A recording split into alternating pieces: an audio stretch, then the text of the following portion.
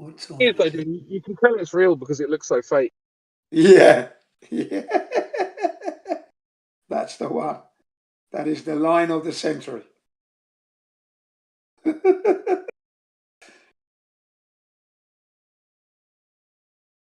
When he said that, I just thought, well, you're admitting it then. Well, thank you. So you're admitting. That's it. That is a confession.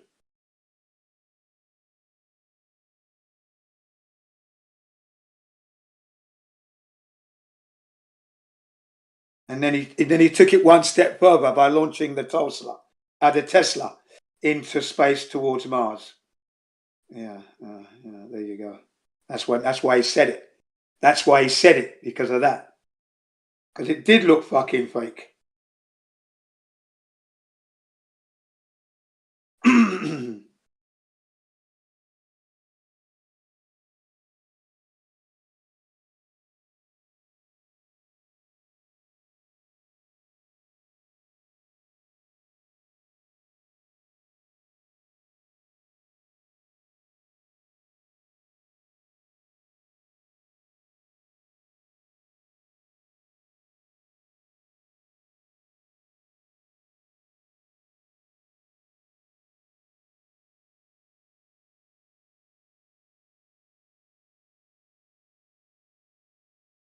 Cycling tomorrow. So I'm doing some little repairs and preparation for tomorrow now. I'm going to take this 9-year-old boy to a shop that he wants to go to, which is about 12 miles away. But he wants to go cycling. And his dad's working, his mum's busy, so they've asked me to look after him. So I said, okay, yeah. So we're going to go cycling. Cover 24 miles on his little mountain bike, and he wants to go to this shop. Sports shop.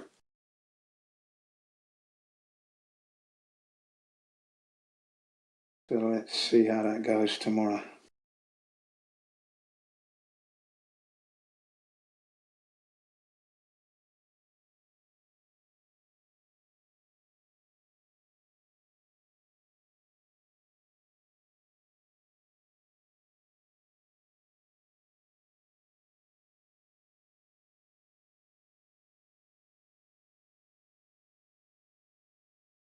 Okay, catch you guys later, man. Gotta carry and finish this off.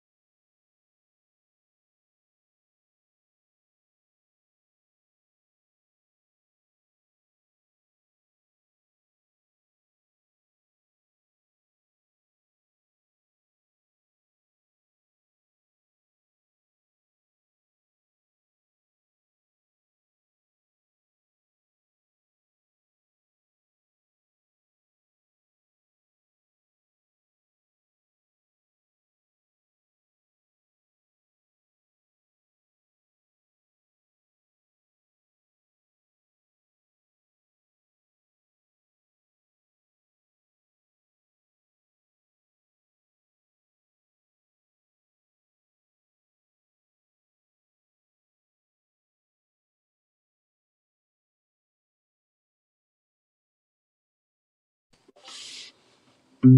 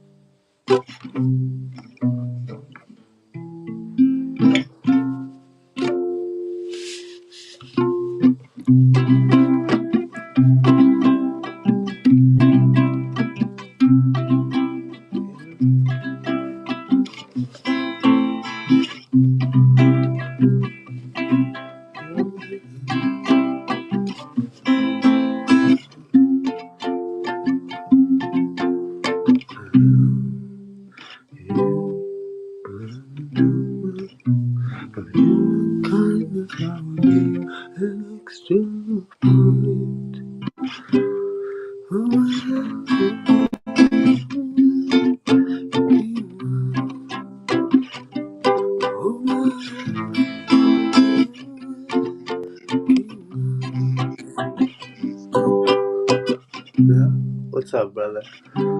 Hey, my friend, how we going? You How make we going? an extra pint. You ever heard that song? That what do you call it? The Milkman. It's I forget the guy. It's like it's so good, dude. He's like, I love you. I am the milkman of human kindness. I will leave an extra pint.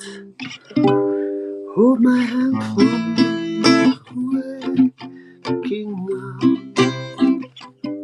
Hold my hand from me, waking up. Yeah, that shit's so good. What's up, baby? How you doing? Yeah. All good in the hood. In my world, my friend. What about your world? All good. Yeah, dude, chilling, man. Got even a little bit of sunburn to prove it. Oh, happy days. It's just starting to warm up here. So Ooh. the hotter the better. The Oh, hotter the better. I gotta learn how to come down there. I gotta start chasing the sun in my life, man. Oh, man. You know, I the love the sun. summer, man. I absolutely love it. Like Yeah, come the middle of the summer, I look like an indigenous fella. I'm blessed with that sort of skin. Give me a little bit of right. sun, and man, I go as black as, for want of a better word. That's awesome, man. Yeah, I love it, dude. Right now we're feeling the autumn right Yep, now. yep. Mm-hmm. Oh, cool. Give me 1 sec, Mandy. 1 sec. Be right back. All right, buddy. Yep.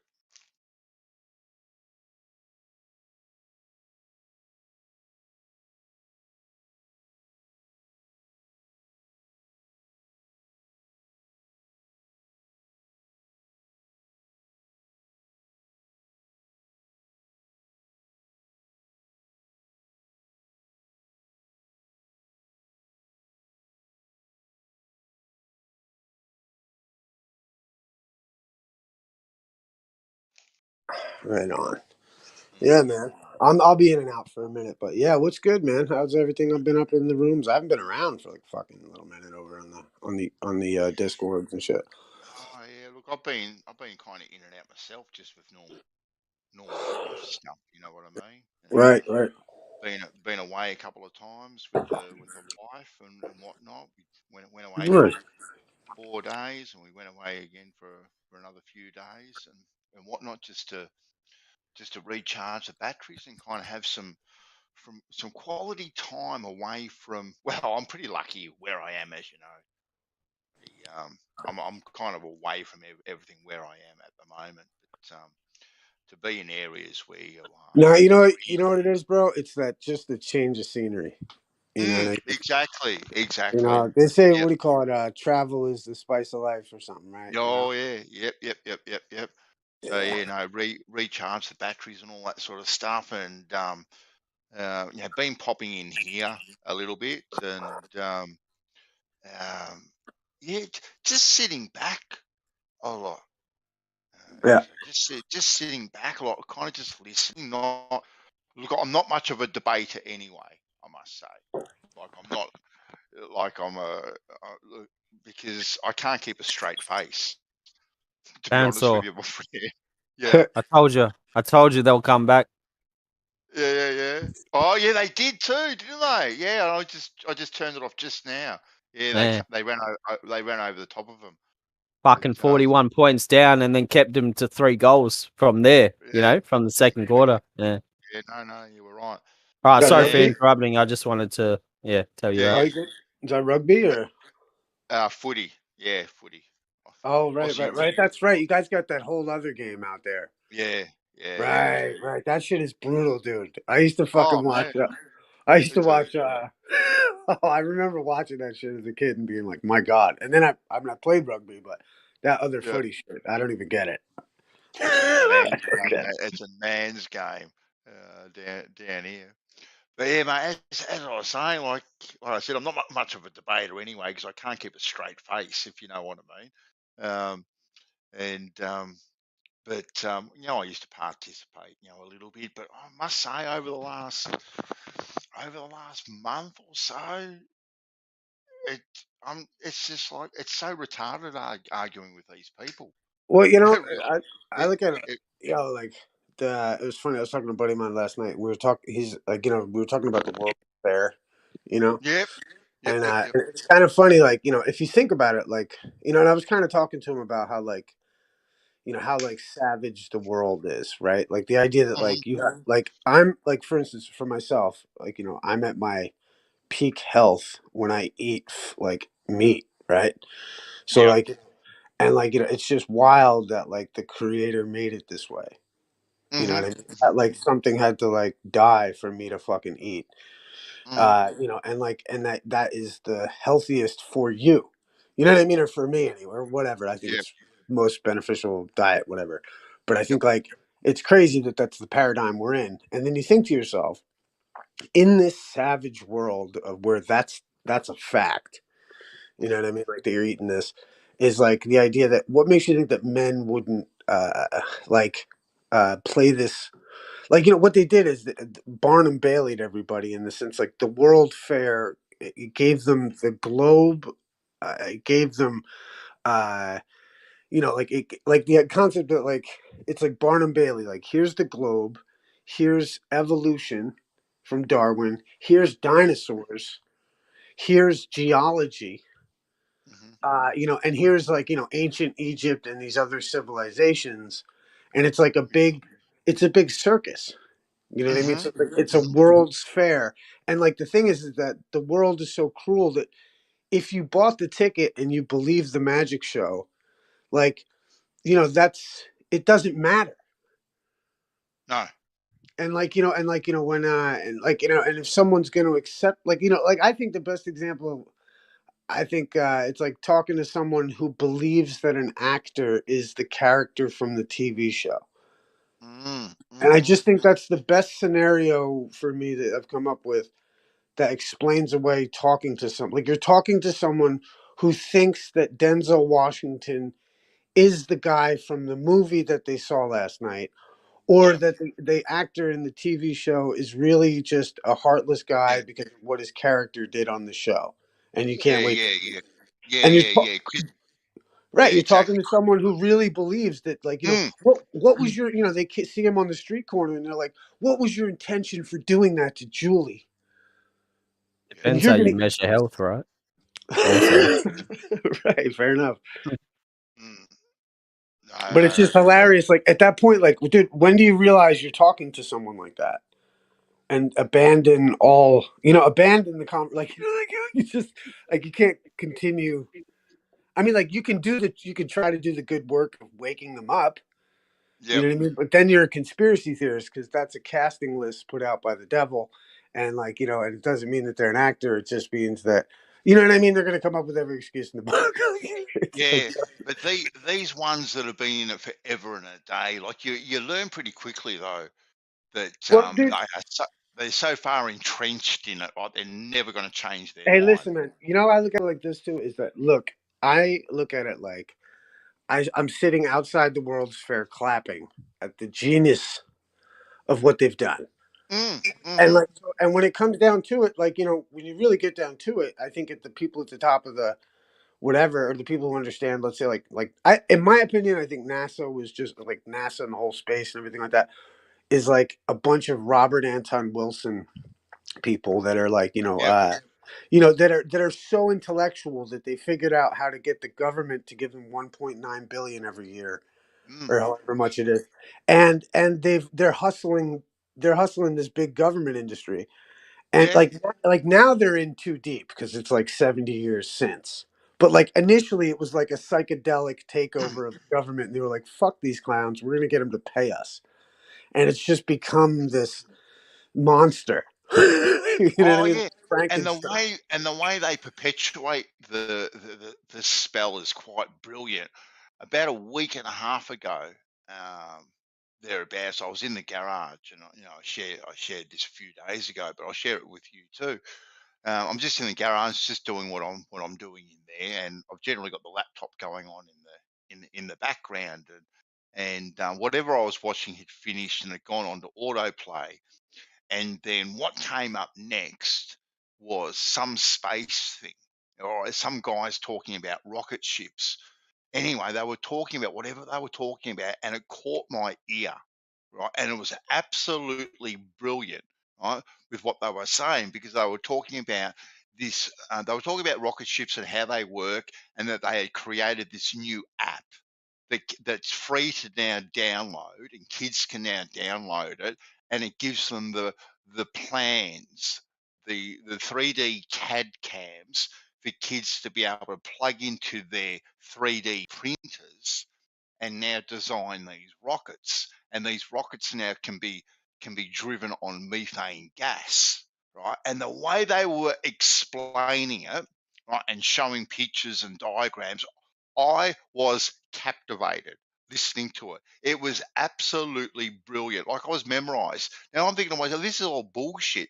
But the way they put it across, it captivated the audience. And there was 100,000 people watching it. Like, this was a live thing that they were doing, like, on some random person's YouTube channel, right?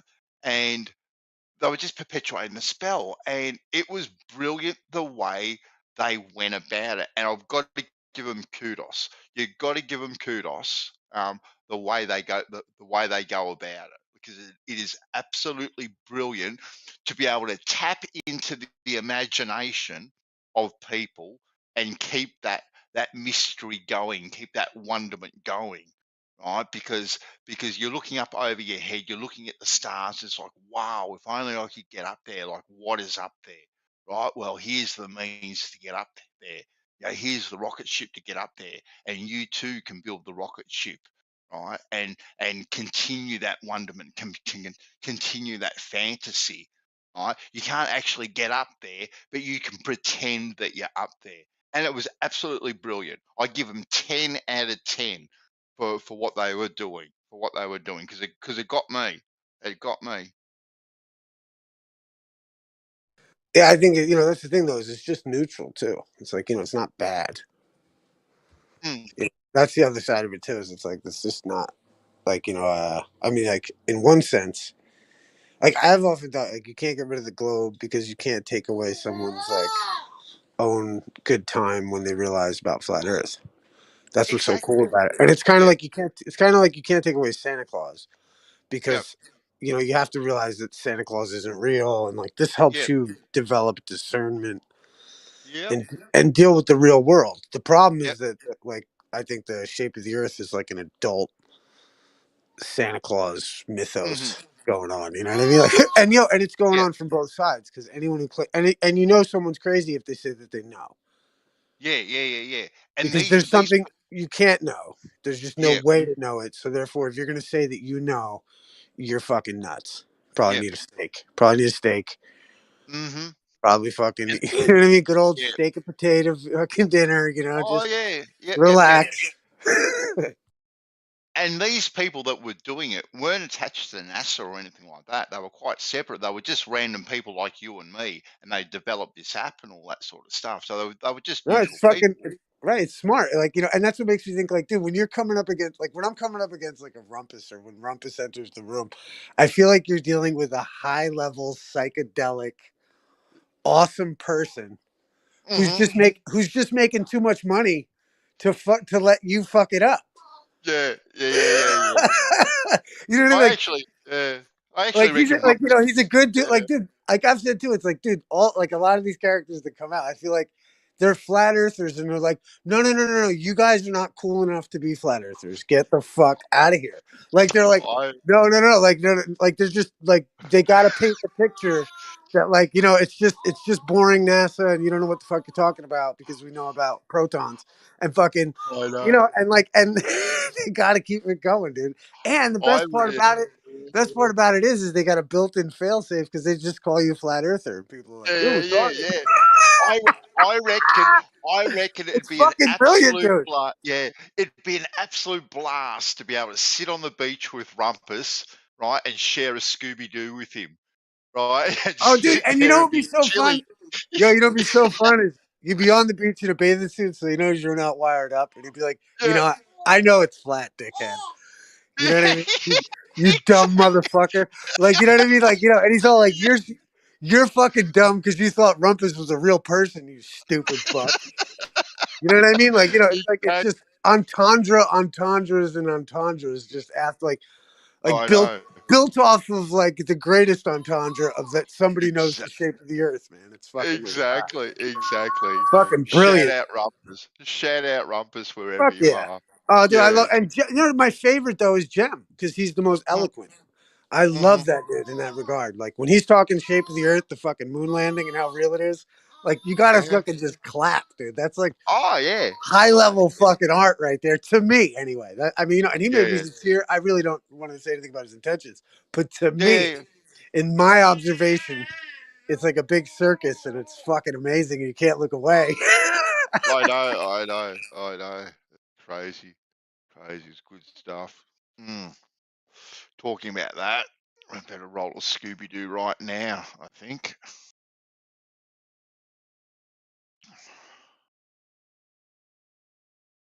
Doo-doo-doo-doo.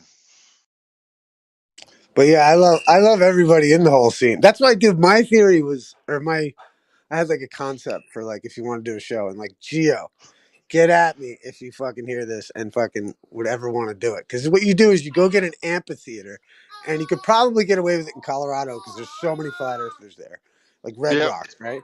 And you have a big fucking check it out. You have a big screen on the background and a YouTube video, and you get like high bandwidth for the fucking for the event. So you could have like, you Yep. know, like more like a five. I don't know, like, you know, so that there's enough internet so that everybody can have their phone in the audience, live text, live. It's basically a YouTube video that you're paying to go see live, and a YouTube Right. Yeah.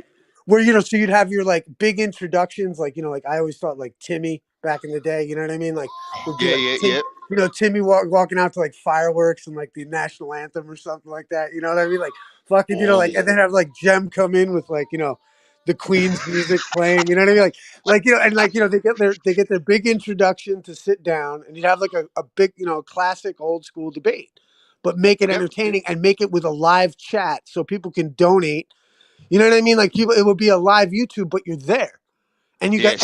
you're in the audience, so you actually have a voice by going online and trying to Uh huh. fucking, you know, be in the chat, and somebody could say, "Who is this?" And like, you know what I mean? Like you could find the person in the audience and even delve into it further. Yeah. I mean, Oh, it's you just could fucking, dude. too. It's it's a fucking tour, really.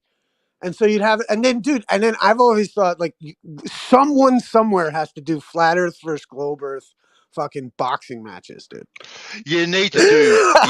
Like, You, I am just you, convinced we need to do this. you need to do a prime time, don't you? Like a big MMA match, park it, or the big, World Federation Wrestling or something like the whole show. No, you do it like fireworks, celebrity. No, you do it music. like celebrity boxing kind of a thing, where like the people, they just get, you got a Yeah, fight coming up, and you know what I mean. You got to yeah. show up for the event. Maybe get a couple grand or something for it, and you'd have like, like back in the day, it was like Antonio Subarats versus Timmy Yeah, was the one fight, and then we yeah. want like like Nathan Oakley versus Bob. You know what I You mean? get Like in a yeah, fucking, you know what I mean? exactly. In a straight up boxing match. Hmm. You And can so have like, in the curved corner is well, Jem, well, you can. and in Well, check it. Those the would be like grudge matches, but you could have because you could have like a novelty match where it'd be Nathan versus Bob. But yeah, you're right. It's yeah. got to be Flat Earth versus Globe Earth. So it'd be like Oh Rumpus yeah, versus Oakley. You know what I mean? yeah. Or like Rumpus versus Right to Hand. You know what I mean? Like, Oh, oh, like a boxing match. oh. You know? Yes. Oh, yes, yes, yeah, yeah. You'd have to match personality with personality, wouldn't you? Well, Right? you could. I mean, dude, it's Yeah. whoever it's whoever calls each other like Martin Linka versus like fucking I don't know, one of those like Jem. Mm-hmm. Yep, yep, yep, yep, yep. Oh, Yo, Martin Linka versus Jem in a boxing yep, match. yep, Dude. That yep, could be the yeah. headliner. Oh Oh fuck man, yeah. and Linka would you have fuck Jem up too. Linka would fuck Jem up, dude. He's spry. you could have someone like Fight the Flat Earth versus Dell. Something like that, like those two, just absolutely just going. Oh, man, you can see it now, actually, can't you? You can see it Yeah, yeah. now. Oh, dude, Del, Yeah. you need like it would be like Del versus anybody probably because he'd just be fighting anybody. Oh Fucking. yeah, I'm He's like, just I'll fight all of you. he would, man. That guy's a Oh, that'd be beast. some He's an gladiator shit, dude. With Dell, you got to he do is like a gladiator kind of vibes. man. Bring in He's like an absolute some fucking beast. lions. Yeah, Fuck, you he's know what I mean? calming down a bit now, though. He's actually calm. Like he still has his moments, Oh, but he's actually. he's always been a fuck. He's a sweetheart. Oh yeah, yeah, You know what I yeah, yeah, mean? yeah. Dell's a good dude, man. I don't know. Oh yeah, yeah. He gets a lot of flack actually, but the guy holds his own on. Doesn't matter what topic it is. He knows it inside and out, and good on him. No, I like Dell a lot, and like and there is like one thing he's always kind of stuck to, which is good. It's like in a certain sense, especially in the YouTube landscape, it's like almost like no friends. He's just like, look, I'm here to fucking talk about flat Earth. I got enough Yeah. friends, and Hmm. fuck, and boom, and it's pretty dope. There's a time and a place. I think for me, it's like fe. It's not like I just look at it like it's not the hill to die on. Whereas like like totalitarian fucking government dictates kind of are. Which sucks. You know what I mean? But like to get into like the shape of the Earth is like a really it's such a bourgeois topic, Yeah. if you will. Hmm. Because Yeah. like Well, it's a luxury to discuss about it, to even know about it, and to have time to look into the telemetry data. You know what I mean? Like to even just have the I don't know. It's such a you know. It's like it's a luxury. oh, definitely. It's not a necessity.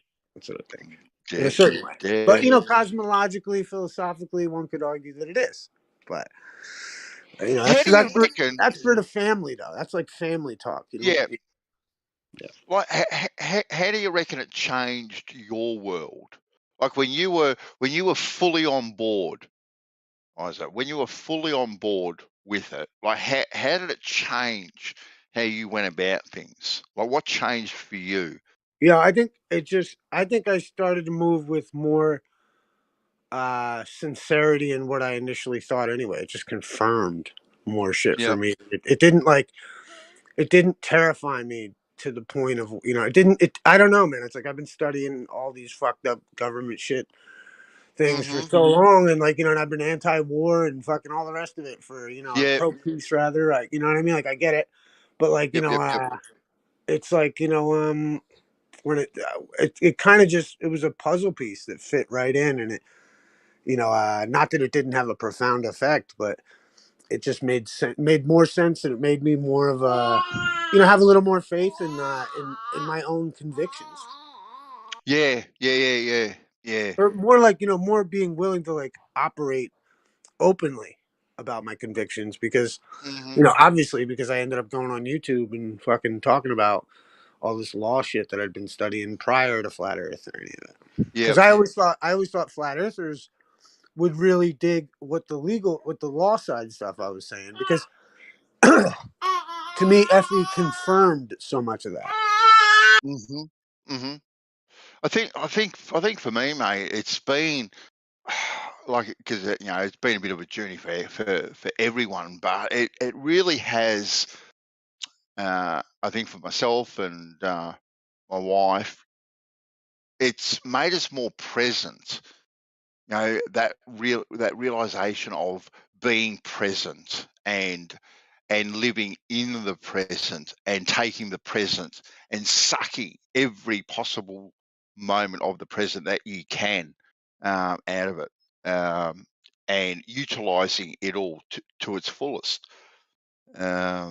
That's what it's done for me, because all the other stuff that's around you is just a distraction from the present. It distracts you from what you should be doing.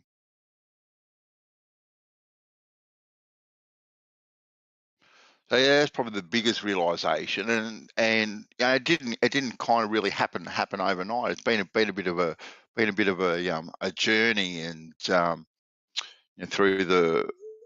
And my grandkids have been a big part of that too, helping me with that realization too, and my wife as well, because we're now into meditation and stuff.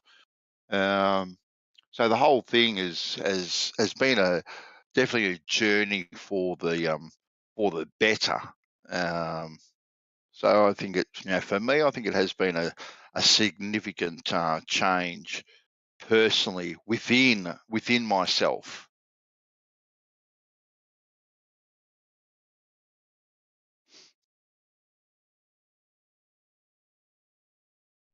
Yeah, man, it's pretty fucking, like, it's just it's like, it's your own thing. It's like weird, reality, like Orwell, man.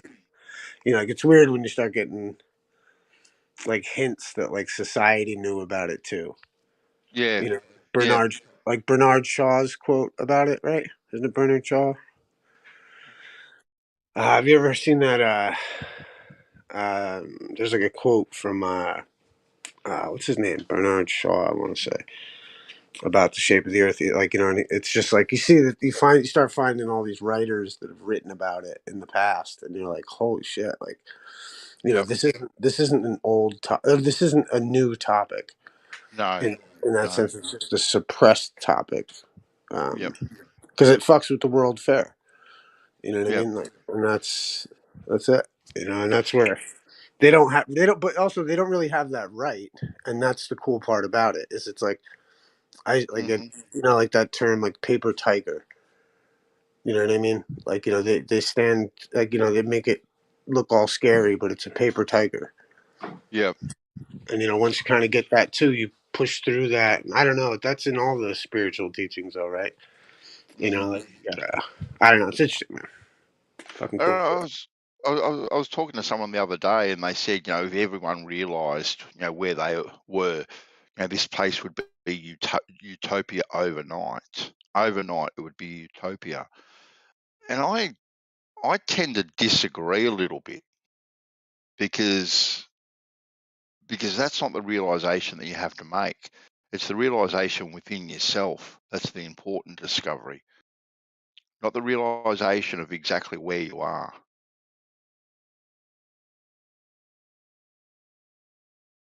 Where you are may be a piece of the puzzle, to realize that you are a true creation. But a lot of people do think that they are created living on a big blue spinning testicle, and yet they're still frightfully unhappy within See, I'm themselves. actually willing to get really nitty gritty with you about if we were actually created or not.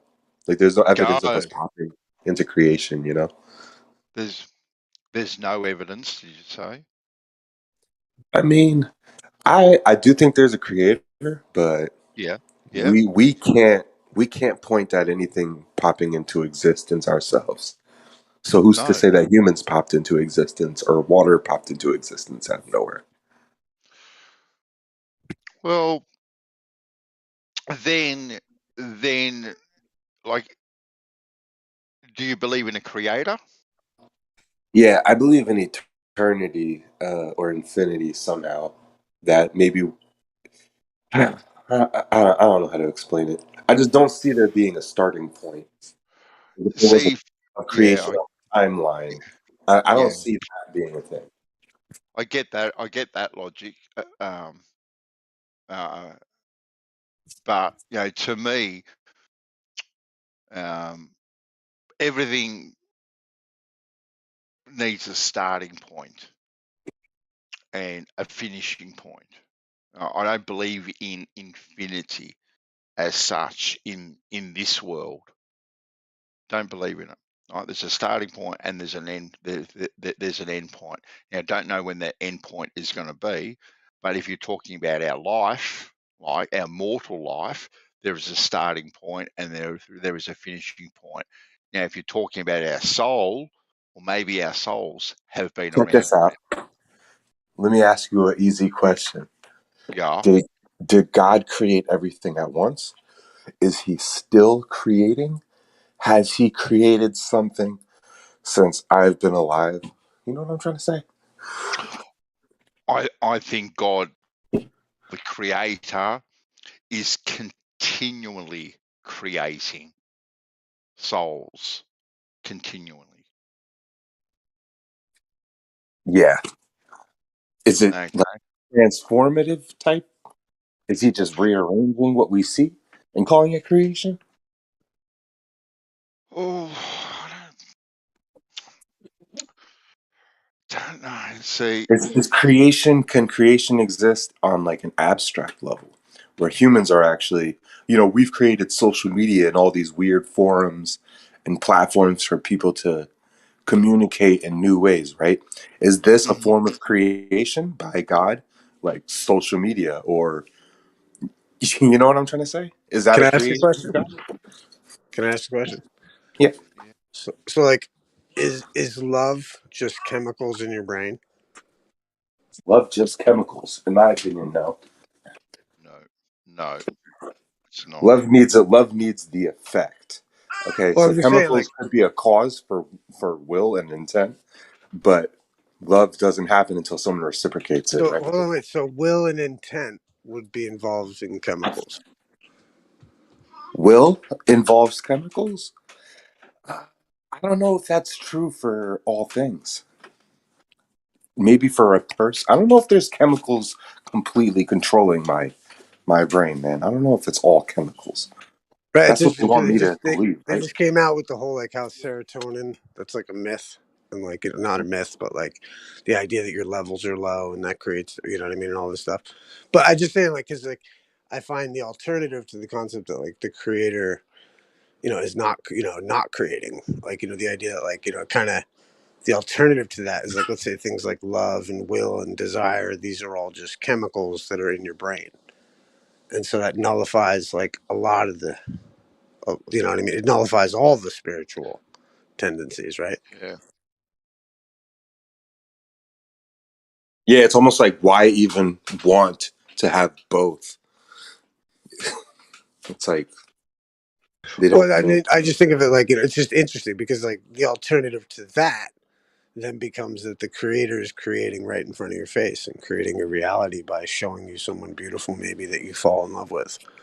You know what I mean? Like, and like that is creation, and like that is like, like every waking moment of your, like, because you don't know what's around the corner. Anything that comes into the room essentially is like a part of this creation, creating something new right now that you're a part of, living like this right. Like breath, my like, like, perspective is creating and rendering images as I move around. Yeah, that makes sense actually. Yeah. right. And you're so like, if you were a process of the breath of God, like, it's not necessarily God creating, but it's God's program running that it's constantly creating a new NPC, if you will, into your life to, to lead you to some fucking whatever. So I'm just saying, like, it's constantly something, like, it's just it might be a program, if you will, running, let's say, and you're experiencing it, but does it not simultaneously the program create because it's in the DNA of the program? mm. like, you know, so therefore, like, something the creator is always created, but maybe is moving along to, you know, you don't see what the creator is the ultimate creditor because you never see it. You never see it. Oh, I like that, creditor. Yeah. Right. There's only Damn, two man, I never types. heard somebody say that before. There's only two types of people, man: creditors and debtors. Mm-hmm. And Yeah. either you're a complainer or you're a creator. You're either a critic or you're a creator. And if you're a creator, you're constantly creating anyway, so you're never there for the praises anyway. But thank God for the, you know, and that's why you're not worthy of praise, but the creator is. Yeah, like I've never popped anything into existence. So Well, I there mean, you is could a make, level of consciousness that I'm not at that well, I'm may just be a saying, like, you're creator. not, like, I look at it like what people think and, like, you know, what they think their proper should be, what they think the respect that they should get. It's like, you know, all of those things that you might think that you are deserving of, you need to recognize that also in turn, you know, that the creator is worthy of all that. Mm-hmm. And that, you know, that is evidence for the fact that the creator might be jealous even, Huh. because you yourself would be jealous if, let's say, you were an artist and someone came along and took your shine. So what makes you think the creator doesn't hold that? Because you're the breath of that life, and that's something that the creator feels. So, like, that's why they say, like, he's a jealous God in that sense, because, you know, there is no God but God. And if you're off worshiping something else, then, you know, he's like, And what makes you think that he's not totally aware of senses of humor? Like, I think most, it's funny, I said before, like, most people think of the creator as some kind of Thor archetype. You know what I mean? Like, well, whereas in reality, it's more like Mr. Bean. Oh, like God is funny. Yeah. What makes you think God doesn't have the greatest sense of humor?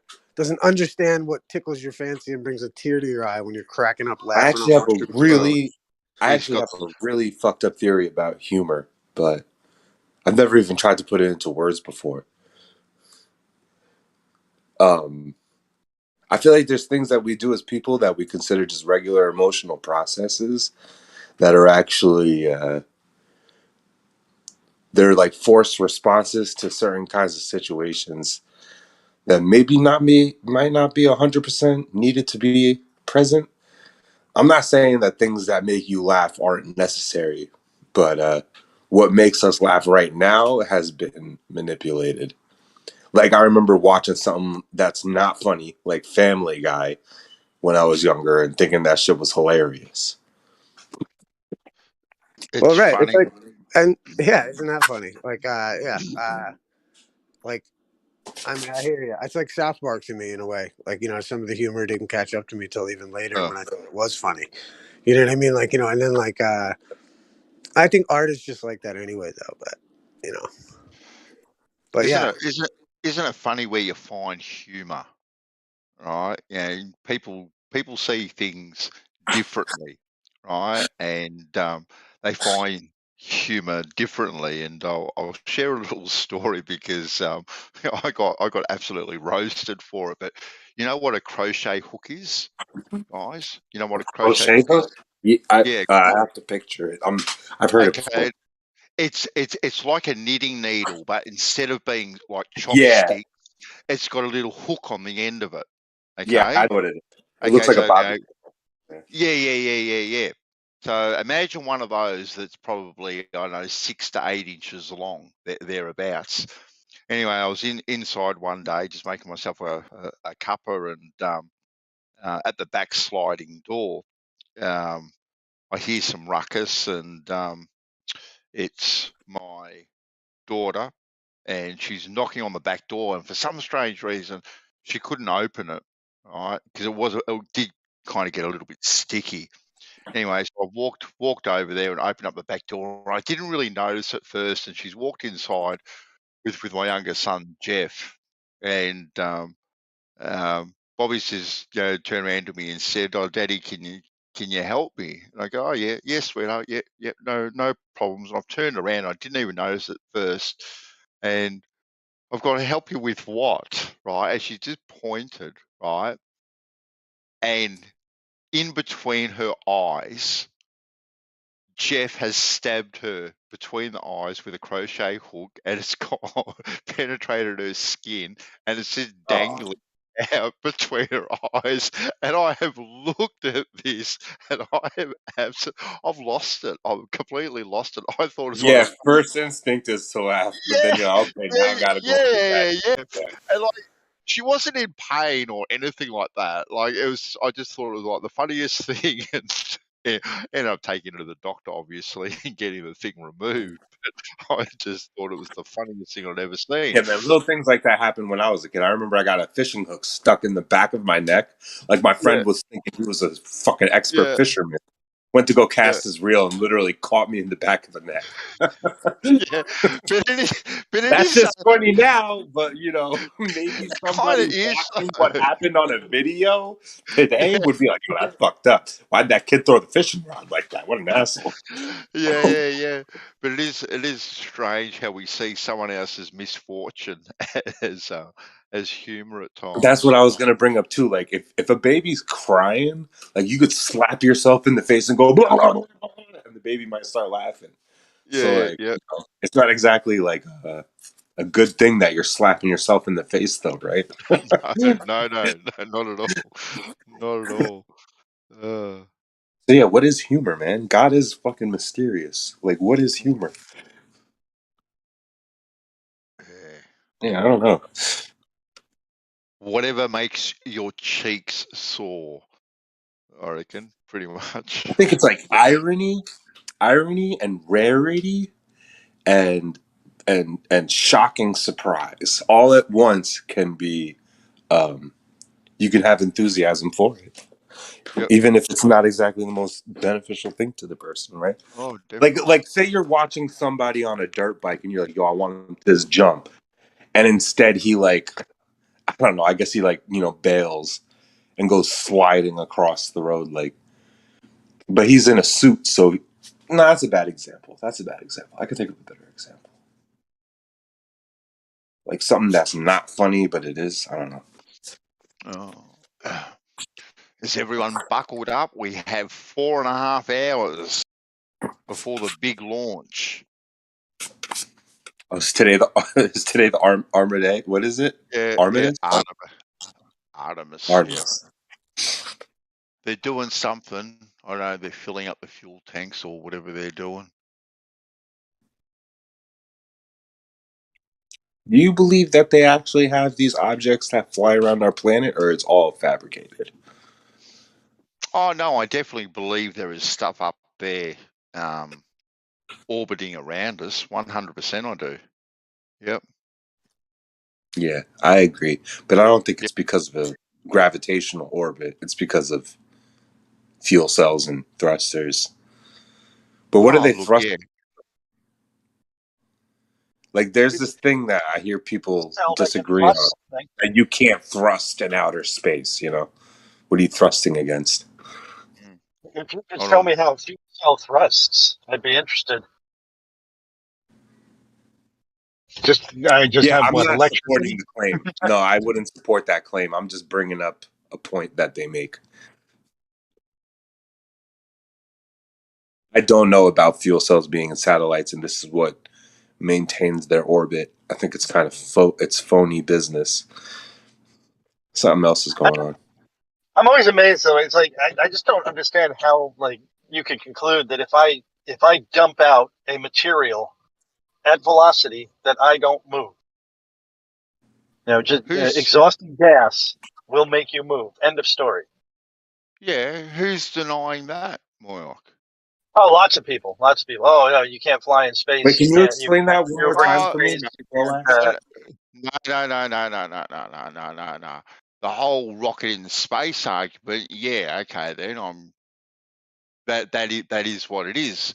We definitely know that rockets work here on Earth, whether it's a rocket or a guided missile or whatever. We know that those work. Yeah. But you think they're pushing off air for some Yeah. reason? Well, yes. But if I take it 1,000, like with the Saturn V, you know, it was dumping like 7,000 pounds of fuel a second or something like that, and it's pushing 7,000 pounds of fuel out of its orifice. You said a second? At 5, yes. It was something like that. I can't remember the number, but it was tremendous. I know that my entire when I took my boat from New York to Virginia, I used less fuel in that trip, which I used like 600 gallons. I used less fuel than it did in 1 second. It was just insane. Oh, really? And I burned 2 gallons a mile. Mm-hmm. So it was like, I just don't know if I shit 10,000 or thousands of pounds of fuel every second, and I make it accelerate to 5,000 feet per second or 5,000 miles per hour, the exhaust coming out, I have to move. It's just in vacuum anywhere. If I was throwing bowling balls, I'd move. Mm-hmm. Well, look, I'm not going to. I think you've heard me say it before, Moyoc. I'm not going to sit here and say 100% it doesn't work, right? But I personally would like to see some evidence of it working, just to like tip me from that 50-50 to over the line. So yeah, that would be nice to see. But I get your point you're making, and I get the argument that it's pushing off itself and thrusting through space, and I understand that. I grasp the concept of it, like the theory of it, but I would like to see, say, a pinwheel in that big vacuum in Ohio, for argument's sake, just to tip me over the line. Just to tip me over the line is all. I don't want to. Yeah, I don't want to see an Action Lab little. Yeah, like those small vacuums that they do it in. To me, that is very inconclusive. Okay, then. But if I was to see a pinwheel or a little rocket suspended in that big vacuum and it actually work, that would push me over the line. But I'm a 50-50 kind of guy as far as that is concerned. Hey, how you doing? Yeah. Sorry. But when it comes to the moon landing, yeah, we definitely didn't land on the moon with a recycled washing machine. Not at all.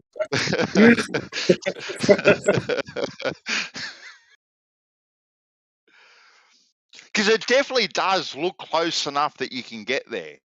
It looks close enough. Like sometimes you think you can touch the bloody thing. It looks that close. I'll never be able to know how far away it is, because I don't know how to tell distance of something that's just sitting there that's beyond like 50 miles away in the sky. I mean, how do you tell how far away something is? Yeah. Oh well, Unless, they shoot radio waves off it and lasers off it, apparently.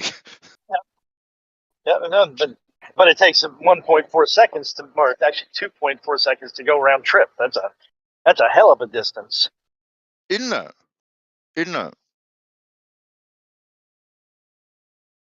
And light radio seems to be almost instantaneous from all practical standpoints. When you're dealing with it as a layperson, and yet it takes forever for it to make that trip. So, do you think they're bouncing lasers off the moon, Moyoc, off those retro reflectors? I think so. I think basically there's evidence of at least a very shiny spot on the moon. Yeah. Is if you miss it, you don't get the return. Well, you do, but you get a shit return, like spotty return. It's like when you're coming across, like if you're shooting at the moon, from what I understand, you'll get spotty returns. It'll give varying distances based on craters and all this other stuff. You get a whole myriad of time delays that'll vary by a couple of 100 miles. But when you get to that reflector, it zeroes right into you always get a ping back from that thing. Reflection back in an allotted time within inches. Do you think this time with the Artemis rocket, do you think we're going to get footage from takeoff all the way up to the moon, around the moon, and back again, kind of uncut? That would be a very bad idea. That would be a bad idea. I certainly don't think they'll do the trip to the moon. I mean, they might take a couple of spot shots, maybe, but the trip to the moon, like, you know, just about 3 days of video just showing the moon get slightly bigger, slightly bigger, slightly bigger. Yeah. I doubt that that'll happen. Okay, then.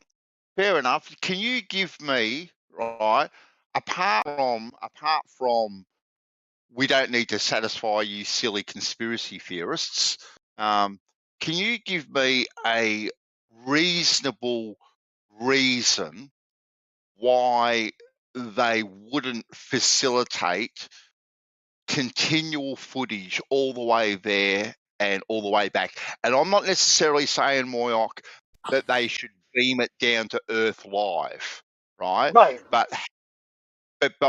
at least record absolutely every second of your trip all the way around. So then when you get it down here on ground, you can then upload it and go, here you go, this is what we've seen. Yeah, kind of. Yeah. I mean, with today's technology and stuff, you know, it doesn't cost that much to get a GoPro up there with enough memory to do 3 days of video at low res or whatever. Yeah, I mean, if there's no video of you leaving the Van Allen belt, then motherfucker, you're not going to see that's a anything in the Van failed Allen mission. belt. Failed You're mission. not going to see anything in the Van Allen belt. That would look like every other part of the trip. Yeah. It would just look like, yep, I'm in the black void and I'm moving. And No, I'm not saying actually we wouldn't would even see the feel Van like Allen belt. moving. I'm saying this is when they would cut off the cameras and start doing their CGI because they can't cross that shit. Okay, that's fine.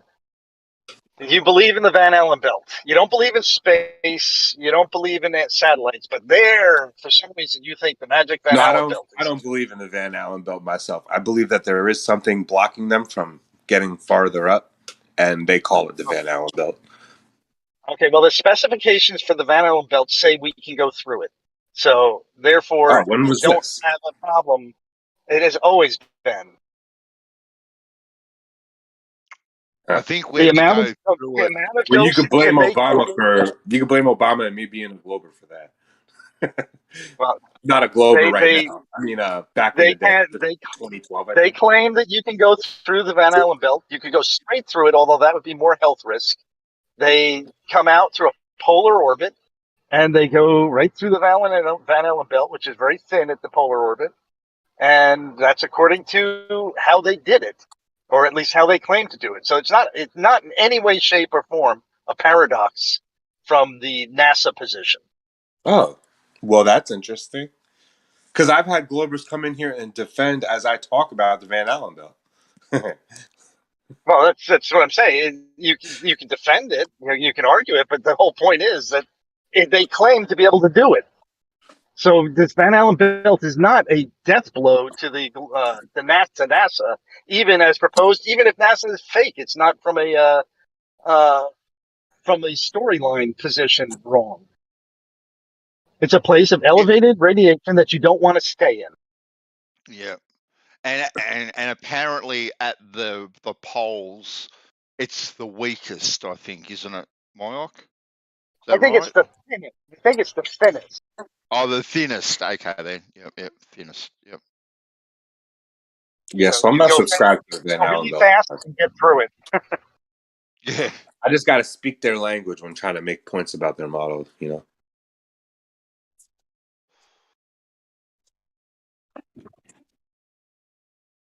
Yeah, I remember being, how old was I when Obama was in office talking about crossing the Van Allen belt? 2012. Maybe I was like 25. Obama talked about the Van Allen. I don't remember that. I remember there was a Yeah, guy who said that he was one of the explained it out. I'll never challenges. forget him talking about it. That's Yeah. why I bring up and refer to this supposed barrier as the Van Allen belt. Yeah, that's So thanks, that Obama, is for creating the that is one freaking of the language I use. challenges. That's one of the challenges, but I think it's from an electronics standpoint. That was how that guy was citing it. But people also, I mean, you don't want to expose them to any extra radiation. So you want to minimize that, and that's what all these Artemis missions are about. Making sure that everything works in these conditions. As a whole system, all operating at once.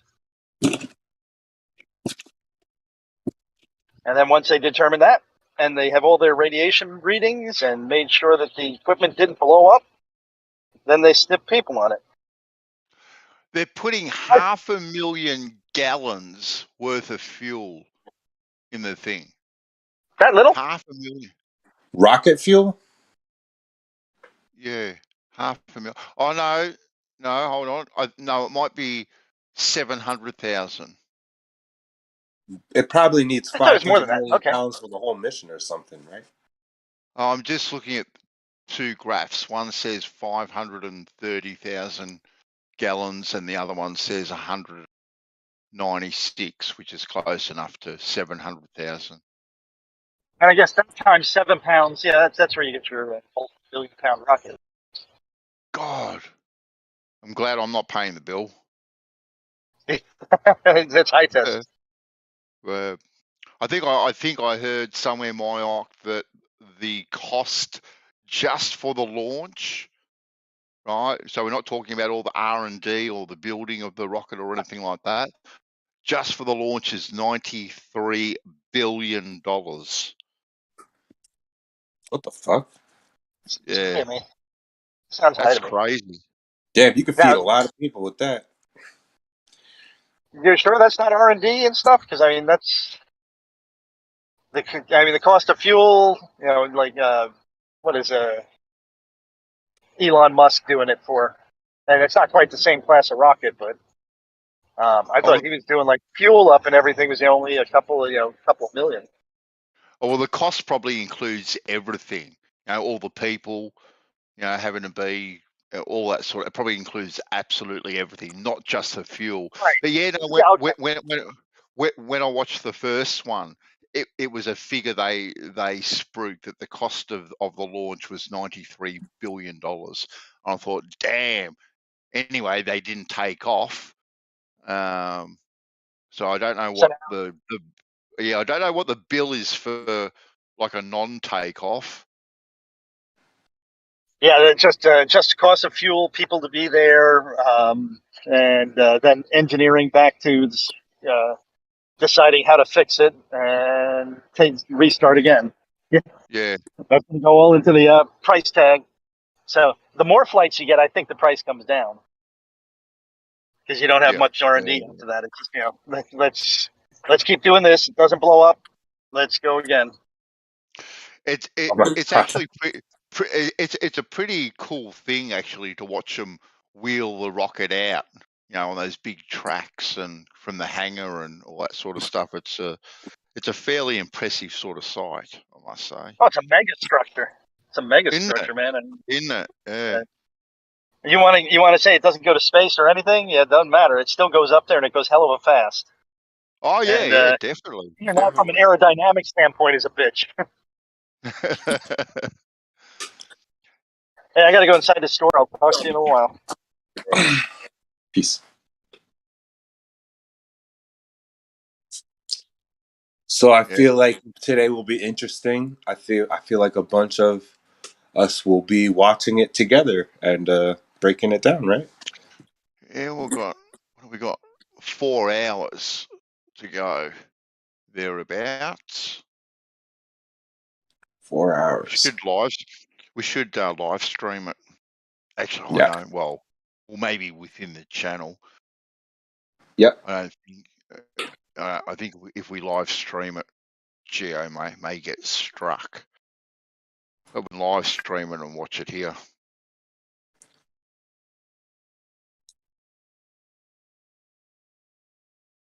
That would be nice. Mm-hmm.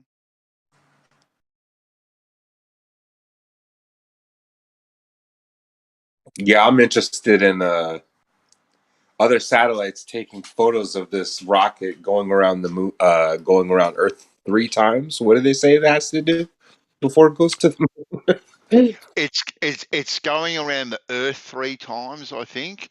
Then it's going to slingshot off, go around the moon 3 times, and then come back. Yeah, I hope we get a lot of pictures of this thing moving.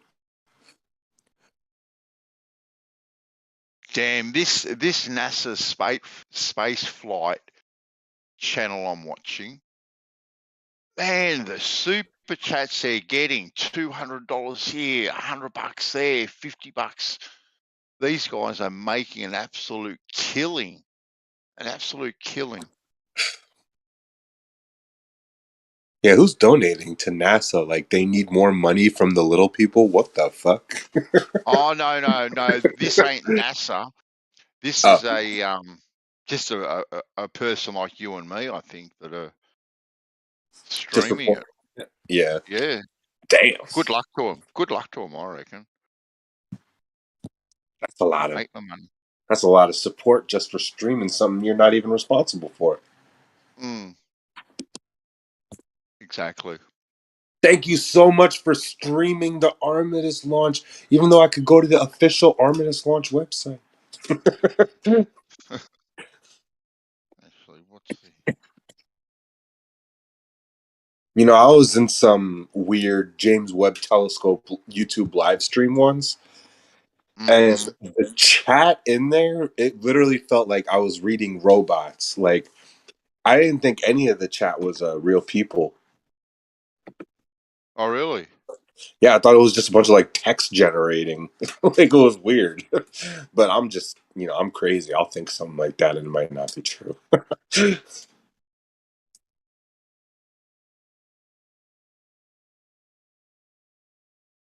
What did they say about why Elon Musk backed out of his multi-billion-dollar Twitter deal? Because majority of Twitter is actually bots and it's not real people with real interests and real consumer base. You know what I mean? I've seen that. Yeah, so apparently, I would assume that kind of technology also exists on YouTube. Like, sometimes certain videos would get like 1 million views, and you're like, "Who's watching this?" And then you look at the comments, and these people they're not even putting in real. I mean, can you tell when an AI is trying to tell you something and a person's trying to tell you something? Like, you feel something behind it. Well, Like, sometimes I'm reading people's words and I don't feel nothing, bro. I haven't really seen a lot of bots on YouTube. You can kind of see who the people are that are commenting, or like if you make your own channel or whatever, like random people join, or I don't know. I've definitely seen bots, but I can't say that I've seen straight up comment bots supporting, like a NASA launch. But Yeah, it feels like none of these comments I see are from real people. Sometimes it just feels like it's just substanceless comments. No passion, no human behind it. that could be. Yeah. I seen Joe Rogan's thing where he posted a comment on like he did it live, and he got like 40 bots in like 2 seconds. That would on Yeah, Twitter. He posted on that's Twitter. wild. God, he's a sellout. He used to be all over the fake moon landing, Joe Rogan. Man, he worked for Fear Factor. He is 100% a part of their programming.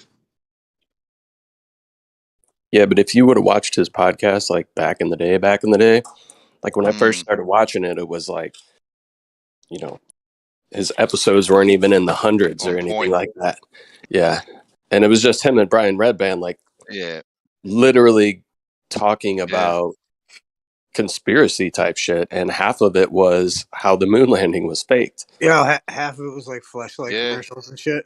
Exactly. Well, no, the fleshlight and all that came later. I'm talking about like. Oh yeah, no, I know, yep. I wasn't there And for then, the first 100 episodes or whatever, Then he has Neil deGrasse Tyson on his podcast, and now Joe seems to be getting, these huge deals with companies, Squarespace and Fleshlight and all these things. And he now thinks that the moon landing, it actually took place. Funny how that happens. I've often said though, man, it's like, if I'm like talking to somebody like from like Great Britain or something like that, and they're like, the moon landing was real, and I'm like, all right, cool. As long as both of us can agree that America is better than Great Britain, because you know what I mean. You know what I mean? So like, I'm willing to concede so long as you're going to accept that America is the greatest fucking place that ever existed. And that's that what episode. and that becomes the debate because, like, it's the idea that, like, internationally wise, like, hey, like, America's the greatest place that ever existed, and you're arguing in defense of it. You know what I mean? So, like, I just think, like, in light of like international politics, like, yeah, America went and landed on the fucking moon. If we're You going to talk guys, privately and that's another thing. you guys But think we have the technology currently to land on the moon, like right now? No. I would, if I was talking to, like, the CCP, I'd say yes. You know what I I was mean? going to ask you real quick. You've seen the episode with Alex Jones and what's that guy's name? Eddie Bravo. He's like a karate guy or something. Yeah. Yeah, when I first watched that and I was still a Glober, I was so mad at Eddie Bravo. And now if I watch that again, I wonder what I'm gonna think. Yeah, Mexican ground karate. Well, those two had a falling out over the flat Earth. I'm pretty sure. Probably. I'm like slowly remembering the stuff that Eddie Bravo was bringing up. He was hardcore against the existence of aliens at the time, I think, and I was so offended listening to it and still being a Glober at the time. I was like, man, fuck this karate guy talking about there's no aliens. How could you say such a thing? Oh, they've got a leak. They've got a leak, peoples. What? Are you posting it? They've just sprung. No, I'm just watching it. They've sprung a leak. It's embarrassing. This is embarrassing. They've got another leak. What are you saying? Are you saying that there's already images of the launch on the internet? No. I'm just watching the stream in the background, and I'm not listening to the commentary at all. Just Did they say leak, or is it just the same place where it was venting last from behind the insulation? Well, no, I'm just reading the chat, Moyoc, and they're saying that there's a leak, and and the chat saying, "Oh my god, this is embarrassing." Another leak. It is. Oh, you're saying there's a leak in the rocket, like not enough pressure to launch?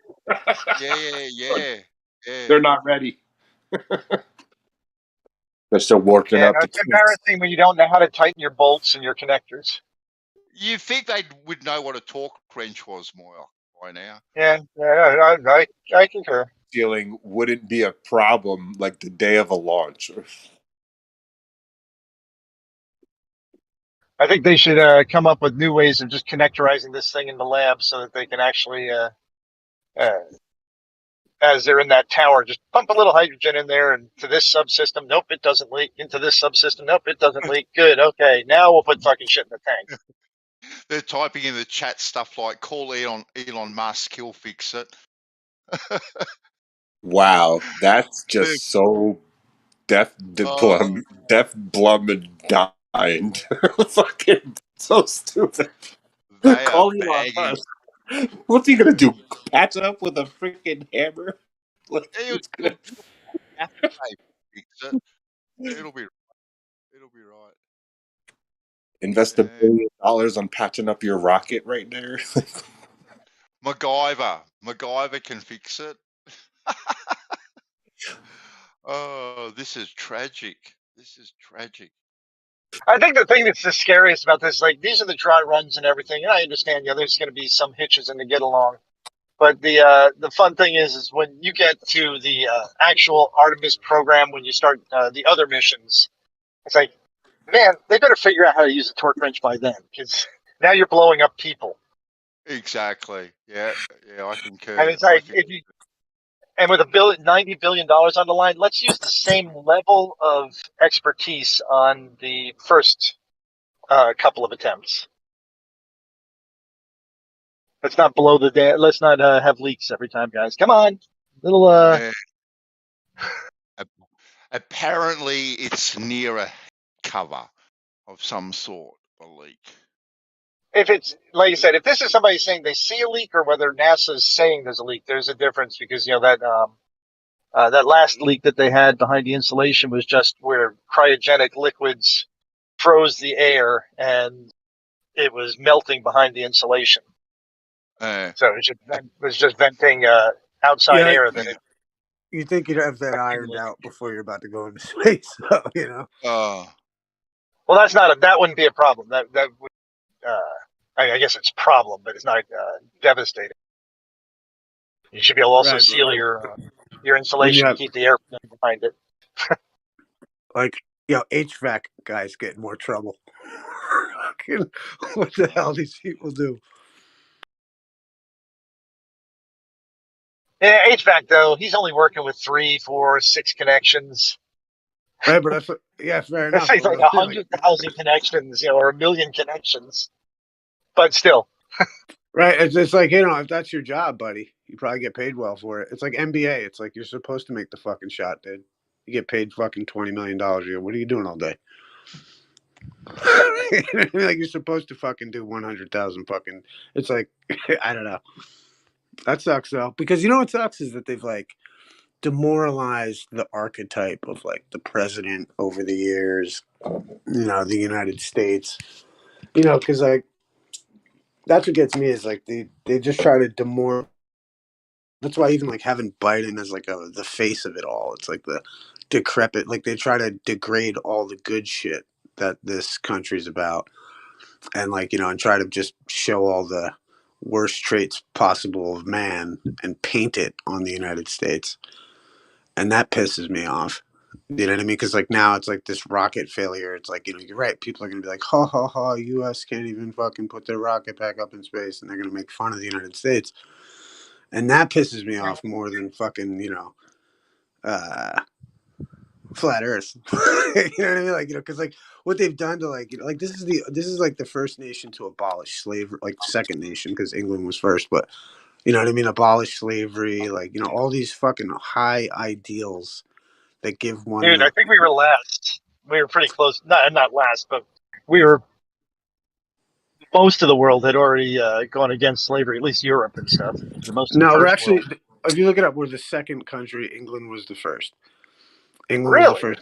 Yeah, England was the So first to. Spain had slavery Yeah, at that after I time? mean, like they hadn't like they hadn't like put it on the books maybe, but I really what I mean. Like I'm sure that there's fucking slavery going. It's going on right now, dude. It's like like we were saying kind of Well, yeah. earlier. It's like this dilemma of like the fact that life, nature, whatever is so severe. Even to the point where you have to eat another animal's flesh to really be healthy.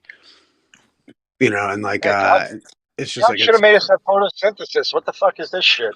well, I mean, like but that's the dilemma. It's just what it is. It's like it's reality versus what you want it to be. Let me try to get this out as Reality. concisely as possible, real You know what I fast. mean? They're like showing us these things leaving Earth to just make us feel like we're being left behind. Well, I think it's just like this. It's like the World's Fair. It's like Barnum and Bailey, and like they're selling you something and getting paid for it, and they've sold the like we were saying like the pantheon of like the World's Fair, like the globe, evolution, Darwin, dinosaurs, you know what I mean, geology. We understand how old this rock is. Fucking like all these like proposed theories that they've painted for everyone has like and in the same time the degradation of the notion of a creator in light of evolution, in light of all these things, is like what's so weird about it. It's like and like they've kind of just formulated this ugly Frankenstein because people have said, okay, this is what it is, so we're just going to hustle the system and make money on the back end, pretend the fantasy world is real, and you know what I mean, and try to escape. What's the reason that works? Is It's there just, like a real principle to their tactic? well, it's not about that. It's about, I mean, I don't know what it's about. Only God knows. But like, I just think like that's what it is. It's like and life is like that because they could do it. They did it. They sold people the dream. You know what I mean? And there's a group of people that run up and down the fuck. You know what I mean? Like it's interesting how it seems to be rigged in that way. But there's also this like, to me, the saving grace of it all was for me this lawful remedy of discharge of debt, understanding that what you are and what you have in the game, and like and this concept of just this ecclesiastical system that we do live in, and the nature of it versus what the fantasy world is. And like and it's like even like, but this is what like Machiavelli and Shakespeare wrote about. It's like the idea that like persona means like a mask. You know what I mean? So we have this like mask world the world being but a stage, right? You know, and like I just think it's interesting. Hey, like I think like you just have that going on. Hey, you know, you have this like persona game happening, and part of that is the charade of the World Fair, which is, you know, all the deceptions. But it's like, you know, it's one thing to go to the fair, it's another thing to believe all the stories that the clown tells you. You know what I mean? Like that's how I look at it. And then it's like, be wary, you know. Are they like verifiable stories or?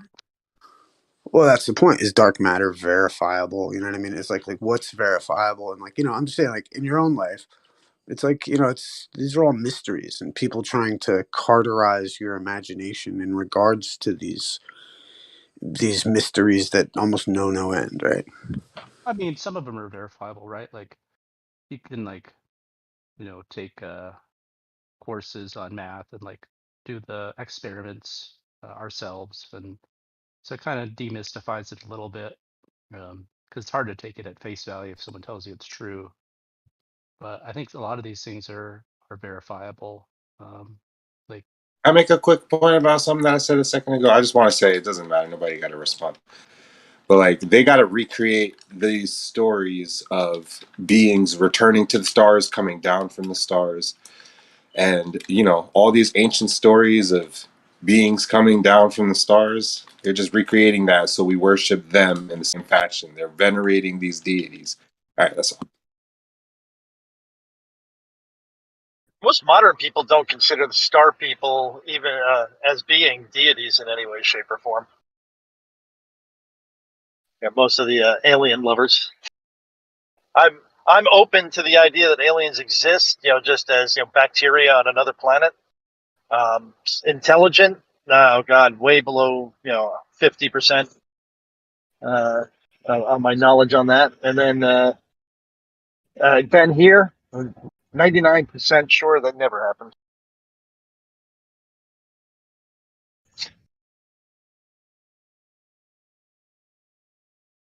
Yeah, what are you guys talking about? Think about all the things they try to recreate, like that they consider things that have happened before.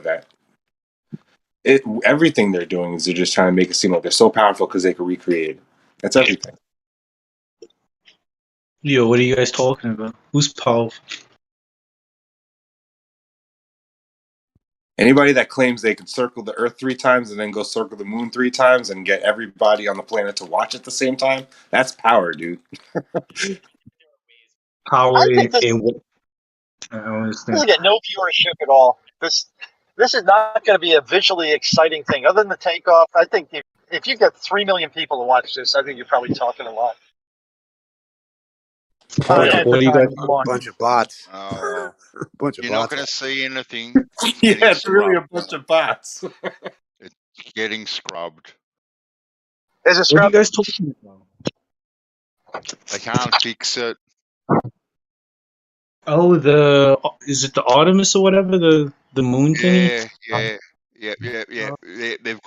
They've put someone in a ute. They're driving down to the hardware to get some Flex Seal to try and fix the leak as we speak. This is you know, you're also getting to a problem now, I think, with Artemis, that the number of cycles that you can fill that tank might be limited. You know, cryogenically shocking it over and over again. That might have a finite life. Yes. Possibly, why not? Yeah, I see where you're coming from.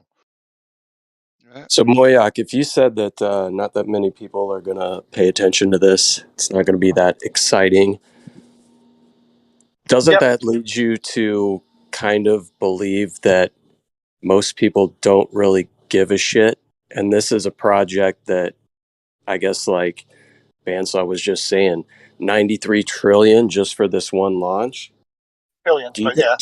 do you think the average person would sit there and stroke a check to NASA every single month For $2.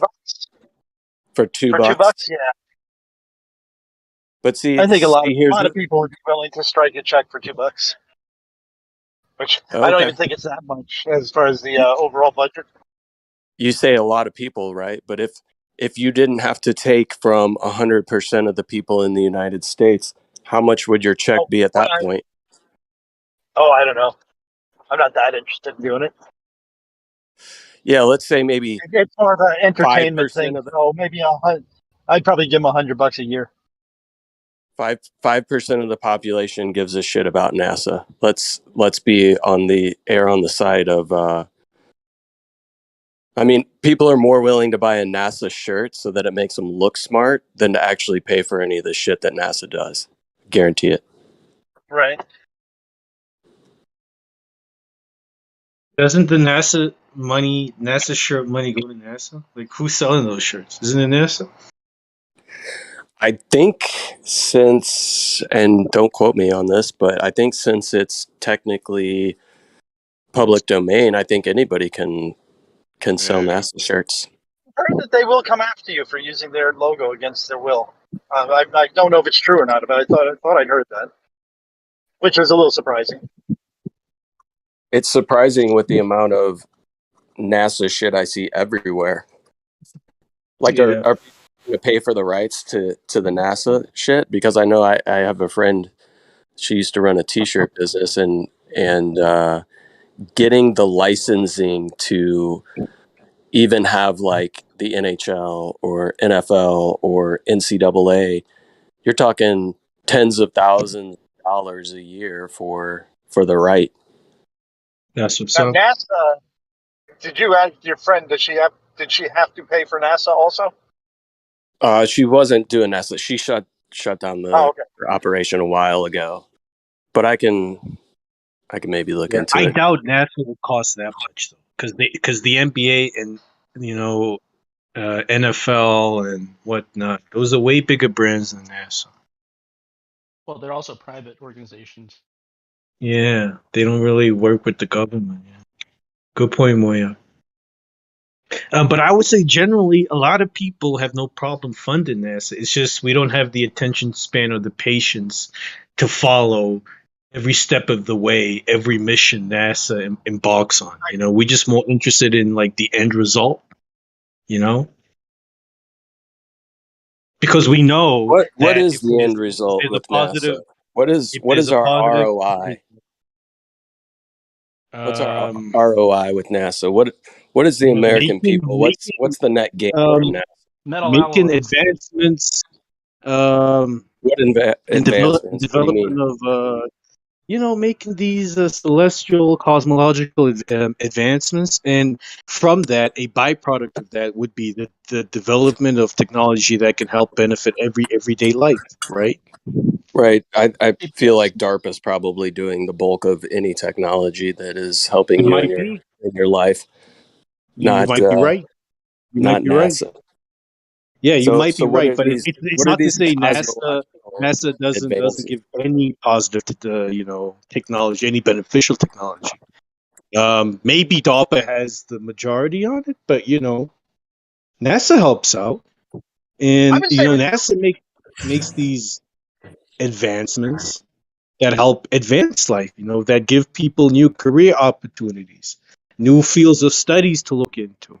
It makes discoveries and gives us more insight into the world and the nature of this world that we live in. It just seems to me to be more of a repurposing of existing technology to fit military applications. It's not raw science. So they don't come up with a whole lot of new shit. It's making a robot with existing circuits and computers and it's engineering. They have more engineers than they have pure physicists and pure cosmologists, but they do piggyback off of research assistants and technicians from universities. A lot of pure cosmologists and pure physicists do work with NASA hand in hand. So I mean, it does happen, but not DARPA per se. DARPA, I think, is more of an engineering. DARPA's. Yeah. As a photographer, I can tell you that the advancement in Photoshop that NASA's brought us has been really quite Amazing. Yeah, but yeah, DOF is a weird one, you know. But science for science sake has given us lots of wonderful stuff. Yeah, but it's weird that for the contribution DARPA makes in our everyday lives, it's not talked about that much, you know. You don't hear conspiracy theorists pointing fingers at DARPA as much as they do at NASA. It's a bit interesting.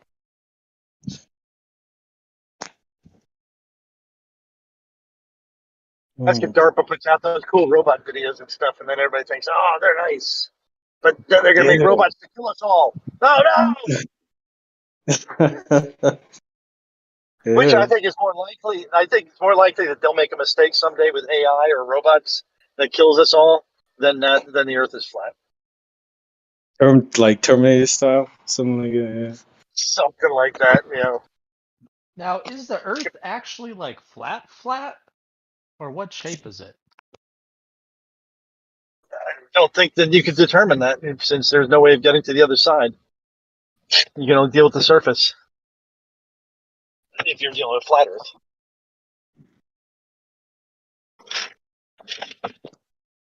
Now, if it was really flat, we would start seeing with earthquakes and stuff like that. We would start to see signs of flatness. I would think of a shape that would be coming out of it.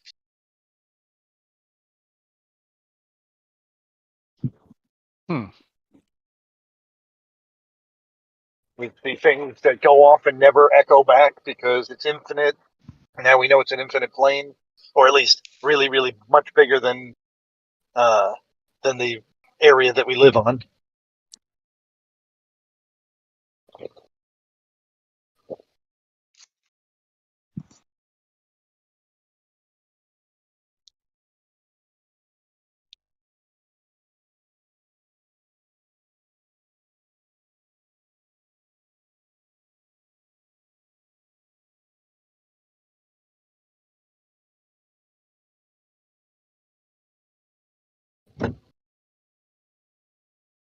Yeah, I was just gonna say, it's not fair that they make everybody assume that we're on like a sphere or a square or a disc,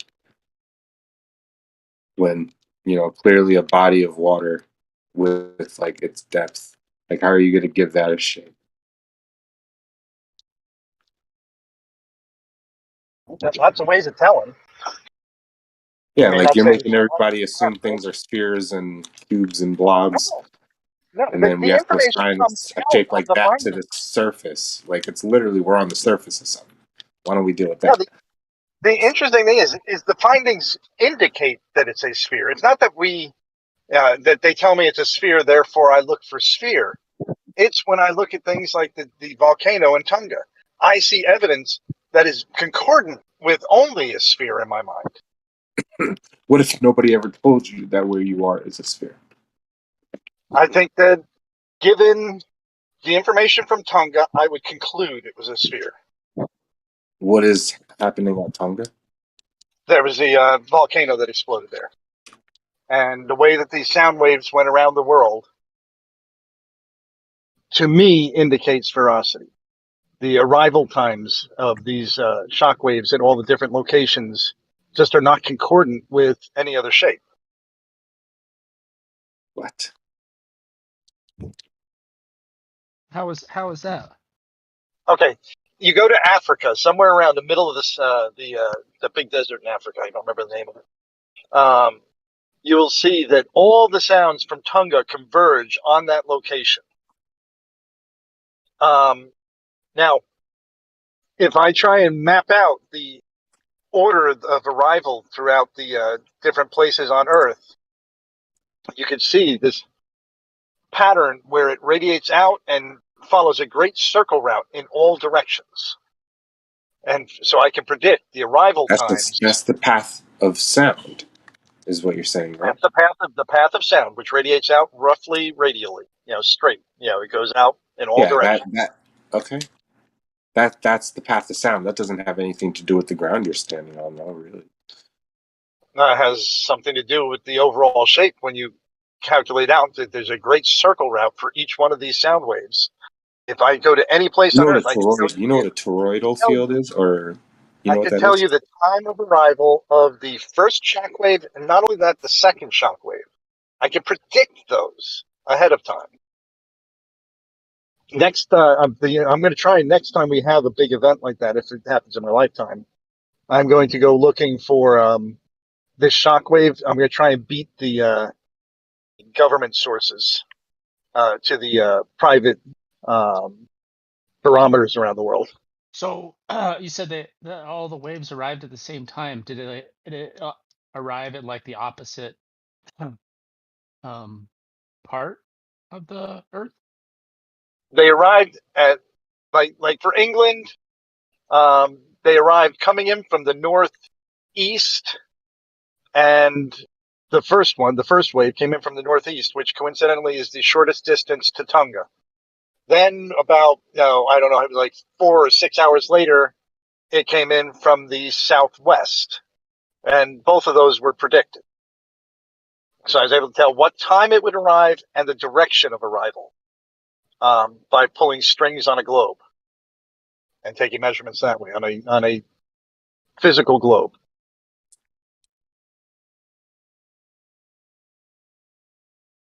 Now, that means that I have some kind of an understanding of the layout of the continent,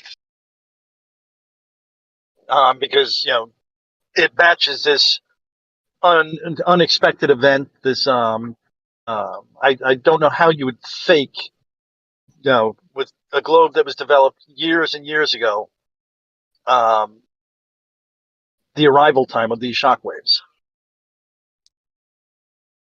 Now, when you when you check that, is it like what is it like software, or how are you able to check I it? did it with a spreadsheet. I assumed a sphere with 24,901 miles. Assumed a And sphere. I measured. What's that? Yes, You I assumed assumed a a sphere. sphere. Yes, I also tried assuming flat, but I couldn't. Basically, I still haven't come up with any orientation or even logic for how Even these your sound waves language arrive forces on a you great to make circle the. route. Even your language forces you to make the assumption that you're assuming, like where you are. Yes, I assumed that because that's what we're trying to do. Is we're trying to determine the shape of Doing a the Earth, test. You're doing a test. and I'm testing the theory that it is a globe. It is consistent with that theory and inconsistent Okay, but with can we have like any a rendering real I so far have discussion real heard quick of life. about this? Can I talk to you about this? Mm-hmm. You know what a toroidal field is? Sure.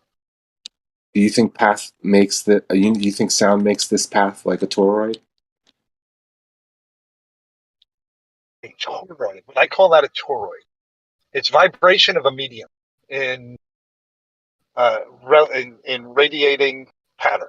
I don't know how you're linking the two. Okay. I'm just There's wondering, you think that this lucid. is how sound moves? Do you think sound moves in the path of a toroid? I think that sound moves through a medium. Is it moving like a toroid? I'm just wondering. To you. I don't know what you mean by is it moving like a toroid. No, I have no idea what you're saying. It moves through a medium. It It's goes like out. It vibrates. And as it does that, vibrates. is it in the It shape of a vibrates the toroid? next. It vibrates the no, not. It vibrates the No? next Okay, atom so the in answer is no. line. All So right. it goes out in roughly concentric rings, spheres.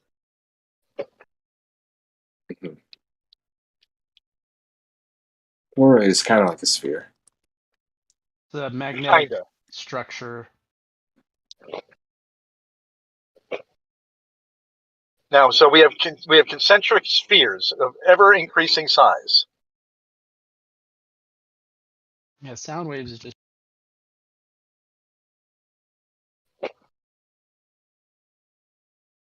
It's the shaking of air.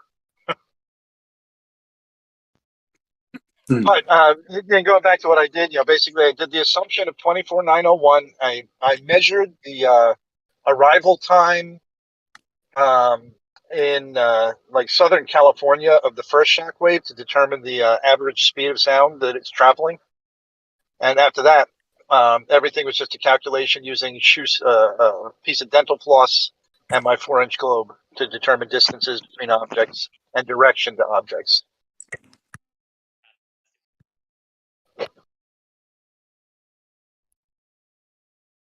I compared that to 15 points on different continents, and all of them came in with correct direction of arrival and time.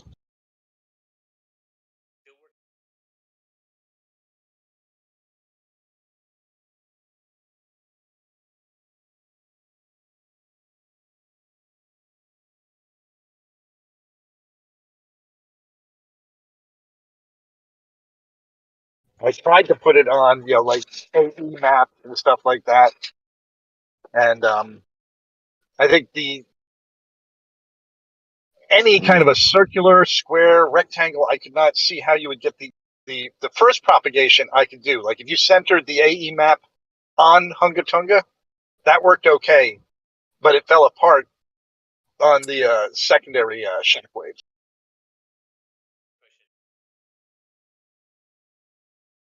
Plus, it'd be really convenient if the AE map actually was centered not at the North Pole, but in the South Pacific.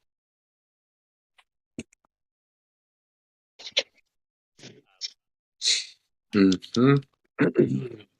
Now, places where I could be fooled, they could have somehow manufactured all the data at all the remote sensing stations all around the world.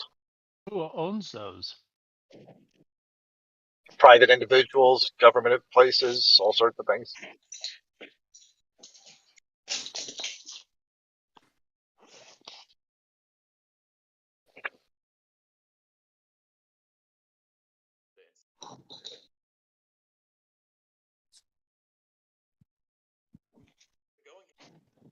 But the thing I got to say is that the government didn't tell me to look for this. It was the volcano happened. I looked at the shockwave from the videos, and I started looking at that and saying, "Oh my God!"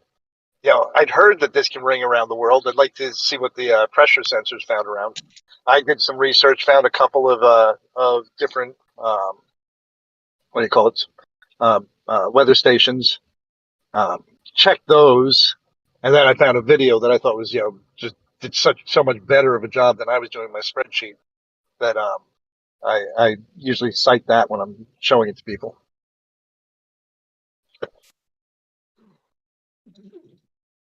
But I'd like to see, somebody on the flat Earth side, try and look at it and say, okay, here's how I think it would work on a flat Earth, and just beat your brains together and come up with well, if the ice wall was here, it could go out here and it would bounce back and reflect, and I don't need any. I could get that secondary wave. Tell you what I'm thinking of right now. Actually, I could tell you what I'm thinking of. I'm thinking that if there is an electromagnetic field, I think that there would be a center of it, and it would have to go up, and then it would have to go out, and it would have to come down. Like it makes the toroidal shape. So if sound is moving the air, does it end up following this electromagnetic field type? No, it's just I a don't know sphere. what you call that. Yeah, Just a sphere. you just say it's a sphere, and you think the electromagnetic field is just in the shape of a sphere? Well, it's the It's a field. It's in the shape of a toroidal field. Sound waves aren't the electromagnetic field, though. That's what I'm saying. That's why I'm trying to make this connection. I'm actually looking it up right now. Yeah, they go in essentially the shortest distance to any point they're going to. So, like, if you take an but explosion, it's hard for me to look this up. I don't know what exactly I need to be typing in. like But when you see the atom bomb video, and you see like that half of a sphere, expanding outward, that's the shape of a sound wave.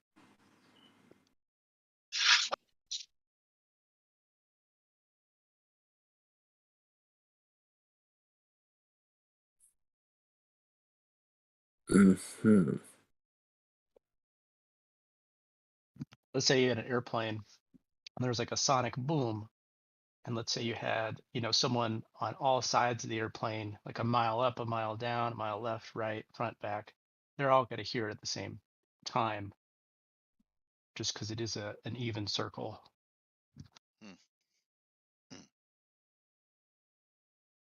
Now there is a little bit of variation in the arrival time because of the density of the atmosphere, but that's that tends to just flatten out the or spread out the arrival time of the sound. So like when it's down low, it moves, I think, faster, and when it's up high, it moves slower. So the propagation, you just have like the sharpness of the wave just sort of falls over on itself. But that only represents a few miles an hour. Arrival times within, I think it's within like 20 minutes at any place that I checked. Oh wow, that's cool.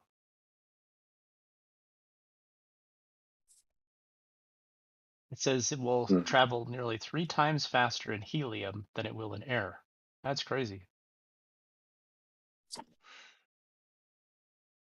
You know what's funny? They're saying that they are frantically trying to fix the leak. So the leak is in the liquid hydrogen holding tank. They are frantically trying to fix it. And yet when you look at the live footage, there's not a soul to be seen anywhere. So I don't know how they're trying to fix it. That depends on like, is this a leak because a valve is left open, so they're frantically trying to reset subsystems and open up and close relays, or is this You a literally pipe? have to imagine things to explain what's going on. Yeah, Well, something was fucked up at my work, and we were frantically trying to clean it or something. There'd be people moving all over the place. Shit would be going on. It'd be exactly, some fucking action. exactly. Yes, but I expect. that's you. You're not going to have people running up to a fueled rocket and hitting on it with acetylene torches. No. This is not. Yeah, this is not vomit spill in the aisle 6. Come This on. is a rocket, and Yeah. they have access to the pad. If there's anybody in there with a wrench, I would doubt it. So I'm talking. Look, This is all relays and valves. I Would be expect my to guess. see people on bungee cords scouring down the side of the rocket, like with their tool belts on. Like, put on a show, peoples. Make it look as though you're doing something. yeah, we've got 20,000 people here watching. Now, if you want to see frantic, watch what happens when they turn off a cell phone switch by accident. Somebody comes in there, they switch over to battery backup as one of the monthly tests, and then somebody goes to do the battery test on it, and they switch off the batteries, and all of a sudden the switch dies. There's frantic with nothing frantic happening. There's a bunch of people sitting at desks, banging on keyboards, making phone calls. And lots of stuff is going on. There's patches being loaded. There's tapes being run. I'm dating myself. When we used to have tapes, I don't know if they still use tapes. Where are they launching it from? Is it Florida? Yeah. Is it? Okay. Cape Canaveral, yeah. This is a technical difficulty during a production.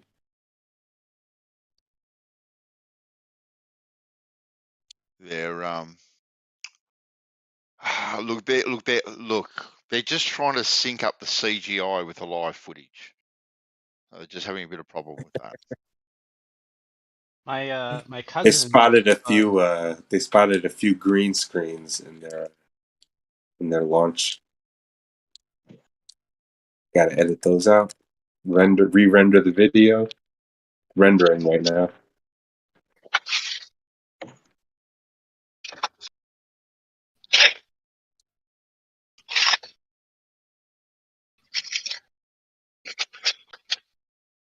Those poor dummies, those poor mannequins, they're basically just sitting on top of a big bomb, aren't they?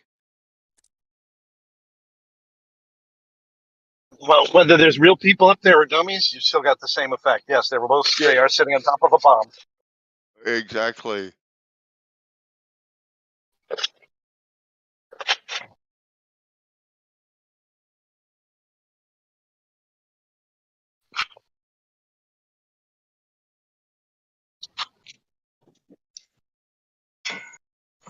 I think they should just go for more daring people and let them ride the first rocket to the moon. Yeah, there's plenty of daredevils who would just would jump at that chance. Yeah, it's Well, got look how many people. 50% chance of failure, but man, that's going to be cool. Look how many people signed up for the mission to Mars, knowing that they'd never come back. Yeah. Oh, it's all glory. Hold on, glory. I'll unmute you. Where are you? I was thinking that when they actually do the bringing people to Mars thing, I hope I'm alive for that, because I think they're just going to drop them off in a desert somewhere. I really think that's what they're going to end up doing. They're just going to send people to just wander deserts. It's crazy. Your voice verified, glory. Just letting you know.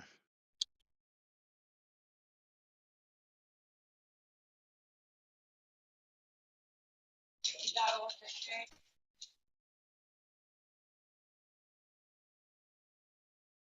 you. What do I have to debunk? Hold on. Let me have a look. Let me have.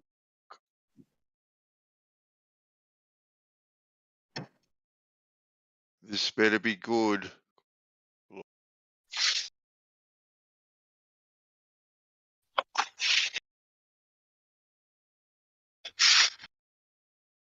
I think I did a boneheaded thing.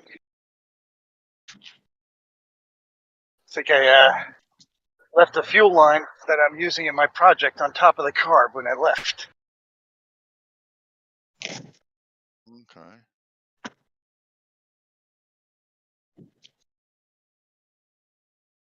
In the parking lot? Did somebody drive over it?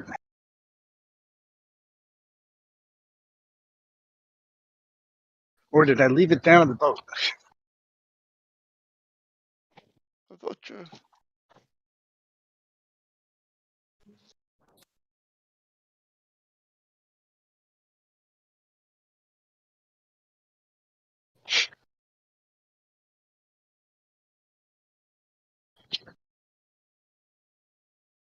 I don't know. It's only got 350 views, glory, not 27,000. The Instagram one is. Oh, is it? Oh, okay. 27K in a few days, by the way. Like 3-4 days. On the YouTube Is this yours, glory? No, but it is me you're hearing. Okay.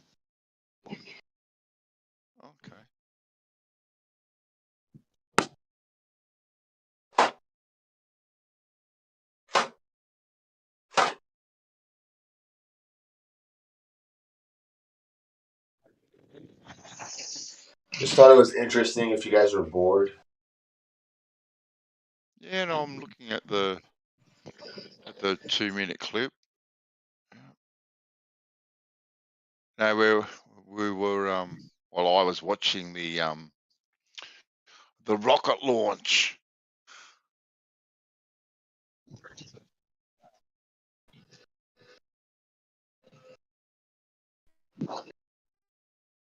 Giving a blow-by-blow description of another failed attempt.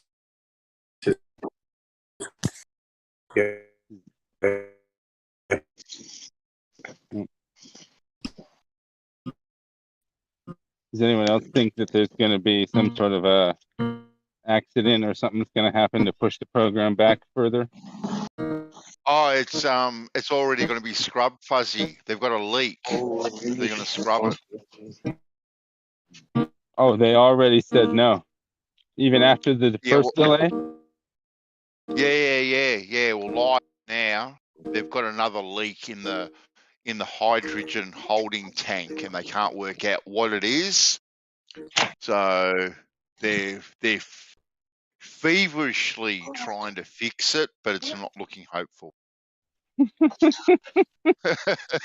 It is a painful process to build it all back again, as you know. Oh yeah, exactly. Exactly.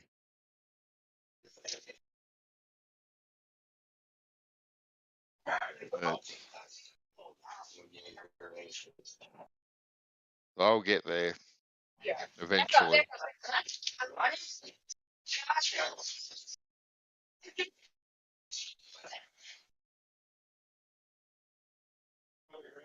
I wonder how close you can be to the launch. Within a mile, or? I don't know. They've probably got a special viewing place, wouldn't they? Where everyone, an empty oval or something, where everyone gathers. I think 7 miles is the closest you're allowed. I think that's the exclusion zone. Oh, really? 7 miles? Well, I suppose if it does blow up, it'd be a pretty big bang. So. Well, blowing up, and also what happens if it takes off and turns right? They got to have time to react to blow the fucking thing up. I launched a firework one day that did something very similar to that, Mike. Exactly. Yeah. Oh shit! Pretty much. That's pretty much what it was like. Would you say if they lose control of it, they need time to? You said if they lose control of it, they need time. Yeah. Basically, you got to go from this. It's like, okay, something's going wrong.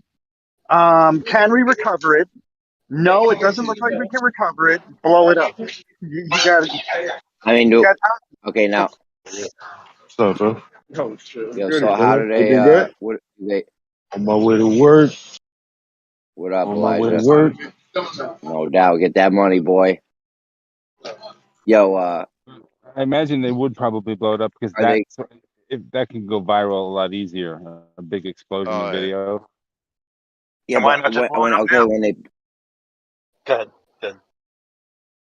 when they blow it up, are they gonna get some jet fighters out there with the the heat-seeking missiles? Do they have a self-destruct button? Is this like a They have self-destruct buttons on all rockets. Well, Yeah. Self-destruct button for real? Yeah. Well, yeah, but they can't. Once the rocket takes off, they can't abort the mission for 3.5 minutes. So for 3.5 minutes, it's on its own before they can abort it. I've seen them they detonate them at different heights. Like I think some of the ones that blew up the initial Apollos and Mercuries and stuff, all that shit that blew up on the launch pad. I think when it hits more than a 20-degree angle or a 30-degree angle, they have essentially a drop dead angle that's unrecoverable. Blow it up. Right. Okay. Then you might be right. I just heard them say something the other day about that being 3.5 minutes, but. Yeah, then there's probably the time where you want to make sure that it can't hit anybody on land. You want to be past where almost the major shipping is, and if it's vibrating really hard, we don't have to blow it up yet. Yeah.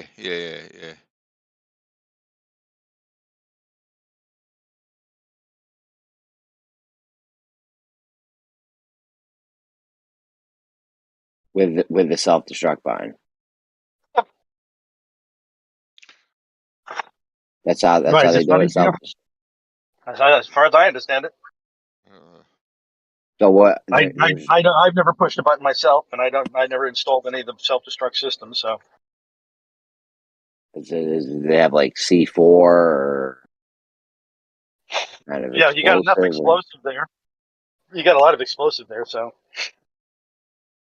What kind? A little bit of something. No, the rocket itself. All you got to do is just use the fuel in a rocket. All you got to do is blow up this barely holding together piece of aluminum. Yeah. Not going to take 5,000 pounds of C4. Yeah, you only need a match, don't you, to get it started? Yep, split a seam somewhere and you're done.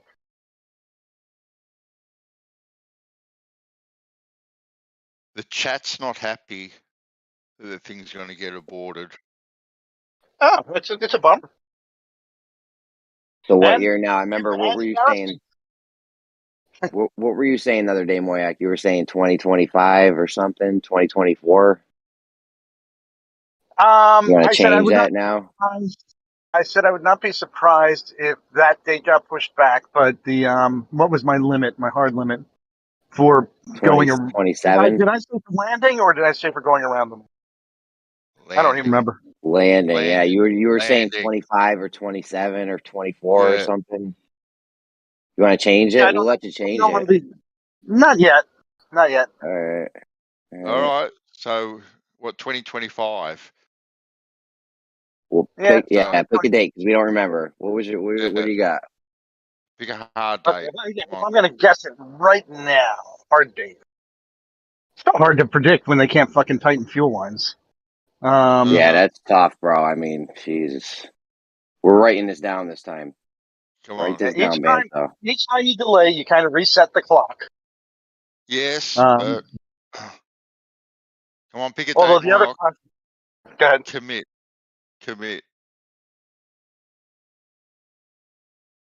I really have to ask them first what their plan is before I start committing to No. how much you want to add to Just it. commit. Draw a line in the sand, Moyoc. Come on. Yeah, if they've already said that they're not going till 2026, then I'd say 2027 to 2028. Okay, then. So 2027 on your calendar, if they haven't gone to the moon by then, they're never gone to the moon. All right. There's a good chance with all these fucking failures, I can see them eventually scrubbing the whole fucking process. Because it's like, you can't fucking tighten bolts? Fuck you. We're not giving you any more money for this project. We're going to Elon Musk. Musk knows how to tighten a bolt. Can you pussies hear me? Now, Huh? didn't hear you before. Wow, did I really believe that, Mr. Moyak? It sounded like you were No, you giving secrets did there. not hear you. Can you guys hear me? Was the first thing you said in half an hour? Yeah, I said it like 25 times. It doesn't matter, Mr. Moyak. I just wanted to make sure you weren't giving out Navy secrets, but that's fine. Witsit did make a bet for that though. A $20,000 bet by 2027, and I took that bet. So keep that in mind. Are you starting to feel bad about it with the recent problems? No, what recent problems? Well, they just scrubbed the next mission, or they just scrubbed the launch. So They that, scrubbed the as far launch. as They I'm scrubbed the concerned, launch today. I'm watching it live. yeah. Oh, okay. Then maybe somebody's lying. First of all, because they're scrubbing the launch, why would that make me worried that they're scrubbing the launch? I think that basically adds each time they scrub it, that adds time to the overall testing and timeline. What, 3 days? Maybe, but it's really going up on a year now for the. When did they first say they were going to launch? I think 2020. I think 2020 was the first time they said they were going to launch. So we've been pushed back 2 years on that. Were they on the launch pad when they said that? No. I think this was the first time it was on the launch pad for real this series of tests that they've been doing. Yeah, they got the thing built up, fueled up, ready to go. I don't think that this is going to be delayed. I mean, every day, couple days, this is delayed. That's not a big deal. Well, Anyways, it depends on I'm whether they have to excited. bring it back to the hangar. Then that's going to add months probably. What do you think? It's the same problem as before? Or do you think it's like a weather thing? They said according to what I've heard verbally from Rigged and whoever else, they had a hydrogen leak Yep. Where the That's what fuck they they're saying. got over there? in the tank. Where the fuck It's are a they leak hiding? at the 8. It's a leak at the 8-inch connection point, wherever that is. Not the 6-inch one, not the 4-inch one, but the 8-inch. Yeah, you wouldn't 8 know where that was. or 8? 8 inches. Okay. I thought you said Yeah, 8th. I And know I'm what like on 8 the rocket inches is. like, what the hell would they have an 1/8-inch connector for? I agree with you, Mr. Bansal. You don't know what 8 inches is. How would you know? That's right. Now we work in meters here. Okay. 8 inches is the size of my wiener. I work in nano light seconds. Yeah, you do. You do. That's what she said. Yeah, this is what she said. And then I was like, "Are you a scientist? Do you know what you're talking about?" She said, "Yeah, I actually am a scientist." I was like, "Okay, well then good, because then you understand what a nano light second is. It's about a third of a meter." Your mom's a nanolight second. Well, she is. But anyways, I'm confident about my bet with Mr. Whitsitt. Of course, this will be the third bet I've won in this community. I don't really expect. Oh yeah, I won a $3,000 bet with Hollywood. Okay. It's funny, we did come up at the same time. Just now talking, I amended mine to be 2027, I think. But I did want to know what NASA's take on it was. You know, if they say that it's going to be 2028 or 2029, then I have to amend mine.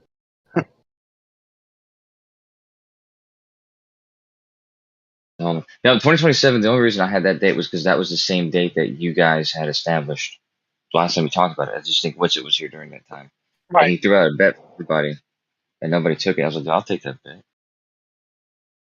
And the thing is, you know, would I stop believing in the space program because of that? No, I would think that they were incompetent and overstated their case. That wouldn't change my opinion on whether space is real, whether the moon God, is Moyock, real.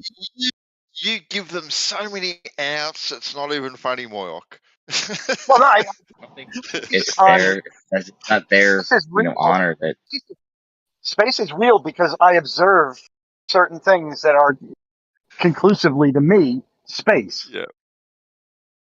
So there's no amount that NASA could fuck up and make the moon not a rock. If they close down Pornhub and all those websites, I mean, I'm not going to If they believe close seven. down, if they close down Pornhub, that would be the end of society as we know it. Wait, I'm sorry. What did you just say about the moon? Did you reference moonlocking? No, I said the moon is a rock. Oh, is a rock. Oh. You know that NASA is doing this for no reason. Like they're kind of I don't know, showing off or wasting money because they already hired SpaceX to do exactly what they're attempting. Well, no, they're doing a bunch of experiments though too. So, but regardless, this entire craft and the money spent on it, they could have just relied on SpaceX like they paid them to do. What, So, and I think they're still what going ex- to. So. What experiments are they actually doing? Oh, they're doing fucking a shit ton. They have at least 7 auxiliary satellites that they're going to release at different. I think 11 different satellites are going to release at different times. Some of them are going to set up like mapping of the moon and different to collect some data, see where the water is and all that kind of shit. They're also going to I haven't heard an experiment. Yeah, anyways, they have these 2 dummies on board, 2 mannequins, and they put a suit on one of them, and they didn't put a suit on the other one, and they layered them with these 20 of these meat sensor things. Basically, they're going to be testing the Did you just call Don Pettit a dummy? No, Don Pettit's a smart dude, but no, they're going to be testing the radiation on these different these people, the one with the suit, without the suit, and that way they'll get their they're controlled and they're variable. So the But the dependent and independent variable, obviously. yeah, they're controlled and the independent variable. Uh-huh. But, Don't let them off, Bandy. Sorry, Trav. I said don't let him off. Control. It's just absolutely. Oh, you know what? I can't stop laughing when I think about it, Travis. To be honest with you, I really can't. Yes, take more. Wait, you can't help but laugh. You can't help but laugh. What? At the whole situation, to be quite honest with you. Oh, They're yeah. going up to do experiments. Well, they're doing observations. They're not really doing experiments, are they? Oh.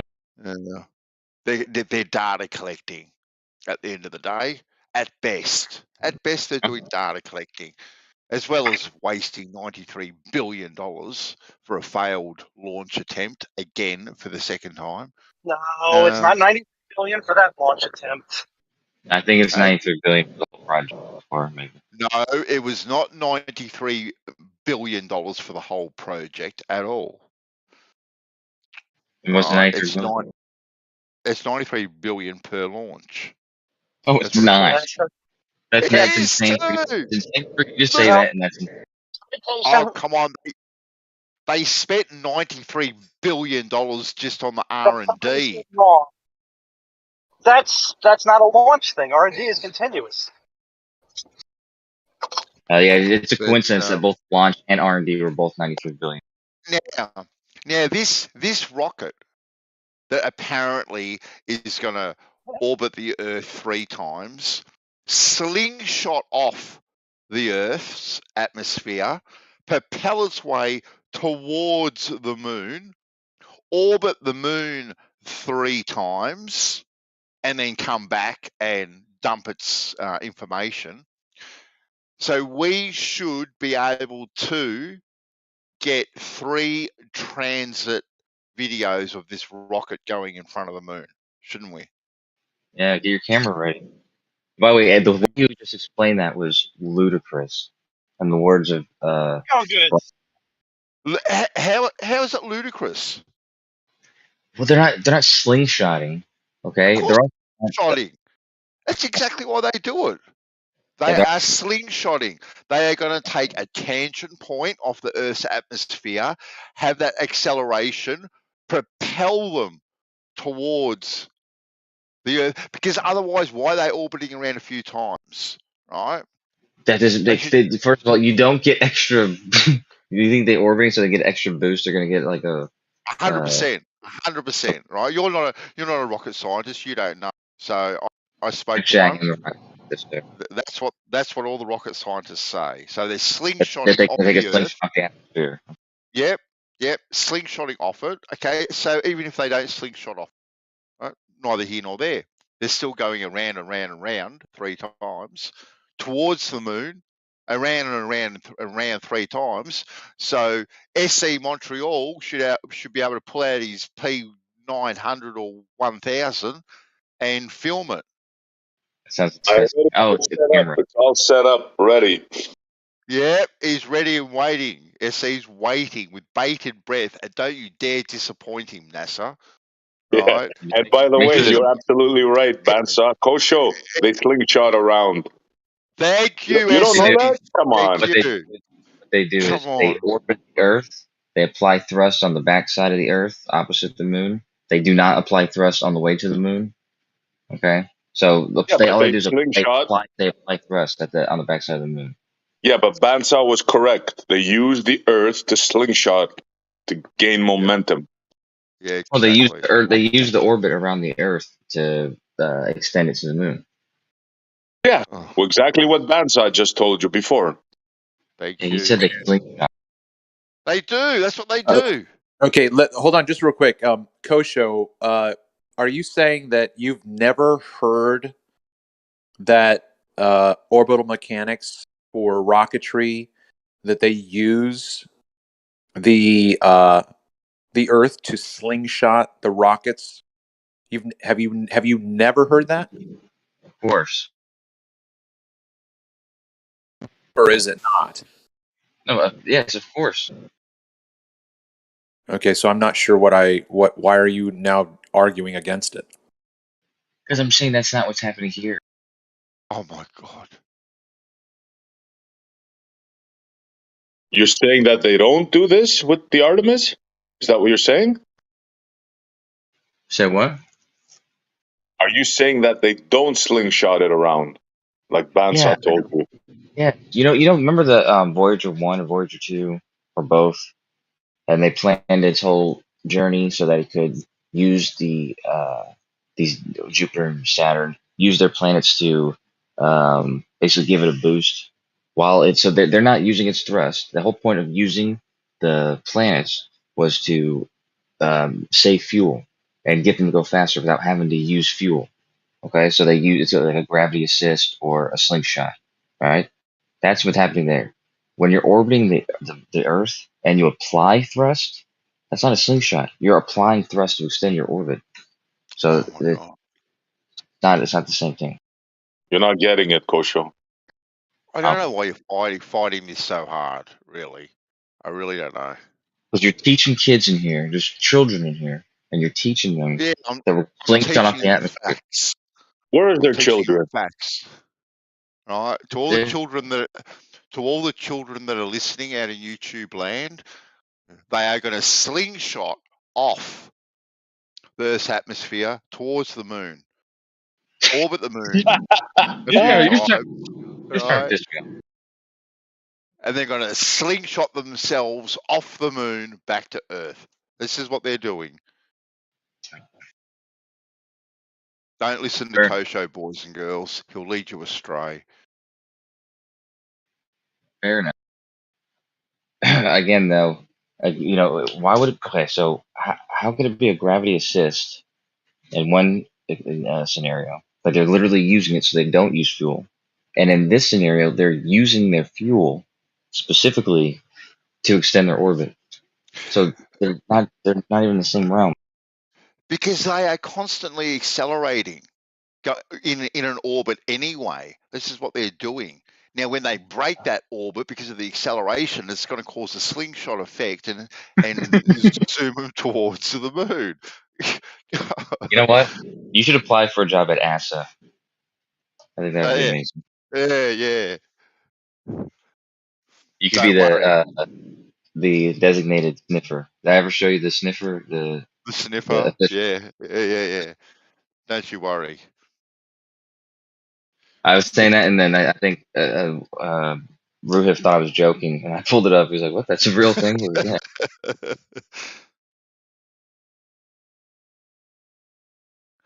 But yes, Kosho, they've cancelled it. There's still a chance, though. They say there's still a chance. No, SE, they are vigorously working on it, right? Yes, vigorously. Vigorously. Now, so I tune into the live footage, and now to me, the word vigorously, I'm expecting to see like SWAT teams scouring down the side of the rocket on their bungee cords with their torque wrenches trying to fix it. Like, there's not a soul to be seen anywhere. Not a soul. What a joke. So it's not nominal. No. It's the opposite of nominal today. Yeah. Their favorite word. What's our favorite word? Nominal. I don't even think I've ever used that fucking word, dude. Not yours. That when they do the launch, you never heard nominal? They say it every minute. Sorry, Everything my looks bad. nominal. I wasn't listening for a second, so my bad, man. I didn't mean it. The launch pad, it's all nominal. Yeah, but do you understand that there's 100% chance that this rocket's taking off? No, it ain't taken off. Yeah, it's 100% chance. You think they spent money on this to not launch it? Look, Kosho, there's a glitch in the CGI syncing. This is why they're not taking off. Okay. Right. You know why it is? It's because it's 2022. It's no longer, when they were the badasses in the 60s or even in the 80s when they were killing people. It's like they got to be extra safe. They're now finally testing all this stuff. And after the Challenger disaster, I told you that's when NASA did lie and people got fired and they did a whole turnover, and it was all based on them not taking the precautions when they were getting warnings from engineers not to launch. So what are you suggesting now? They have workplace health and safety issues to take into consideration? I think it's possible that they might be taking extra precautions and taking every little every little thing that's not 100% doing what it's supposed to do. very seriously. I think Kind that's of, makes it sense. looks that way. It looks that way. Hey, look, It's very it's a bonus. It's a bonus for the YouTube streamers because they are making an absolute killing at the moment. An absolute killing. Hold on, but I need to push back against something Kosho said. Kosho, I agree that it's more likely than not this rocket will launch, but it's not 100%. Nothing other than death and taxes is 100% in this world. And 50, 60 million a day for NASA, 100%. They deserve. Well, they must have upped it now with inflation and all, no? Does anybody know the latest number? Yeah, I mean, it's not Well, too much more than that. for this launch, SE, it's $93 billion to launch it. Ah, bargain. I feel Nice. like you, Jeremy. I feel like you're Jeremy's long lost uncle or something like that, dude. Who? You guys are fuck. You guys get off on. You're just saying stuff to piss me off now. I know you are being soft. Why Well, would you're you get very. pissed off? You're not attached to Yeah. NASA? Come on. Why are you getting so emotionally involved in it? You can't tell me they're slingshotting off the atmosphere. You tell me they're Well, fucking. because they are. Now, because you are ignorant of the fact that they are slingshotting off the atmosphere is Does not anybody my. have that diagram to show him? It looks like a penis and two balls. There's an actual diagram. Does anybody have that? Thank you, Steve. I really appreciate it to see that. Thank you. I'll Even try to in find the it. I'll try to find it. You're talking about the diagram that shows up to the Apollo mission and the trajectory, right? No. It's this mission. It's the Artemis mission, if I'm not mistaken. They show the trajectory. I think you are mistaken because I don't think this mission looks like a penis. Look, I could be wrong. I'm pretty sure I heard them say they're going to orbit the Earth, but hey, I could be No, wrong. No, that's what they're doing. They are orbiting the Earth 3 times. Then they're going to slingshot off the Earth's atmosphere. Does anyone know if we're going to lose the Earth lunar transfer window if they delay too long? That's a good question. That's actually a fair question, but I don't think that. I think they would just have to that's part of what they do when they scrub it. They got to like change the plans, but it can't be too different, right? What's the range like? It's like a 30,000 mile furthest and closest range. No, 60 mile. It's going to be 60 miles at the closest point to the moon. No, I'm talking about the furthest and closest the moon is from us. Oh. Because it's traveling 1,000,000 miles, over 1,000,000 something miles overall. Yeah. So I wonder if the 30,000 is, accounted for or can be accounted for. So why does that make much of a difference, really? I mean, I don't know. I don't want to. Did I miss your answer, Kosho, or even Kool-Aid? Like, why are they taking 3 trips around? I don't think they are taking 3 trips around the Earth. I think they're taking one. They What I are. remember. They are. From what I've looked into, they are taking multiple trips around the Earth. Each time they'll raise the apoapsis until they can get the apoapsis to the lunar transition point, and then they will transition to a lunar orbit. What's that first term that you use? Apolaptic? What is that? Apoapsis is, so if you think of an orbit as an oval, the apoapsis is the highest point on that oval. Oh, okay. Yep.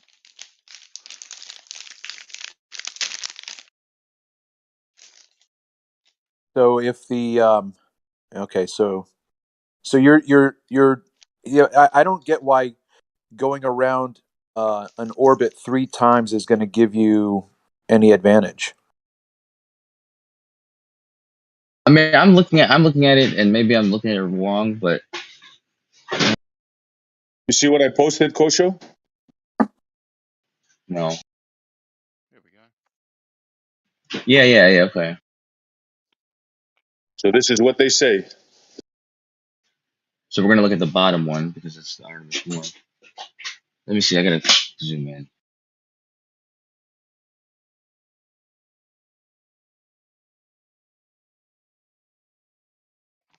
Well, that's not the scale, right? Because if we're looking at the bottom image, wouldn't the best use of the Earth's rotation be lateral instead of going underneath the ball? I think it is. It's going the direction it's rotating, but yeah. Okay, like I said, I don't know. Maybe this is right, maybe it's wrong, but it looks like it's going around once in the image. I don't know if whether it is. So we're clear on the orbit stuff now, Kosho? No, I just said in the image that you posted, it looks like they go around once. I could be wrong though. All I right, don't. they're still going around. They're still using it for a slingshot effect. No, they're not. Listen, dude. The reason when you go into orbit, if you want to extend your orbit, if you apply a thrust on that side of your orbit, you're not going to extend the orbit. You're going to extend the orbit on the opposite side. And so Why they would go they on the want to extend? Why would they want to do that, Kosho? You're going to because the they moon. want to Why would you? exactly they want to extend their orbit so that the other end of their orbit extends out to where it's now in the environment of the moon. Kosho, man.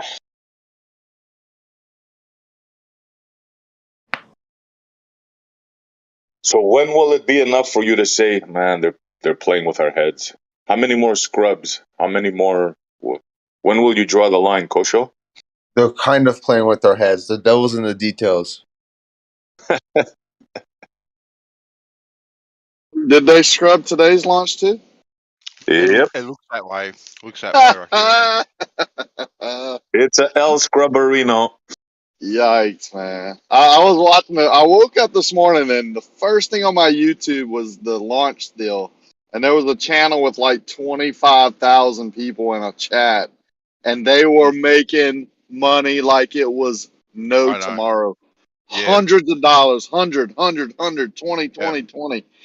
Like scrolling through. Popcorn, yeah. And Yeah, they I'm weren't watching it. crazy, Sorry, man. Rucker. No, I'm go watching ahead. a channel. I'm watching a channel at the moment, and the super chats that they're getting is insane. They are making a killing, an absolute killing. Yep. If I want to make money on YouTube, I'm starting a NASA fanboy site. And man, with that video from geostationary satellites and a video camera on the moon would make me millions as an Hell yeah. individual. So check this out now. They're telling us that here on Earth, they can't get the seals correct to pump fuel here on Earth and atmospheric pressure.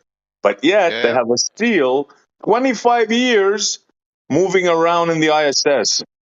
The Turning 8-inch nozzle or the 8-inch deal because of the temperature, right? They said yeah. They said the what they were pumping in was at a certain degree, like was 40 degrees right at the 0 point. It was only 40 degrees away from absolute zero. Now, if they can get that if they can get that temperature at sea level just because they're using a certain fuel, like pumping it in, and that's the temperature it gets down to, that should be easily achieved, right? For sure. They've done it before. I learn things new every day. I learned a lot yesterday.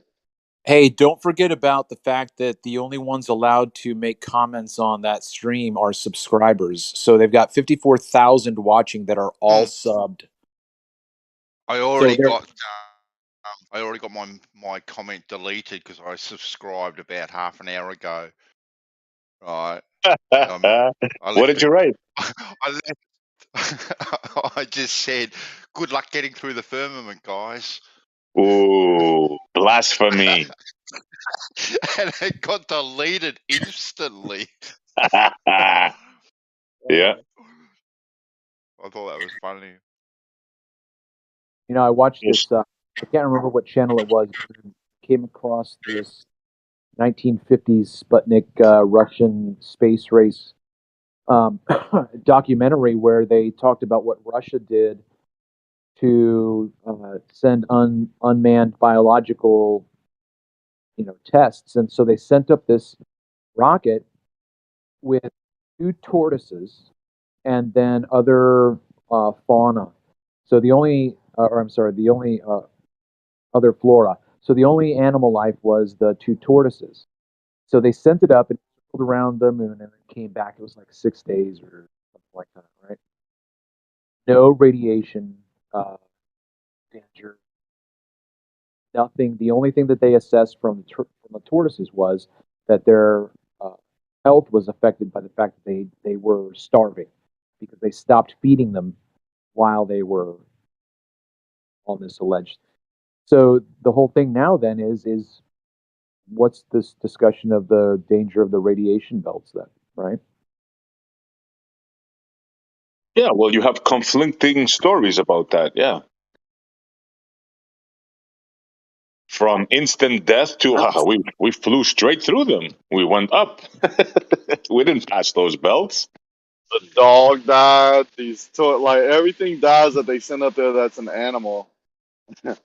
Where are the whale watchers, like the animal lovers, protesting against NASA? I saw a NASA training film on the astronauts that supposedly went to the moon, and they were flying in that 0G plane for training, and they were like throwing around, tossing around cats, watching them float around. Yeah, Crazy. man. And you know what the thing is now, right? The radiation belts. Everybody thinks once you get through those mythical belts, right, everything is fine. No. That's when the real problem starts. Yeah, That's when that's you. the shield. Yeah, exactly. The Van Allen belt shielded us from the real radiation that's supposedly out there. So once you would go Exactly. past that, the radiation would increase. That's when the real problem starts. In deep space, where you have galactic rays and all these rays, that's where the big problem starts. The expulsions from the sun. It's like murder out there. So you pass the belts, that's a problem. But once you pass the belts, it's like you're going into the fire. From the frying pan, literally into the fire. That was funny. I mean, seriously, if you look up the Van Allen belts, it's basically our shield, from the force bad shield. Yeah, from the stuff that's trying to penetrate our atmosphere. Yep. And oh, by the way, what random process made that shield? Yeah. And to make things worse, now I don't know if this is true. This is the story, right? The nuclear explosions. I'm not sure if I believe that or not, but the story goes when they were shooting up those bombs in the atmosphere, they created a third belt, third radiation belt. Stuff people need to know.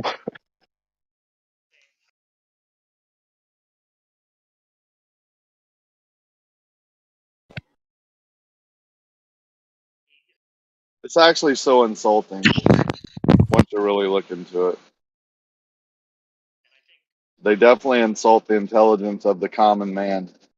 Just to like rub your nose in it a little bit. Here you go, taste some of that. You got that? Like holding your head underwater. Yeah, the common man has no idea. They're excused. But the uncommon man, like the Kosho and all these guys that we talk to every day that know all this stuff and still believe it, that's what really perplexes me the most, man. Because Kosho's not a dumb dude, right? But yet he chooses to believe this shit. I don't know. I'm not picking on you, Kosho. You're the first guy that came to my mind. Just don't mention the word slingshot around Kosho.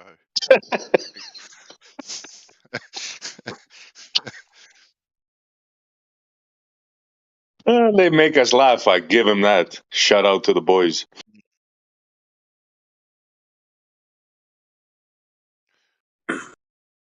Apparently, they're trying to balance the leak with another seal. Yo, I have a real quick question. It's crazy. You know, high altitude balloons when we're really high up.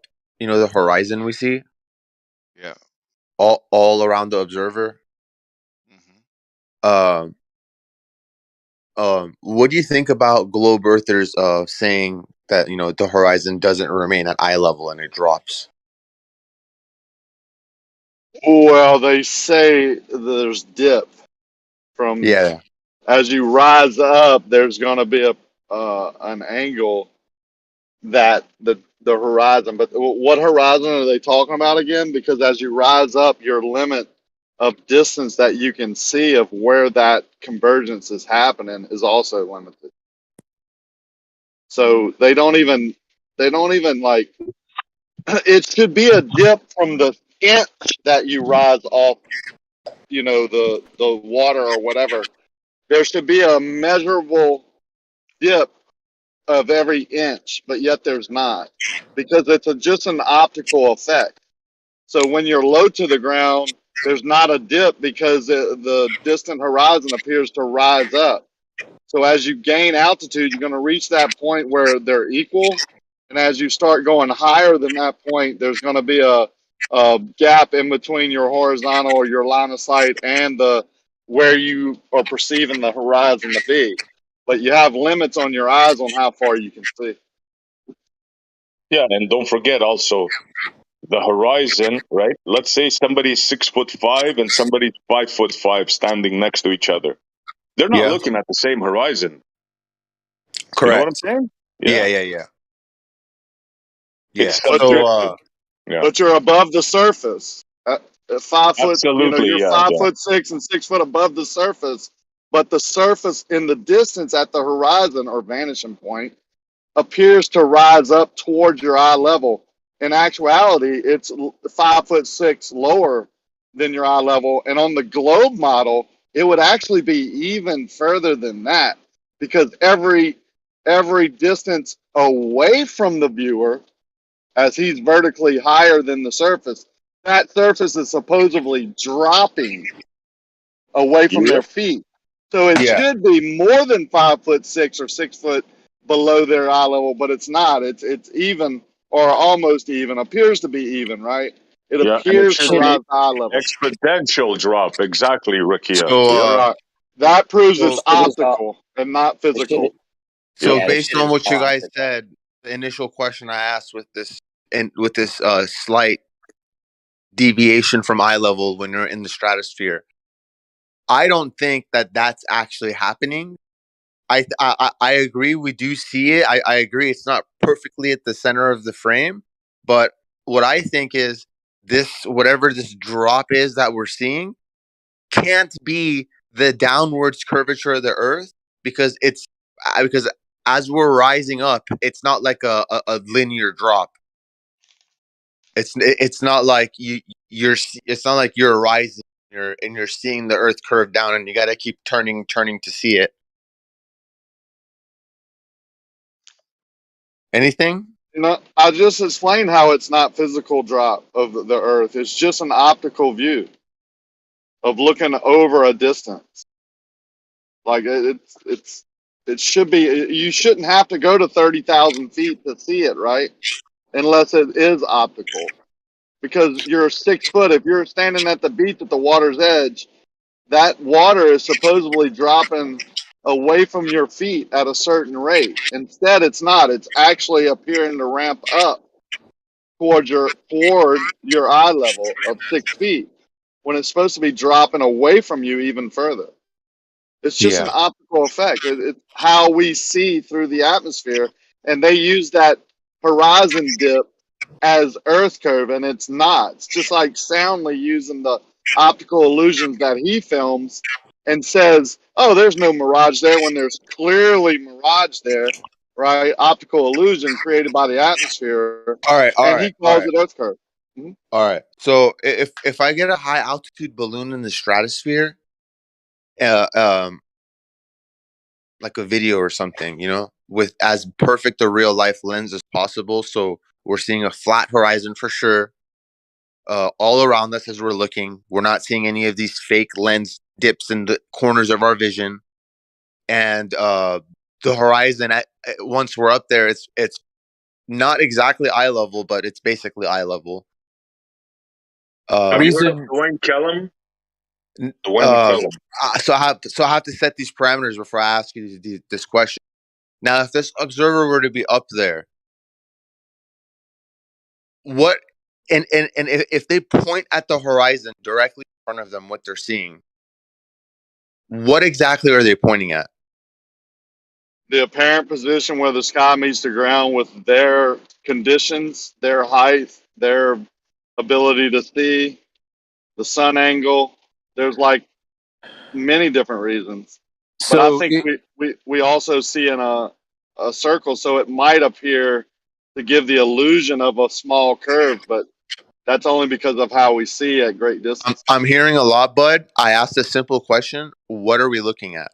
okay, I'm going to try to give you an answer real quick that's different than Rakia, but not contrary to it. Okay, so if you're up at that elevation, you're going to have the darkness of the upper atmosphere, and then below that you're going to have the Earth. Between those 2 points is going to be a very hazy transition.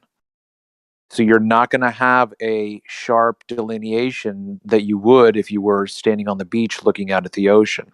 Gotcha. You're going We basically see the horizon that Globers say we would see on a flat Earth, where it's fuzzy and it's not a crisp, Gotcha. clear line. Right.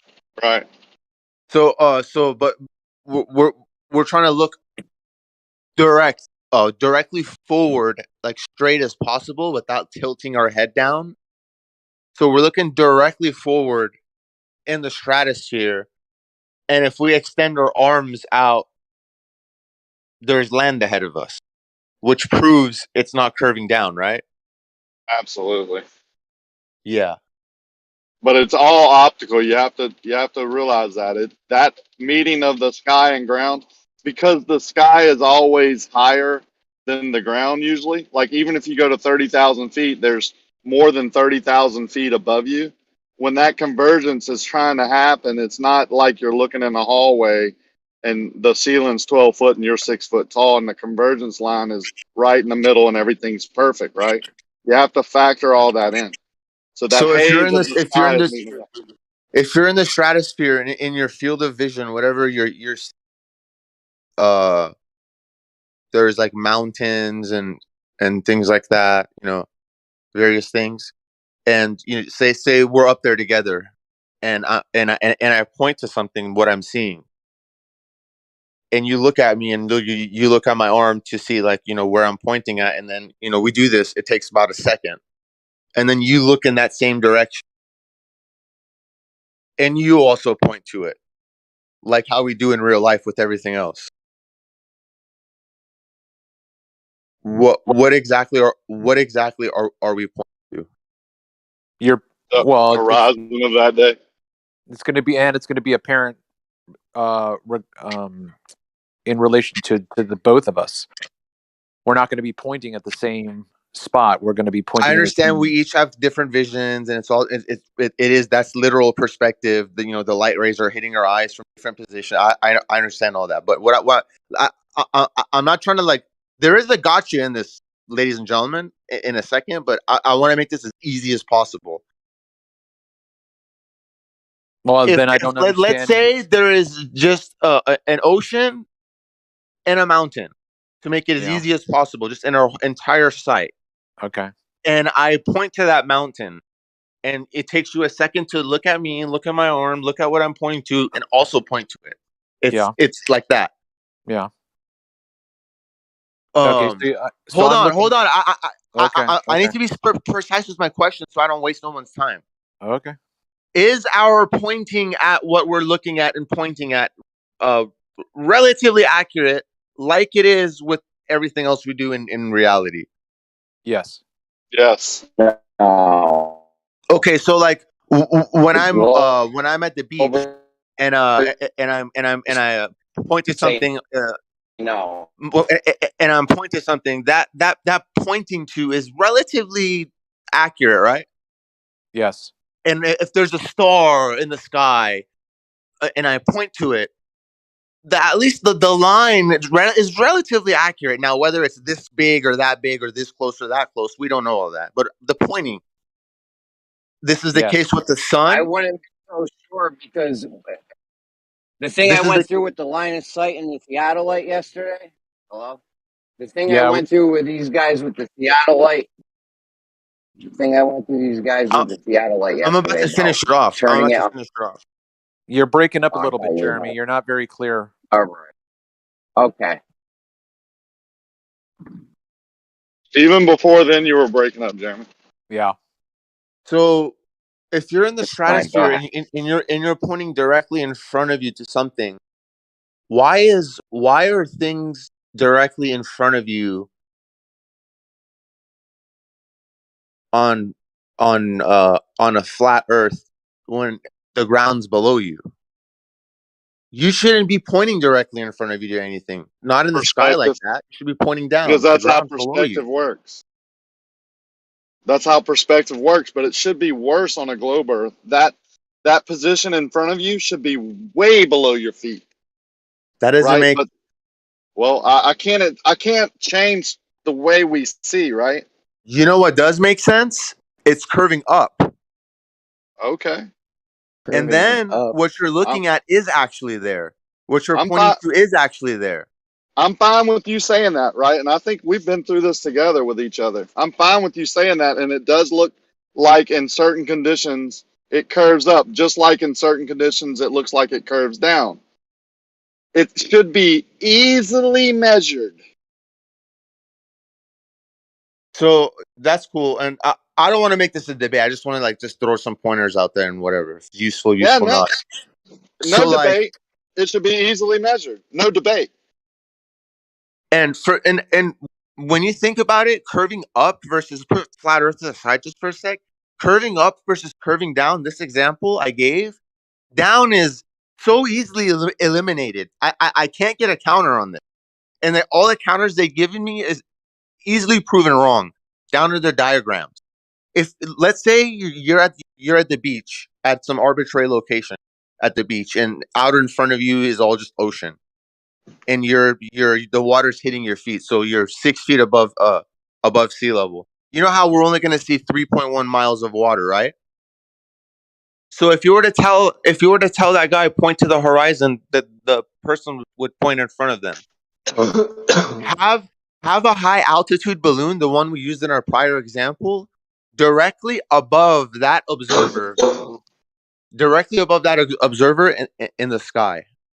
That observer is at the highest point on the convex Earth, at their relative location, being on the beach. Meaning, where they're standing right there, all points around them, especially the water, is curving down and away from them. So meaning anything further away than 3.1 miles, their finger naturally would have to decline and start pointing down. I agree with that. Yeah, if it is a globe. Now, this high altitude balloon all the way above them, but directly above them, if you were to look at what they're seeing this a flat horizon, almost eye level, 360 degrees around them. Now, you were to ask this high altitude balloon, point to your horizon. They would be pointing directly straight. And then if you were to, this is for the Glober example. If you were to They're ask not pointing directly straight, though. They're not. relative, a little bit down, a little bit, 1, 2, 3, 4 Right. degrees. Thank you for mentioning that, because a Glober would have mentioned that.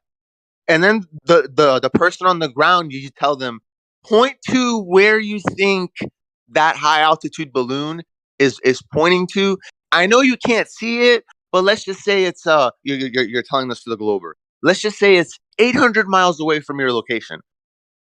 They would have to point. They could point wherever they want. It'll have to be much lower than their initial first pointing. This is a major problem, because when you step back and look at this as a whole, you've got one Glober, you've got one guy on the ground pointing down, and you got the fucking high altitude ballooner pointing not down, almost straight. Good point. Your robot. One thing to keep in. A lot of talking to saying the same thing. Yeah, hold on, bro. You are doing a whole lot of Well, I talking just and joined, saying bro. the So same I just thing. joined. I'm not It sure doesn't matter. how sharp Give him everyone is. time. I'm trying to break it down without Yeah, we're being chill here. Give him all the time he needs. What else we got to do? Anyway, All day, Okay, guys. fair Take it enough. I easy. was just okay. the Globers have no counter to this. I've had them even draw me diagrams of. I'm like, okay, draw me a diagram of what you think is actually happening. This is their flaw in their diagram. In their diagram, they have, and they're forced to do this. The high altitude balloon observer, so that the observer above the globe, they have their line of sight pointing down 45 degrees. Like, I got you. Can we ask you a couple questions on that? Because you have said it a couple times. We yeah. understand what you're saying. Okay, if I'm repeating it, sorry, you can go ahead. No, but we'd like to talk to you about it. You said maybe the water is curving up, correct? But Yeah. I think that is just an angle change. As you're 6 foot above the water, you're looking out in the distance. That angle change causes that, and not actually physically water going up or down. So that's the only contention I have with what you're saying.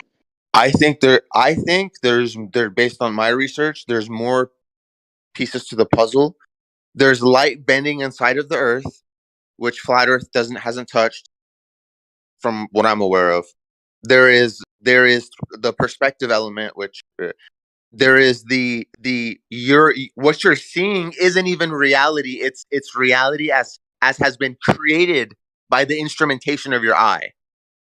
And you got to and that flat earthers, you know, most of this just by perspective, but there's multiple things to be considered, and when these new things are considered, it's now curving up and it's not flat. You should be able to measure that. Show me measuring it. Right. So you think water is curving upwards? Is that right? So now I'm not today, at least. I'm not trying to debate concave Earth or anything like that. I just wanted to explain that example. But that also would work. That also applies on a flat Earth now. Now we've got an issue on the flat Earth. Now it's you're pointing forward. You're pointing to what you're seeing, which is in front of you, and the other person, they're pointing above them. Oh, it may still be straight and it may be flat, but your land is not 120,000 feet in the air. I hear you, but you do understand that person would have to be pointing down. I hear you, bro, but listen, you understand that even at a foot difference, right? A person 6'5" and 5'5", right? When they point, if they're standing next to each other, they're not pointing in the same direction. Do you understand that? Yes. It's viewer dependent. The horizon is viewer dependent, bro. Correct. The horizon is a creation of the eyeball, and is a creation of the eyes, and each person has a set of these, and they're all creating their own version of it. Yes, exactly. Yes. Hey, if you don't mind, I want to just jump in real quick and see if this is applicable. I just posted 4 pane image at 138. Let me see. So flat Earth has definitely touched on the light bending. I don't know why you said we haven't touched on that. We've definitely touched on it. Sorry, I take that back. I know you guys are more thorough and advanced in here. I was just talking about normal flat Earth. So all glory. Can you see that 4 panel image? Let me look.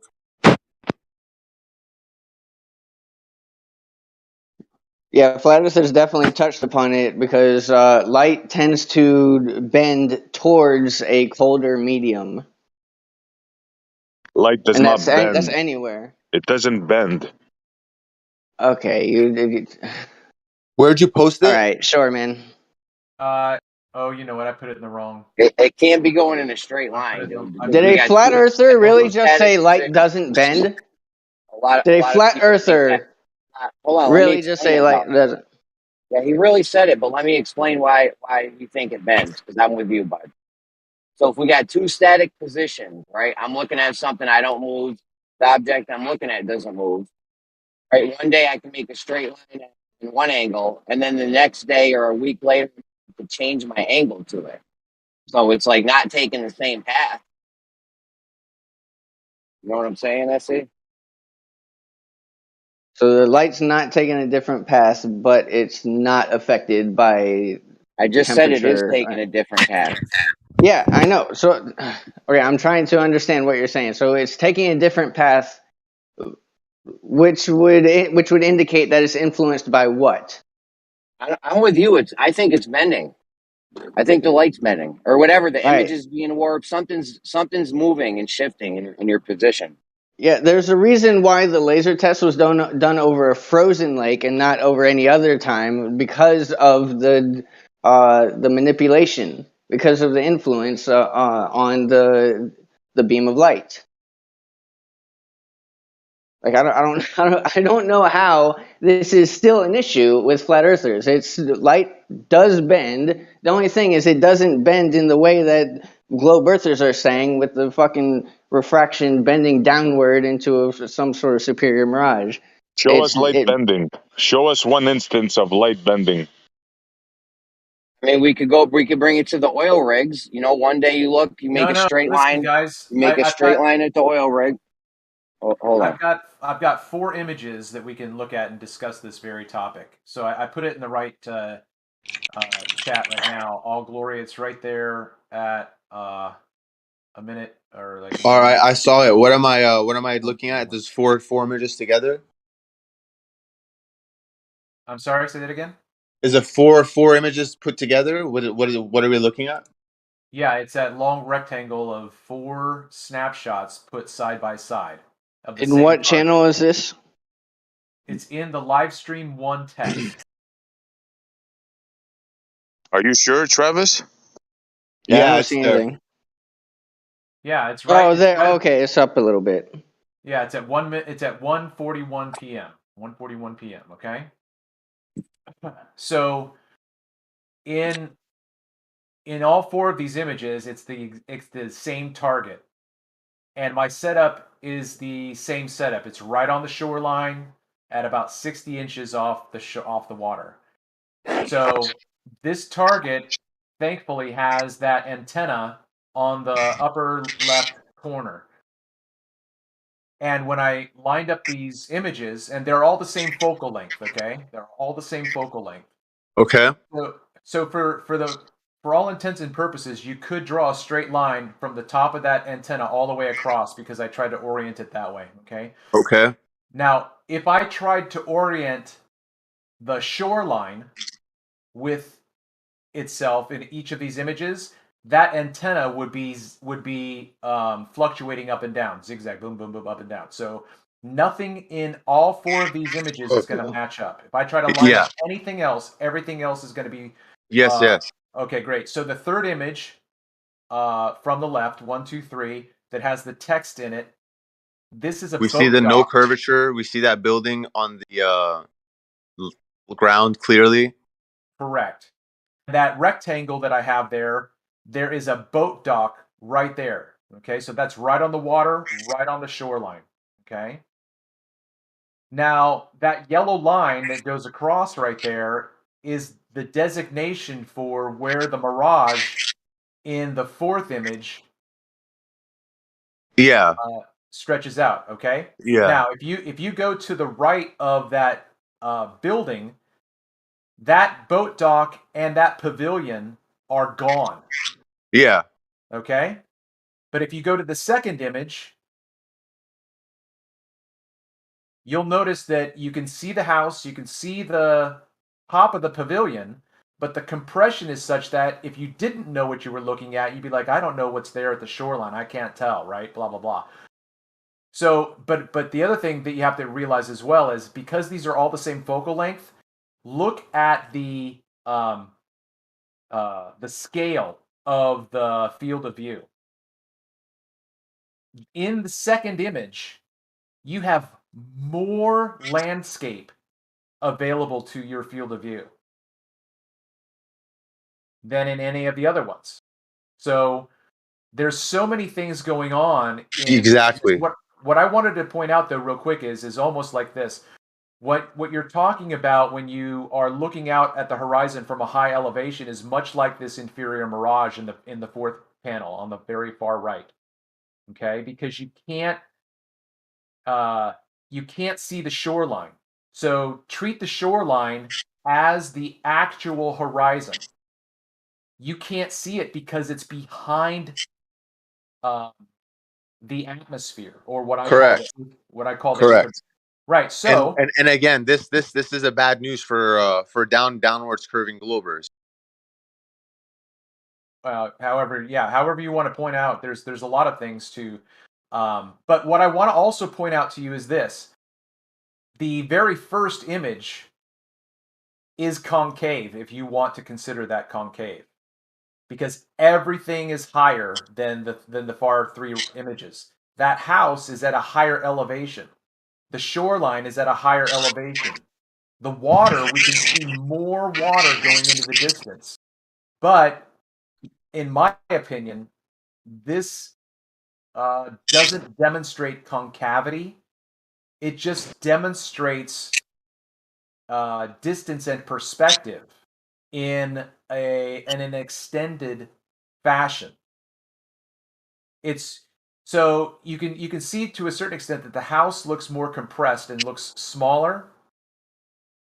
So what I've done in different situations as well is I will show the third image where you can actually see the crisp clarity of the house, right? You can see the stairwell to the left, you can see the porch, you can see the windows, right? I'll put up that image next to the image on the very left, and I'll ask people which one has zoomed in farther than the other.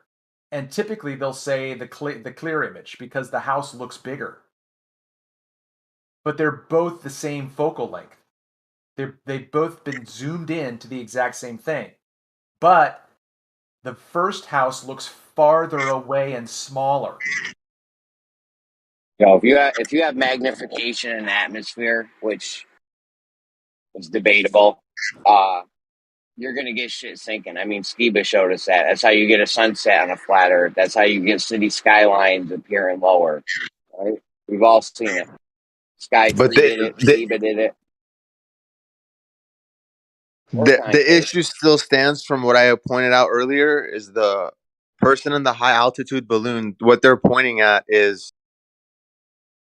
Oh, that's what I wanted to say.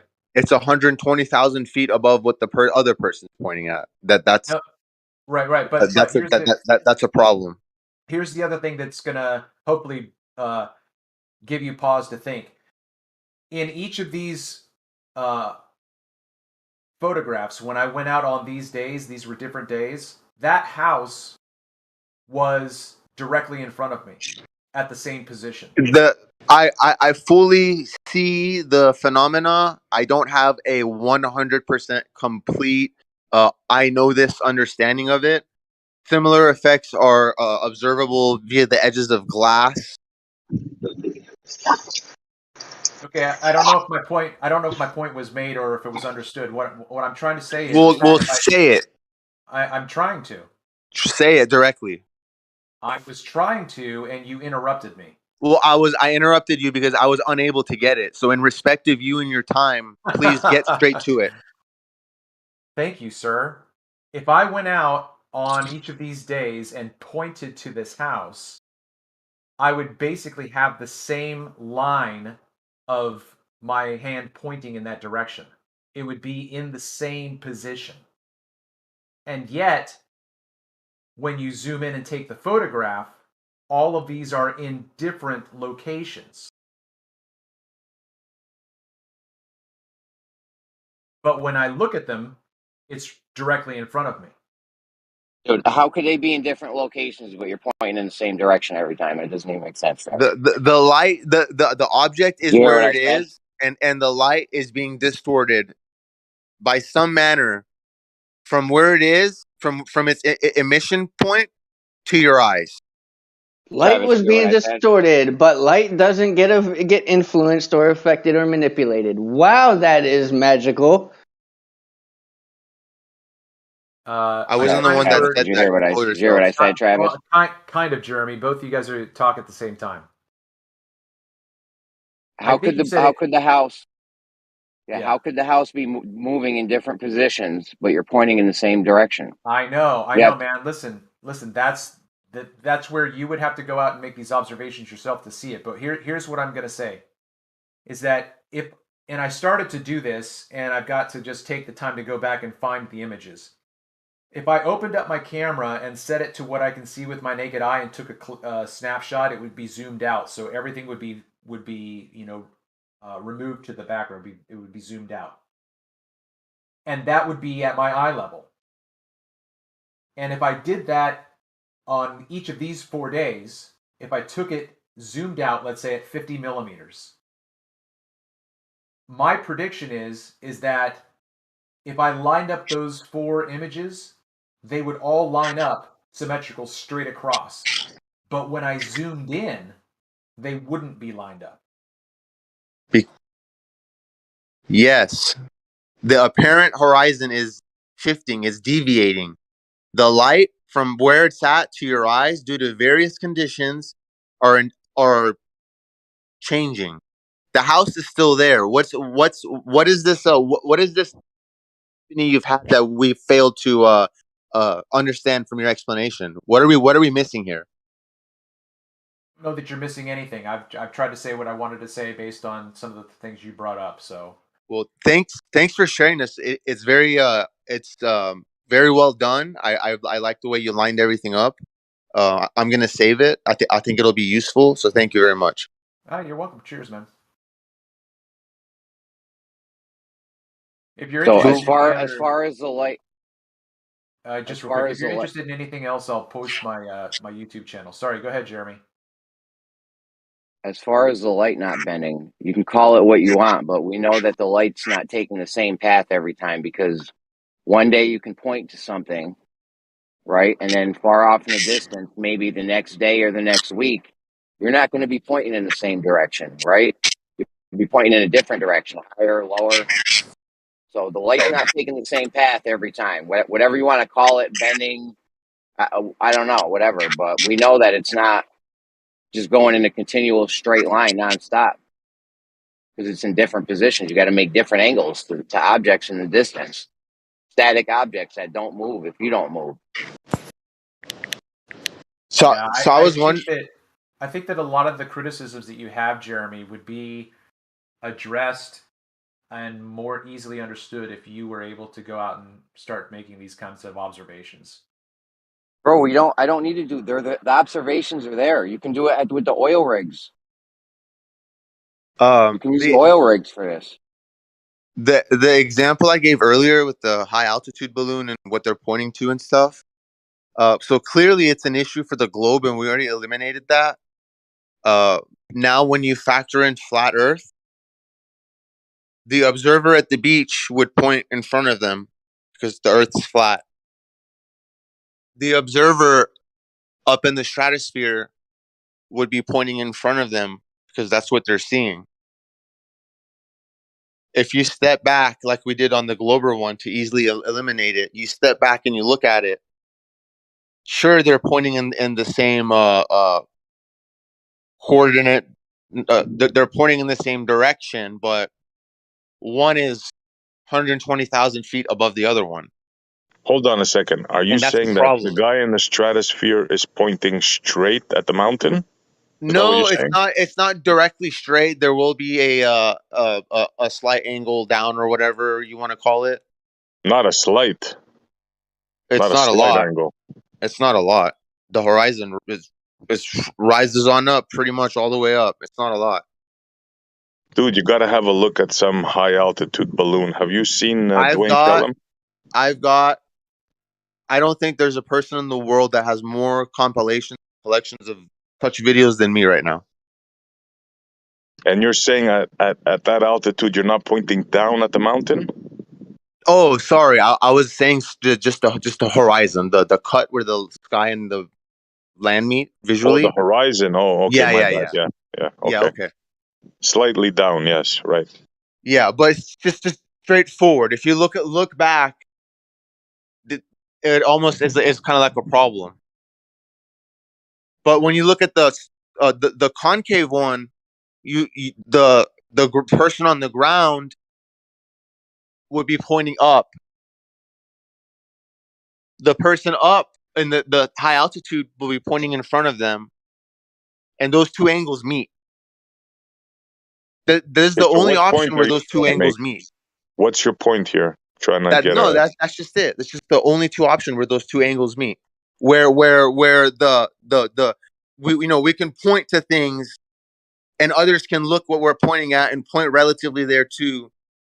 And we shoot birds and laser point the stars, but all of a sudden, from the ground to the stratosphere, we've got completely opposite directions on two different models, and concave is the only one that makes sense. He's I hear you. bringing Okay. up an observation that he can't reconcile himself, so that's why he's bringing it up. Yeah. Well, either way, we can't prove it. So. Yeah, I mean, it's what SC, Raki has been though, do you under? posting. It's what Raki has been posting and saying. It should be measurable. Exactly. If there's a curve there, you should be able to measure it. We can't measure it. There's no curve there. It's very simple. Water.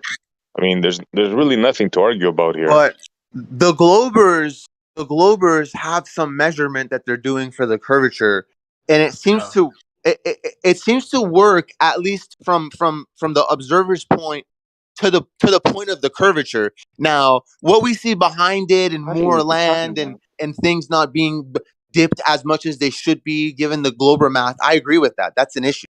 But they don't least have measurements. They have calculations. Those aren't the same thing. Yeah. Get it right. For the concave Earth one, it's the same measurements or calculations or whatever you want to call it, but it's just going the other way. So, and it's still a problem though, because no, it's not, they're using. You just said they're using numbers and measurements, just going the opposite way, right? So at some point, you're still going to need. Hold on.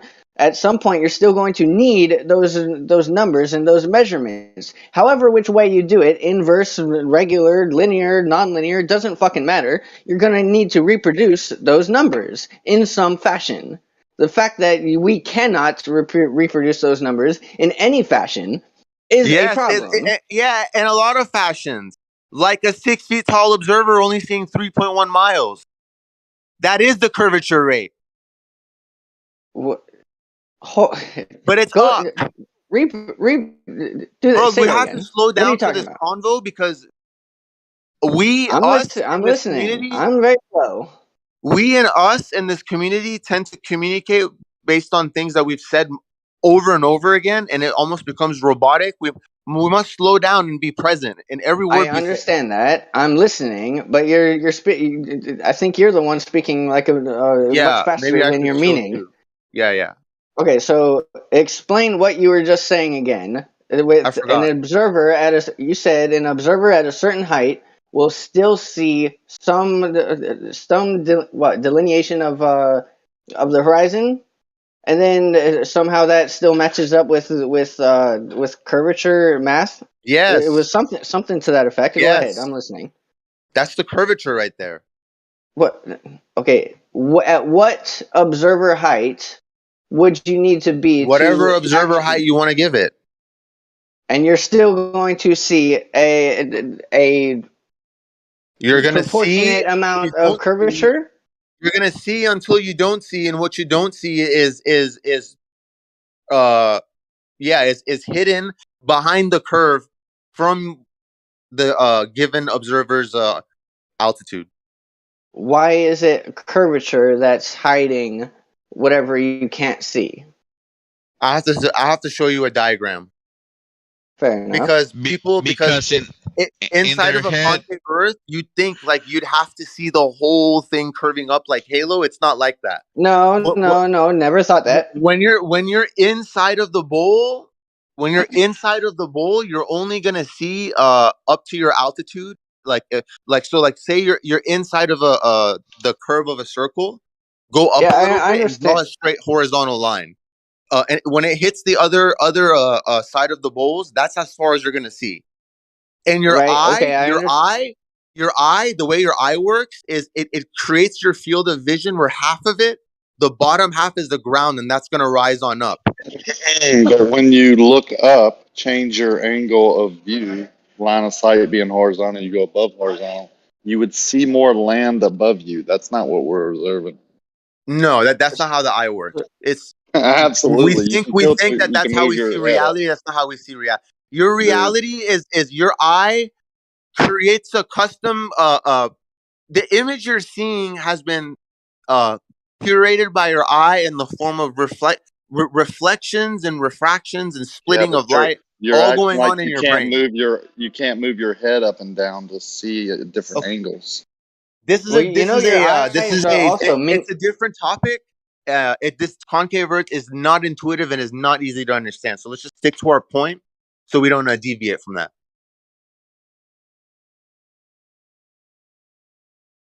You know, our eyes are little mini brains, right? So our brain, Ladies and gentlemen, our what were to physical brain. happen if a Why are rabbit you hole that cutting you've caught? people off? You are just like a Glober, man. What were to happen is if the rabbit hole that you caught Yeah, was I a was still spoof. talking, bro. What if it was a spoof, bro? What if Why we've are been you tricked again? Why are you interrupting right now, man? Rude. So relax. Everyone relax. So Take a deep breath. Let me let you Okay, know. so I hold up. virtually agree with All you right. guys in terms of like your worldview and this whole awakened thing going on everything. The only thing I'm not agreeing on is the shape of the world. And because of that, I have to be an enemy. It seems. Why You're is not that an so enemy. hard? No, you. Why is Cutting that so people hard off. for you to believe, though? Why is that so hard? It's Xanax concave Earth brother. So, listen, we don't have to be enemies. All right, we all have questions on the shape of the Earth. We're trying to I sit here and disagree, discuss Jeremy. it. See, Dude, Jared, this guy being a concaver, he's more. You ever hear the enemy of our enemy is your friend? He's a concave earther. yeah. And before that, I was a flat earther for 3 years. I amassed 60,000 followers and converted hopefully about half of a percent. Clout, bro. You should say, instead of saying convert, you should say I opened the mind of a lot of people. All of that, It's which is more than what you've done. Clout. And In it for after the I got clout. done doing that, I went and further questioned the model, and I found a lot of fucking issues. Long story short, I found out the Earth's concave, and because of that, because you're weak, because of I say things that goes against your worldview, you guys get irate. How did you find that out, Relax. bro? What? Listen, Bro, ladies and relax. gentlemen, these words Bro, trigger. you're Hey, gonna get Jeremy, muted. I'm gonna go on mute, bro. Hey, you're gonna get muted. I'm a Relax. champion, ladies and gentlemen. I'm a champion. Let These me words let trigger. Here we go. With Here's great the true power colors. comes great responsibility. I'm Here's not the trying to true trigger y'all. colors, guys. Jeremy, I can support you the concave earther. He has I'm not my trying to trigger support. y'all. Guys, relax. Don't mute him. Let everyone speak. No one's Yeah, getting why muted. mute a concave earther? No. Let him talk. Yeah, this guy's Yeah, not but he's our been enemy. I talking mean, this whole. he may He's been think he talking is. this whole time. You know, so the fact that I took some pains to show him how the Earth can appear concave due to refraction, and the fact that he is pushing a concave Earth despite knowing that its appearance as concave is refractive. I'm not pushing anything. I'm just leaving some info. Just some. No, you absolutely are. You And I'm haven't sorry seen to push. interrupt, but You haven't seen push. If I push it on you, I'll be banned in 1 hour. But You he is haven't just seen leaving push. information like everyone else. Ladies and Everyone else is gentlemen, just leaving listen. information. No problem. Some of you may never have gotten to know me. Just relax. When I open my mouth, you're gonna get triggered. Just accept it, okay? I'm Well, not you here need to to learn trigger to you. stop, my man. You I'm need to not here learn to to trigger stop you. I'm here sometimes, okay? to share what I think is helpful info to people. Damn. That's it. Yeah. And that's fine. But what Travis is saying is right, though. It's all visuals. People making assumptions based on the visuals that they don't comprehend what's Unless going it's on. not. Unless it's not. Exercise the same I'm sorry, discernment my you man, did. but it's the same thing. Exercise the same discernment you used when you learned It's the just Earth like was the flat. Glovers when they say there's no way What you did was something can you put your disappear beliefs bottom to the up side. if there's nothing blocking it. You put your beliefs to the side. You didn't have Yo, a bro. rabid reaction all like right. you are now. All right, Hold I'll on, be quiet. guys. You keep Silent. going, Hold man. on. All right. Hold Hey, on. Jeremy, Hold on. sorry about Glory. that, man. I'll No, exercise dude, better relax, control. bro. Glory. Relax, I'll my man. exercise better control. I had to let these kids put them in their place. Thanks. We're not kids. We're all grown adults. All right, relax. Don't try to that be attitude, condescending. right? Just relax, man. We're not all going to get triggered every time you talk either. All right, just relax. Go ahead, Silent. What were you saying? Yeah, it's just like I was saying that it's the same like the Glovers when they say that we cannot have things disappear and bottom up because they don't actually understand what we're looking at.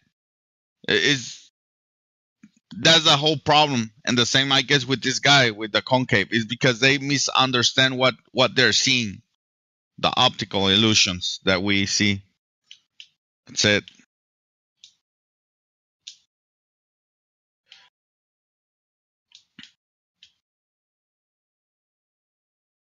So listen, whether it's concave or flat, right?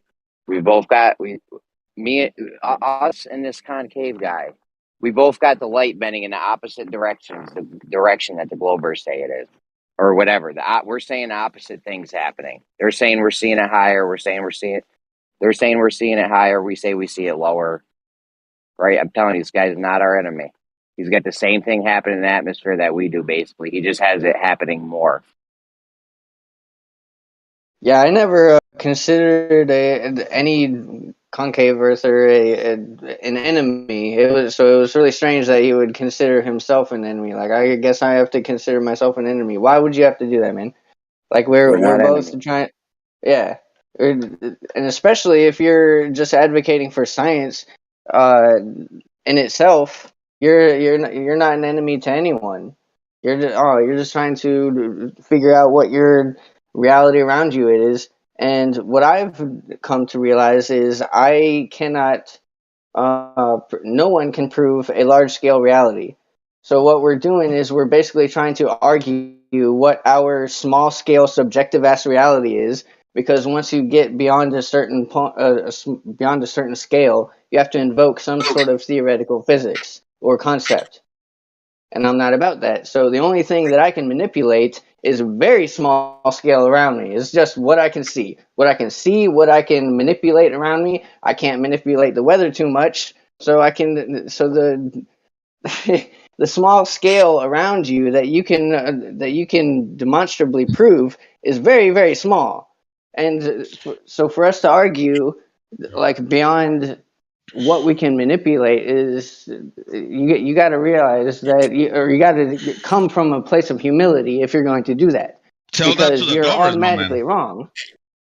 Tell that to the Glovers, yeah. bro. I mean, they Right. tell you how much refraction was certain day on, and you ask them then to go into details about that refraction, how they measure or anything. They don't know nothing about it, but they assert things. This is my tip. Yeah, This is I my can't tip. stand Disregard the Yeah, go ahead. Globers. Disregard the Globers. You know it's not curving down. Disregard it. Okay, so all glory. I just have a couple questions, just real quick, trying to understand.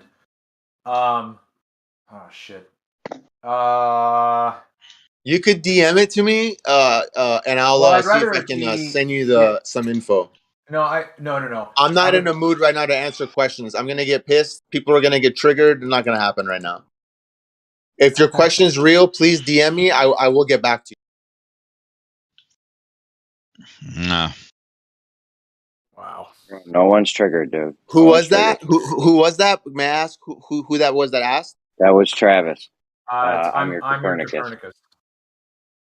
Copernicus?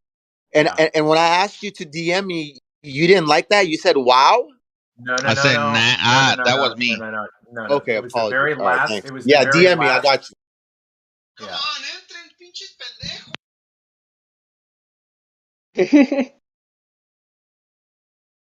So, okay, I mean, basically, this can just be a public, to say it again, to echo Rakia, if there is curvature in either direction, it should be measurable. If we're talking about making an observation, we have to consider whether or not that observation is due to the conditions of the medium through which we are looking. If the position is relative to the conditions, then I don't see how using that observation can be a slam dunk to prove your point one way or the other in terms of concavity or convexity, because you would have to. This is what I bring up with every single issue with photography: is how many photographs can you show us of the target that you're looking at? I just showed you guys 4 different images of the same target in 4 different positions.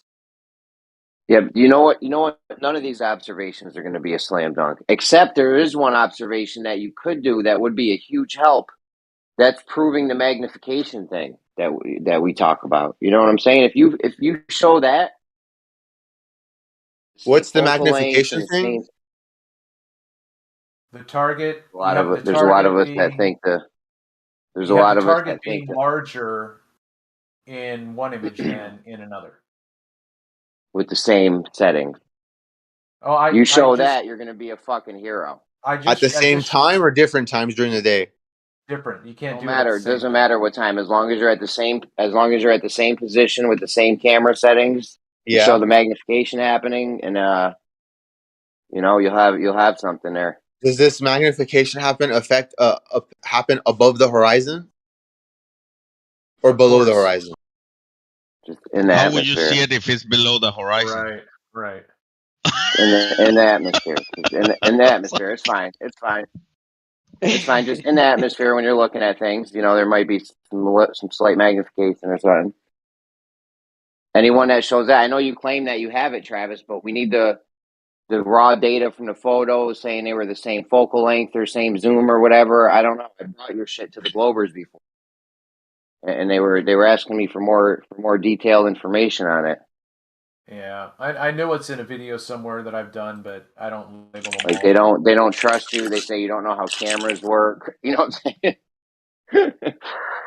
I guess that's the trick, right, Travis? Just drag it out until people forget about it. Cause I remember when you've been trying to show your videos, they don't want to watch them.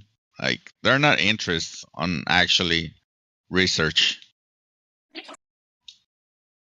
See, it's really simple, guys. There's no concave and there's no drop. Just look at the water.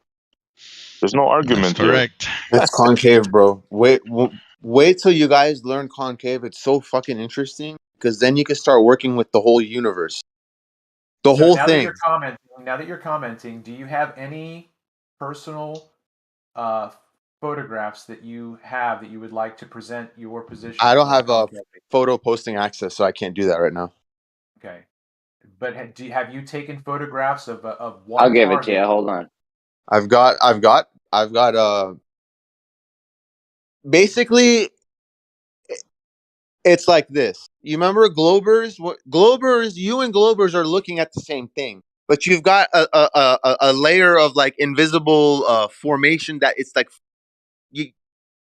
when you're looking at something that a Glober sees, you're looking at the same thing, but you're seeing more based on your knowledge of perspective and stuff.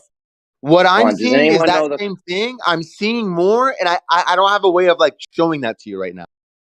Does anyone know the code to give people picture posting permission? No.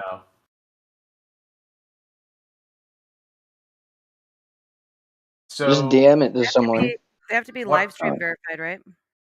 I think so. Try it now, Glory. I think you got it.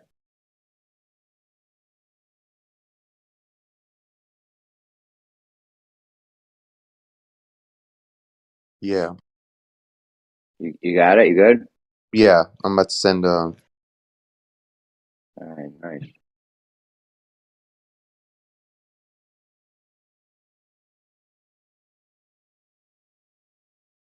I mean, what's really Are good you though really is a that Glover concave, or he just trolling? been a concaver for a while now, since I've known him. Oh, gotcha.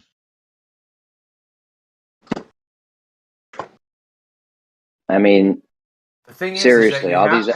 you have to have a target that you're taking a photograph of, and then you have to have contrasting images of that same I'm about to target. send you a 1-minute video. It's gonna have a few clips of clear concavity of the water. And the secret to getting this is getting just a few inches above the water, like at an ocean or something, or a calm.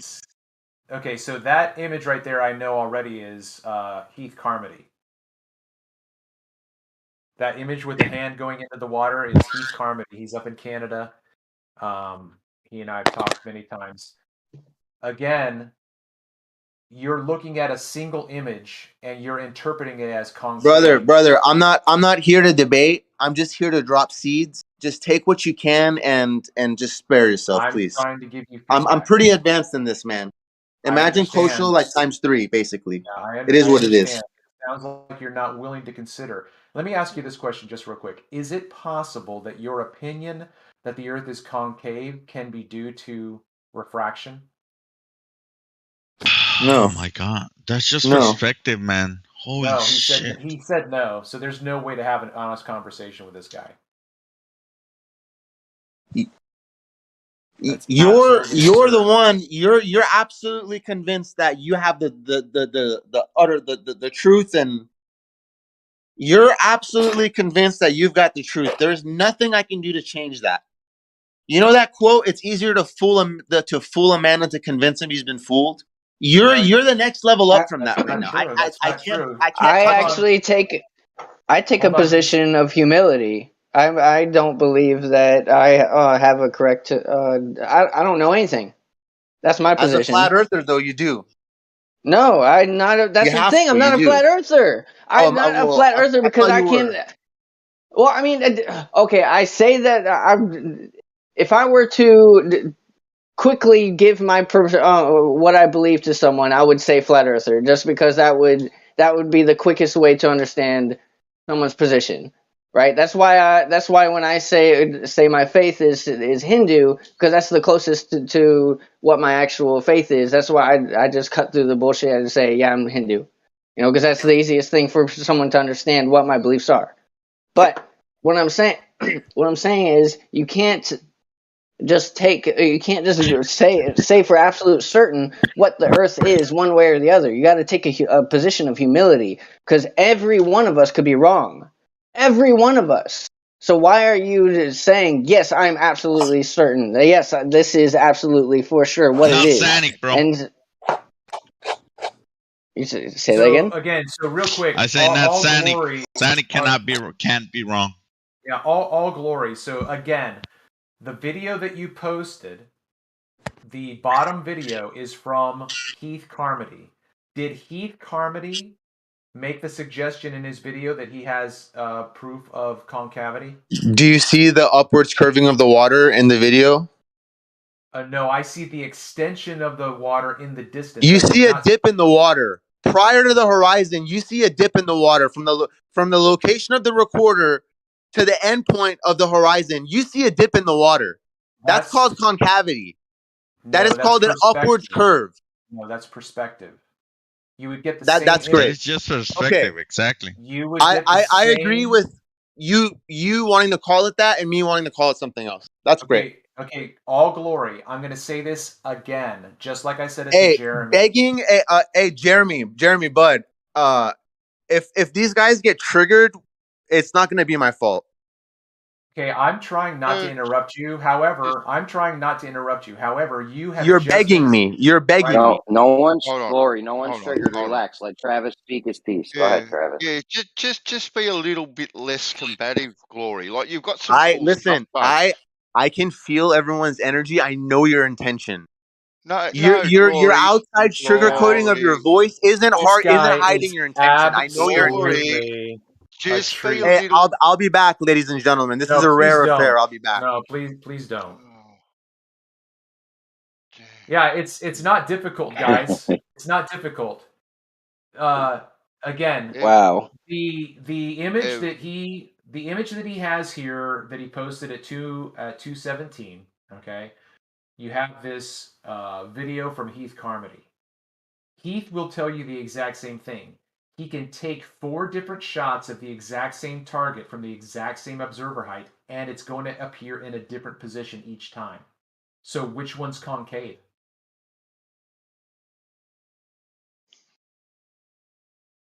well, according to him, all of them.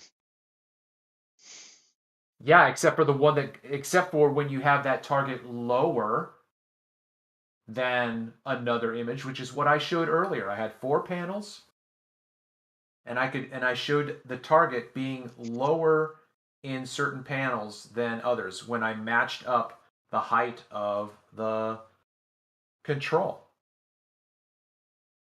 So if you have a Your target control is the red house, the no, red the barn or control whatever. no, the control is the antenna on the top left. Oh, I thought you were doing the red house thing. No, it is the red house, but I use the antenna in the top left of the image. I'll post it again just in case anybody wants to look it up. Yeah, post it again. Post it again. I could do this Dude, all what day. I'm telling you, Travis, what you need to do, bro, is give us definitive proof of magnification, and it's a wrap, bro. You'll be a hero. You want to be a hero, bro? You want to be a flat Earth hero? Yeah, I Get think us I the did that. magnification proof. I think I did that last time someone challenged me, and it got nowhere. I made a video. It'll get somewhere. Give it to me. Give me all the stuff of their magnification proof. We need raw data from images, though. They're not going to just go on your word that it's the same focal length. I got you, man. I got you. You'll be a fucking hero. We'll make a statue of you in your likeness. All right. You can get that data really easy, Jeremy. Just film the moon when it's on the horizon, and then keep filming it until it goes above, the dense of the atmo, and you will see it shrink. We'll make a statue, Travis, but we're poor, so it'll just be That's really plaster simple. of Paris. Yeah. Plaster of Paris. I'll pose like Jesus. Yeah. Well, before Ranty flipped, he had a fucking great idea, I thought, which was to get a camera here on Earth, take a shot of the moon, use that same camera, same settings, send it up on a high altitude balloon, and then get another shot of the moon when it's, all the way up. And that would be a great thing if you could see what the moon's doing comparatively. You could juxtapose them. Remember that force the line experiment that what was that guy Brian Mullen wanted to do? What was the problem with that one? Was there ever a problem with that? I thought that was brilliant. Cost. Just trying to get tension in the line. It was always going to snap, always. Well, no, the Brian Mullen one is the Brian Mullen one is different than the White's Word bandy. Yeah, it was like what, galvanized steel or something like that. Yeah, right. It was cost. Building a straight line. Yeah. Yeah. Oh God, that's expensive. I could be wrong, but this sounds like Philosopher. Is this Philosopher? Yep. That's what's up. What's going on, man? Hey, that's Kosher, by the way. I know Party's over. Party's over. We know who it is. That's an asshole. Over, guys. Party's not fucking over, dude. I can't wait until. I'm not gonna bring it up. Okay. Anyways, the Force the Line, right? Yeah. No. Philosopher. At a drive-through or something. At a drive-through or something, you're working. Yeah, I am. It's at the Burger King right by your house. Yeah. Cool. Anyway, oh right, yeah, Philosopher. You were talking about the Force the Line, and I thought that's a great test too. And it's just why we've been talking about doing. Vansaw's on board too. The GPS GPS I am. accurate position straight line. The most straight line you can possibly get. I was. And we're gonna do a test Probably. with that. I probably was. Absolutely not. No, you weren't. That is not the. You I don't even know. You wasn't. have nothing to verify. Exactly. You have There no we way go. to even verify that that's a straight line. If Bandsaw called his cousin, the fucking the surveyor, the geodetic surveyor, called them Yep. up. They both sounded drunk, and he Yep. asked him, "How would you best make Yep. sure that you Yep. were making a horizontal line or something like that?" He said, Uh-huh. "I'd have to use GPS." That definitely. That's right. You got to make your line, then you got to bend it. That's what he said. Yeah, he never said that. However, Close however, enough. Close enough. Close enough. he didn't say anything about those you said, but yeah. So that would be a perfect way to do it because you can that line is free, and you can make it as long as you'd like. I told you So the way they to do it, Coach. I told you the way to do it. honestly, this is the hands down the best way to do it. Oh, No, you're. that I'm sorry, I had a phone call. Kosho, what were you saying about force of the line? Nothing. He's not going to repeat himself. Oh my god, damn it! I'm not allowed to repeat it, my man. You're not. No, Dude, I Coach had is a on. sorry, I had a phone call. Can you please, just for this Yeah, I'll one? tell you very briefly. Okay, I'm sorry. Bandsaw talked to a geodetic surveyor as well, and he had confirmed that this is the way you do it. If you want to do a horizontal line, and you want to make sure it's horizontal, you can reference something else off it. The best way to do it is with GPS. Because if you use differential GPS, you can get within a centimeter of accuracy. And if you have 2 points that are within a centimeter of accuracy, the straight line that you establish between them is going to have the same tolerances as that centimeter. So it's going to be a straight line, give or take half a centimeter. How do we verify that that line is actually straight? You can check. Level. No, you check it take it to a building that you know is a building, a rectangular you and building. your buildings and your four corners. What the hell? Question is, how long can you make that straight line? How long can you make it, Kocho? Infinity. No. See, that's where Jeremy is wrong. He's an asshole. About 50,000, about 25,000 miles. What? That's close. Wow. Did you guys hear that? I thought the You're force of telling me I line was just to establish whether or not there was curvature, so it didn't have to be that long. Hold on, let's not gloss over this. We have a 25,000 mile straight line from Kosho, guys. Yep. I said you're that's the following- range. Yep. Kosho's going to do it around the equator. Yeah, listen. That was somebody asked a question. The range is between 0 and 30,000. I just realized 30,000 miles, but you don't need So we anywhere can't near go that. 30,000 in 1 mile. Listen, dude. And this straight line, is it equal 30,000 in elevation, 1 mile? Kosho?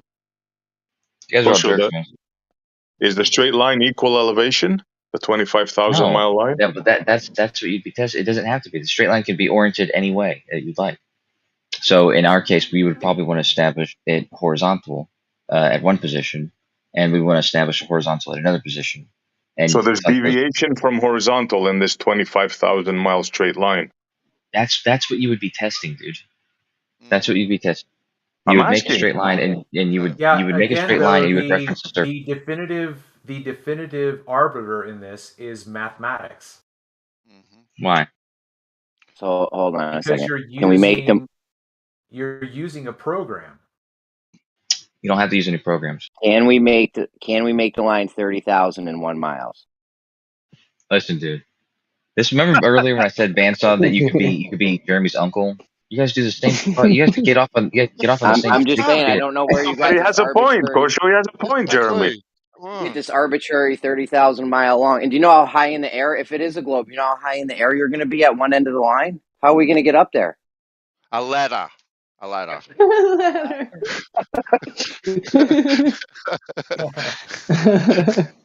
Mad philosopher liked that one.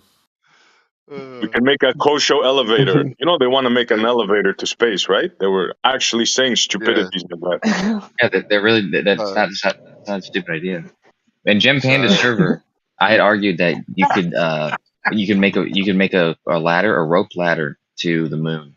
You see? Uh, You see, guys? and I was impressed. Yep. It's Like I you did all the can't make math. this stuff up, right? This Even is if you tried. magnificent. Yeah. comments like that, man. I'm not kidding. I mean, the math works out. You know, Math. You heard you it. A know, rope to the moon, guys. A rope to the moon. I mean, what else do I have to say? you know that force the line idea. It doesn't have to be that expensive, because I know that I guess he did like 2 miles of steel, that you have to weld, and then he said that you would just have to use the two squares and just mark it every 10 feet on the bottom part of it, so that way you don't have to make another 2-mile line of steel. But They've Yeah, done it. if you get three Done it. if you get 3 machine pieces of steel or metal or something, and you get a 2 mile long wall, you could just make marks on the wall. They've done it already. Done it already. Kosho, can we make this straight line 30,001 miles long? Your mic is hot, all glory. Glory, you're hot micing. Sorry. Thank you. No, they've done that already. That measurement when, where? in 1897, it was called the rectilineator measurement. Oh Just yeah, posted the link. Nice timing. And they actually discovered an 8 inches per mile upward curvature, as Glory's probably aware of. It was actually, if you read the experiment / measurement, it's pretty damn impressive, the amount of time and effort that they put into it. It's pretty impressive. yeah, but they made their line. How did they get their straight line? Did they match pieces of metal up, or did they do it optically? They used squares. They made squares. They squared it up with physical Yep. pieces, Yep. and they didn't use the optics. No. Oh, that's dope. Yeah. It took them, I think. Where is this posted? I think from look Chat. up the rectilineator measurement. Maybe Glory might have it. There we go. This rectilineator thing is what had me on the. Remember a few months ago, I was on the fence Oh, with there this it is. Okay, concave yeah. thing. I was seriously I remember. considering it. I know, and Kosho was Oh going yeah. around telling everyone that you were a concaver.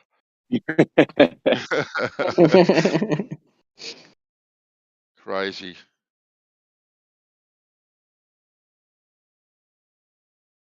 But yeah, no, the best way to do it is my way. Which way is that? Oh, Jeremy, seriously, come on. You're all over it. I like the way Bev proposed one time. But what do you got? What did Bev propose? He proposes, but this is a way of measuring with an auto level. You take an auto level, you put 2-3 marks in front of you. You go to the next mark, you line it up. You go to the next mark, and you keep leapfrogging forward. What was your idea? Okay, then basically the same idea. So you get all your stakes, you mark them all out. You do it for 2 mile, all right, 2 mile, okay? But you start from the center. So from the center is where you start, all right? And so you create your horizontal line, if on a globe, right, from a tangent point in the center. So you go 1 mile to the left, 1 mile to the right. But you've got this perfectly horizontal line, okay? Either on a globe or on a planar surface. Then what you do, you get a water level that is a mile long. One continuous length of pipe has to be minimum 2 inches wide, right, to reduce the cavitation and all that sort of stuff, which costs about $8,000, right? It's gonna take forever to fucking. No, You're it gonna be won't out take there forever. for days letting it. Fuck it. Yeah. A fucking couple of water bottles, you'll fill it up. No, but what I was trying to say though, before everybody jumped in, was that after, like, you don't need 2 miles of steel. You don't need 2 miles of pipe. You could just make marks. You could just have it every 10, 15 feet marked. You don't It's need already been done. Yeah, it's already been done. The rectilineator experiment. over Okay. water. Over water. Yeah, I'm not talking about over water. I'm talking about on land. But Yeah, on land. It's already been done on land. Yeah. Rakia did something similar over water. Ask Yeah. him next time he comes. It's been done, dude. Yeah. There's no curve. Get over it. No curve. Yeah. We've heard the Globers objections to what Rakia did, though. What was that? Your level, you move your auto level, your level changes. You're now making a new level. You're now making a new horizontal, right? But Parallel that's why, lines. Jeremy, that's why you got to get surveyors to do it. All right? Yes, and they do it with an auto level, they do it with GPS, they do it with something else, right? And you pit them up against each other. You have the great surveyor survey off, and they create this perfect. I actually love that. I love that idea. That was, I was with you on that one. Definitely. You have a surveyor come out, make his marks for his horizontal, you cover it up, and have another surveyor come off right next to him and do it. Yep. Where he can't see what the other guy did. Yep. And then what you do is you get your water level and you start from the center. All right. Yeah. And absolutely. you move it 50 meters to the left, 50 meters to the right of the center mark. Now that water level will marry up every single time. You move it 100 meters to the left, 100 meters to the right of the center mark. It'll marry up every single time. You keep on doing this, and you keep on doing this until you've reached the end of your water level. Now, what this will show, it'll show both. It'll show both globe and a planar surface. Okay, it'll show both. You haven't proven anything one way or the other at this stage. Then what you do is you get your water level, you start from the center, and you only move to the left of that center mark. And that water level, the more you move along that mark, should drop below. Hold on, are we doing your left or my left? Horizontal Your line. My left. But it won't. I just don't understand. It won't, SC. No, it won't. We know. But if it does drop, right, that's globe, right? If it doesn't drop, right, it's a horizontal plane. But if you only start at the center and only move from the center to the left, you will get a definitive answer one way or the other. But if you move equal distances from the center, it'll show both. It'll both show both globe, right, and a horizontal plane. I don't know if anyone makes a straight line. If anyone makes a straight line optically and doesn't use that, I think it's called double rotting. Bev was saying. I can't remember what Bev called it or what it's called, but I think it's called double rotting maybe. But if you don't use that method and you're doing it optically, I wouldn't. I don't know. I wouldn't trust it. It's all about the distance. These guys that are measuring a mile long with their auto levels and shit like that, that's all fantasy. That's insane. It's not made for that. It's like it's got like a 100 meter max. Yeah. But you see what I mean? See, if you start your line from the center, right, your horizontal line from the center, and you move equal distances to the left and the right, with your center point being the datum. Yeah, I hear you. Yeah, everything is going to show equal any way you move, any radial direction. Yep. Are you talking about doing it over like water at rest, like that doesn't have waves and doesn't have swells and? No, well, you can do it next. You can do it next to a river or something. A canal next to a canal or you is can the most use an auto ideal level. thing. The water at rest part, yes, it's always going to be water at rest, never waves. And can I get in real quick? If you guys actually built this in real life or wanted to go see it, it's already been built. The David M. Taylor Memorial Bottle Basin. Bethesda, Maryland. God. The what? Oh, dude, we went over this so many times, Kool-Aid. Yeah.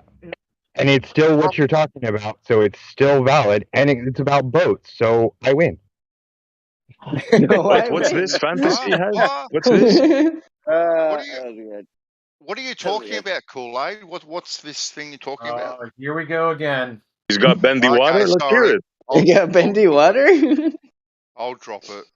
I haven't Yeah, heard it.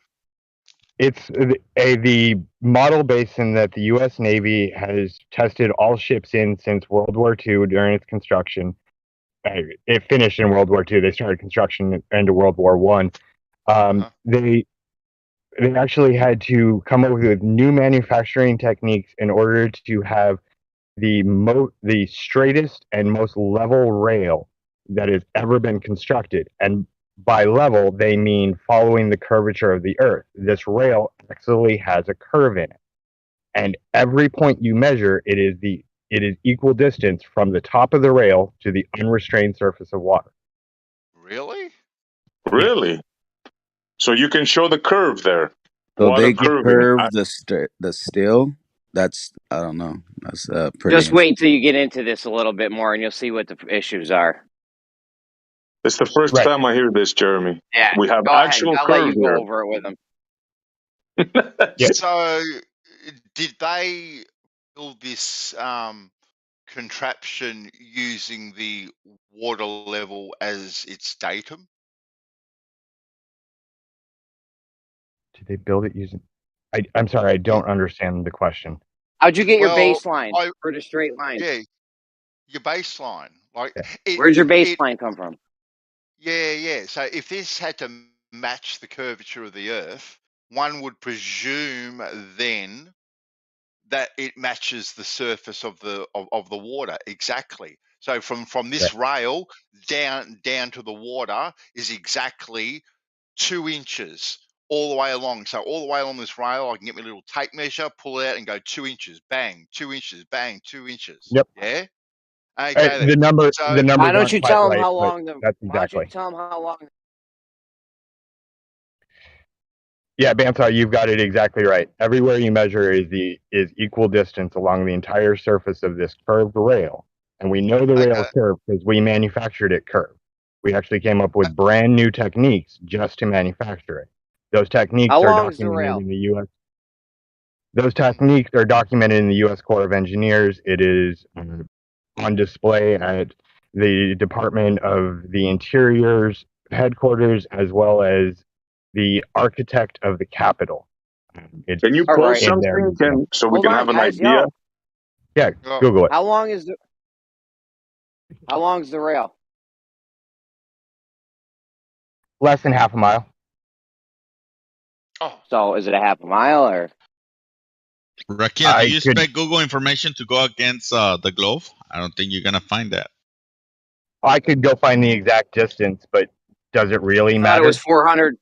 I thought, yeah, it matters. You were telling me last time it was either 400 feet or 400 meters. I thought. Yeah, something like that.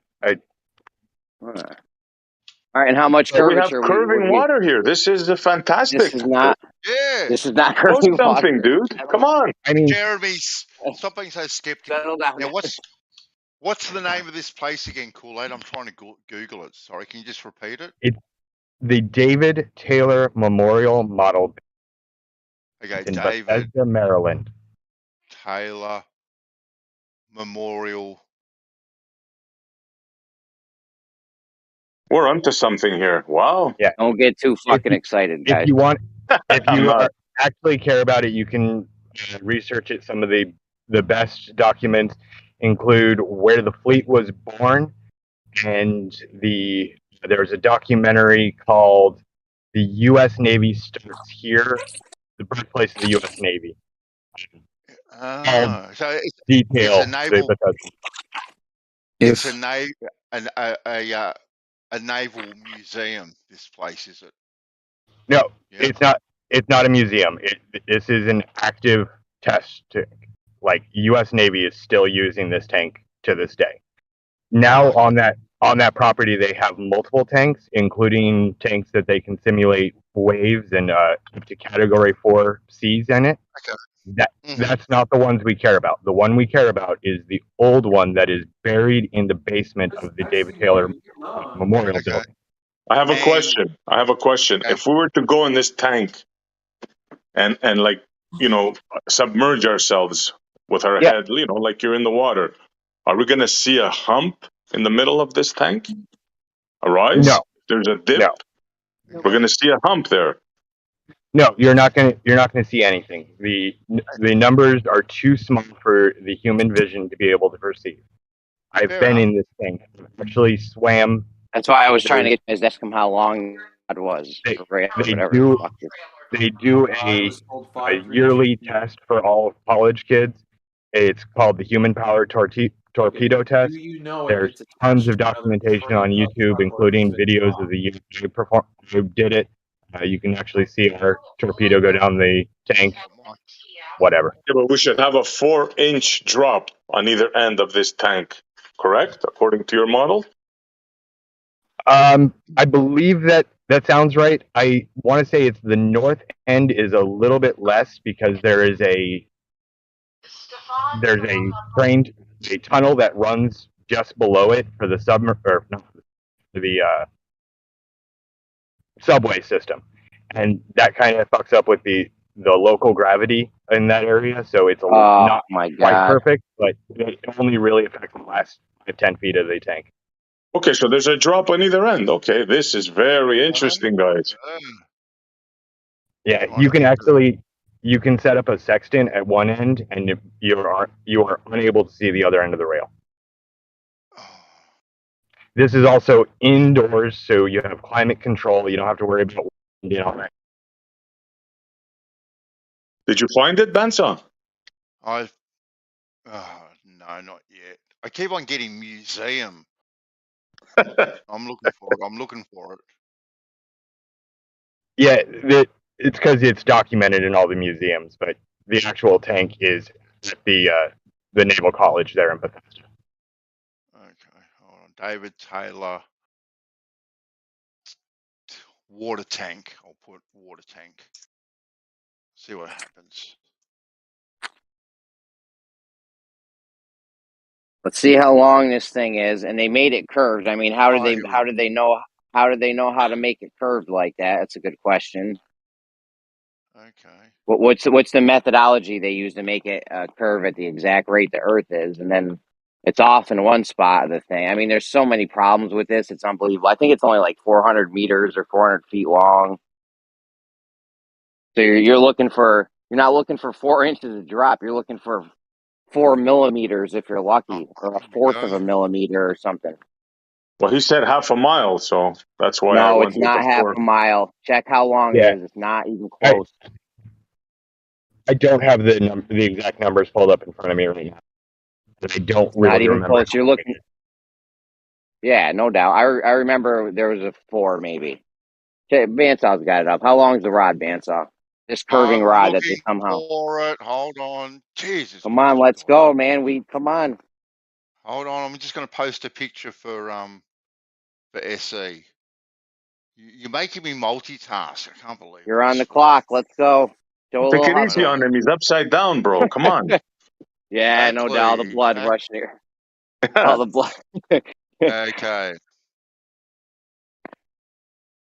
But it's just ridiculous though to think that the company said, "Oh, we built it according to the curvature of the Earth," when every other thing that's built, no one's accounting for that, and there's even distances greater in what they're making, and they do not account for a curvature. It's they count for horizontal, but this is when ballers then say, "Oh, well, level is curved," and it's just retarded. But this is the problem though when you're dealing with.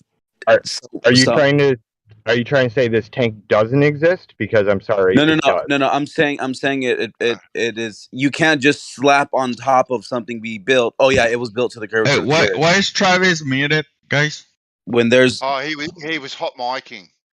Oh, okay. Should I unmute him? No. I've got him.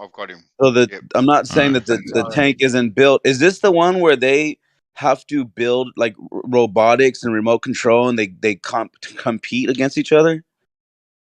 That's Is that what you're one of talking the about? things. That's one of the things done in this tank. Because I've For I've example, seen that. Like while you were saying it, I'm like, I think I watched these people before. It's a competition like for colleges or MIT or whatever. These people who they had to build like a submarine and there's like obstacles it has to do and stuff. I've seen that before. But what I'm saying though is to say that this one company or one building or one whatever, that they're the only ones that have ever accounted for curvature, quote unquote. So just because they slapped it on top of their whatever you're saying that when they built it. That's your claim that they're the only one who's ever done it. No. My claim is I that don't think you have any. so listen to my Hold on, claim. I'm going to finish my statement. Go ahead. That's your claim that they're the only ones who did that. I don't believe you have any evidence to justify no one else ever has. Okay. I can say definitively that these people did, according to their documents and the rail creation method as described by the U.S. Corps of Engineers. Okay, so listen. I've installed a lot of handrail. Matter of fact, there's over miles of handrail at that SoFi Stadium in Los Angeles, California. And the company that made these in a railing, circle. Yeah. But still, it's rail that's built out. Like if you took that rail and stretched it out, it's over a few miles of railing. It's irrelevant if it's in a circle and over a short distance. No. What I'm saying though is that how much deviation is between those sections of handrail? I don't want to hear nobody crying when you get interrupted because you between the two of you interrupted this guy like 5 times just now. Go ahead. What I'm saying though is that when no one is building for okay, let's say you're right. That's all the railing in a circle, but when you take all the other fractions in construction, when you're dealing with great distances, not one company is building their steel or iron according to the curvature of the earth. Nobody is doing that. No one. It's all flat and level. Everything it has to be. I mean, even in precise. Even my buddy that has a fabrication shop in Los Angeles, they're never accounting for curvature for anything. It's all, even if you took 16-foot pieces, it's level. Nowhere are they counting like, oh wait, we're on the 32nd, piece. We better start curving it. Like no one does that. So this rail is one piece. It was manufactured as one piece, so there would be no deviation between sections of rail. This is why it is considered to be the straightest, most level rail ever laid. Is it straight? Is it straight, or you told us they built it according to curve? You said they built it to curve. Now you're saying it's straight. So straight as in left and right deviation, level as in conforming to the curve of the earth. Exactly. They're saying level is curved. This is retarded. That's impossible. As demonstrated by the fact that anywhere you measure along this rail, it is equal distance to the unrestrained surface of. Then that means level. Okay, so if I'm building something, then it's level. Like if it's 2 inches on this side and 2 inches on that side away from the ground, that's level. That means if I put a level on it, it's going to be, tits, like boom, Kool-Aid, level. why are you describing a flat Earth? That's exact Kool-Aid. You guys need that's what it would be on a flat Earth too, bro. Yeah, you guys need to get in the minutia of this, otherwise you're never going to get anywhere. Hold on. How is a curve that matches the curve of water flat Earth? The Earth, the water doesn't curve. We're talking about equal elevation of your rail, which is a curved rail. That is no. That's your interpretation. You would no. Now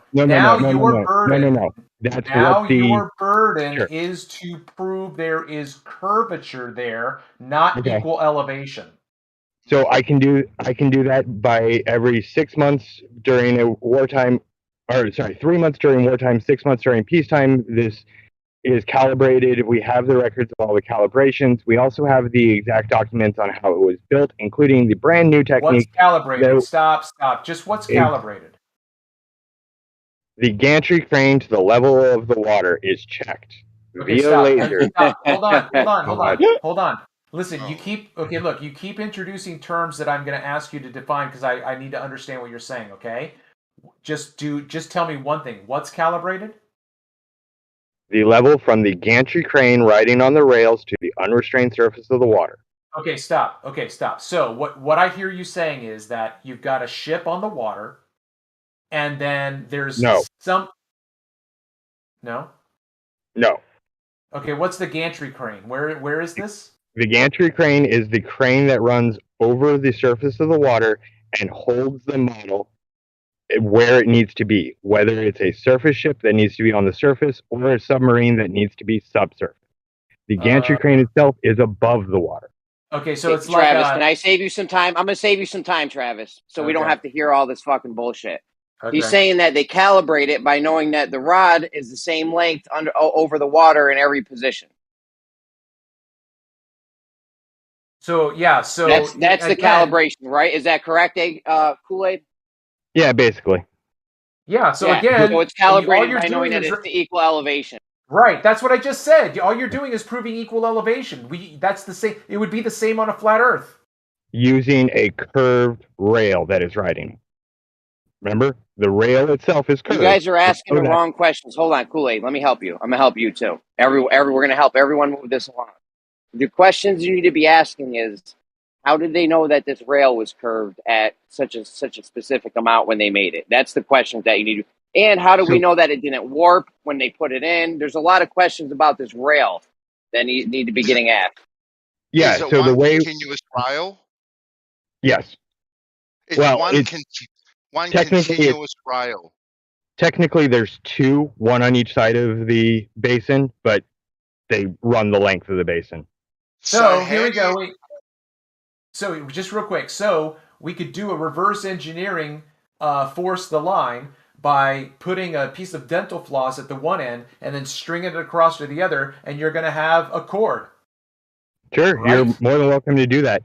That you can visit this tow tank 5 days a week unless active testing is going on. Yeah.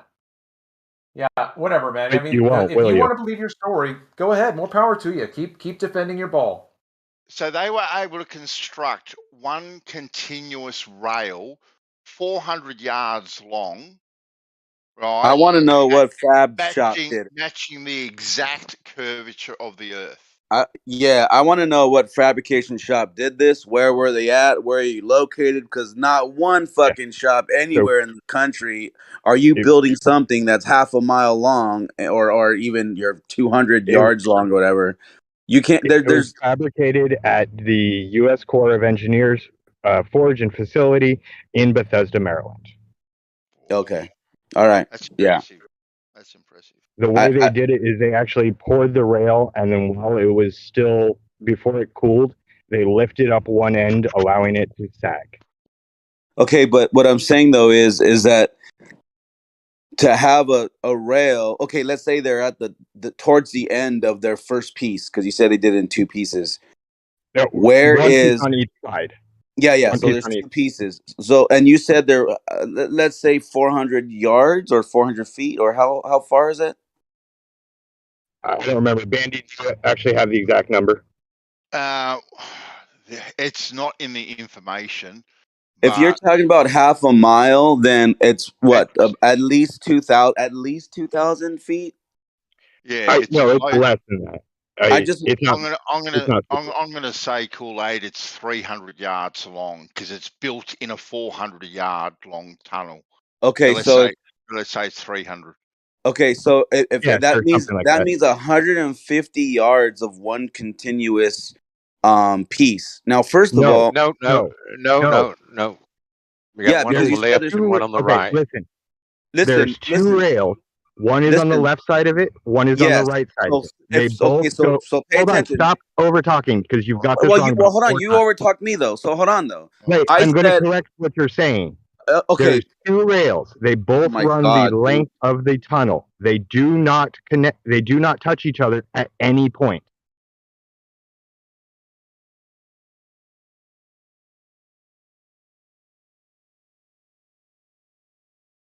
Okay, you done?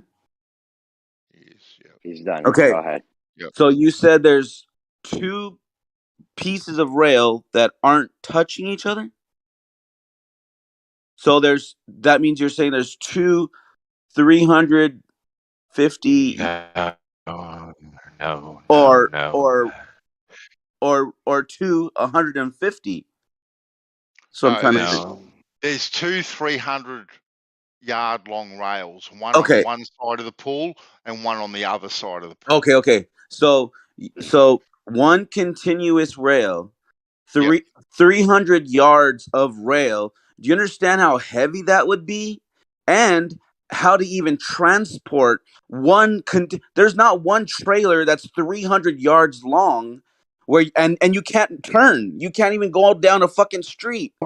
Like, let me just point out where there's a problem with how they made the rail curve. It's all a problem. I know, but he said they melted it and then they lifted one end before it hardened, right? Is that how they made the rail curved? They knew it was curved because they did this?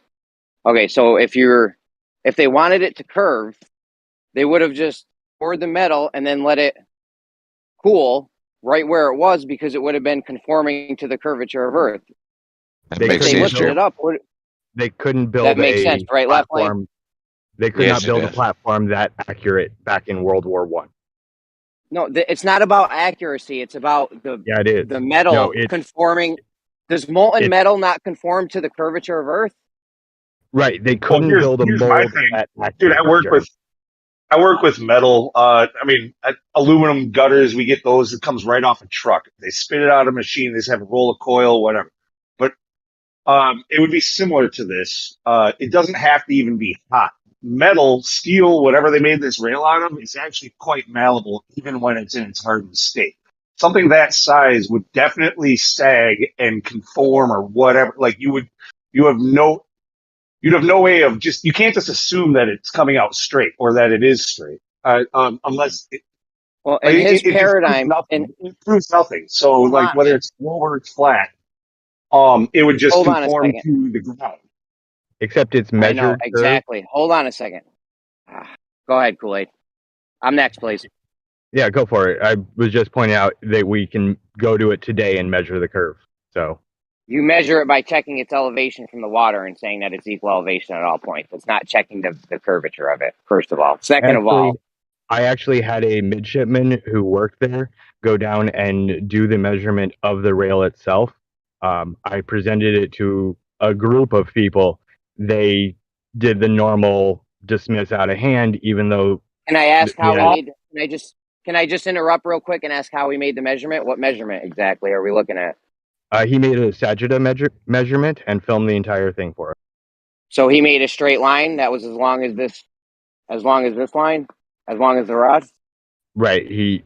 I believe he was using a sextant and created the imaginary straight line and was able to determine the sagitta based on it. So we did it optically. All right. So we did it optically, and we don't know which way the light was bending or anything. Could have been up. Could have been the actual position he's looking at. Could have been higher or lower. We're getting away from the point. We're getting away from the part where they lifted this molten. We're getting away from the part where he lifted this molten piece of steel up. Objection. If you're on a globe. All right, check this out. Go ahead. All right, go ahead, guys. You're saying you can measure. You're never gonna.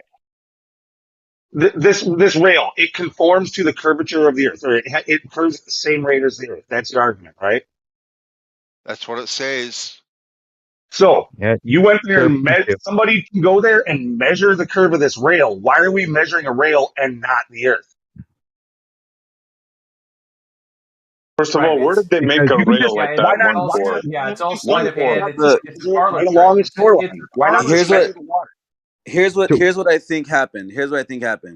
They built this thing and then just said they did it this way. That is one piece, 300 yards, curving the Earth. It's so calculated, but no one no one ever thought to think, wait, how did you transport a 300-yard rail? And that's pretty heavy, no? Like, how did you pick it up? It would probably take several cranes in that distance with that weight and how do you drive it to the location? How do you get it to location? Because these are all minute details. Actually, they've been brought up about 4 times. Can I answer that question yet? Right. So, the U.S. Army Corps of Engineers created the fabrication plant on site.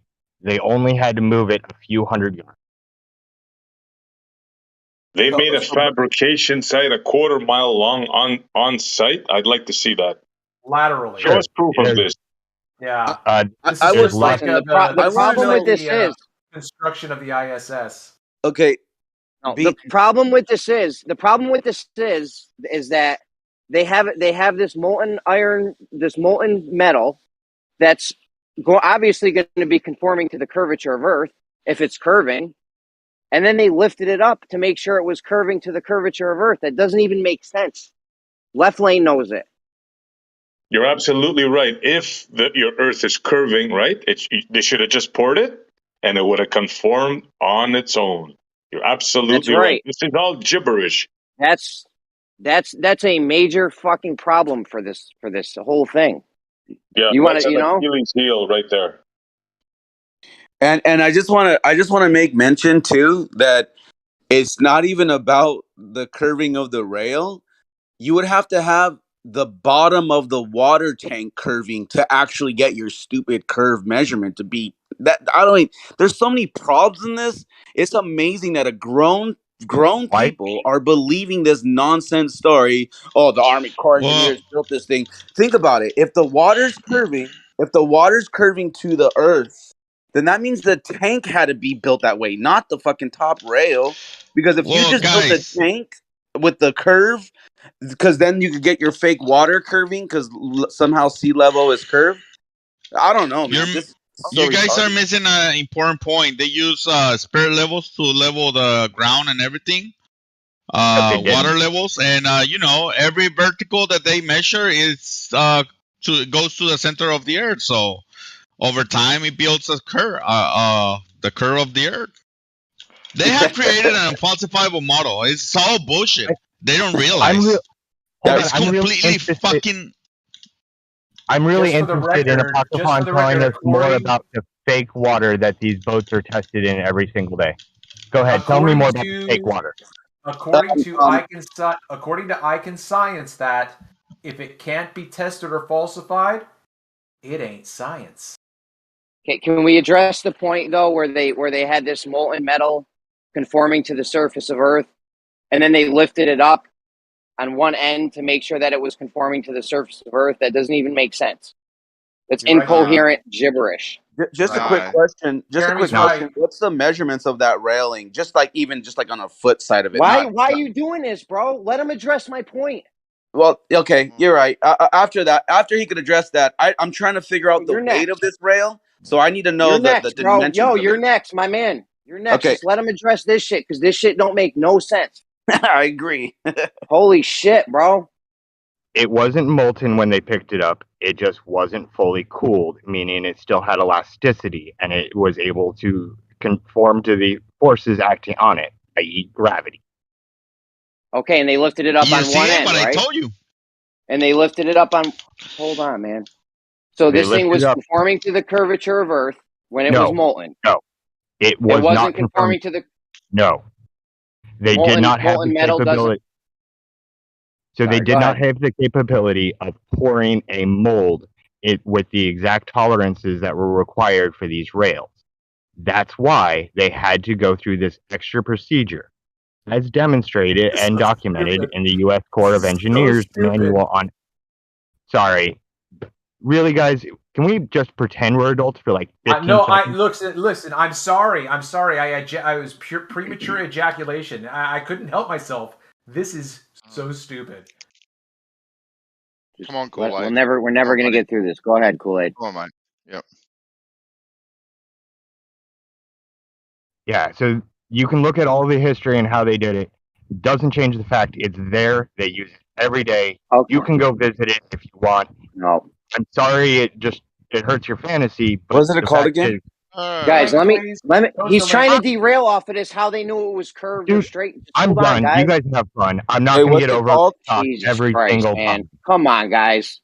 What's it called again? We've been doing this shit for years. We've been doing this for years. You can't let me get through this with him on how it was made and how we know if it's curved or not. That's the whole point of the whole shit. What was it called again? What was the place? The base? Yeah, or I'm like an hour away from it, so give me the link. I'll make a field trip of this. What was it called? Kinzua Brit? What is it called? It's called the David Taylor Model Basin. Now, Jeremy, go.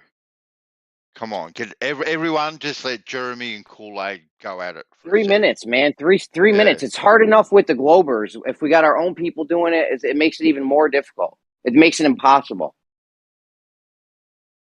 Are you just still there, Kool-Aid, or? Yeah, he's here. Yeah, go for it, Jeremy. Oh, okay. So they made this mold, right? And then they lifted it up on one end to conform it to the curvature of Earth. How do they know if the mold was straight or if the mold was already curving? So the mold was straight, left and right deviation. That's what it was intended to do. Once the metal was set enough that it would no longer deform left and right, and they picked it up and they introduced a curve to it. Hold on. The question was I'm fucking done. I'm not going to get whatever. I know. Go ahead. Jeremy. Nah, go ahead, Tyler. You got this. No, Jeremy, you missed the point when he said straight. How did they make that shit straight? You asked for the mold, and he just said, "Well, it was straight." Your next question should have been, "How did they make it straight?" Didn't get a chance to get a next question, did I? Because you jumped in. Because you were gonna I'm jump to a different incompetent. thing. I know. All right. I'm incompetent. You guys got this. I'm incompetent. Go ahead, guys. I don't know what I'm doing here. Kool-Aid was very specific with what he said when he said straight. It was straight in a straight line. He wasn't talking about straight as far as level straight. Excuse me, but how you find straight lines when anything that you use, like a water level or anything, goes to the center of the earth and there is a curve. You cannot have straights anymore. He's talking about left to right, lateral Listen, deviation. Tyler, yeah, if you had to listen to me, right, it was straight in a straight line. Right? You cannot have straights anymore. You don't get it. Are you kidding me? No, you don't get it. Oh, how do you get a straight? Tell me how you get a straight.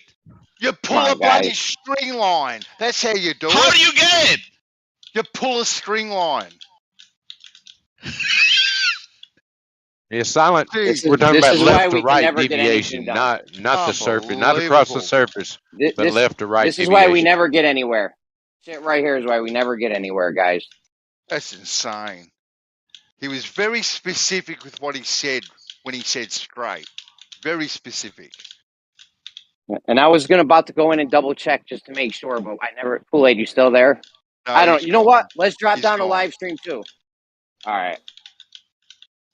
Wow. Nice work, guys. Nice work. Oh well. Jeremy, man, you got to keep your cool, man. I'm just kidding. Totally kidding. No, well, bro, we can never make any. Go ahead. Yeah. I said, everyone, give Jeremy and Kool-Aid 3 minutes to get through this, and they got one sentence out, and it got derailed. Yeah, we seriously gotta take initiative, and when you see two guys going at it, give them a couple of minutes, man. Yeah, we've been doing this for years. Yeah. I know what I'm the doing, response guys. I I get promise when I say you. something like that. It's an open forum. Yeah, but you'll get the same chance with somebody else. Like just a couple of minutes. Everyone gets their chance. Yeah. That's like, come on, man. I mean, seriously. When you see a guy like Jeremy and Kool-Aid want to go at it, let them go at it, man, for 2-3 minutes. I do not want to see Jeremy and Kool-Aid go at it. No, but it goes for anybody. Me and somebody else for 2 minutes. I don't want to see you go at it with anybody. For 2 minutes, whatever.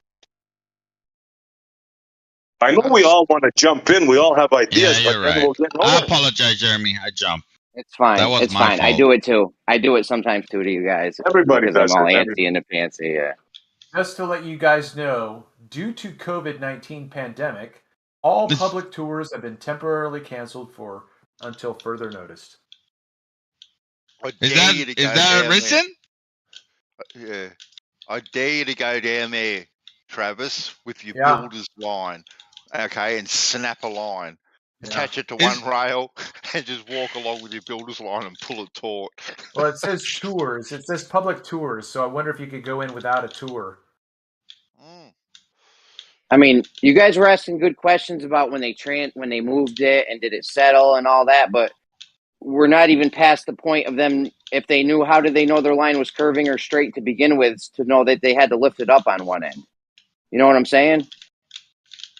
Yeah, Jeremy, I've got multiple questions about what's being touted as the way this thing was built. You could Even build left lane you could efficient. build a mile long rail in sections. You don't have to make it one. If you wanted to, you could lay the sections and use tanamite and weld them together. Or, I mean, there's many different ways that you could, and it doesn't have to be one long section. I mean, you know, railroad lines and things like that are in sections.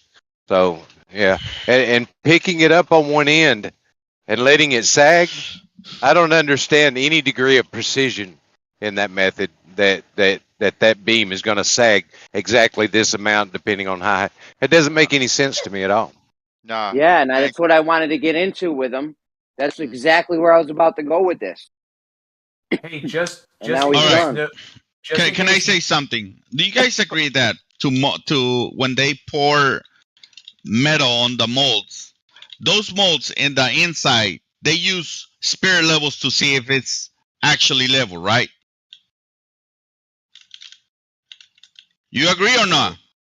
Not in the mold. No. Well, Yeah, to make the mold. Listen to the words. To make the mold, they have to. Otherwise, how do they know it's straight? Or no, right? no, You put a. No, hold on, Tyler. That's not how Kool-Aid said they constructed it. No, I'm not talking about Kool-Aid. I'm asking you guys a question. Forget about Kool-Aid. The point I'm trying to make is that if they're using the spirit levels, right, and they put a spirit level on that mold is long and is a really long mold. They put a spirit level on one end, and then they put it on the other end, and then in the middle, and they see that the bubble is right in the center, so they assume it's straight and level, right? But based on what they say, that means that shit is not actually level. It's not straight. Sorry, because since everything goes to the mold. Yes. Are you saying if you're making a mold? Hold on. Are you asking when you make a mold? Yes. Are you asking when you make a mold? Are you asking when you make a mold? How do they? And they want something inside the mold to be straight. How do they know that is straight? Is that what you're asking? Exactly. Yeah. Yeah. That's a good question. That's where I was going to go with Kool-Aid. Yes. Very good. Because nothing can be straight anymore based on their logic. No. Not if you build it up and down like that. No. That's what they should have done. Now, if they had made this mold, if Kool-Aid had said, "Yo, we made this mold with a plumb line," I would have been like, "All right, you might have a straight piece of metal there. You got issues when you go to move it now because of its malleability and its rigidity." But the fact that he did it, on the ground, like that's a whole slew of questions and problems that arise just from how did you know it was straight to begin with to where you had to pick it up, and how would that even match? Left Lane had a good question. What does picking it up on one end do? How does that match the curve of Earth? What the fuck? It'll just bend the fucker. It'll bend it 300 yards or make long. it, or it'll make it straight if it was already bent. Oh yeah, that too. If you don't even know if your shit was straight in the first place, you might have just made it straight. Mm-hmm. Well, that's how they make straight bits of pipe. They pour it curved and then pick it up. All right. Absolutely not. Jesus. God, you guys are out of control.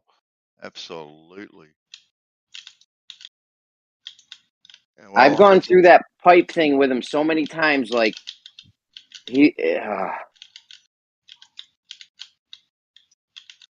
that's how they calibrate. You heard how they calibrate it? They make sure it's the same distance from the water. Yeah. To the rail. Yeah. Wow, that matches perfectly on a flat surface, doesn't it? Matches perfectly. That's what you would expect. Well, they have officially cancelled the rocket launch, SE. You'll be glad to know. They should have used duct tape. They should have. Would more gorilla They tape, should have. gorilla tape. They should have got Or flex. MacGyver out there. MacGyver, he would have fixed it. You get some flex tape on that, right? What Oh, did Moyak put his date for? What did 20, Moyak set his date for? 2027. 2027, Moyok's going to become a flat earther. All right. Mark it in time. We'll see. Yeah, he'll go. He'll use. I mean, that ain't gonna happen. That's 5 years right there. Oh, That's true, right? Jeremy, when this conversation started, like they were gonna go to the moon in like 1 or 2 years. It's been 7 years or 8 years already, right? Bro, they've been saying they've been going to the moon forever now. We're going to the moon. We're going to the moon. We're going to the moon. Decades. No, but what I'm trying to say is that now it has happened in the period that we've been having these conversations. Like we've been on this, at least me, for at least 8 years, and they were saying that they were gonna go like last year or something like that. 2024. Well, 2024, I think, was the official date they had set for it. No, Going to the moon right now. was it 2024 to less? Wait till Trump gets in. He'll hurry him up. And it's true what Witzel was just saying yesterday. That like the mainstream, how they strawman every single, like every single point that proves that the Earth is a globe. It's all bullshit.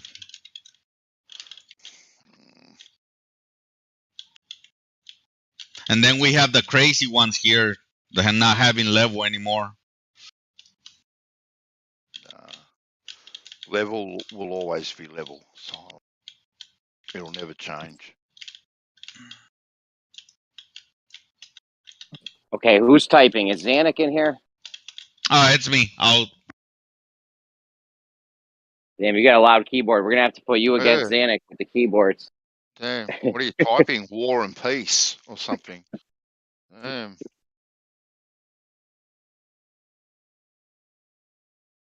I'm playing. That's why.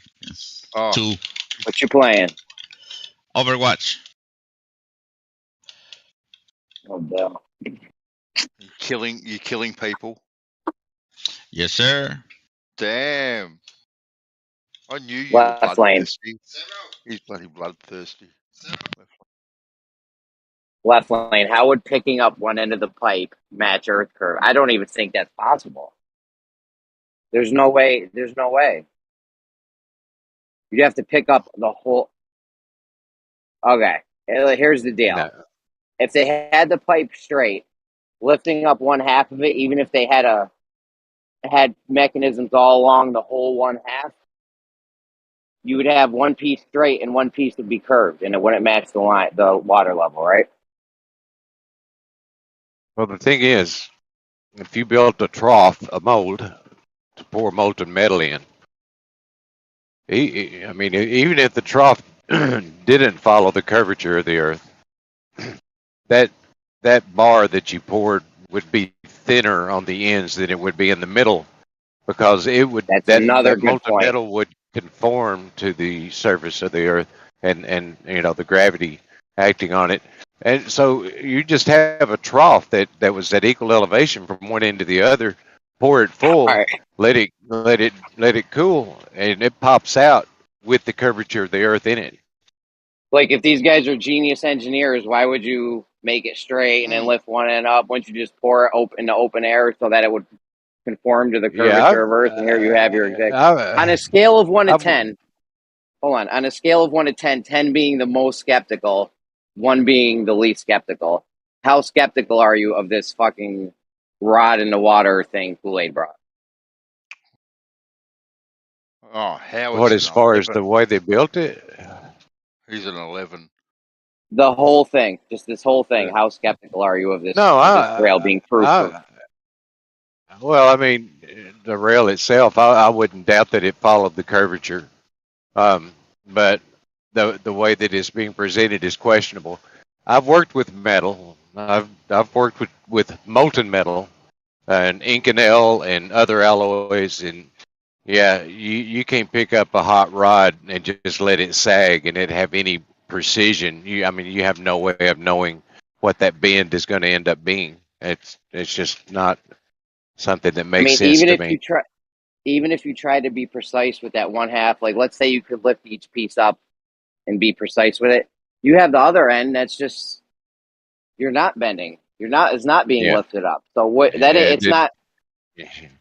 it's not good. No, Yeah, doesn't make the shit sense. don't even make sense. Yeah, if you were gonna try to match something that would follow the curvature of Earth, you would do it like they did glass or water or anything else. You would just pour it, let it cool. You now have a mold of equal elevation, whether that be curving or flat.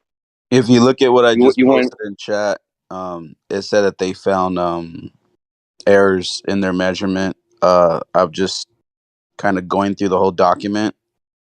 It's 132 pages, but I'm just kind of going through all of it, and they're talking about the pieces being 144 feet on some parts, and then that they're having problems of where they joined them. And this is kind of like where I was trying to take it. There's no fucking way that you're going to make something that's 300 yards long. The weight of it's going to be immense. It'll bend in the middle of it. You have to keep it Yeah, up. It's yeah, This is why I was trying to point that out. I'm an iron Yeah, worker. I know iron as well. I'm an iron worker, that's so I know how it works. To yes. transport it, I'm saying that that length is not one solid piece. If it is one solid piece, they brought several pieces in and welded them up to yeah, make one solid exactly, piece. exactly. yeah. That's what I was trying to like, you know, get across. Like this is you can like for instance the stadium. There's 14 miles of railing, but they all came in 4 foot fucking sections. You know what I mean? Like you can say, oh, but it's one solid piece. Yeah, once you weld them together, it becomes one solid piece.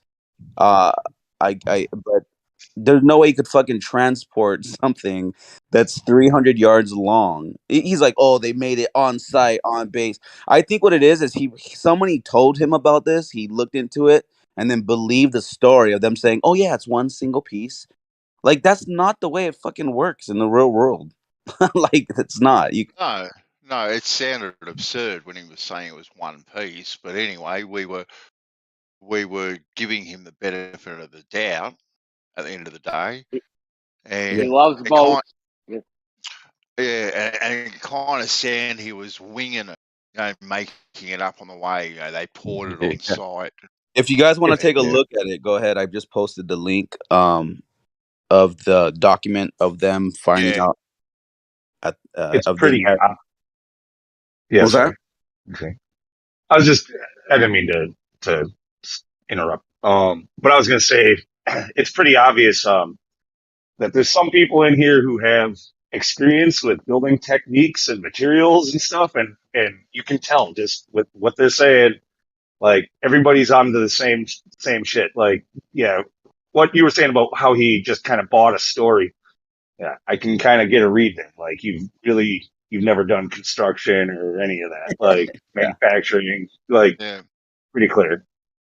Yeah, yeah. like show me one fab shop that even has a table long enough to hold that much fucking of one continuous piece. It's not even that's not even like I don't know. And then You you it's got just to ridiculous you got to give them enough rope. to hang themselves. Yeah, you do. Right. Yeah. But go ahead and look into that thing and check it out and I that's a was pretty interesting document. I was willing to give him the benefit of the doubt that they made a mold, poured this thing into one mold in the ground or something. Mm. Well, the thing that gave it away the most is in this document they talk about the rail joints, and I'm like, that Yes. right there, that's a Yeah. wrap. It's not one piece. It's they're combining them together, and at the joint is where they're welding it together, or would had to have welded it together. And I don't know. This would have to be something where I could understand if it was the guy who installed it was like, yeah, it was one continuous piece, bro. It's crazy. But this guy was just obviously just he heard a story and he ran with it.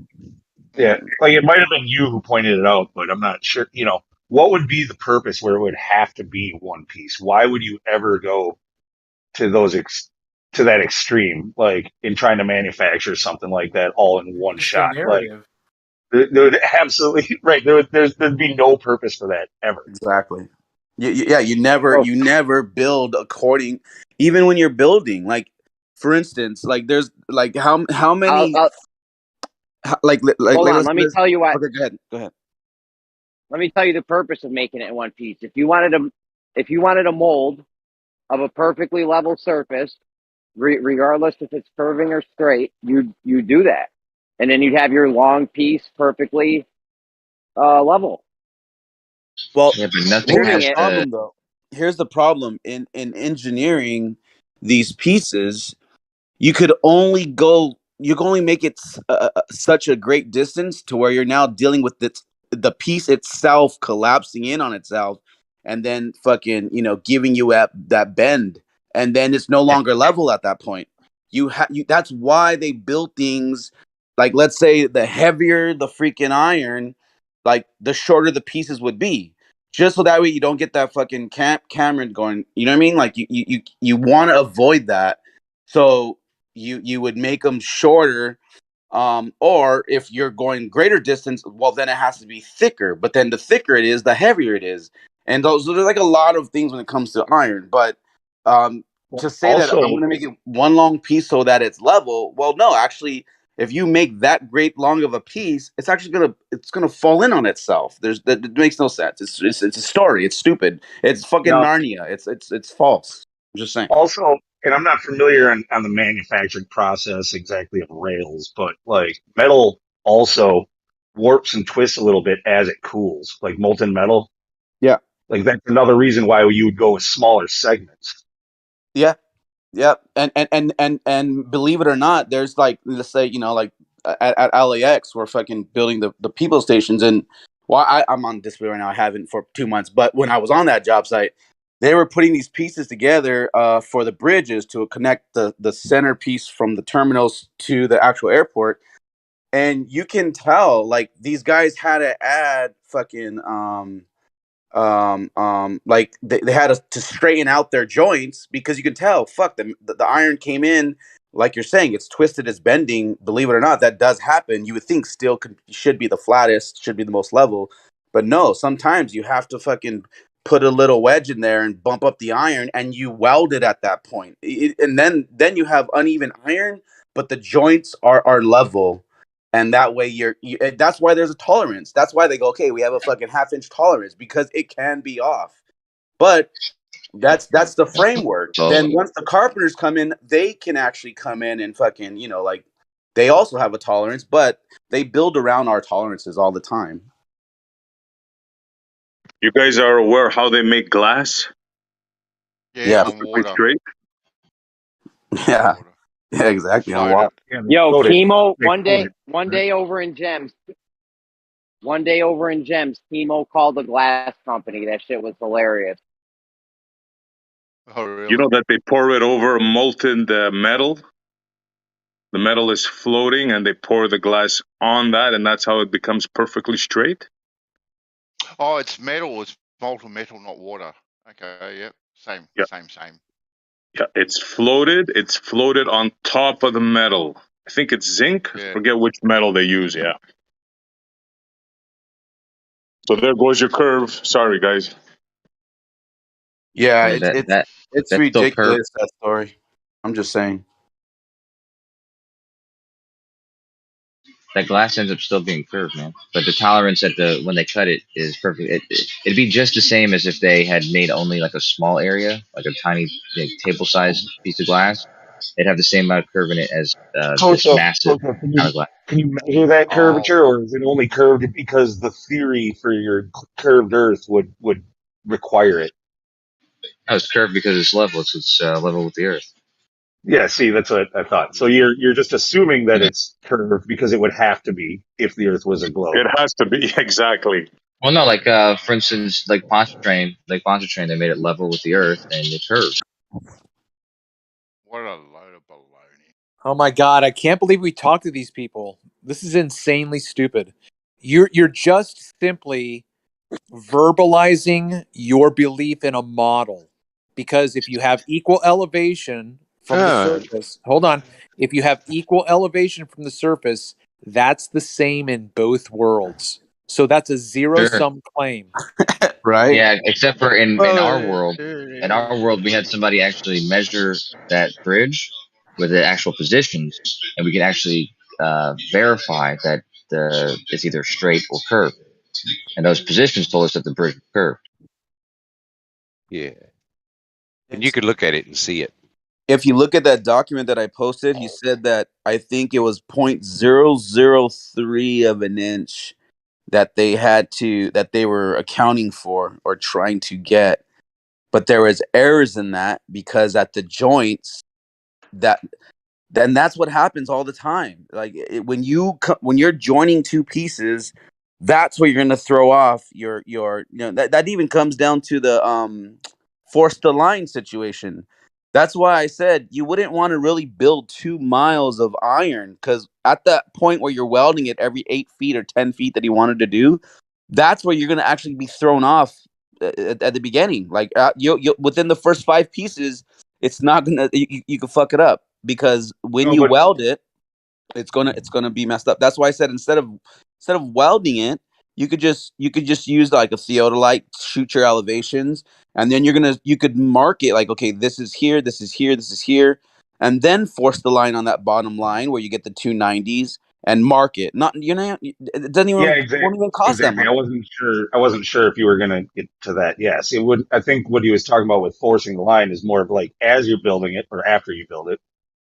Or yeah, I guess you'd have to do it as you're doing it. You would force the line. You would have to go further back and just check that the line across multiple points is in fact a line, and then you could shift down, kind of leapfrog along. Um, aligning at least 2 points up that would have already been established Yeah, before yeah. you mark the third. Okay, so just real quick. So, Howard, Right. is it your opinion that the alleged curvature of Pontchartrain could be due to atmospherics? No, I don't. I do not believe. I believe atmospheres can distort and displace things, but the curvature that we see in the Sound Lake Pontchartrain Bridge is Earth curvature to me. Okay, so because he has more than one, are you saying that in each one, none of those could be due to atmospherics? Not the overall bowing of the structures that we Okay, observe. so when you say They not appear to be curved. so when you say not all, so some of his images could be due to refraction? No, we can see the refraction down near the surface, maybe even at the end of it, that will distort the end of that part. But if you draw a line across the top of the structure, like on the power lines, yeah, that's what I would look at, and and you can see the water follows that, and it's symmetrical. So yeah, it looks congruent. Again, how did you eliminate refraction creating that appearance? Yeah, I don't know that refraction could be demonstrated to create a I'm large not structure asking like that you to appear curved. I'm not asking you what your opinion of something's possibility or probability is, right? You're making a claim. I'm simply asking, is it possible that that symmetrical or that symmetry that you are appealing to can be created by refraction? No, I don't think so. Great. I know that you don't think so. Well, How I did mean, you? I don't know what to tell you, man. I don't know. It just makes sense to me, Travis. Okay, I know that it makes sense to you, but as I've made observations at Pontchartrain myself, I have seen clearly that refraction is a viable explanation, alternative explanation as well, because when an inferior mirage is, who's got a hot mic? You're tippy tappitying away. Who's tippity tappitying away? That's me. Sorry, sorry. Silent. So again, mirage is an inverted image. It's going to have symmetry to it. So absolutely, we can have refraction creating the appearance of symmetry. This is great one-on-one. I'd like to go I next thought when we you went guys over are that done. yesterday, though. That All I'm saying is, right? All I'm saying is, if I'm talking to anybody, Joe Public, who says, "Oh, I've seen the Stanley images," and I say, "Is it possible?" and they say no, the scientific question is, how did you eliminate? Because if it was not eliminated, then it remains a possibility. Let me ask Left Lane a question when you're done. No, you're good. Go ahead, Izzy. Okay, Left Lane, you say that what you see on the bridge is the actual curve. And I've heard everybody say it, including Soundly and all that. Fine. Now, I want you to contemplate this thing that I'm going to tell you. If that actual curve, right? What do you figure the circumference of the Earth is, given that if you follow that curve around? What do you think you'd come up with? Well, you have to take in Tiny consideration Earth.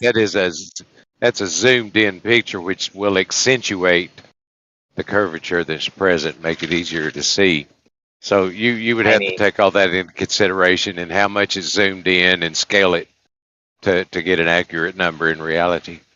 So it's not the actual curvature. There is some visual It's effects going on there. You accentuated. would have to admit that, right? By what you just said.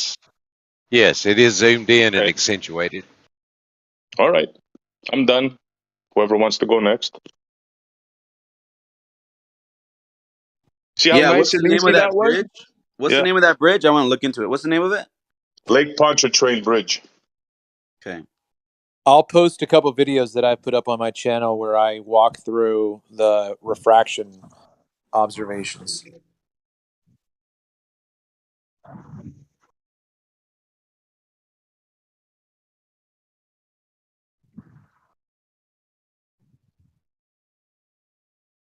So Left Lane, since no one's talking, you realize you're contradicting a lot of your mates on this, right? How's that? Well, they say it's actual Earth curve. It's been measured soundly, word for word. Yeah, it is actual. I mean, I'm not saying it's not actual Earth curve, but I'm just by saying it's accentuated means that you can see it better from the zoomed in image. Yeah, but Just he like the doesn't say rainbow. it's accentuated, if I'm not mistaken. He says that's the actual curve, and if that's the actual curve, if you follow it through, you got a tiny little Earth.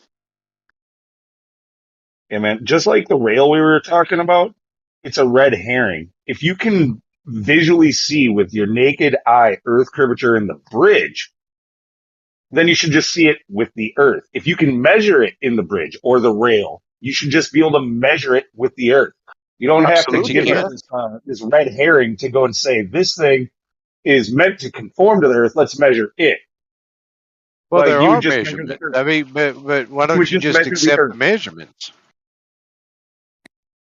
I mean, there are many measurements. I mean, all of geodetic surveying, and then you got George Natchik that did his observation over Rainy Lake that nobody really looks at anymore, and it demonstrated very well that the No, lake's I've put level in a curved very away from him. I put in a very specific request for data that George has still not given me. So he makes look, if you want to spend the time, I listened to all 5 or however fucking many of those tedious presentations were. Okay, I watched them all. I put Yeah. in very specific questions. He never answered any of them. When I finally got him online here or on Brandon's, asking him for the data, he's yet to produce it. Yeah. I posted I it. think it burnt when his house burnt down. I'm not sure. Oh, I'm sure it did. Yeah, just like NASA's loss of all their data too, right? What'd you say, It Coach? really did. His house got burnt. No, I Yeah. thought you were talking about Soundly, so I I didn't posted it. But yeah, I think say George's his house got house. burned. He lost it. I didn't say his house didn't burn. I said it's convenient that all of that information is now not accessible. If you want to simply look I at wonder the if data, if you convenience the right. simply look, all of my questions that I put to him publicly on Brandon's show are on his videos that are on YouTube. Okay, everything that I asked is absolutely ground level, basic intellect questions for his claims. He makes claims. He does not present the evidence for his claims. Well, you see this website that I posted that has all Soundly's and Jesse Kozlowski's data. It also has George's data. He worked just as hard to display that as well. He's got it Okay, all so when I asked him for data, presentable. that data, he did not ever tell me, "Oh yeah, it's on Walter Bislin's site." I know, that's why I'm telling you now. So when I asked him for the data, he never said that the data I asked for. So how do you know the data I'm asking for is on Walter Bislin's site? Are you talking about Laney Rake? The test he did at Rainy? Yeah. You said Laney Rake. Laney Rake. I'll say whatever the fuck I want to. It's there though, yeah. It's on Walter Bislin's side. I remember there were some that actually Jesse Kozlowski and somebody else went up there and saw, observed his setup and gave their stamp of approval on his operation there. Yeah. Yeah, I'm sure they did. Didn't they call that the Rainy Lake test? Didn't they call that the Rainy Lake test and have a hypothesis and everything for it? Is that the one with the hypothesis? I don't know. You guys Oh, must man, have missed what Rakia did on Rainy Lake, right? You guys must have missed that. On Randy Lake. What did he do? What did he Yeah, do with George. on the Laney Rake? Yeah. What did he do? Whatever they call it, Rainy Lake, that thing that he did. Look what Rakia posted. Yeah, he's got that Yeah, IP. he did take some images late in the day as a demonstration of what atmospheric conditions can possibly do. But the No, not majority of his readings and his recordings were done at midday during stable atmospheric conditions. Is I can't look at the chat. Is Rocky posting a picture of when George filmed the horizon over level? Crosshair thing, yeah. Oh, that's beautiful. Beautiful. Yeah, that's an example of what refraction can do. Or yeah, we all know that's what refraction can do, Howard. That's the way he presented it. I'm just saying. Look, you guys just admitted that the bridge, the curvature, the actual curvature is partly due to atmos conditions, right? So right there, I mean, you have a conflict of interest, Left Lane, with the rest of them. No, I don't want to pick on you, but there are some obvious, maybe miraging down at the water surface and out at the end of the bridge. But if you follow, the top of the top of the bridge, or as a whole, that it's obviously curving and not due to atmospheric conditions. That's absolutely a baseless interpretation, right? You have both. You can have your interpretation, and again, here's my question: how was refraction eliminated as the cause for the observation? It wasn't. That's the answer. It wasn't. They want to have their cake and eat it too. Exactly, whoever said that. That's dialetheism. They want both. They want both. Well, we've seen the GPS data. I think that Jesse Kozlowski did over the bridge, and how that data kind of deviates at the end of it, and that data dropped down a little bit more than the bridge itself, which I would attribute that to refraction, maybe flattening the bridge out a little bit at the end. But overall, it's definitely curving. Can I ask you something on that very question? If the data, GPS data, is following a refracted image, how's that possible? Well, it deviated at the end, and You're saying at just the very the end end is of it. refracted? So the Well, that curve makes sense. hang on. The curve of that bridge, even at the middle, is that shape? Because if you continue that curve, that would be a very tiny Earth. So you have to admit that it's refracted. And if you admit that it's refracted, then you have Hey, to Glory, admit you're that hot micing, dude. then you have to admit that the data of the GPS can't follow it accurately. I'm done with this guy. All righty then. I mean, there was a claim Yo, what? that the GPS perfectly models exactly the curvature you see, because they both show curvature, but I don't think that they would be the same thing.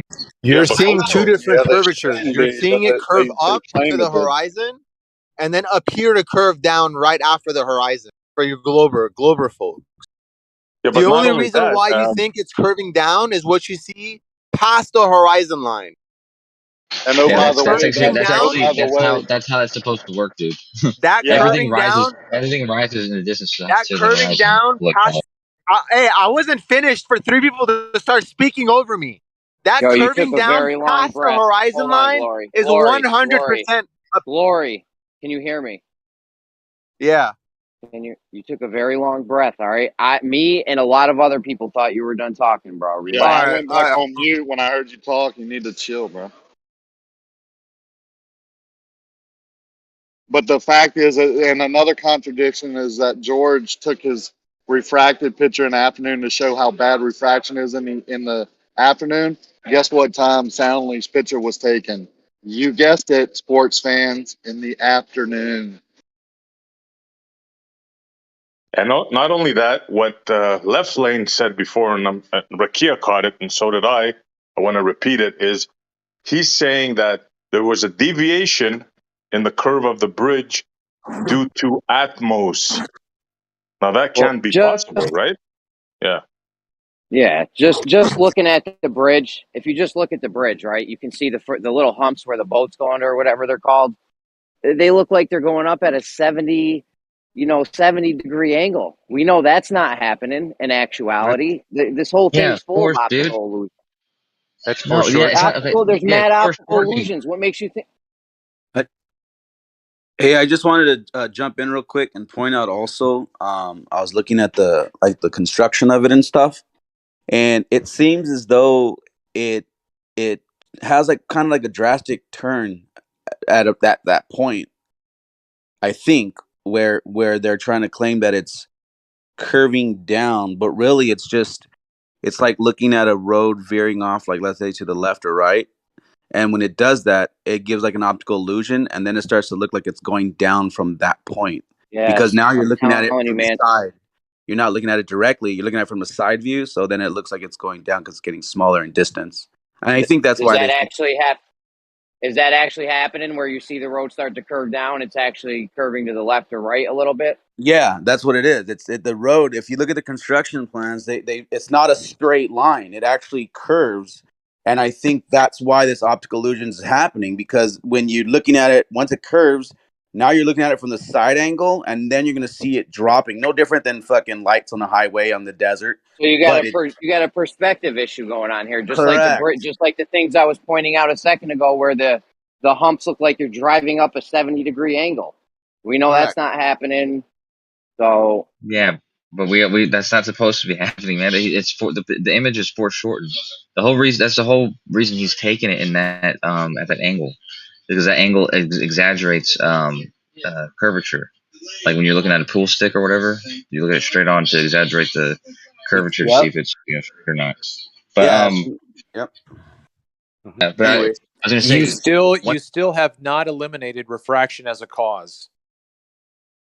yeah, but like I said, I have the data from the positions, and one thing I was well, going to do was instead of making 2 points at each end, I could break it down to 100 points along the bridge, and then look at the intervals between each one, and seeing if the curvature is consistent the entire time, rather than it being like some hump in the middle, and then the rest of it's You know, a straight line. I'm almost at the done of a chess game. I was actually thinking about making this video because Soundly sent me 2 images. In a couple of minutes, I'll share my screen and walk through my analysis and see what you guys think about it. yeah, I just want to point out that I think it's a combination of both things. I heard someone talking about refraction and stuff, and I think this is purely an optical illusion, and grown adults are then taking that and saying, "Oh, look at the Earth is curving because we're retarded because water's curving again." well, let's not assassinate characters or anything, but it's kind of silly that they would look at this, see an optical illusion in it with the humps in the bridge, Yeah. And then be like, well, that's the only optical illusion, and the rest of this is Earth curve. Yeah. And And the thing, if you do what SC said, hold on, if you do what SC said and follow that curvature, you know you're looking at a tiny Earth. That's ridiculous. That would be a ridiculously small Earth. exactly. And just real quick, you're right. I don't mean to assassinate one's character, but I think we're all grown enough to know that when a straw is in a glass of water, we know there's not two straws. We know for a fact, but it does make two straws. And because grown adults are using optical illusions as their proof, I think this is a problem because we all need to grow. That's a perfect segue to what I was about to ask, because it's like something that will be shared with you guys by Left Lane and myself, and then posted. And you guys all ignore it, act like it doesn't exist, and talk about this bridge as if there's no way to tell if it's curving or not, even though we're telling you the data has been collected for the positions on this bridge. So you can confirm that the curve that you think you see is not an illusion. At least it's not an illusion that there's curving at all. It may be curving a little extra. You might see it bend more, but you're actually seeing a real curve because there's. All right, so let's say this. It is the real curve. So let's put elevation over the 6 graph. Be a line or with the curve? You're roboting. What did you say? All right. This is where the curve. You're still roboting, it bro. Yeah, it's really bad. It's really bad. And while he's roboting, 1 second, how is it again that a curved bridge equals curved Earth? Because the bridge is level. It's level the whole way and the same distance above the water the whole way. But here's what I was gonna say earlier. How many miles of level straight does it take to make curve? And this is where I just put my head down with my hand in my face. Half an inch, bro. 1 millimeter. Less than half an inch. millimeter. Yeah. Less than that. Any 2 points. 1/100th of infinite. It's infinite. 1/100th of a millimeter. Any 2 points, no matter the distance, is going to be like that. Because each of those positions, horizontal is going to be level only at that position. So they're not going to have two consistent horizontals. If you move in any direction instantly, that's the distance. According to these. It's crazy. Here's what I want to ask. You know, when we have beams that have spans of over 30 feet, and their gravity belief, why didn't their gravity belief make them give it a Cambridge? Like, why didn't it do that when they were malleable and formed and not cooled off yet? Why didn't their gravity belief bend them? Because 30 feet away in a really big, like you said, one step this way, one step that way, we should be bending already, right?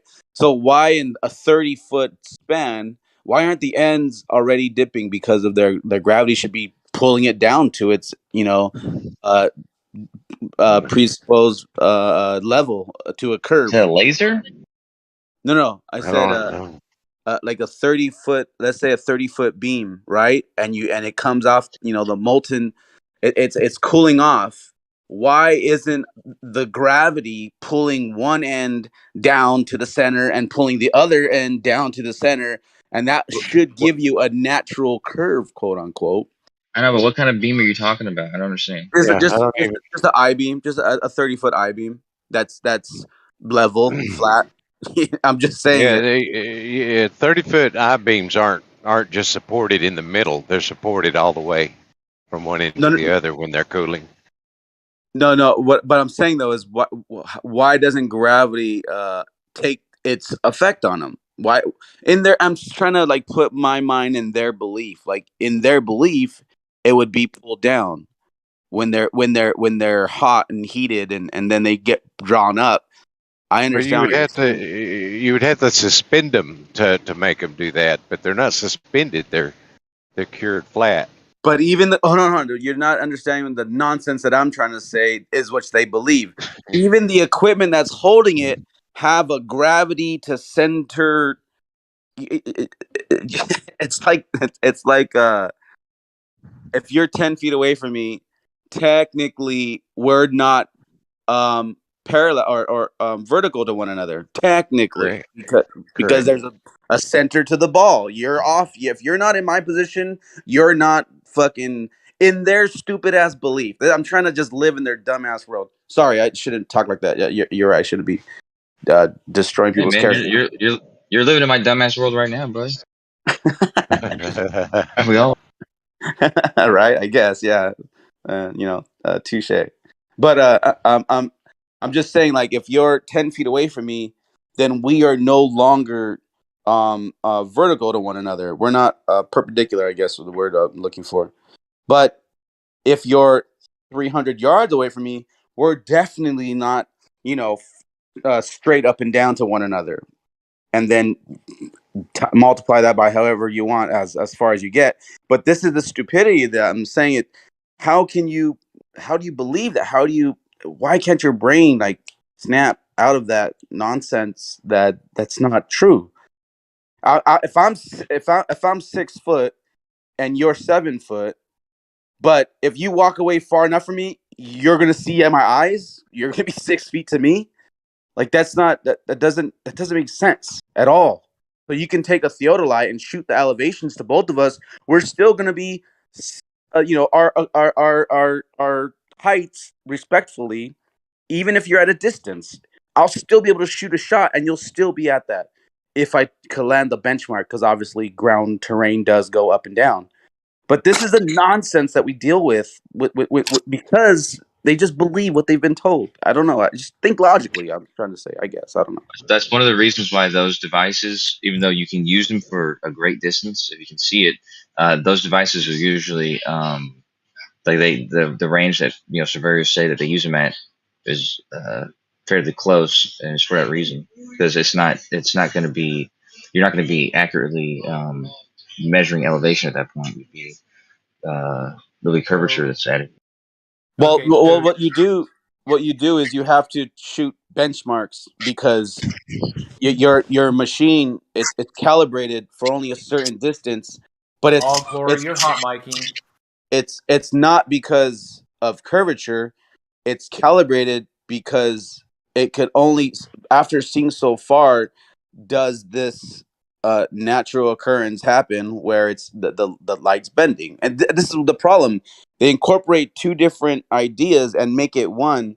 We understand that, yes, light does refract over this. We get that. You're looking through it's an optical thing here, and we're arguing an optical thing when we shouldn't be. But like, let's say if I get if I get a theodolite and I'm shooting 100 yards away, it would be stupid of me to try to shoot that one point 100 yards away, because I could be off simply because the way optics works, and the machines are only calibrated to see so far. But that's why I would take benchmarks maybe every 20 yards, so that way I know that 100 yards away it's exactly where I'm at. And sometimes the benchmarks will be even if it's just like a 16th off. At least you're still able to catch it and keep it quote unquote level to your position. It's not about being level to the ball curve. It's about being level to your position, and that's the point. How many level positions does it take to make a ball? And that's the retardedness about it all. This is ridiculous. It's I get frustrated, to be honest. Hello, can you hear me now? Am I coming in? Yeah.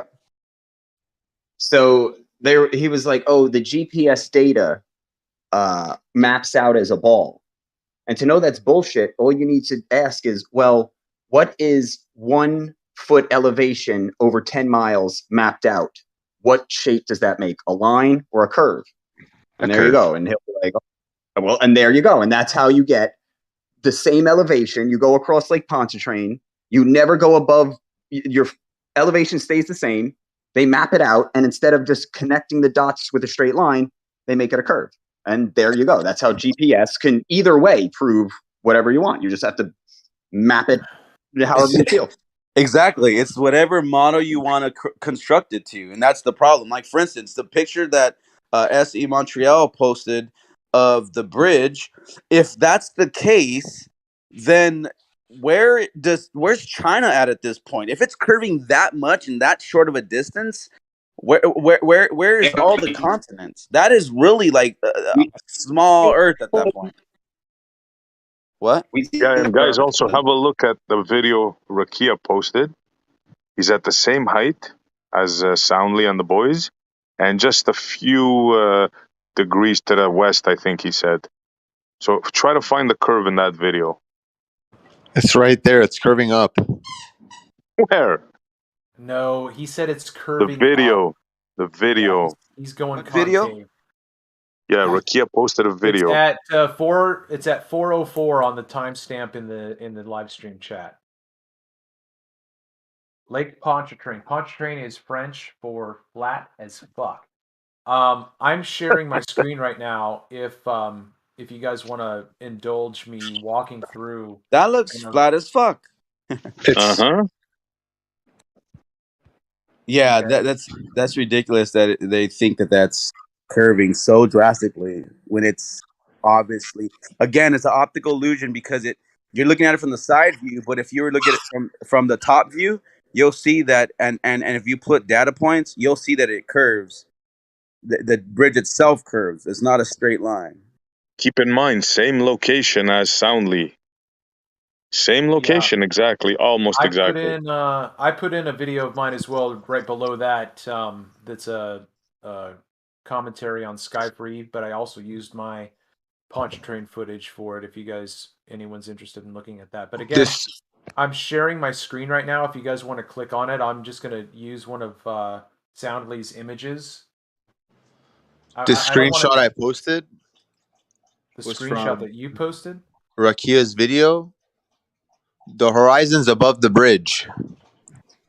Yeah, that's not concavity. Right? That's not concavity. Your horizon's above the bridge. Yes, that's correct. That's not the ground. The ground sweeps down below you. The altitude observer's a little high here. The point is, where's the curve? Where's the hump? You've got your horizon line, which is right at that bridge, and then you've got land continuing on above it. No, the horizon line is not at the bridge. No, the horizon line is not at the bridge. Okay, but there's land above the bridge. Oh my God! Listen, all you're doing. Listen very carefully. Well, let me guess. Hold on. All glory. All glory. You are here to push the agenda right now, so take a back seat. Listen very carefully.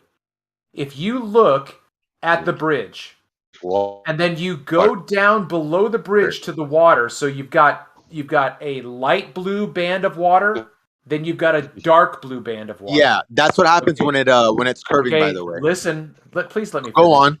Okay, please let me finish. Oh my God. All you're doing is moving along the lines of perspective. If you go to the bottom of the photograph, you can see trees. And then as you move farther into the distance or up the photograph, that's not concavity, that's simply distance. That's concavity, bud. Okay, listen very carefully. I'm listening. Listen, let me finish, man.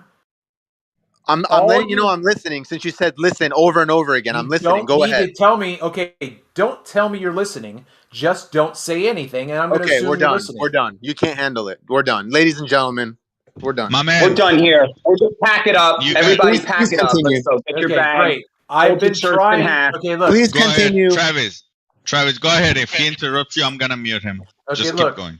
All I want to do is try to walk through this photograph that I've got on screen. So click on my icon. It says live. And I'm sharing a photograph from Soundly. Okay? So I'm just going to try to describe this as best I can with the closest box, whatever this is right here. The closest box has the most clarity and crispness to it. As you move farther and farther into the distance, you have more and more refraction. That is, at least we can say that the crisp lines begin to get blurred. Obviously, we can see that there's blurring as we go farther and farther into the distance, okay? Let's just keep that in the back of our minds. All right, so what I'm going to do right now, see what tool I have. If I have a line. I'm going to do a line tool from here at the bottom corner. I'm going to draw this line all the way across right to right here. Okay, we've got a straight line right there. Now, in my opinion, if you get this photograph and then you continue to follow the water line begins to have angles. Not curvature, angles, angular changes. Okay? All the way across. All the way across. That one's not going to be good. Okay? Now, when you get right here, you've got the line of the water right here. The very next section of water is lower. The fuck is that? Okay? Now, if all of these boxes, and I have it, now I'm just doing this off the top of my head right now. This box to this distance, I'm going to assume they're all equidistant. Now, we could go into the investigation and find out that they, at some point, diverge in distance. However, at this point right here, you have a steeper drop right here. Now, that could very well be because these are farther apart. I'm good with that. However, if they're not, if these are equidistant, then that's a problem. However, my point is, again, if you go right here now, there's a level of water. Are you moving a mouse or something? I can't see everywhere you're pointing. I'm just seeing a picture or photo. I am moving on it. I'm drawing these tiny little. Oh, now I see the mouse. That was weird. I haven't seen your hand at all the whole time. Now I see it. Okay. Okay. Anyway, look, if you just take this photograph and just look at it, you can see that there's asymmetry. There's not consistent symmetry to this. Okay? So, I mean, it's just obvious that there are issues of refraction that come into this. Now, the thing that I'm going to do is because try to be as transparent as possible, is I've got this overlaid on the 3D rendering. Okay, so here's the 3D rendering. Right, you see that?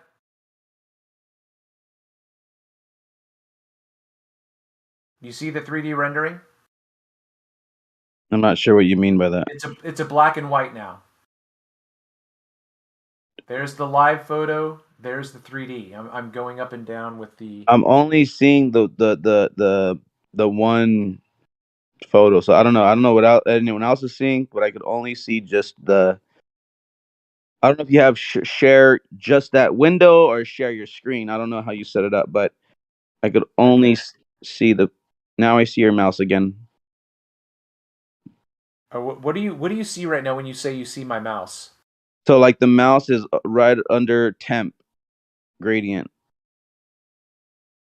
And then the picture says soundly, and then you have the bridge, and the top it says punch 1 paint.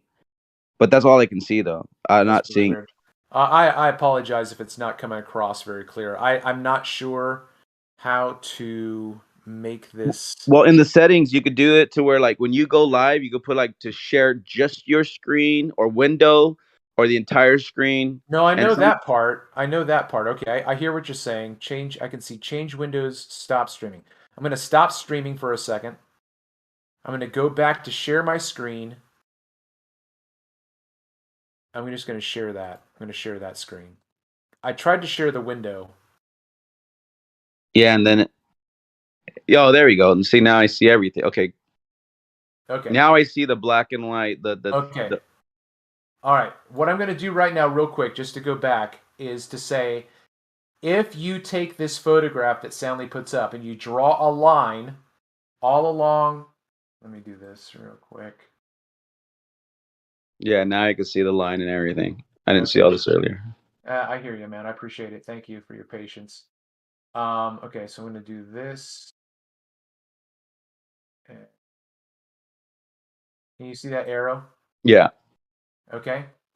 So if you simply take this photograph and draw a line of the water to the base of the bridge, this line goes to right here. The very next line is off of the water. The very next line is off of the water. The very next line is off. The very next line is off. Right here, this line is higher than this line. But that's the water and that's the water. You've got a what? A 10-degree angle here? Yeah. Okay? Sure thing. The other thing that I was saying up here is that if these boxes are all equidistant, then when you How get are right you? How are you saying it's higher in one argument, then in the next argument counter me and tell me it's all perspective in the next? I'm not It's talking to you, right? I'm not. it's Hold on. not I'm not. higher. Hold on. It's level. You I'm not. use the correct words. Okay, hold on. I'm not talking to you All right, right now appreciate it, specifically. Okay. Roger. Do you have a question that I can try to answer? No, I just wanted to add that I thought it would be helpful. That's all. Please proceed. I'm enjoying listening to you. Okay, thanks. All I'm saying is that if anybody just simply takes a look at this, in my opinion, somebody already mentioned what SE Montreal said. If you look at the curvature that all of a sudden shows up right here in this spot, and then you take a shape like a circle, right? And try to line it up with the, right? So you follow the trajectory, like all of a sudden, like, so there's the curve right there. There's the curve. Absolutely. It looks like it. But from here to here, there's no curve. And then all of a sudden when we get here, we get an ellipse. That's not curvature. That's a fucking ellipse. That's not a sphere. Anyway, I think that if anybody takes their time and just breaks this down bit by bit, you can see that it's just not consistent. And the reason why it's not consistent is because refraction is a factor that cannot be eliminated. That's all. Thanks for listening. Thank you. I just want to point out there's three things happening, different elevations on the construction of it. It seems because it does have like where the road goes way up and then down. It has its own little elevation variances or height elevation, should I say? But then also it curves. It's not a complete straight road. As far as like between point A, point B, and then you have refraction. So I think with those three things is why they were so hung up on, oh, look at the Earth is curving. Again, if the Earth curves that much over that distance, that is, I mean, United States can't even fit on it. Then if that's, it would be half of your globe. But anyways, I guess that's another story.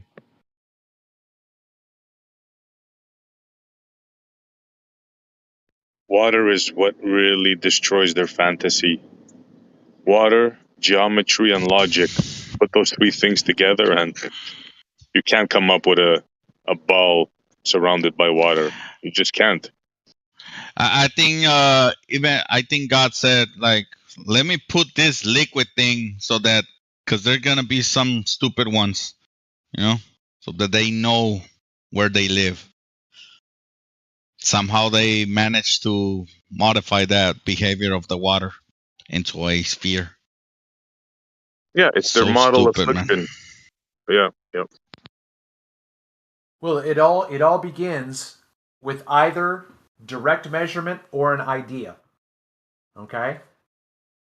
If anyone starts to investigate this narrative and they see that Aristotle is one of the earliest records that we can point to, allegedly, where the great philosopher said, oh, that boat is going over the curve.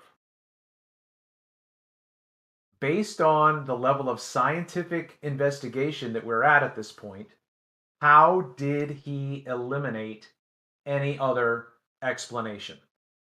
Because if he didn't, then everything after that is begging the question. Everything. I don't give a fuck if you can write an equation for it. You're begging the fucking question. And then you're going to prove by your bias what you think you're seeing. Because all you have to do is massage the numbers until you get the equation to be just what it needs to be. I know Plato surely knew he was in a concave hollow earth. So maybe his student Aristotle may have Great. Where's his measurement? Yeah, well, we're just talking about whether they knew or not, like you mentioned, No. and he did No. mention this in one of his texts specifically. Absolutely not. No, absolutely not. Aristotle. Absolutely yes. Phaedo, I will give Aristotle- you the actual a source in which he speaks about it. It's like one nice long paragraph. I don't give a shit if he speaks about it. Okay. I was just commenting in regards to what you were mentioning earlier. Now you want actual measurements. Okay, thanks. Yeah, Appreciate you have been asked for the measurements before. If the Earth is concave, it should be measurable. Can someone post where the Pontchartrain Bridge takes a left-hand or a right-hand turn? I thought it was straight and the other bridge was parallel to it, but I could be wrong. I just want to see that construction. Man. I mean, if it curves to the left, right, you're looking to it, it curves away from the left, that would create an optical illusion for sure. I'm not saying that wouldn't happen. I don't remember it being curved, to be honest with you, like left to right, is all I'm saying. Travis? I mean, I drove over it Friday. I filmed it. I've looked at aerial photos and I don't remember seeing a curve, but it doesn't mean it's not true. I just want to see it. Thanks. Travis? Yeah, I was a little iffy when he said that curve and at the end thing, because I feel like I would have heard it, but I mean maybe not. I don't know. That's huge though. If it. Travis, did you see the picture I posted? I just found it right now. Distribution of the maintenance buildings. Okay, so we do have a Crazy Me did that. Yeah.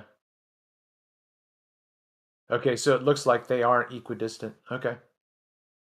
Yeah, the electrical boxes are equal distance, and Blue is also in the chat saying with refraction it would make it look less curved. They're not totally equidistant, but No, listen. It doesn't matter what Blue says. All we need is for Soundly to go back to the exact same place tomorrow and take a picture. I will bet you $1,000 it will not match what he put out 5 years ago. It won't be the same. Well, he would have to take it from that floor of the Marriott. I know, right. Give me one second. I have a point. Oh, sorry, Rakia. Sorry, bro. He would have to take it behind double pane glass through a telescope mirror and a lens of a camera at dusk. Make it multiple photos. He doesn't remember the amount. But then in post-production, put them all together as a stacked photo and then, clear the image up. Yeah. It's nothing to hang your hat on a single photo. It's absurd. That's not a single photo. Okay. That's my whole point. It's multiple photos. I would say it's over 50 or 100 photos put together.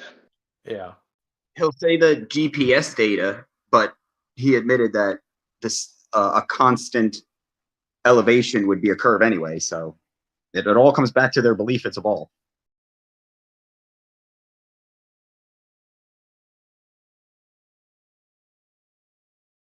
It's funny how we only have one-way curvature, where your fantasy model says curvature starts every direction from your feet, all around 360.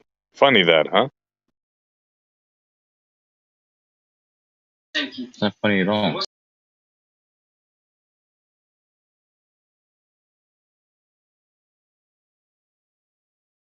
Did somebody say something? I think you cut off there. So that's not funny at all. No, I You can don't think that's funny? prove Why? how it's. I can prove how it's funny because if you take the same bridge that we do and look down at parallel, prospectively it appears to do what it does. But when you go and look at it from the side, the same exact bridge, the same length, due to perspective, it looks like just a perspective view. Gets lower and lower equally to the water. Now you're going to have a little bit different because the further ends, if you're in the middle and you're, let's say, a mile away from it, you're looking left or right to each end. That's further away than the middle, so you have to take that into account. But it's going to be more of a perspective view. I could have swore you said that was going to be funny. Well, because it's basically equal distance. As you're looking at it from the side parallel, it's going away from you, so you get a different illusion.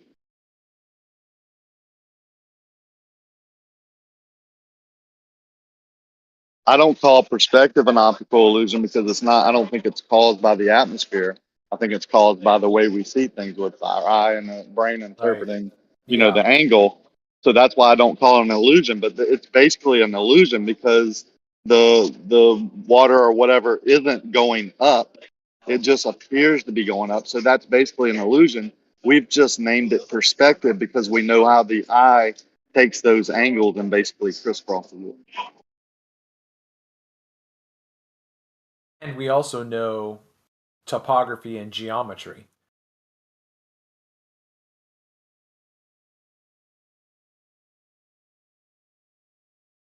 And we also know water doesn't curve. At least I know that.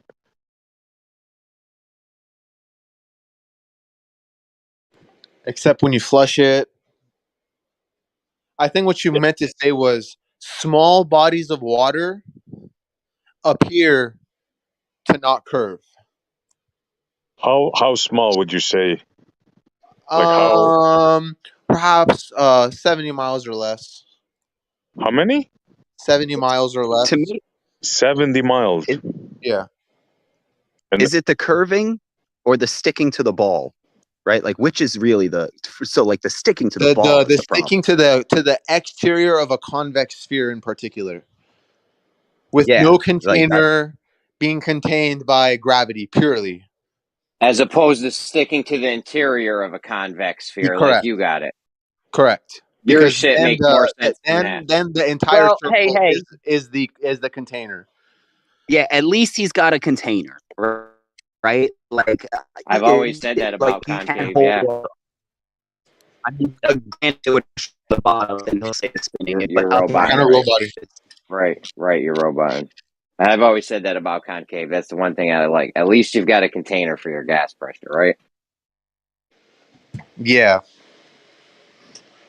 I'm still questioning every don't aspect act like of this model, down to even this alleged glass skies. Hold on. I like that you've got a container for your gas pressure, but that doesn't mean your idea of water sticking to the interior of a ball as opposed to the glober sticking to the exterior of a ball is any less crazy. Well, it doesn't have to stick, right? Because if you spun the ball, the water would be pushed to the outside, hence the inside of the ball. Right? Yeah. I'm assuming that would be his Isn't argument. that nature? Isn't that how all of nature works? Is to the interior. You can do that to a wheel, like to the inside of a wheel, but not a sphere. How would you get the water to coat all sides? Yeah, the water's. That's not Don't forget the ocean. Is a depression in the land, so that is also the container as well. It's not just but free the floating. water sticking to the interior of it. Go ahead, right? I was gonna say, you still got people above your head upside down. Yeah. I don't think it's any less crazy the water sticking to the interior of a sphere as opposed to outside of a sphere. It's both. Okay, pretty well, nutty. at least you could create some type of replications. You could put water inside of something circular, spin it around. It'll contort to the edges. You're not going to do that in any way, shape, or form on the outside of the sphere. Yeah, but you ain't gonna do that with a sphere. You can do it with a wheel or something, but you're not gonna do it with a sphere. No, how are you going to You do it can't with a mimic wheel? this. How are you going to make Get water like a stick glass to a wheel ball. when you spin it? To the interior of a wheel? Inner tube. Exterior. I'm talking about it, concave versus convex. Yeah, none of them can match. You can't do no demonstrations to make it match reality in either one. You can't make it stick to the exterior of a sphere or the interior of a sphere. Either one of those can't be done.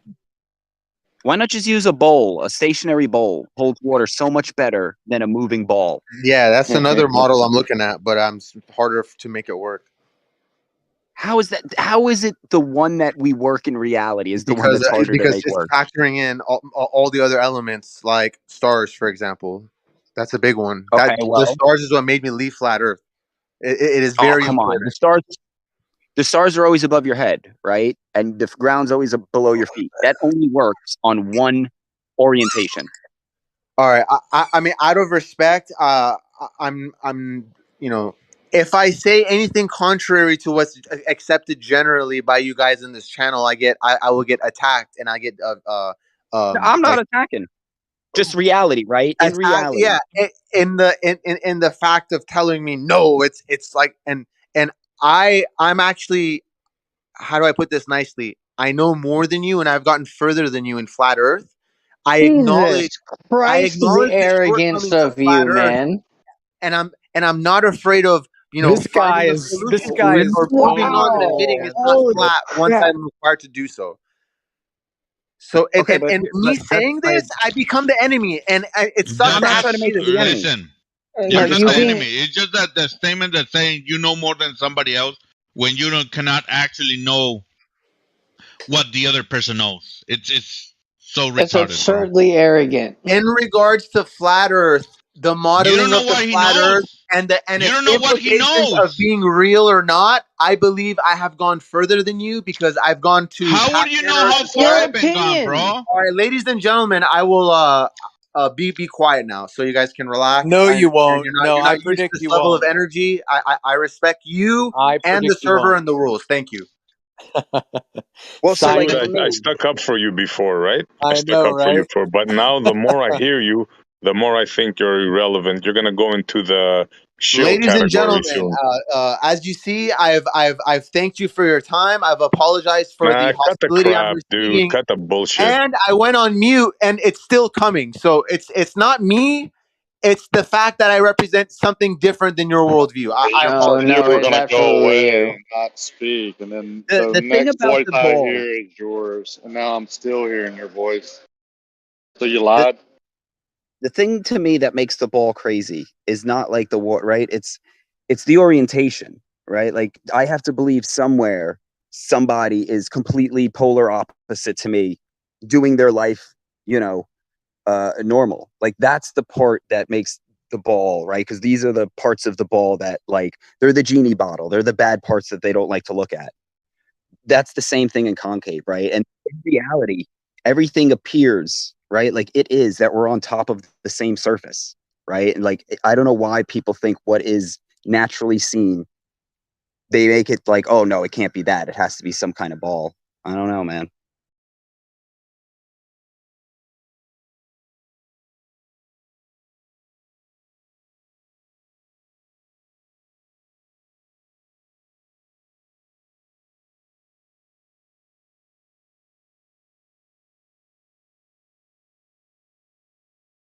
I would hate to be the one that has to justify a gigantic sphere surrounded by water and atmos next to a vacuum. I wouldn't want to be on that side of the argument.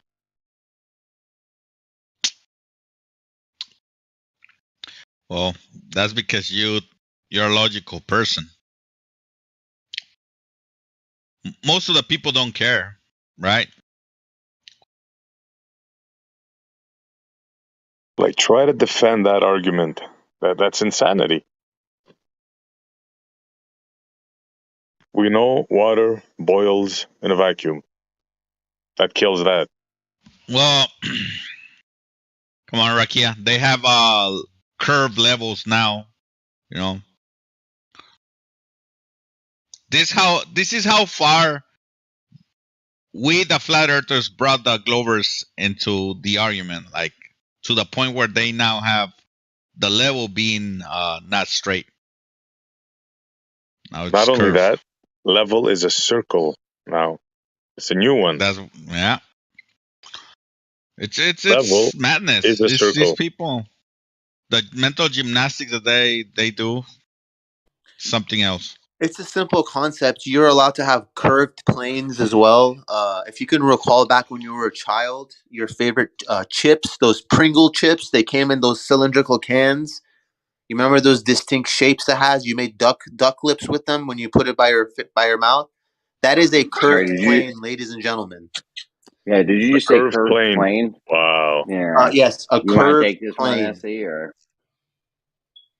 I like think your they're playing Pringles. with you this. got this? Pringles. That's a new one. Pringle Earth, Jeremy. Do you want to handle this curved plane thing, or what? Go for it, bro. Go for it. I'm enjoying the good weather here on my balcony. Okay, so what's a plane is a 2D thing, right? Uh-huh. Whoever said it was curved, I'm not. We need to check with them. I know you know. My man, curved plane guy, is the plane 2D? Come on, Pringle Earth guy. Let's go. No, it's 3D. A plane is 3D. You said it's 3D. Are you saying a plane is only 2D? Yes, yes, 2D. Yes, it has to be 2D. I mean, I don't know, where'd you get that 3D plane from?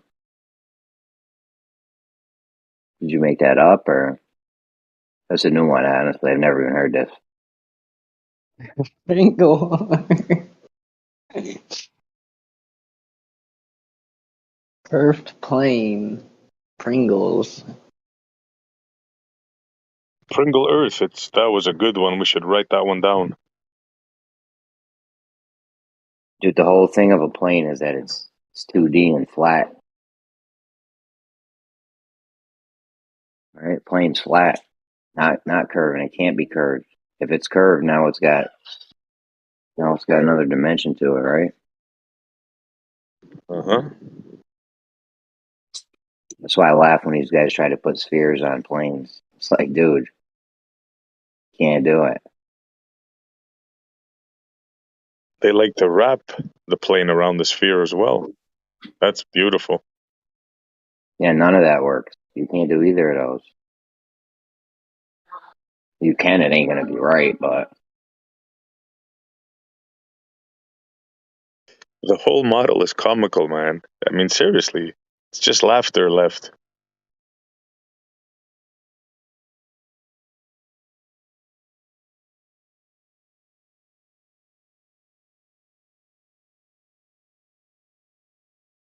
you know, I love those quick little one-on-ones where two people go back and forth for like 3, 4, 5 minutes.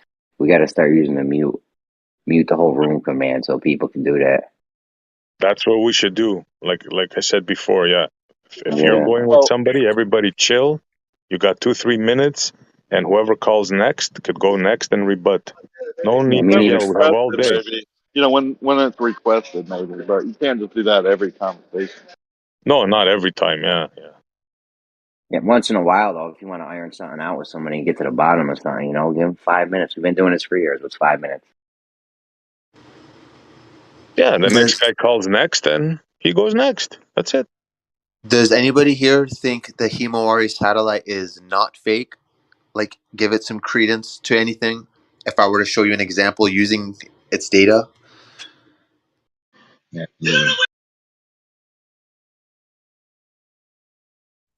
Well, we can put stuff above the surface of Earth and take pictures. That's not under debate. Yeah, well, you're going to be looking at a globe and examining the light patterns on this globe from the Himawari satellite, and in the Pretty video, sure it won't be a globe. conclusions are made from it. So, won't the picture be? It's going to be a flat picture, right? It's not even a picture. It's just data collected that's rendered into what you see. It doesn't take pictures. Same with the Hubble. It doesn't take pictures. There's nothing about it is visual. What you see afterwards is the artist rendering of all of that fucking data compressed into whatever the hell you see. I guess something like that. I don't know. But they don't take Marble pictures. was in here. Blue Marble was in here saying the Himawari, I think, got 16 cameras on it, right? Indeed it does. How many cameras, Coach? I think that's right. I like the Epic Discover better myself, but MMR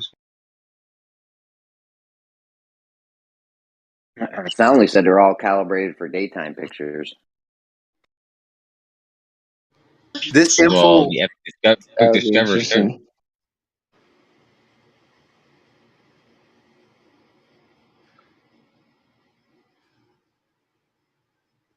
Yeah, you can only get daytime. You can only get daytime images on the Epic Discover. This How info many won't cameras? be. Sorry, guys. I'm trying to talk about something, but I don't want to stop what you're talking about. Go ahead. Go ahead, bro. Go ahead. Oh, I was gonna say the that video with the Himawari satellite. It won't do you much good if you're a flat earther, but if you're trying to go against like Globers or whatever, basically the idea is when you're looking at a Himawari satellite, you could see the sun reflection off of the Earth and the data that they're presenting you. And after learning the subtle difference between light patterns on a concave and a convex sphere, they're very similar, but they're also very, very subtly different. And the difference is you could notice it when you look for it. Using Himawari satellite data, the light patterns are of a concave nature, and I was able to demonstrate that in 2 minutes, and 3D modeled it as well.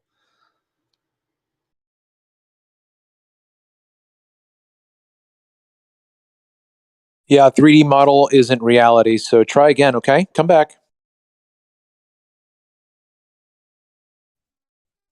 So now I have a question. On this Artemis launch, how many views of the Earth getting smaller and smaller as it goes away are we going to see? Like, hands up, 0. anybody? Right, most likely 0.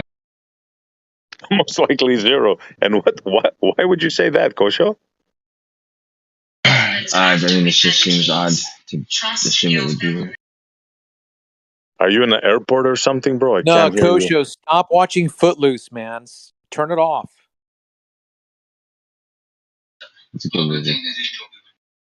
Okay, but yeah, yeah, right. Whatever I said. Yeah, it's probably gonna be 0. So everybody cool with that? 0 footage of the return to the moon?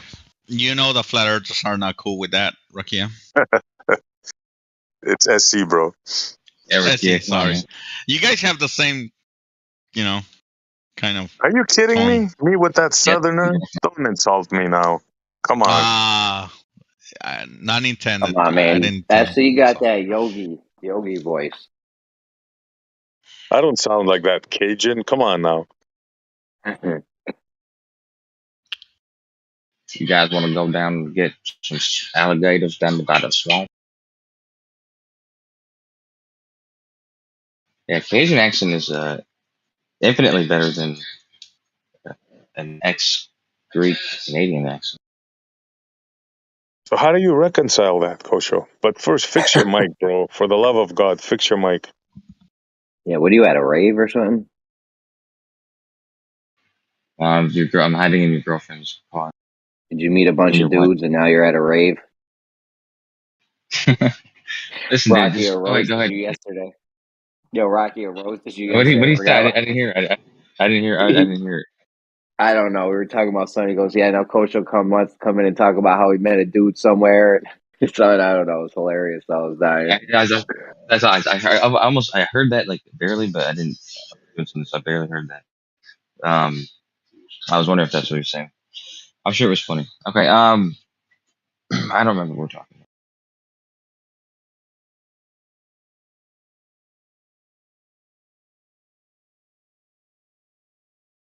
Yeah, I don't Excuse remember me, the type. Kosho. But I agree with Kosho, you. listen. Have you ever heard Kool-Aid's description of how they built this rod that's perfectly conforming to the curvature of Earth? The rod? You're talking about the Yeah, thing there's a that rod. yeah, is that that bay he always talks about, the boat place? Yeah, some gay ass boat shit. Yes, he's always on the boat thing, and there's a rod in the water near the water somewhere, and it's following the exact curvature of Earth. Oh yeah, I heard about that. Yeah, do you know how skeptical are you of this? I'm not skeptical at all, I guess. So you're not familiar at all with the process and how they made the rod conform to Earth. Then No, I mean I remember he said they had to take painstaking. They had to carefully do it. I mean, it wouldn't be that difficult. and you If have no we know how idea much. what they did. Yeah, I don't know how they did it. No, Yeah, I that's why you're never not think. skeptical at all. Okay, that makes sense. Why? How did they do it? All right, after I tell you this, I want you to tell me how skeptical you are now. Okay, they made a mold and then they lifted one end of it. Now, how skeptical are you that this matches Nah, your they made a your mold. They made a mold, poured hot molten liquid in it, and then lifted the hot molten liquid as it hardened a little bit. There you go. That was a better description. Very good, Rocky. Thank you. I don't see why they would have needed to lift it if the wouldn't the mold keep holding. Exactly. How skeptical are you now of this rod that's perfectly Well, to be conforming? honest with you, I don't know who made this, but that actually is a good idea. If you are So lift one end. no, but if you have to make these, what did you say, 30 feet? How big is it? He was saying it was like 400 meters or yards or something, one solid piece. Well, it makes sense. A manufacturer would have they verify that this is a straight mold in case somebody needed a straight, Does beam that lifting long. one end, how much sense does lifting one end make? A lot. Really? Yeah. I was watching yesterday how to blow glass, like for bongs and stuff. And when you're dealing with molten shit like that, all you got to do is you got to just barely move it, and it's going to do a lot of work. And if you know exactly how much higher it needs to be, or what the difference is, like I'm sure these people do because they do it for a business, I could figure it out in about 20 seconds. You just lift up the end of the pole, at that height, probably like what, I don't know, 8 inches, 6 inches. Wait, how big? You said 300 meters? You know what I mean. They lift it up the appropriate amount, but it's not hard to figure out how much to get with. It does seem like you'd have to be delicate though, because you want to make sure that it's lifting consistently and not just like on your end. You're still not skeptical at all of this?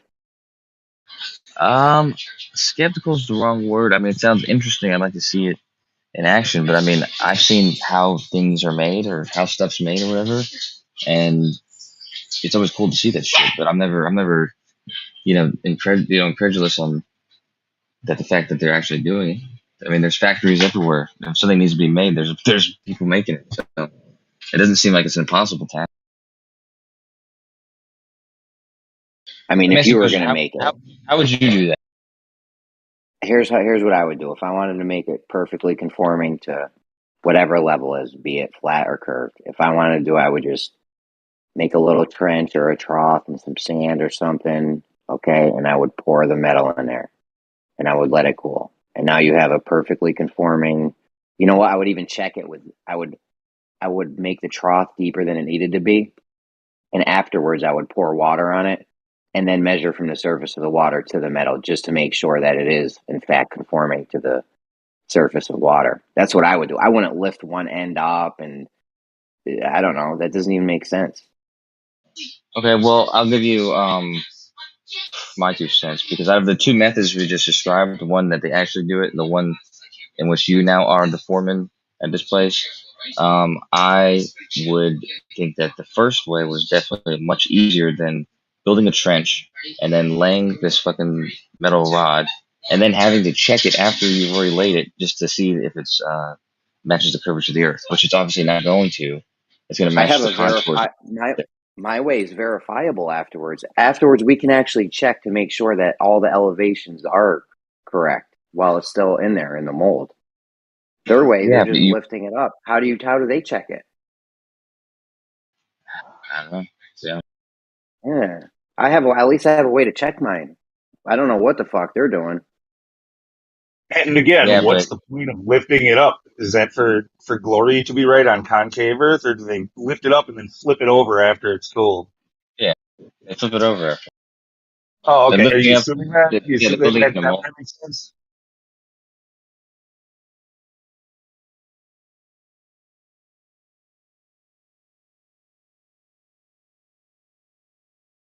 Yeah, I'd love to see that in action. It'd be,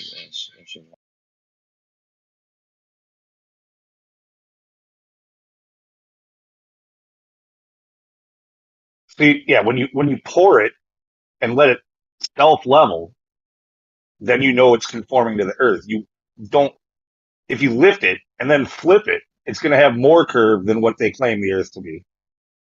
Even if you know what I'm saying, like even if it was formed on a curved Earth, that's what you would want. It would conform to the Earth. You wouldn't have to lift anything.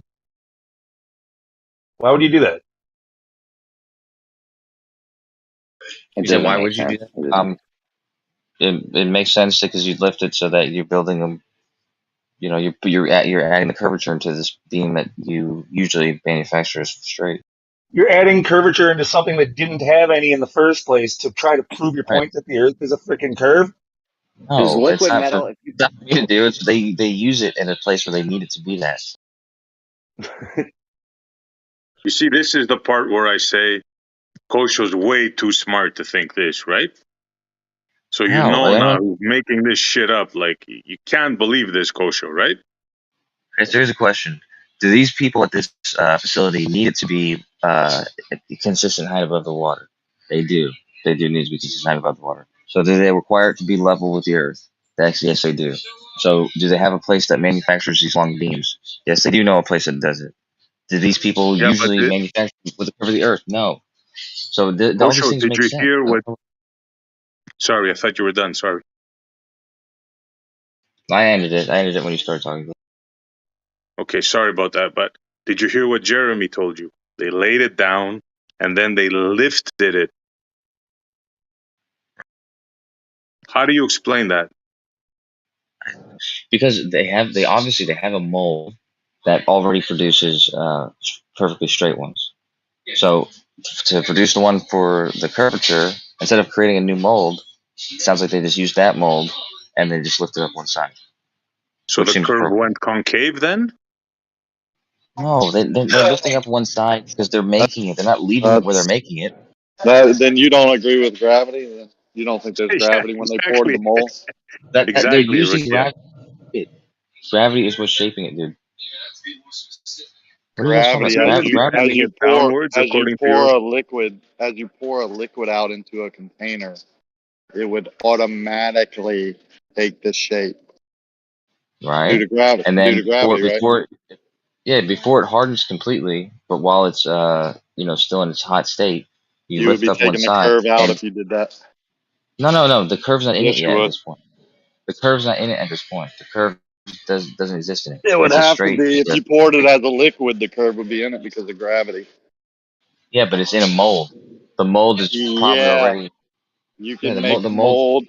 You can make the mold 10 foot tall and only pour it 5 foot, and it would still take. It would still, if you pour it in a liquid form, the middle would have to be higher than both ends due to your model gravity. Yeah, but this Yep. mold No. it Yeah. sounds like But it sounds like it's already made to produce straight bars. So it sounds like most of their customers get straight beams, and that's what they produce with this particular mold.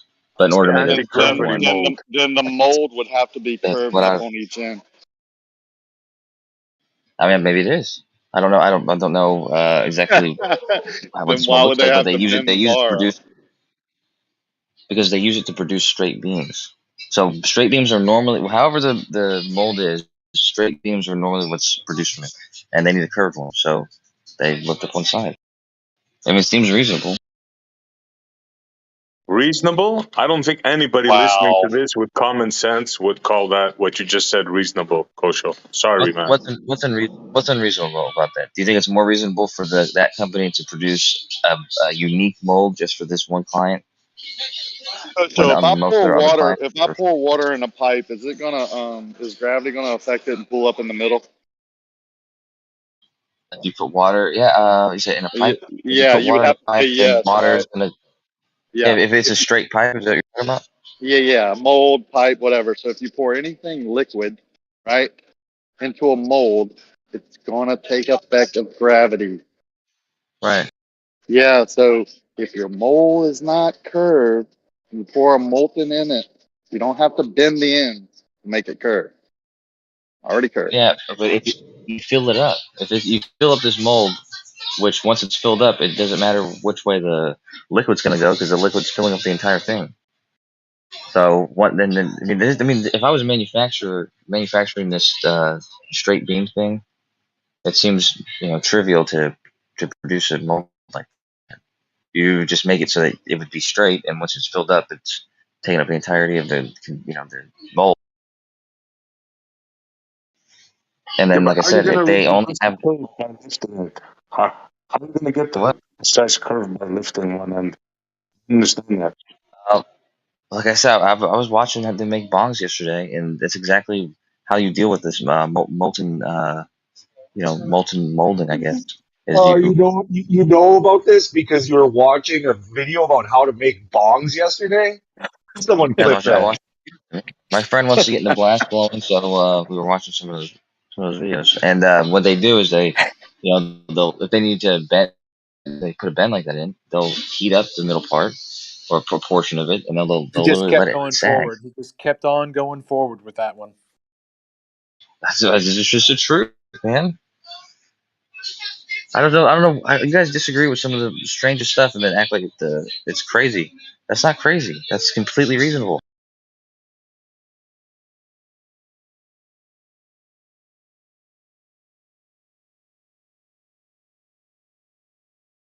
Or maybe you can tell me what the crazy part about that is. Well, we got to agree what's crazy. I really don't think I should have to explain it. I want to know. Why don't you tell me what bongs have to do with making a one piece or with making a 144-foot rail that's supposed to conform to the shape of the Earth? Tell me how the two are related, please. As I said, when watching the Bong video, we're watching how molten glass, how it's shaped, or how you use it to make different shapes. Right? You don't do it when it's in liquid form, but you do it when it's heated up so that it's malleable.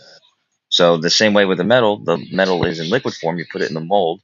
It hasn't completely hardened yet, and before it's completely hardened, you lift up one side, and as it's hardening, there'll be a sag that curves with the with its weight, and it's going to go Right, extend from where you're holding it yeah, back. it'll sag because it's molten. But how is it gonna?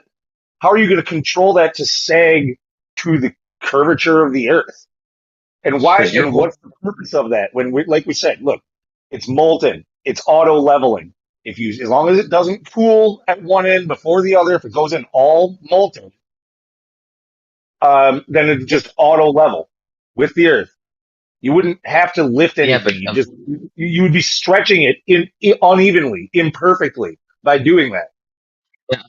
Unfortunately, the mold that they have is to make straight beams, though. So that's what they're limited by Yeah, that mold. the Earth is straight. That's why it's simple. It's because the clients they usually have buy straight beams.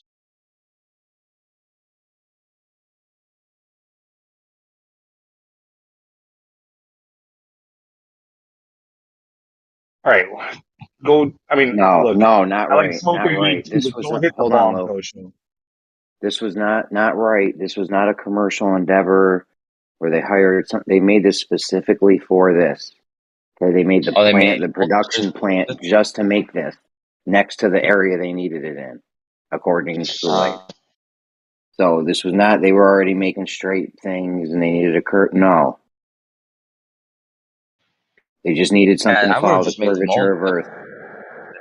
Yes, we would have done it in a reasonable fashion, not lifted one end up. You would have just made a mold, a trough-like thing, pour the rail or whatever, pour the metal in it, and you would have came up with a curved thing that's following the curvature of Earth. You could have checked it with water after. Like, oh yeah, look, same exact height Well, above the water.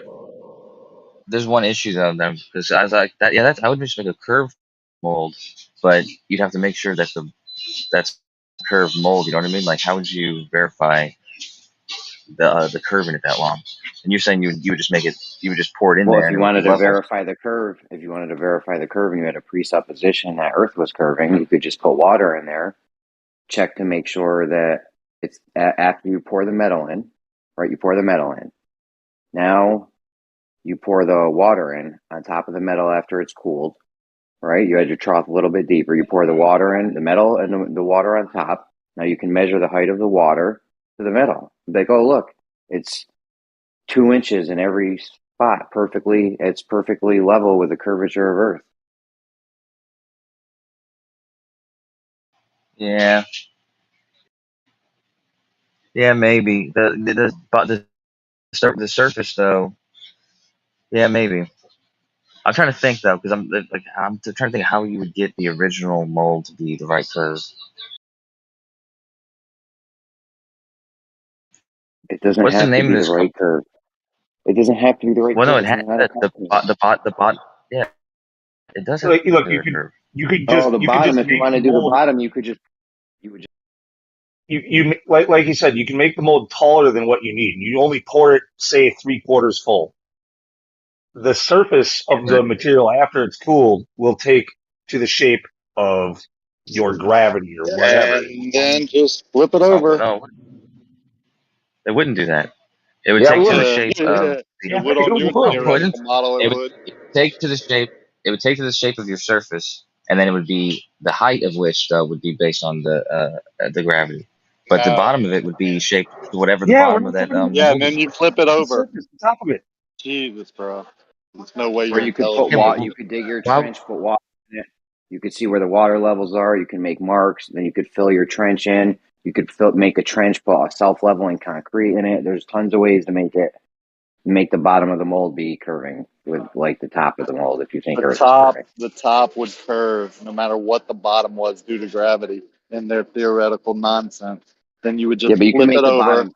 Yeah, then you would just flip it over, and that would be the surface. But it wouldn't be, and Kosho knows that. He's just, I don't know why he's No. saying this. Yeah, what Jeremy said was reasonable. I mean, I would. That seems like you could do that with put the water, the trough in, line the water like where the water lined up to, and then That's create the what I mold at said that about level. 10 minutes ago. Was I reasonable then? I didn't hear you say that. Nah, that was Yeah, unreasonable. whatever. Fuck yeah, that Yeah, was totally make unreasonable. the 10 foot trough, fill it 5 foot high, right? And then wherever the surface ends up at the top of your liquid, that would be due to gravity, right? But then if it's molten liquid, when it cures, that would be the shape. Hello?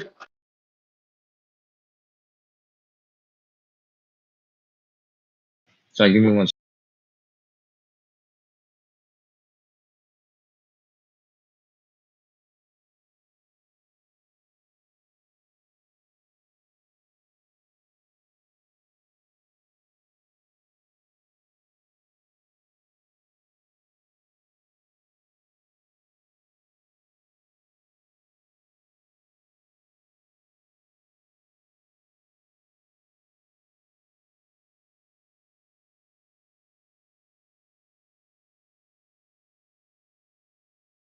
I mean, other than presupposing that Earth's curving and you're going to bend the piece of metal up on one end to the height that the Earth curve would be.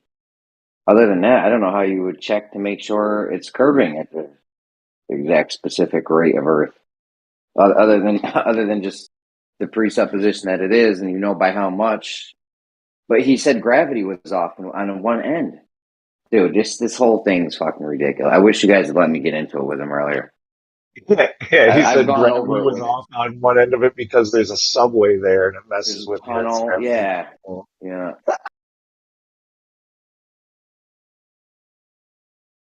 It's ridiculous because lifting one end, right? Think about this. How are you going to make the arc perfect? You can't. It's impossible. Just lifting one end. There's no way. It's like, it's insane.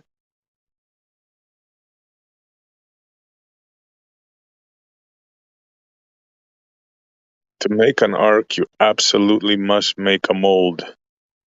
There's If no you two ways about it. if you think the canal is curving, right, then build a trough next to the canal, fill it with water, and the top of that water and the canal should measure the same. It's gonna measure. It's gonna measure the same, right? Because it's Uh-huh. not curving. Also, it works. But It's like not even comical. Like,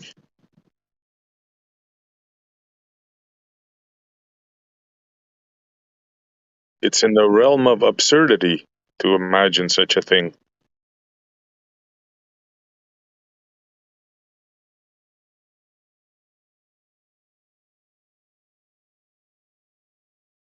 Yeah, and again, like somebody checked it out. They said they were 144-foot pieces that went on for what was it? Um, Something like 300 yards or something like that. So I don't know what would that be? At least three or what like four segments or something. Like this stuff still isn't all in just in one.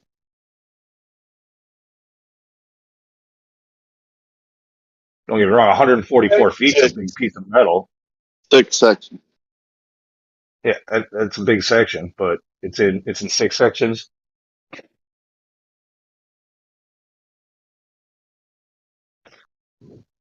Well, 6.6666 sections. Oh, that coincidence again. Huh.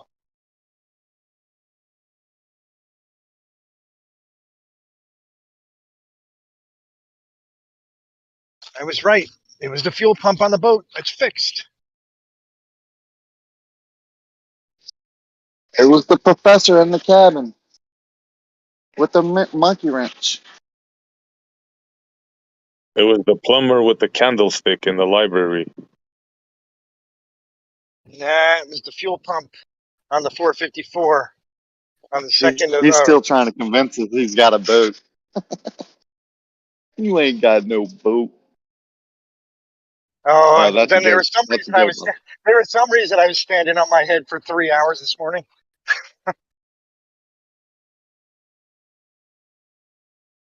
Almost gave What? up on it, and then like I repositioned and I was able to get it in. I thought you were talking about the rocket. My bad. I did that last night. Did 3 hours standing on your head? No, repositioned and got it in. Oh,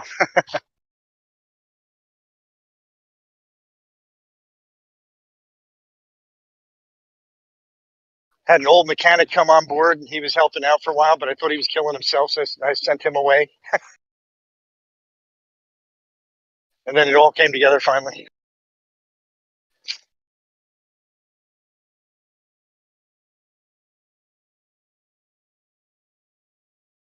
And then the engine made vroom vroom sounds.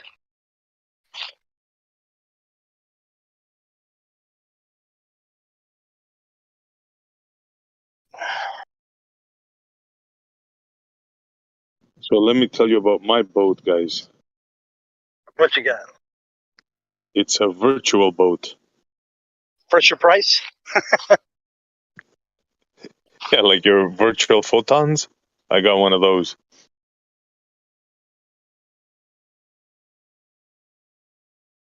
Yeah, I don't know. I don't have anything to say about virtual photons. Either way. Don't even understand what they're talking about.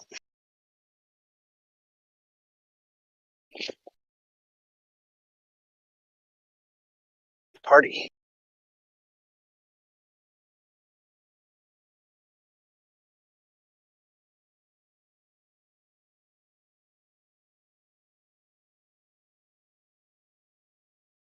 I gotta go be friendly with people locally. Talk to you later.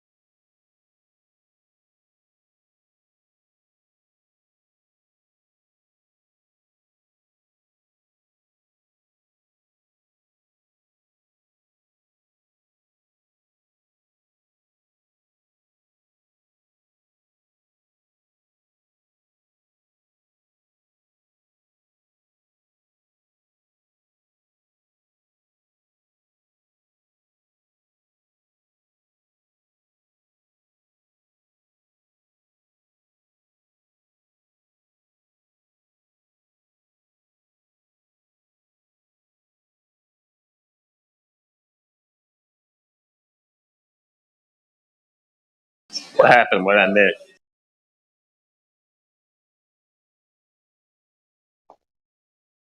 Everybody went to go learn how to blow glass, trying to see if they could prove the shape of the Earth.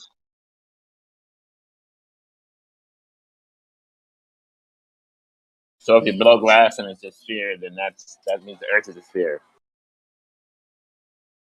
I don't know. Is that I gravity don't think working? that was.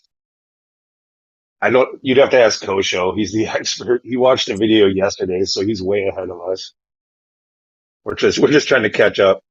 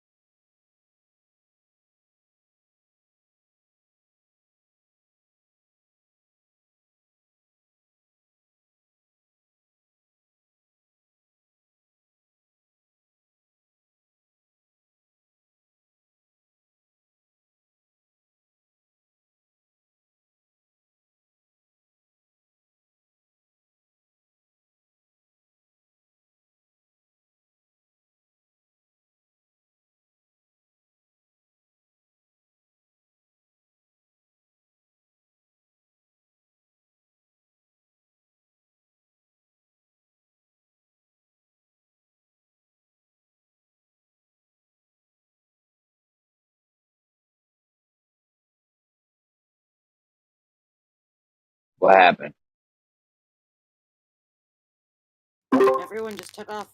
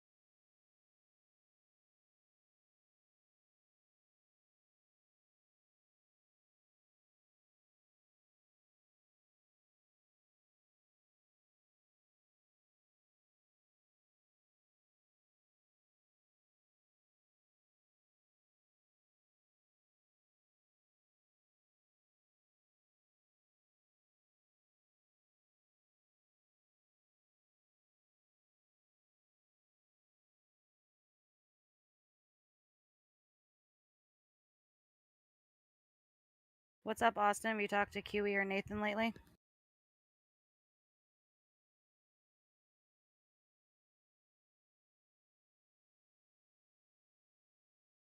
Nope.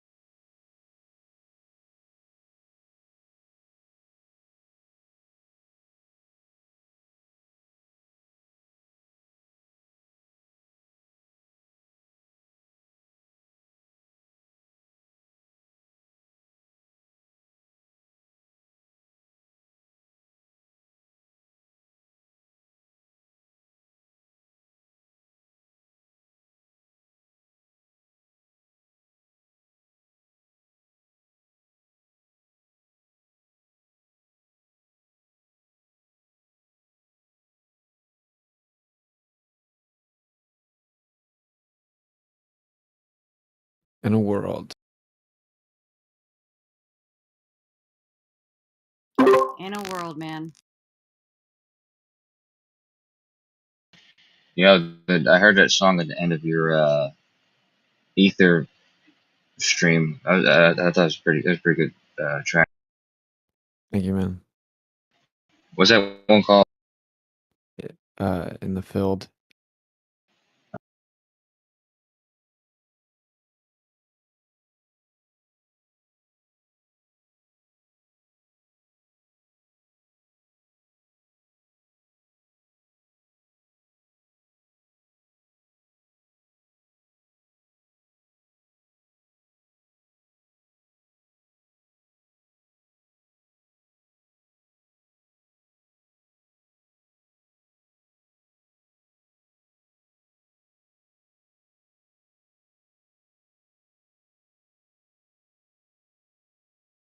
Oh, did you ever check out that summary?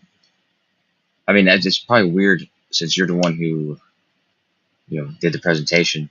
The AI is not that accurate, but it was fairly close.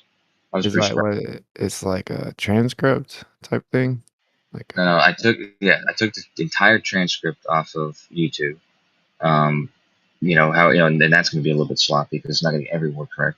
But then I put that in AI and I told it to summarize it, for a high schooler or something like that. And so it just gave me like it did that in chunks, like 10 different chunks, and so it turned like that chunk into a much smaller, just a brief description of what you were saying for that portion, and altogether it's like a short summary. Yeah, I'll try to check it out here in a little bit. I haven't seen it.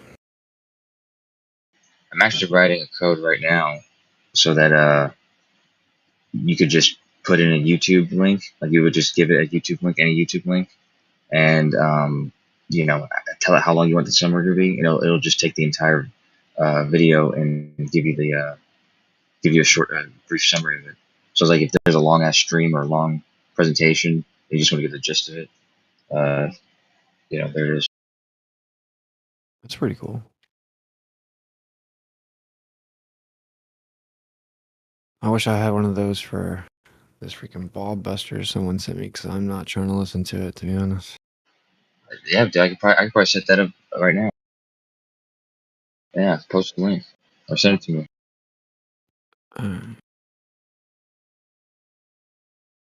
I also did it for that definition list that what's his name? Ken Wheeler does. Like he has that definition list. And I took each Yeah. definition and asked for like a short summary. Well, yeah, I'd be impressed if it did any justice. I think it's in this server. It's in this server. What? yeah. If you go over to the thread in the top corner, actually your thing's in there too, and then the Ken Wheeler definition. The thread in the top corner. What do you mean? Yeah, like at the top corner, if you're on your computer, there's like a pound sign for like the threads. If you click on it, it'll show you the open threads. And the top two, one says Ken Wheeler, and the other one says what's it? It's Okay.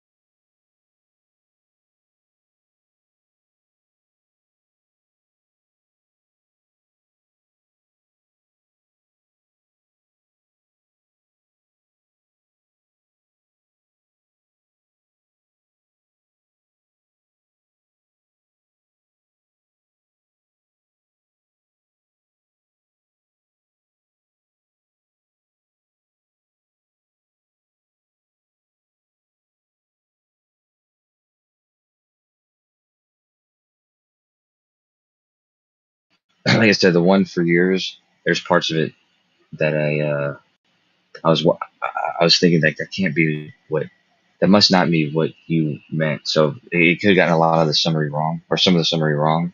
But I thought for the most part it was along the same line of what you're saying.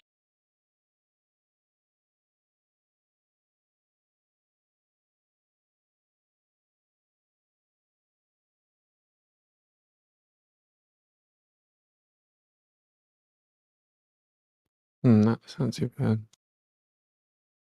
It's interesting. I'll definitely read it.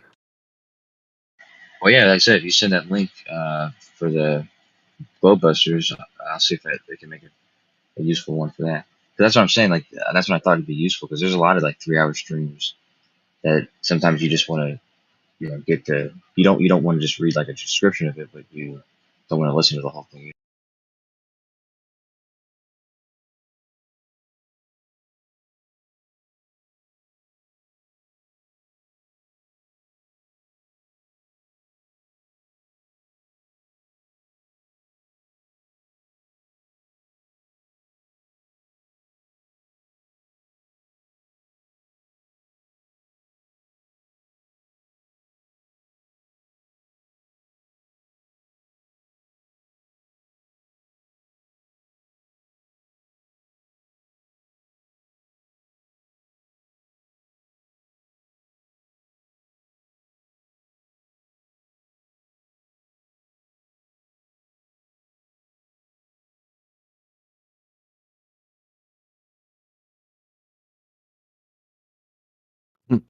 It's a particle that carries a charge like Santa carries a bag.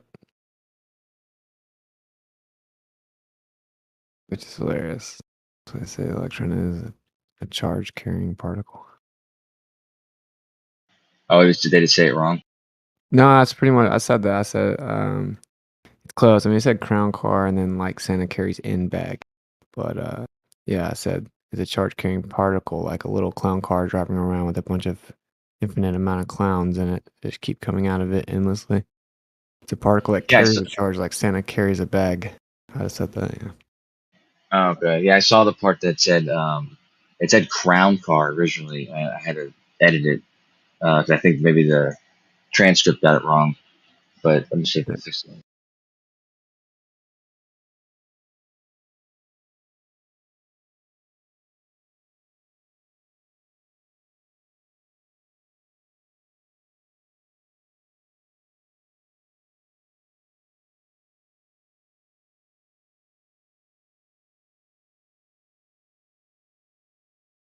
It's funny. It's funny reading it, James. It's charge and discharge. Charge, discharge. Okay. It's just kind of funny. I was wondering like what it was doing at some of the, because I think at some of the points, like it's like I said, it's not perfect and trying to get it to do what you want it to do, but at times it was fairly good. But I think at times it just took what you said verbatim. Yeah.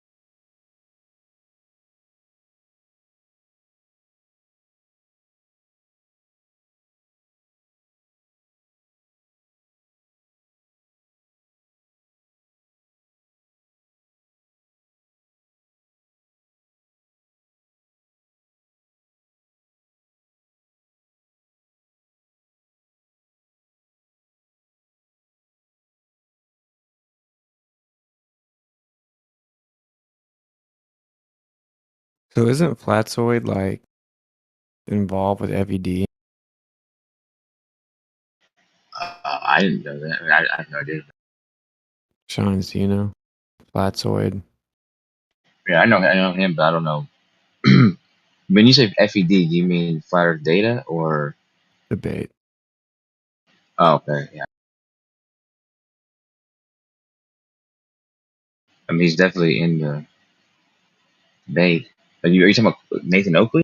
Yeah, yeah. Like Oh, okay. I'm pretty sure that he was like fundraising money for Flatzoid's computer.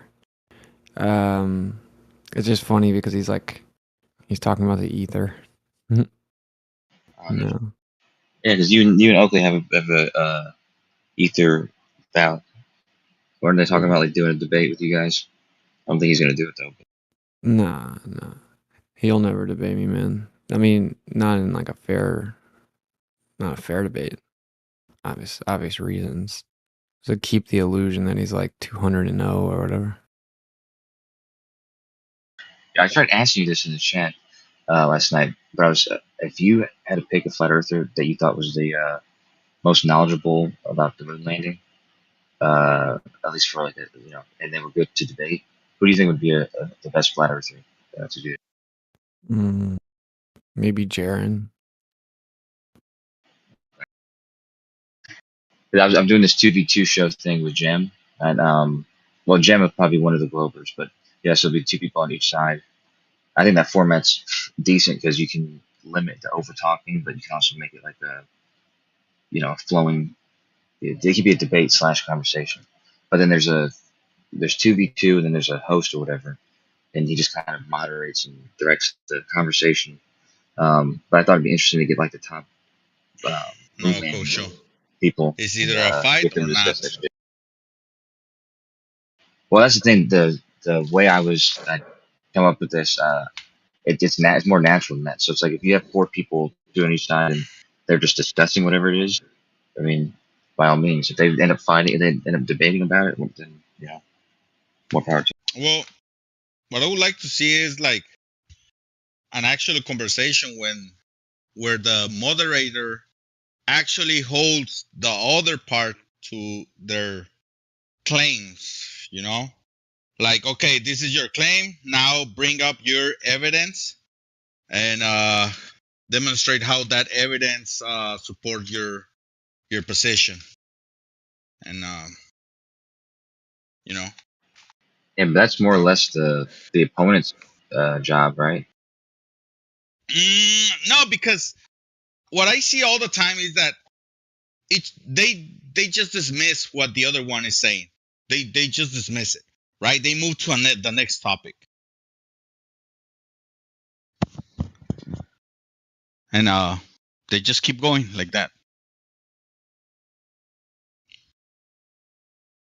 Like if the let's say you say something, right, and I challenge that idea, and then you're gonna say, well, I just give you the proof and or evidence or whatever, and the opposite side that says, I don't agree with this, I would like to see this. Then the moderator should say, well, you gotta bring this what he's asking, right? Because you should be able to provide any evidence you've been asked of your position if it's true. If it's not true, then you're gonna have a hard time bringing the evidence.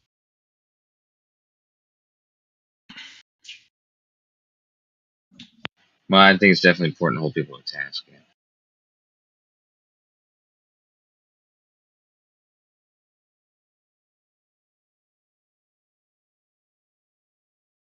But anyways, I just noticed that like in here and stuff like that, like some of the best combos are usually a 2v2 type thing because you don't want to restrict it to only two people back and forth, but you also don't want like random people jumping in to you know bring something that's probably irrelevant up. Now you're talking about something different all of a sudden.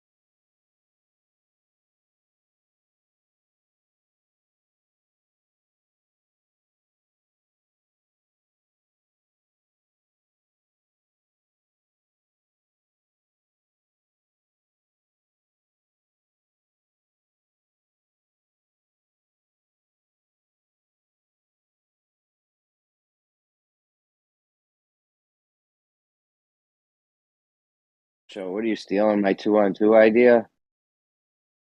Dude, that was my idea, and dude, don't even fuck around, dude. Don't even fuck around. Me and You know you Geo, I thought I came up with that for Geo's. such a fuck. Stop jacking my shit.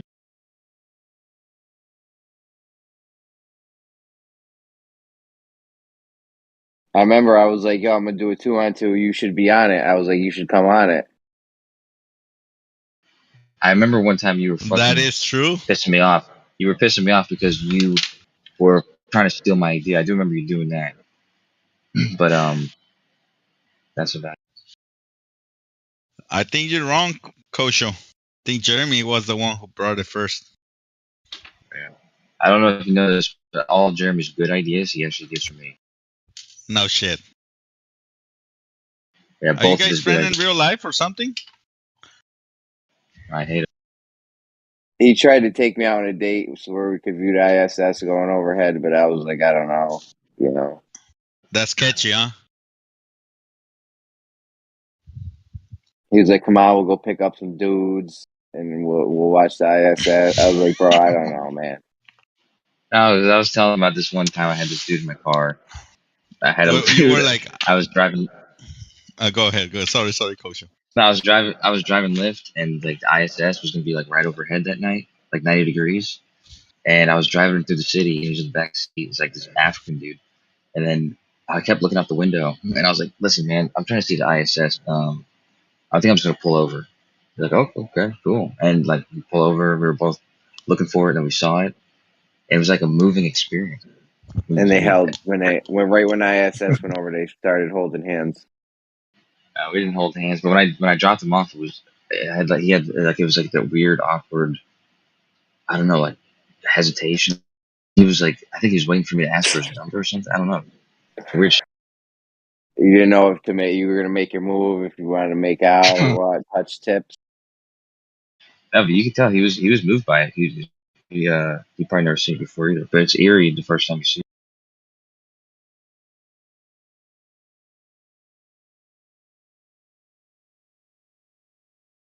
Well, that's because you told him what it is, right? He assumed that you know what you're talking about. But if that guy, oh my god, this guy.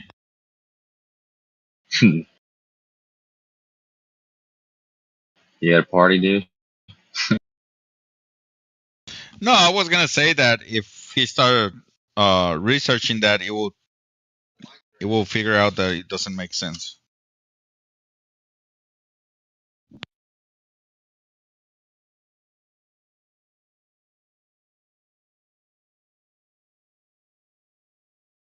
He's probably researching it right now.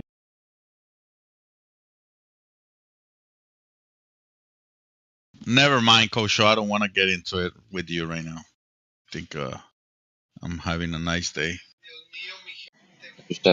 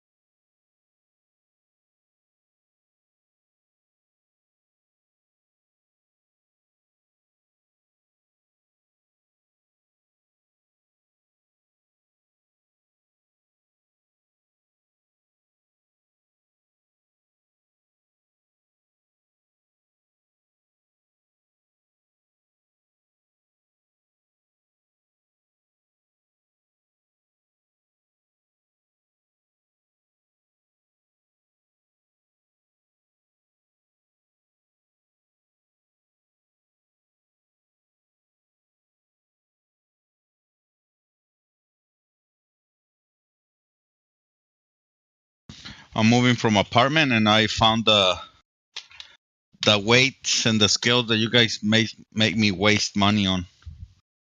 You know, pass you the oh, bills. you bought all that?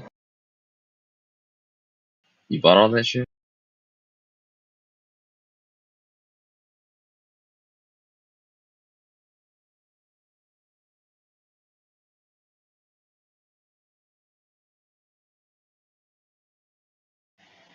Yo, you bought all that?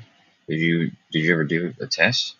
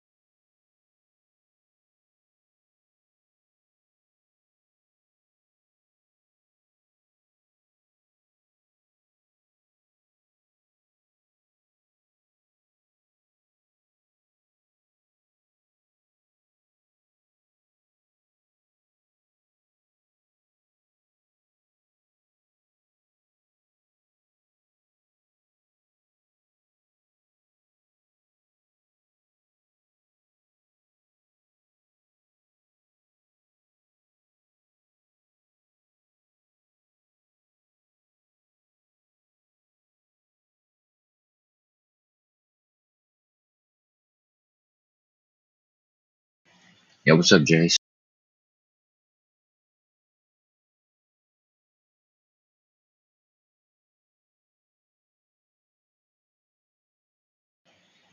Yo, if you're here, Jace, I got a question for you.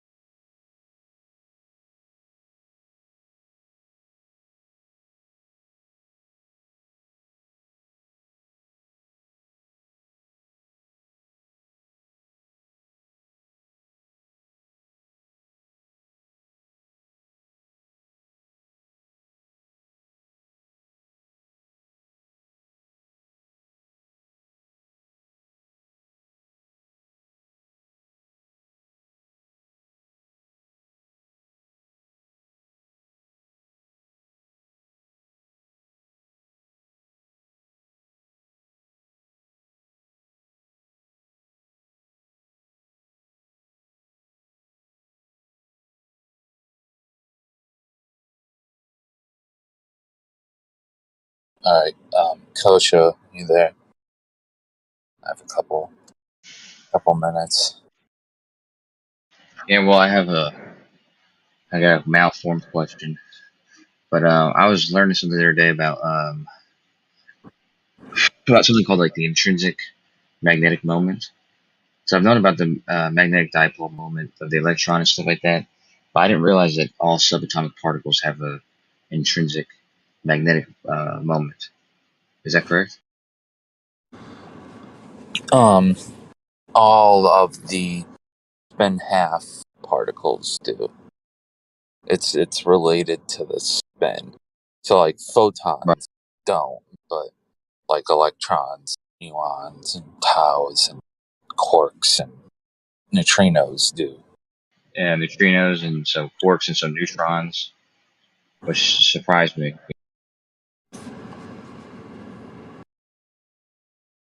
Yeah, Like, that was one of the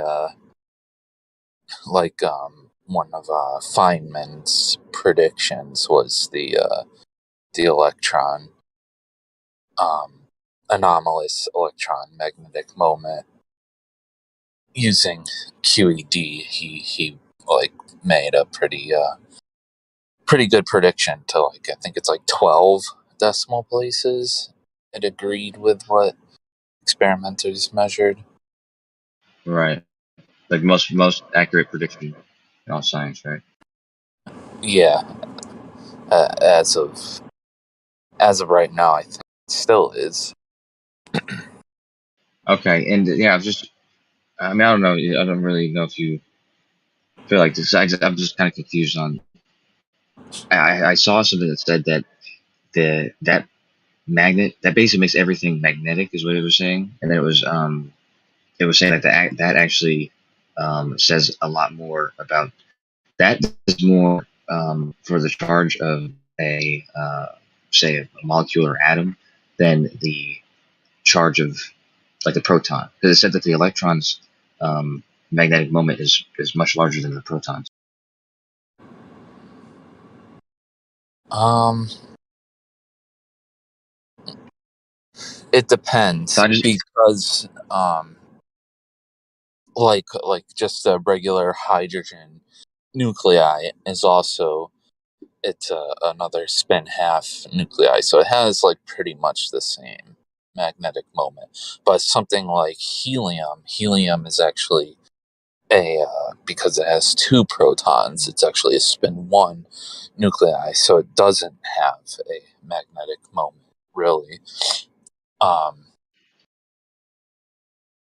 yeah. and it's spin and it's like the relationship between its spin and its magnetic dipole moment or intrinsic magnetic moment, whatever it's called. Um, the relationship between those two determines its overall charge. Is that right? Maybe you can Um, correct me. no, it's the weak iso spin plus the weak plus half the weak hypercharge is usually what determines the electric charge of the particle. So you take like the z component of the weak isospin, it actually is, and then you add it with half of the weak hypercharge. So these are like, you can kind of think of them as like the weak interactions kind of charges. The isospin is for the W bosons, and the hypercharge is for the Z boson.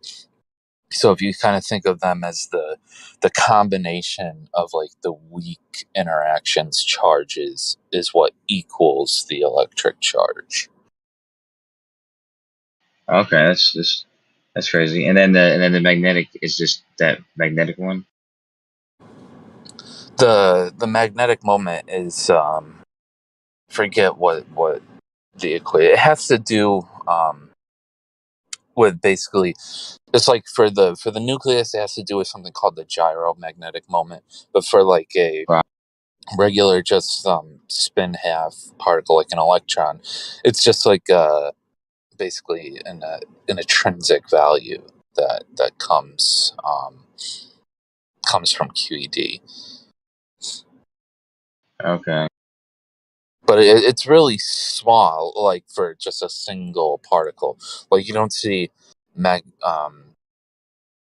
magnetic effects on a macro scale until you have like collections of particles. Like they have to form, domains is what it's called. And then you have to get many domains together. And domains have like 10 to the 23rd electrons in them, or atoms in them. And then you have to get many domains together to align their spins, and then you can see macroscopic magnetic effects. Right. Okay. Okay. Yeah, because we've been talking about a lot of this stuff lately, and I was looking into something and I came across that. It was just seemed confusing to me. But yeah, because that prediction for the electron dipole moment, wasn't that also what caused them to come up with what do you call them? Virtual particles? That's what I saw. Well, the whole virtual particle thing is just like it's kind of just an artifact of like what's called perturbation theory. So like when you're doing QED calculations with using Feynman's path integral, what you do, like when you have these interactions, because they kind of diverge at different energy scales, so you perturb the coupling constants. Like you make small changes in the coupling constants because they're small numbers, and that keeps the because you have to add up all the interactions that are possible, like all the orders of perturbation theory. So, like one vertex Feynman diagrams are like leading order or first order for any kind of quantum interaction, but you also have like second order where there's like two vertexes and loop diagrams, and like to get a value you have to add up all of the possible interactions, and you use this thing called perturbation theory to cut out interactions that that diverge at high energies. It is kind of the idea, because then it's just going to go off to infinity, and because of the value of alpha, those second order and third order Feynman diagrams don't really contribute that much. Like they contribute like often like the 30th or 40th 50th decimal place that we can't even really measure, so you don't need to really take those into consideration. So with perturbation theory, you can cut those out, and that through this process, like because you're using multiple different ways that the interaction can happen and summing them, like they call it virtual particles, because like you're getting an answer from multiple different ways the interaction can happen. Like it happens through a real photon, but you just don't know which specific diagram it really happens through. It can happen through like 20 or 10 different diagrams. So you call those virtual particles in the diagrams, but in reality it's happening through a real photon. Oh, really? So, okay, I see. So like when you see the Feynman diagram for, let's say a magnetic repulsion, and it shows like an electron kind of passing a virtual photon to another electron, and the momentum's making the electrons go opposite directions or whatever. You said there's a real photon interacting somehow? Yeah. So like, all right, so I'll try to summarize the process, right? So like you need to know like what interaction is happening. So you have a starting state, you have the interaction, and then you have the ending state. Now, you there in first order of perturbation theory, there's probably like, 5 to 10, if not maybe more ways that this can happen. In second order, there's even more. And in third order, there's even more. So you perturb the coupling constant, the alpha, the fine structure constant, because it's very small. And then you can cut out the second and third order diagrams for the process. But now you're still left in first order with 10 different ways, we'll just say it's 10 different ways that this interaction can happen. And in those different ways, the photon that's exchanged can have a whole range of different masses and energy, and it'll all get you from the initial state to the final state. All of them summed together will get you from the observed initial state to the observed final state. So you can't really say which specific way that the interaction happened. You just know that it happened through one of those ways. Does Wow. that make sense? So Yeah, like it, the yeah. photons in those diagrams are virtual photons because we don't know like which specific way that the interaction happened, but we know it happened through a real pathway with a real photon. Wow. Yeah. So yeah, I didn't know that. So okay. Yeah, you might want to talk to Richard when he comes back because he was saying something. He's been talking about virtual particles, for a couple of weeks now.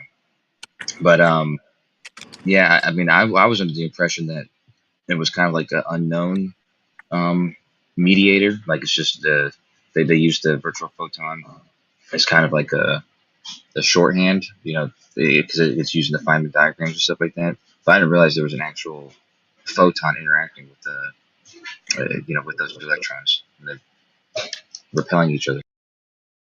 Yeah, people don't explain it too well because it's hard. It's hard to explain.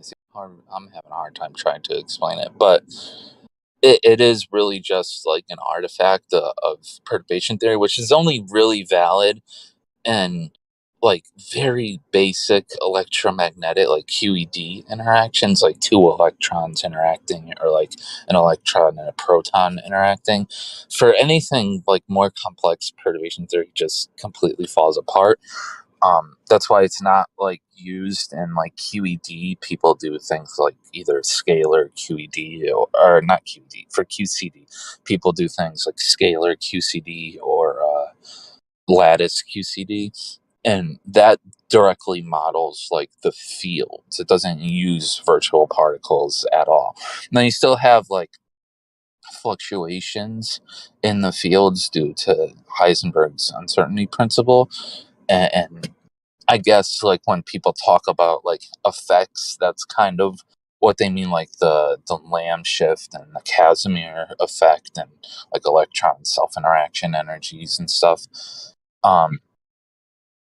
Like the people call those virtual particles as well, but really it's just the particle is causing positive and negative fluctuations in the field, leading to Right. those Okay. effects. Well, you know what then? Because Witz has been saying something, and at first I was like, well, I never thought of it like that. But then I started to realize that he's conflating the field and the photon. But then when you're saying that, it sort of makes me think that maybe he's onto something. But yeah, he's like he says that light doesn't travel, it doesn't have a speed, but the entire field, the light was always there. So this is what he says. He says the entire field is like there's photons already there. You're just experiencing them, when you see them. Which is like I thought like when he says that, it sounds like he's conflating the field and the photon because the field's always there, and the photons sort of the perturbation. I thought, but I don't know. Maybe you could give your 2 cents. Yeah.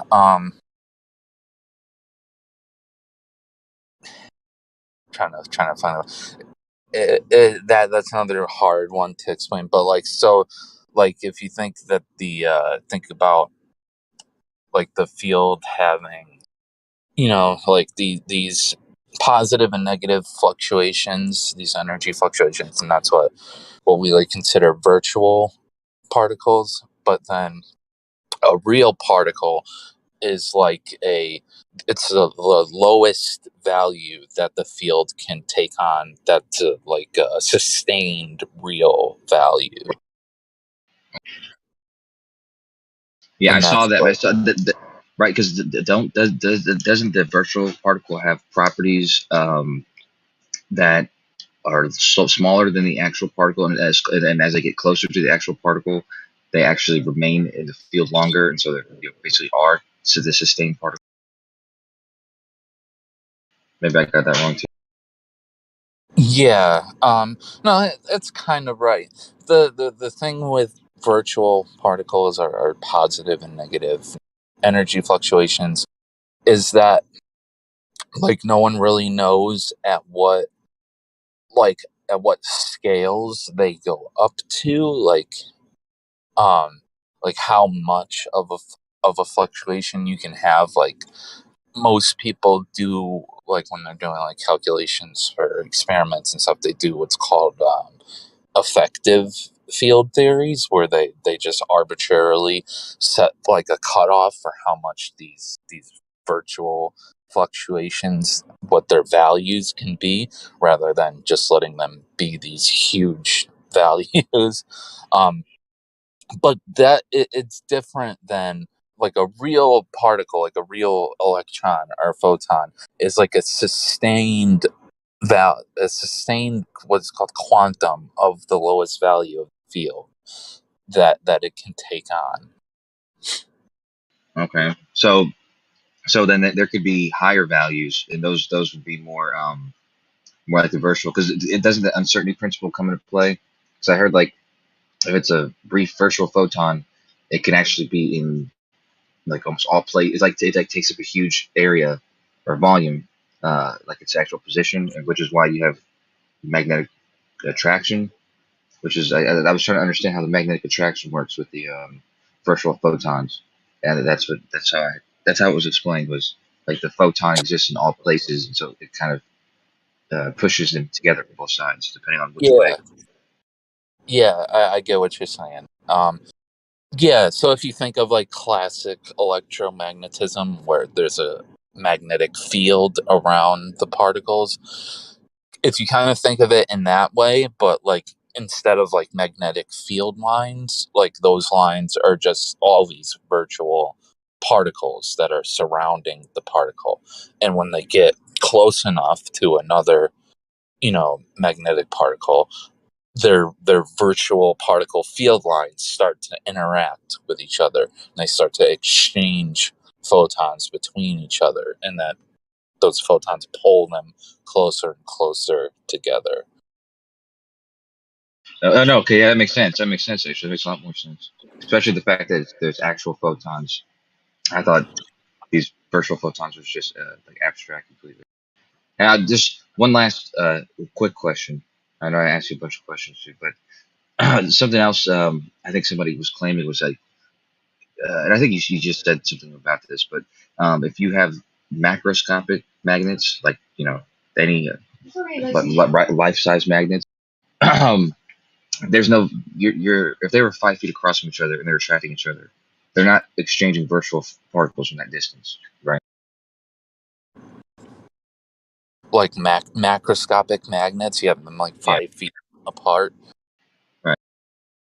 Yeah, I wouldn't think so. Like, it's only a really good picture for like when they start attracting. Like you can think of like the exchange of the virtual their magnetic field lines as like virtual particles, and they start to exchange with each other as they start attract when they get close enough to actually attract. Like you can still kind of think of it as like even when they're not attracting, like they have these magnetic field lines that contain virtual particles in them, but at 5 feet they're not exchanging them because they're not close enough together yet. Yeah, I was that's what my intuition was telling me, but I wasn't 100% sure. But I think that was what was being suggested. I can't remember who it was. I think it might have been what's it. But yeah, man, a lot of this stuff is kind of.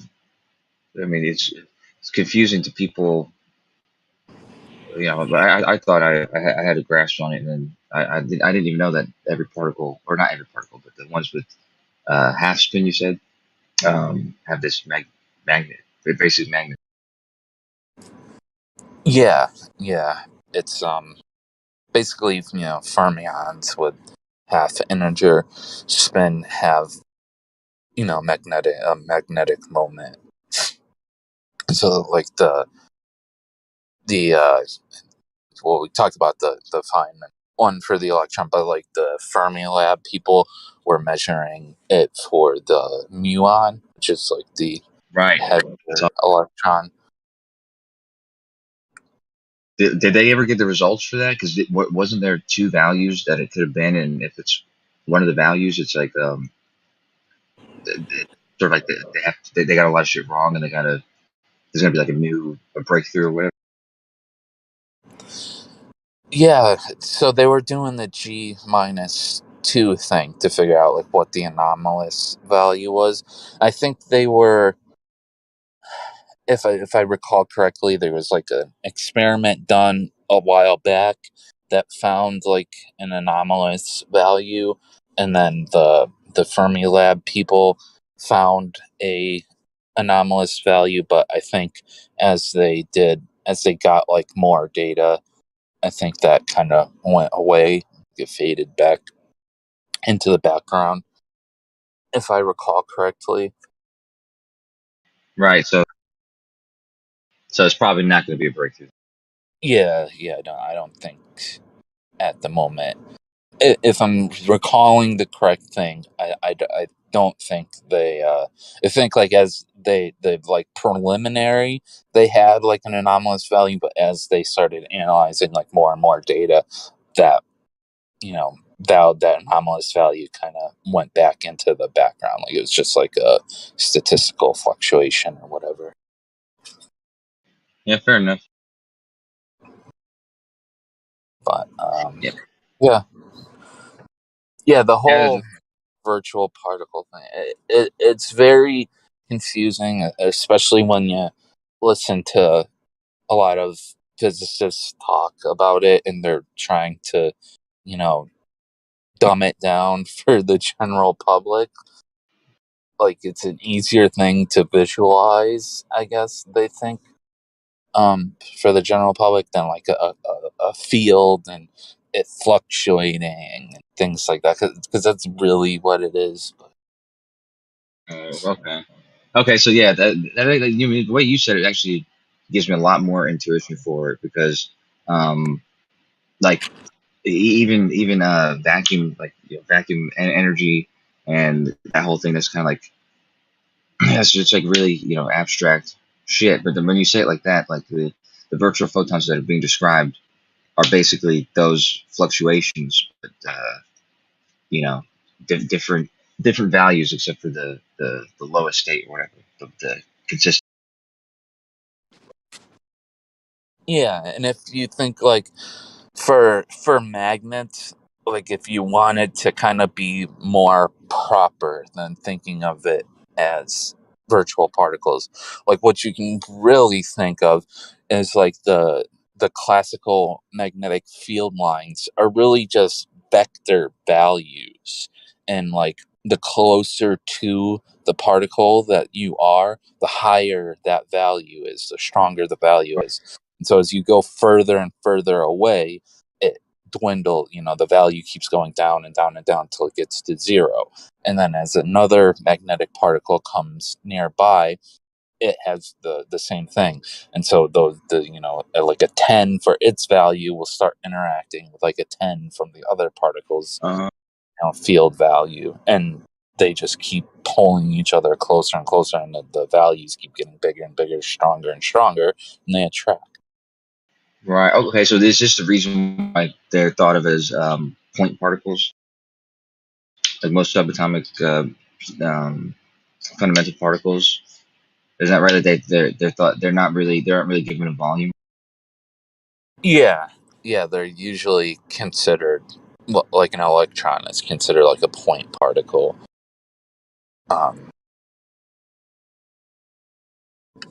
But Yeah, yeah, but quarks do, or or is it just electron? Well, I think that it's considered a point particle. Like just I don't know if there's anything that like predicts it to have a size. I know there's Yeah. like electric, like a kind of like a electric surface that people have measured before that's quite spherical. It's almost a perfect sphere for the electron, but like that's not considered like the actual volume of the electron. Right. It's usually a point particle. Well, based on what you said before, because like I have a totally different intuition now, and it makes sense that you would describe all these quantum particles that make up these quantum fields, that they would be described at a single point, the strongest value, and then it would fall off from that point, Yeah, and so you would get a sphere, but it would be the actual point would be they'll all come from a single. yeah, I get what you're saying now. Yeah, you can kind of, I guess that makes sense. Yeah, like the strongest values, at the point where the particle is. Yeah, right. Yes, I got more questions. I'm more confused, but I'm also less confused at the same time. Yep, that's usually how it goes. You you start learning more about stuff, and it makes more questions. Hmm. Yeah, was somebody's about to say something though? I didn't mean to interrupt. Yeah, I'm gonna go back on mute for a little while. So Yeah, I appreciate it, man. Another yep, free lesson. no problem, man, no problem.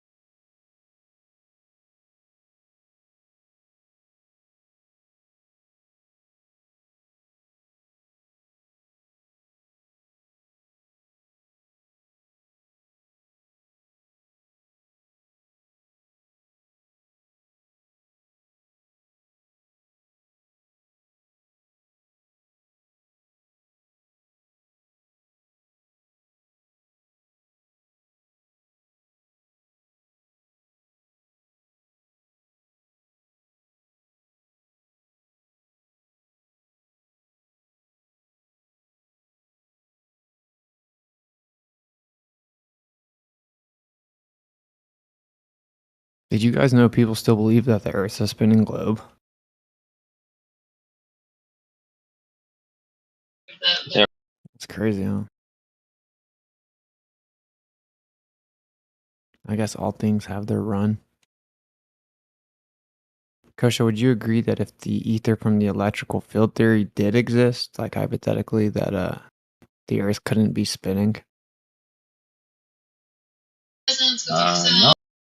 You don't think so? Electrical field theory? Yeah, like with ether from electrical field theory back in the day, right? Like where you have Oliver Heaviside and Nikola Tesla. Like let's just use Tesla for example. Like the ether that Tesla spoke about. Do you agree that if there's that ether, which is like it can be treated as a medium where motion can be applied, having substantive qualities, as ether would say, the primary state of substance.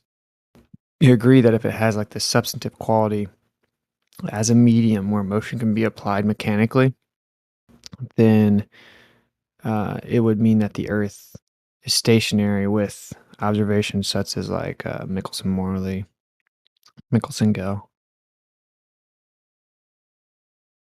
I'd be open to it, but I don't know if I would say it had to be that. Yeah. Like basically, like in layman's, because there would have to be some type of drag, right? Like some type of resistance.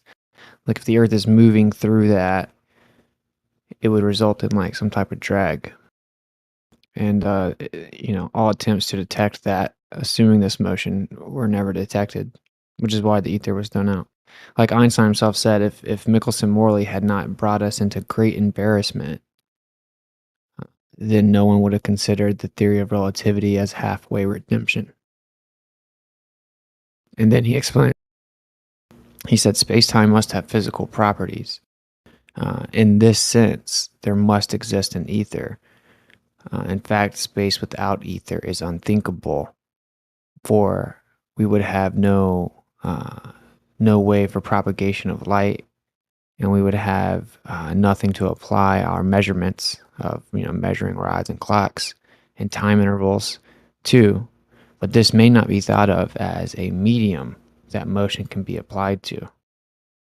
So what he's saying is like there is an ether within relativity in the sense that there's some type of physical properties beyond the material world, in this realm beyond the material world, but not in like the ether sense up to this point, which has been that it's a medium where motion can be applied and it has substantive qualities. So No, right, yeah. But if it was a medium, then you would expect light to slow down. That would be rather that's what's weird though. It'd be whether or not we were moving through it or not. And I would think. It's quote unquote speed, which is just like perception, right? But yeah, it would alter relative to motion.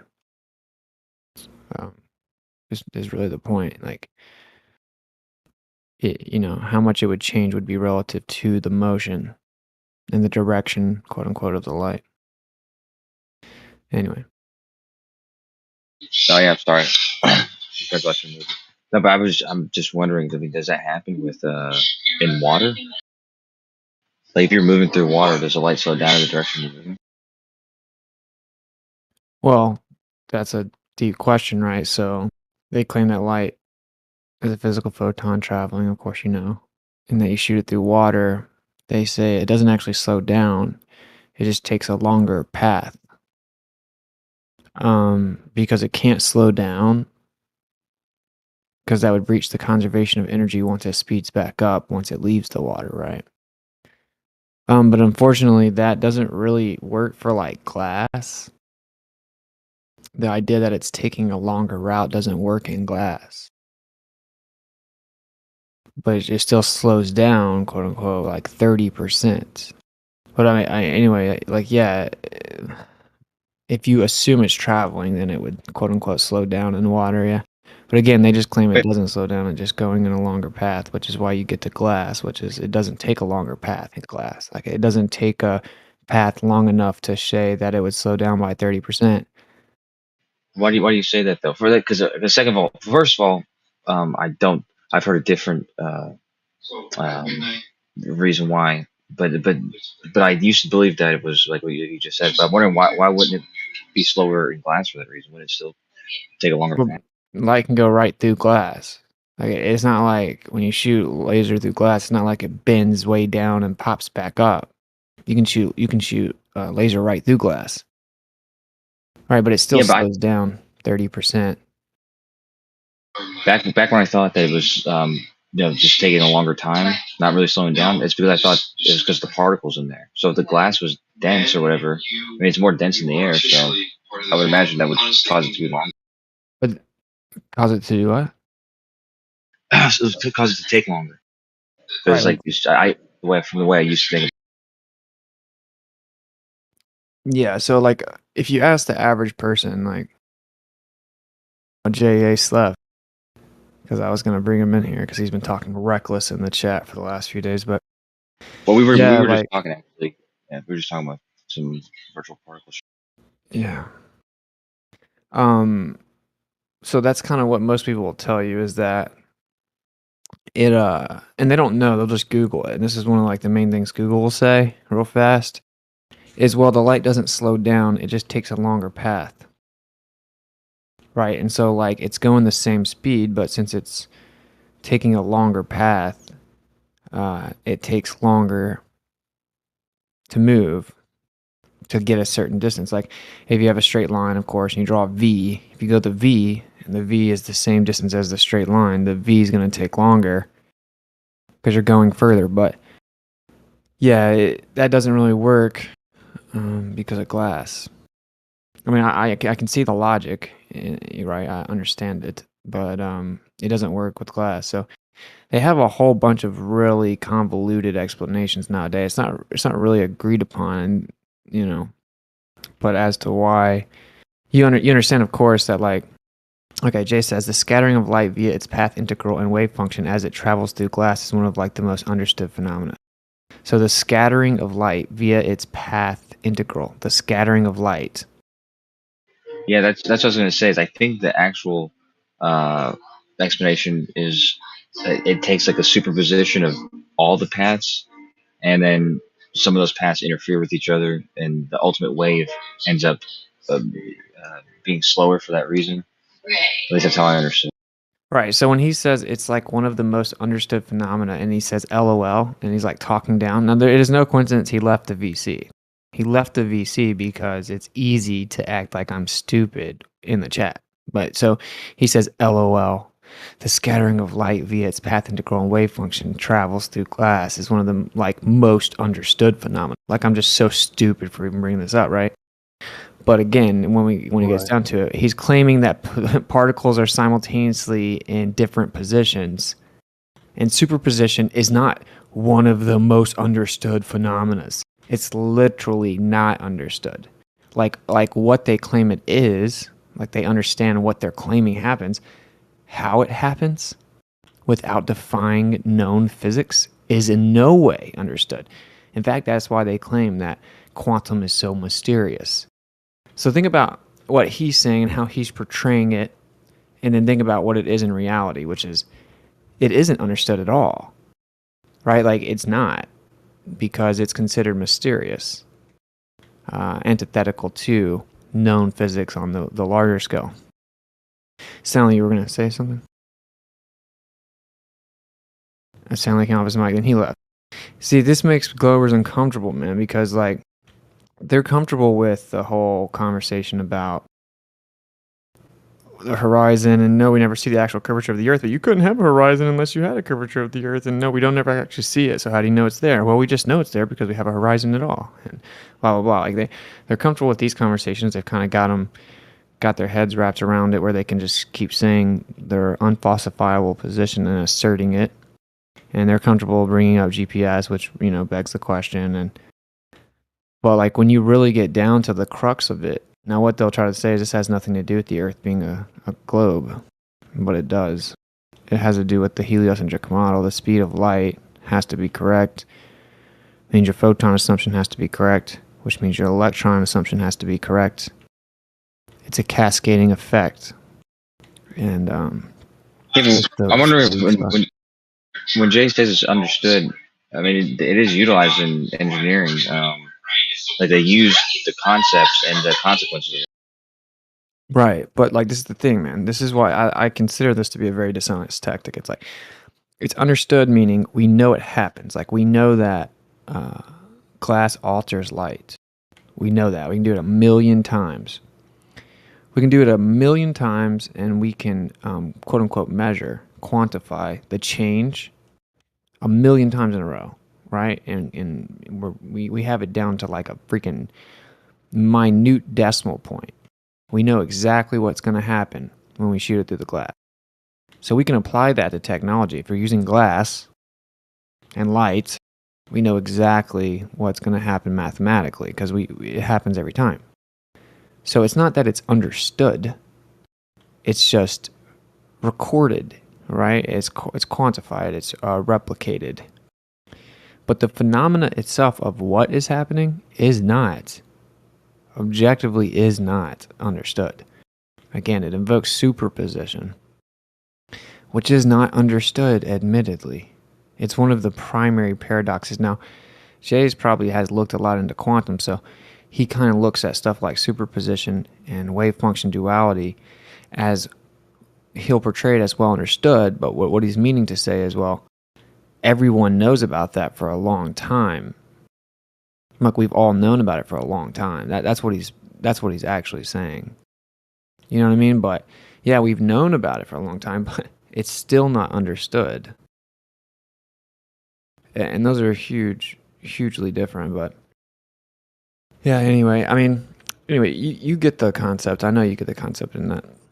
That's why you had to have superposition, because if you didn't, then because basically it's the idea of superposition. So the fact that it basically its distribution widens, so that's what's going to make it take longer. Because if you didn't have that, then you would violate the conservation of energy.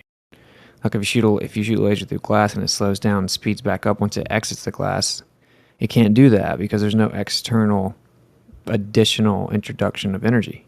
So where does it get its energy to go back to the original quote-unquote speed? Very fundamental issue, and so that's where we get superposition. And just by kind of assuming our base assumptions are correct, that's where we've gotten stuff like superposition and stuff. And so people just kind of assume that is correct. I think they kind of treat stuff like superposition and wave particle duality as natural laws, right? They treat them like a natural law where we don't know the cause. We can't fully understand the cause. We may never know the cause, but we know it happens. That's how they look at those things. But we actually don't know it happens because it just requires base assumptions. But anyway.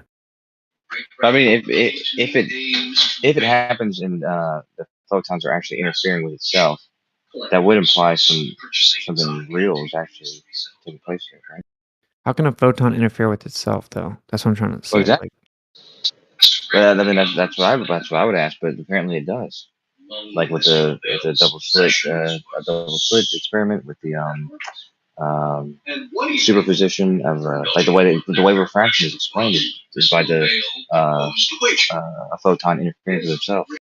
Right. So when you say apparently it does, I mean you do know, and I know for sure you're far beyond smart enough to know that it's like a begging the question. So, well, apparently it does, right? Well, assuming that the photon is what we think it is, and assuming that it is traveling from point A to point B, and that is what light is, then it would have to happen.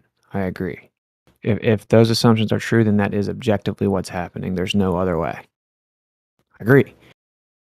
The problem is it's paradoxical. It doesn't even make sense. So when we say it has to be what's happening, it can't be. Like an intelligent mind, a sound mind, would say, look, if my assumption has drawn me to a conclusion that results in a paradox that actually can't be happening because it's impossible, a sound mind would not throw their hands up and say, oh, well, the quantum world must just be so mysterious, it basically is magic. A sound mind would say, this is falsification of our current model or assumption because we've now seen that our assumption leads us down a road to a paradox that cannot be true. Therefore, our assumption has been falsified. That's what that's what science is supposed to be, right, Kosho? Like, science is not supposed to have bias. Like, science is supposed to just be a process of falsification, effectively. Like, especially But how with do you what you guys say. We never prove things, right? how would the so I'm trying to think like the double slit when they do like single photons, how would you end up with the interference pattern? Yeah.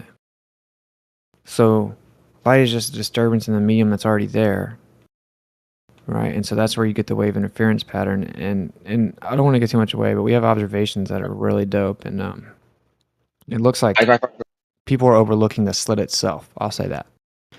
But yeah, Okay, it's I like see. if you know why they call it a wave, right? I mean, you know why. It's like if you had a Because of rock in an ocean and a wave goes to hit the rock, then the wave's going to split up, move around the rock, come back on the other side of the rock, and then merge together again and give you an interference pattern, right? I mean, that's basically what they claim is going on. So they say it acts like a wave in that instant, but in the other instance, it's acting like a particle.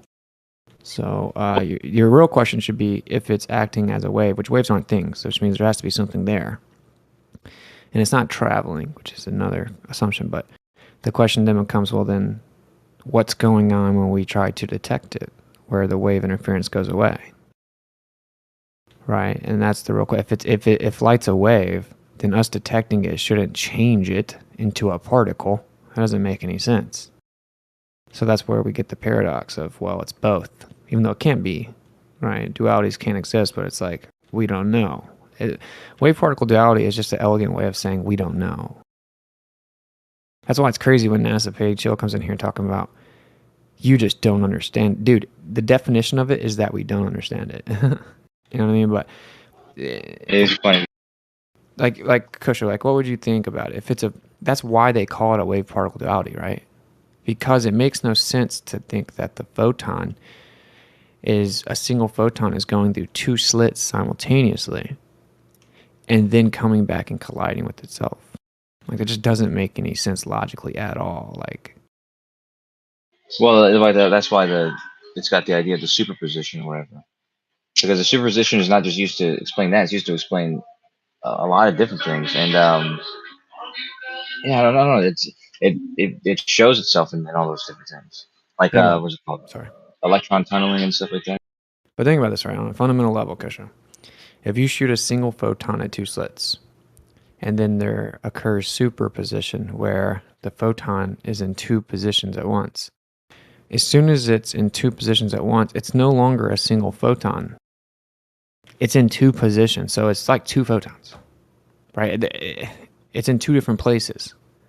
So can I take one away and still have the other? No. That's why they call it superposition. They can't just say the photon's splitting into two photons because of the energy that's there. So that's the paradox.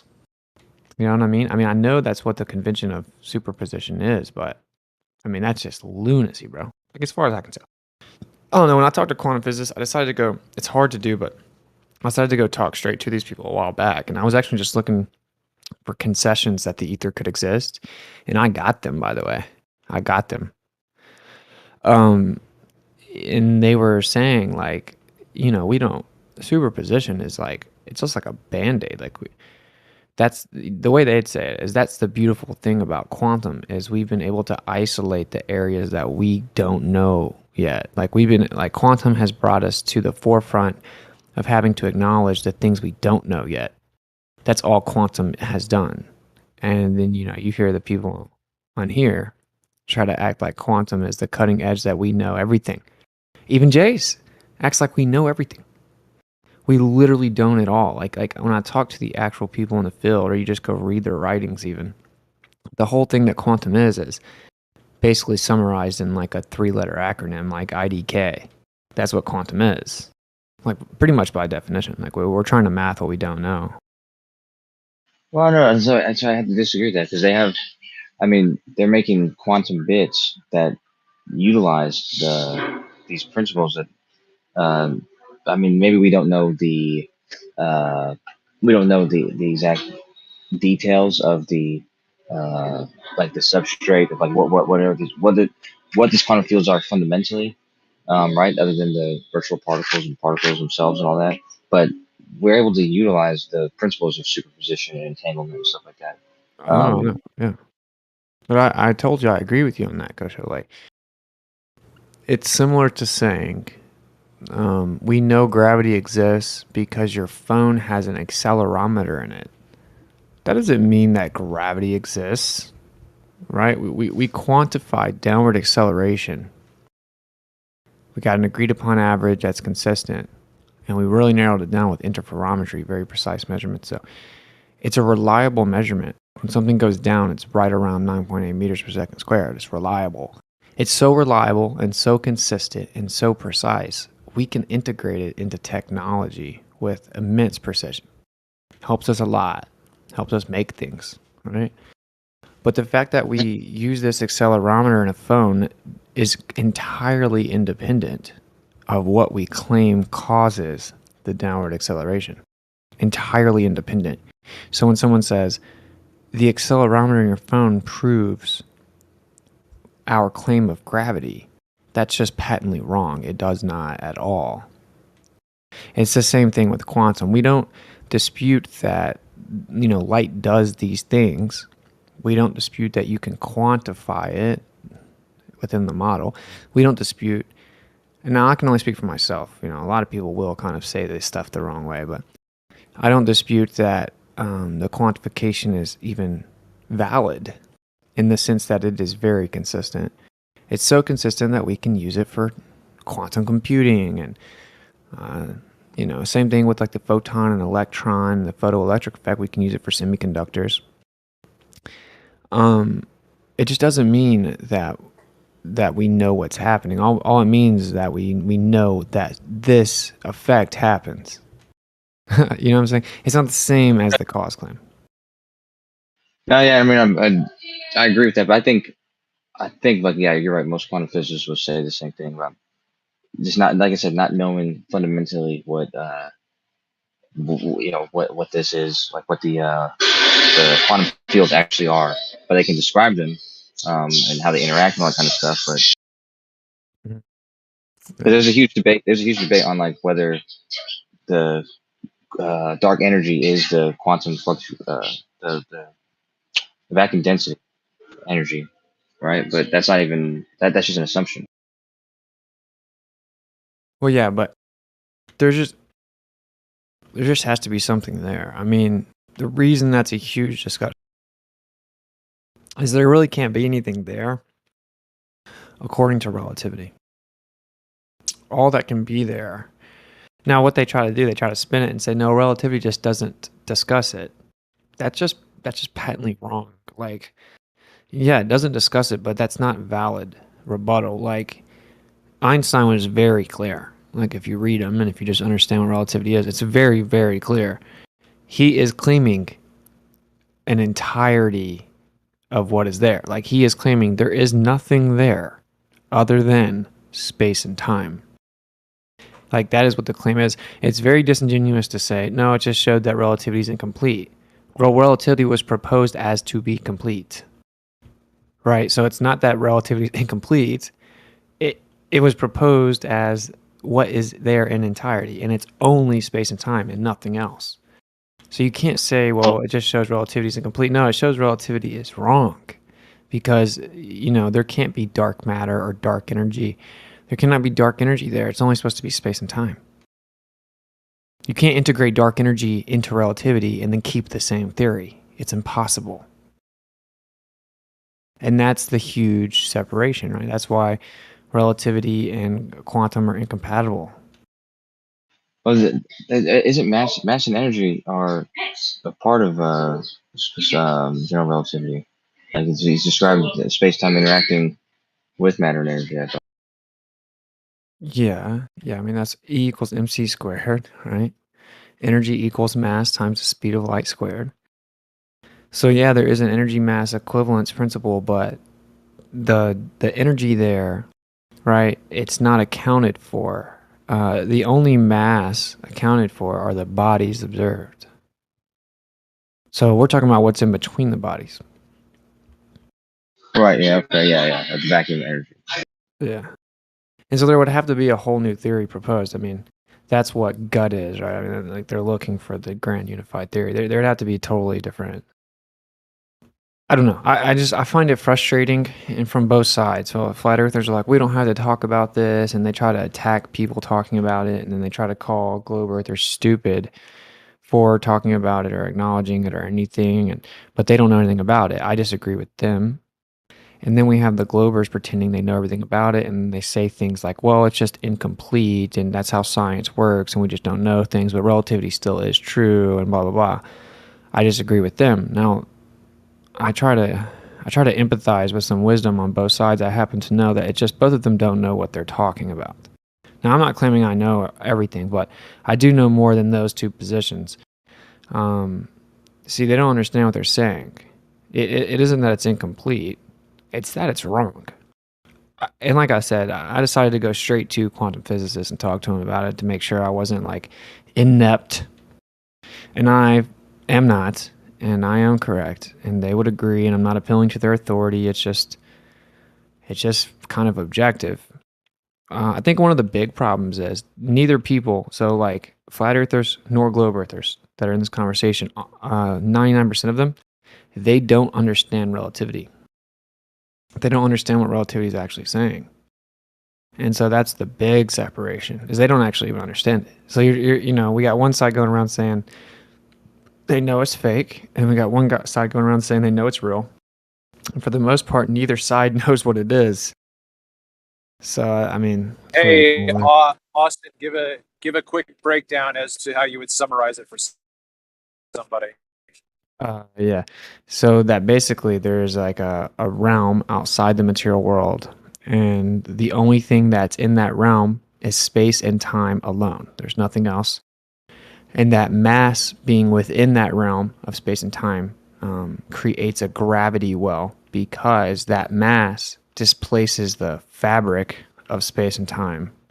And that displacement of mass creates a gravity well by bending and warping the space-time. And when there's motion occurring, physical space or matter contracts in motion, and time gets wider and slows down in motion. That's pretty much it. So simply, the most rudimentary way, in like one sentence, is there's a metaphysical realm. There's a realm outside the material world, and nothing exists within it except for space and time. That's the simplest, most important part. And it's not as complicated. It's just like kind of.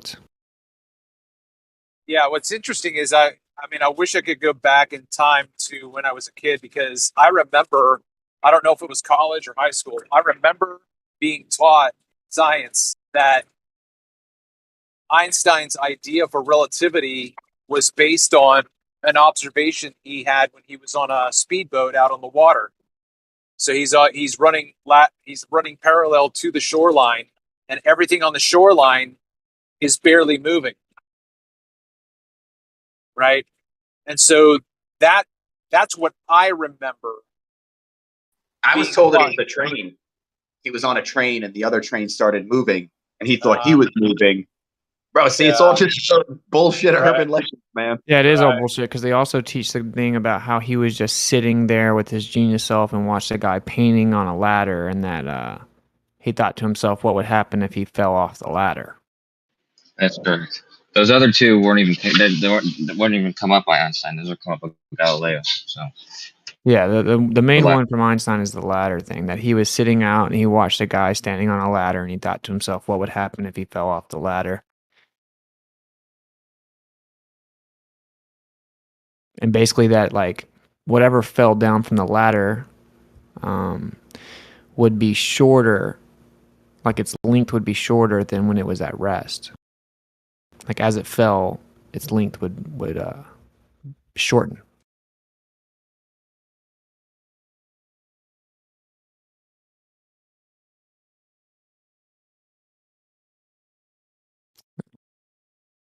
And then basically just the idea of like, well, what's the difference in how it would look like to an outside observer? compared to the actual phenomena itself. Like experiencing the motion and then the one that experiences the motion from an outside frame, and what would be the difference? I think that one though about the falling specifically about an accelerating frame, and being downward accelerated or being accelerated downward. When free fall will feel as if you were floating in free space, and then if you're sitting on the surface, would feel in a gravitational field would feel exactly as if you were in an accelerating upward frame, and equating those two things. It's kind of, I mean, it is a insight. I mean, it's an interesting insight. Interesting I thought tend to experiment. be, But because he did a yeah. lot of thought experiments. Like that was his thing, was doing like weird thought experiments. And Allegedly. Allegedly. I don't want to get too conspiratorial, but yeah, I don't even know that these are real things, but it doesn't matter. It doesn't matter. The principle is what's important. But part of it is, you're right, that is like the primary overarching part, but the part of it that really I think it's overlooked, that's why I bring it up, is, well, it's the idea that to the outside observer, it would look like, say, the guy fell off the ladder. It would look like it didn't contract, but in the motion frame, the frame of motion, it would be contracting. The actual size. Yeah, but that's what happens in even filming something. I'm sure you've seen it, that when you are recording and you move your camera, you get this almost like an effect where the image stretches out like it's being slowed down. Like if you're looking at the Flash and the Flash is running in front of you and you got this stretched out image of his entire motion. I mean, that just fucking happens with. I mean, it's just absurd. Like, even though Kosho said it's a thought experiment, I mean, think about that, man. A thought experiment. How many angels can dance on the head of a pin, Kosho? Just think about it, bro. I mean, it's just an absurd realm of contemplation when you cannot manipulate or actually witness the event itself. You can think about it all you want. They had You know what I mean? they had explained the Earth moving, bro. Like, the thought experiment was derived from the need to explain some type of framework for the Earth moving. Well, no, I get that, right? So that's why I usually try to bring us back to the first major premise. Which came first, the idea or the measurement? The empirical or the conceptual? Because if the conceptual came first, then you can fucking write any book you want. But if you can't empirically demonstrate what your idea is, then take a hike. Yeah, it's a crazy idea, but like, it's crazy because it has to be. Like how they say it's Photoshop because it has to be. It's conflated to profoundness because it's just so crazy. Like, it's just so out of the norm. Like the idea, like this, that's why I don't think the story is real, by the way. The idea that someone's just sitting there watching someone paint on a ladder and then thought, if he falls off this ladder, what's going to happen? And he thought, okay, well, if I try to put this ladder in a garage, what's going to happen? You know what I'm saying? It's like, well, if the garage was moving, then the ladder would be longer than the garage because the garage would physically shrink. But if the ladder was moving and the garage was still, then the ladder would fit in the garage because the ladder would physically shrink. It's like, what? I'm supposed to believe some dude that couldn't remember to wear clothes and brush his hair just went and sat on a bench and watched this and started thinking about this, and it was just profound, and he was like, oh, things physically shrink when they're in motion, but they have to be going the speed of light. You could just be so wrong. That's such an untestable claim. Like, it's like, now they claim they've tested it now, of course, but it's like just the idea of him doing that, sitting on a bench, like, what? So he could have just been a crazy person, and and that's why they call him a genius, because the ideas are so out in left field, and then supposedly they've been verified since, but they have not. Only with the assumption that the Earth is moving and at the speed of Well, light. it's That's true. almost like a retelling of the Emperor's got, or the Emperor's New Clothes. You've got this madman genius who talks about things that other people can't conceptually believe, right? I'm wearing clothes right now that they are so super fine and so, they're so comfortable, blah, blah, blah. But you're like, man, you're naked. But he's got just this crazy idea. You're like, man, he really believes that he's okay. And then everybody just starts pretending that he's got clothes on. Yeah, because like if he doesn't wear clothes, then the Earth's not a ball that spins. So he has to be wearing clothes, dude. But anyway, I mean, that's a tough pill to swallow. That's why, dude, my newest, I go through phases where I'm like, what am I going to talk to the Glovers about? I don't like the redundancy and monotony of physical measurement and stuff. So I try to think of new ways. And for a while, my thing was electrostatics. Because the Glovers really didn't like that, like they don't like it. So I thought it was fun to do that.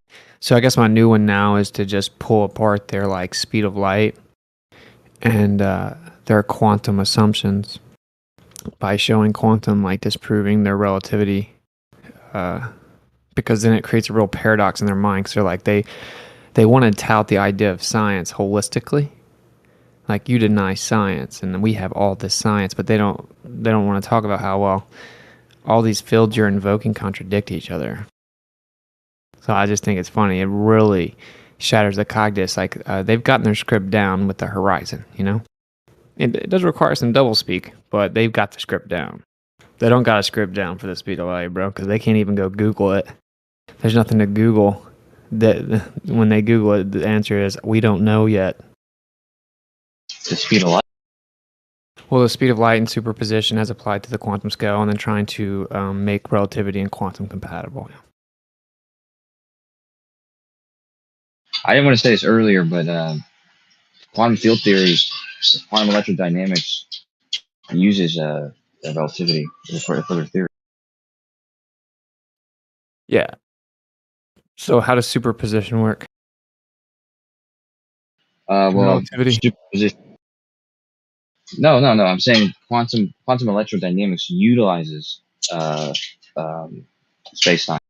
I agree that they're trying. That's the whole thing. They're trying to come up with QFT as a bridge to relativity.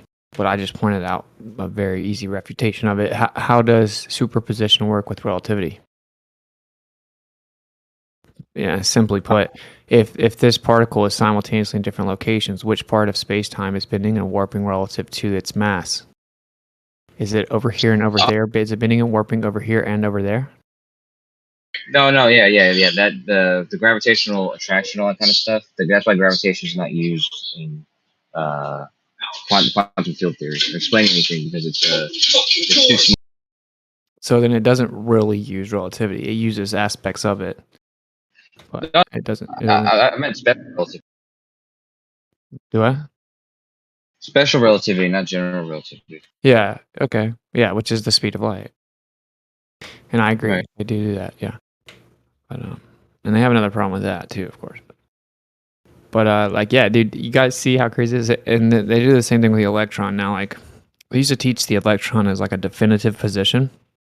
When it was first proposed back in the day, it was a definitive position of matter. You could look at it like a little bubble. And so the atom's a little bubble, and then there's a little piece of matter inside of it called the electron, and it's a definitive position. And now it is an electron cloud, where we can't ever actually isolate the electron. But like, say you have like a radius, it could be anywhere within this cloud around a certain area, and we don't know where it's at. And we can only know what the radius of this cloud is when we observe it, when we observe a certain position. But it's simultaneously in all the positions, or can be in all the positions. And then if you apply relativity to that, it's like, well, then where's the space and time bending and warping? Like if the electron's over here and over here and over here and over here and over here and over here, all at the same time with superposition, then where's the space-time bending and warping? Is it bending and warping all over the place? It can't be. It can't be, right? So it's like a paradox of like immense proportions. Yeah, I think that the electron they can localize its position. It's just they're then uncertain about its momentum or whatever. But like I said, the gravitation being so weak on that scale in comparison to the strong force. Just to clarify, they can't actually isolate its position. They can only isolate an area that they think its position is within. It's a cloud. So, and it's never at rest. And it has no volume or size. It's a point particle. But it is matter, but it has no size. Now, like, this is the thing, right? All of a sudden, ether makes everything make sense. Like, I see, that's what's so frustrating about the last few weeks without me getting attacked about the ether. It's like, you just don't even know what you're talking about, dude.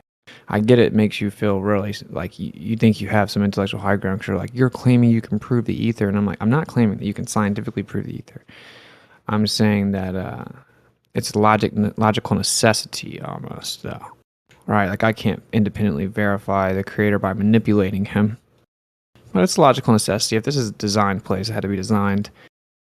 The order here shows that it was placed in order. It's just logic. I can't science it. But like when you start to look at stuff like this, it's like, oh, well, oh, the electron is a cloud and we don't actually know where it's at. And it's all these different places at the same time. No, it's just, it's not physical. It's not matter, right? It's not material. And there's just a metaphysical interaction with the physical. And we're just isolating charge or energy manifesting. All of a sudden, everything makes sense. Now you have, oh, well, it's here and there and here and there. Yeah, of course, because that background is in all those places. It literally just immediately fixes all the problems. It fixes the double slit. It fixes superposition. It fixes quantum entanglement. It fixes the idea of instantaneous action at a distance. It fixes all the problems. So that's why I say we have two fundamental frameworks that have been proposed, atomism and ether. One's logically bankrupt and can't explain the phenomena. One's logically viable and can explain the phenomena. And people get really triggered and they're like, oh, man. I'm like, whatever. You seem to not understand what I'm saying. Like, the fact flat earthers are attacking me for it is insane. Because it literally pulls apart relativity and the heliocentric model. And I'm getting berated as an embarrassment. It just, oh, we live in a crazy world. I can understand why the Globers want to combat it, right? The ether of electrical field theory cannot exist if the Earth is a ball that spins. I fully understand that. The fact that flat earthers, I just don't, it eludes my grasp. It doesn't, though, because I know that the truth is they just don't understand what actually is being said. They don't actually understand my postulation yet.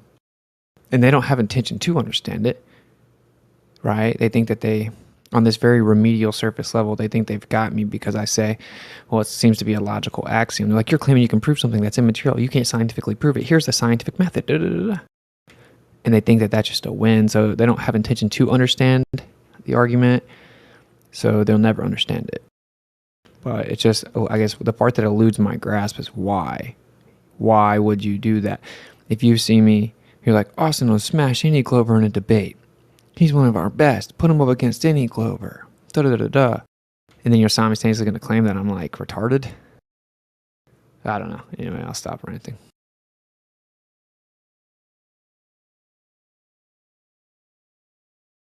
Yo, is an atom matter? If I have one atom, do I have matter? They would claim atoms are comprised of matter, yeah.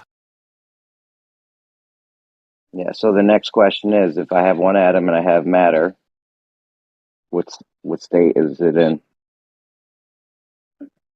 So they would claim a solid state of matter. Is it solid? Yeah.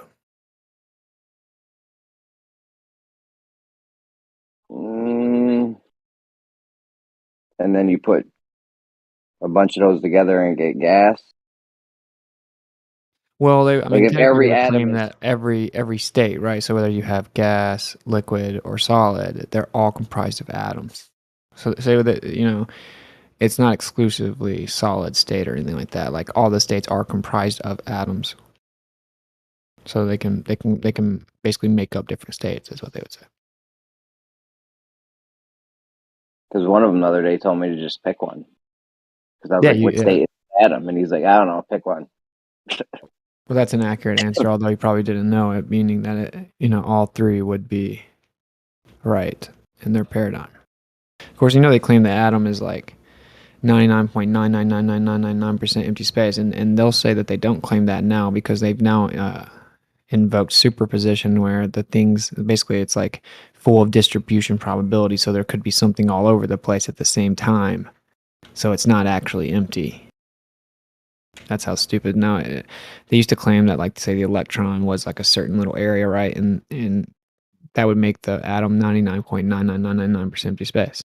So they don't understand their own claim. And then if you Google, is it 99.9% empty space, then it'll be like, well, that's what's taught in elementary, but it's a little more nuanced and complex than that, and blah, blah, blah. But not really, because the electron can't actually be in multiple places at the same time. That's stupid and impossible and logically bankrupt. Therefore, wherever it is, you pick out of your whole distribution probability, the rest of it's empty. So anyway, long story short, they claim the atom is 99.9% empty space, really 9999999. And then they claim that the electrons within that atom that's so small you can't actually see it, and it's 100 million times smaller than the atom, but that's just a guess because they describe it as a point particle, as in the electron cannot have a volume or shape, but it is matter, but with no size. But we can speculate the size, and it's never at rest and can never be truly found, but we're going to give it a rest mass and claim to know where it is, or the area it could be. I mean, this is just crazy. It's hard to even say it out loud. It's just so much doublespeak.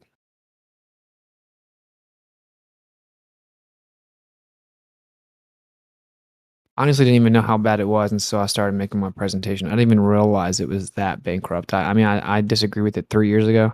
I didn't realize it was this bad.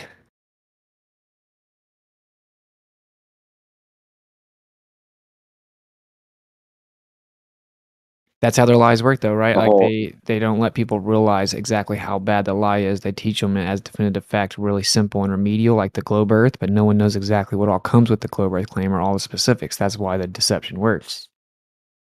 you're talking about the you're talking about the electron being in two places at once, or the photon going from one photon to two photons and then interacting with itself and shit like that. Well, yeah, but they don't claim it goes to two photons. They claim that it's just one photon that's in two places at once and then collides with itself. They claim the electron is like in numerate, not just two, like say 100, 1,000, whatever. The electron's in 100 different places at once. It's insane, dude. How could a single photon go through two slits and then collide with itself? Yeah, that is pretty crazy. Yeah. I've And heard not you only talk that, about the that's speed not of even light the a lot. craziest. Go ahead. That's not even the craziest part about it. The craziest part is that it's sentient and it knows if you're gonna ever look at which path it went through. Yeah. That's the craziest part that's got them like baffled on the shit. Which is crazy because they shouldn't even get past the first part. The first part is crazy. To claim that a single photon's in two places at the same time and then collides with itself is logically bankrupt. It's all thrown out right there. They claim wave-particle duality, and in that instance, it acts like a wave. It can be a particle and a wave at the same time, which it literally can't, right? That's a contradiction. But yeah, then you observe it, it goes away. Then it gets even crazier because they invoke sentience as if it knows it's going to be observed. So they're like, okay, well, we'll make it where we don't know if we're going to observe it or which one we're going to observe. That way it can't read our mind, and then we'll find it. And then it still doesn't happen. So they're like, wow, it can read our mind before we even know if we're going to observe it ourselves. It knows we're going to observe it before we observe it. Then it gets even It's crazier not than even that. just sentience. It's like gypsy palm reading, future telling Yes. sentience. Like this thing knows the future right here. Yes, That's exactly. Yeah, that's the way I used to think about God when I was in high school. I remember thinking, driving along and thinking about how God knows all things. And I was thinking, okay, so like, what if I crash my car right now? Does he know okay, I'm not going to crash? Did he know that then I changed my mind? I remember thinking about this stuff on the same level as thinking about the way God's omniscient and knows things before we do it. The photon is their God, bro. Like, so it's legit. And so, like you said, Jeremy, it's like not just sentience, it's like gypsy palm reading sentience, but it gets even worse. Then they claim, well, if you detect it after, if it hits the plate, then you try to detect it afterwards, it still doesn't do it, meaning that the photon can transcend time and alter events that have already happened. Yeah, this shit is really the ultimate right here. That's why it's so crazy. You know, they're like they still don't know what's going on with it because it's so crazy. And then the stupid flat earther comes along and says he knows exactly how to explain it, and they get really mad. And so do flat earthers, apparently.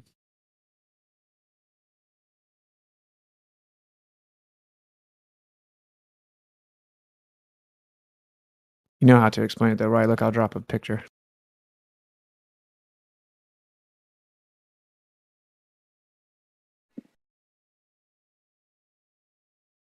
All right, this is how you explain the double slit. You press play. That wave is what they call light, right? The water's already there, just moving around. If you throw a rock in there and then there's a ripple, it's going to mess up the wave. When you try to detect it, it's electronic. It creates a disturbance, an additional disturbance in the background, so it messes up the wave. Mystery solved. 57-second video I made on Canva.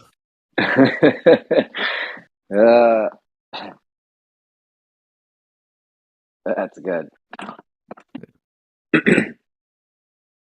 I think mystery solved.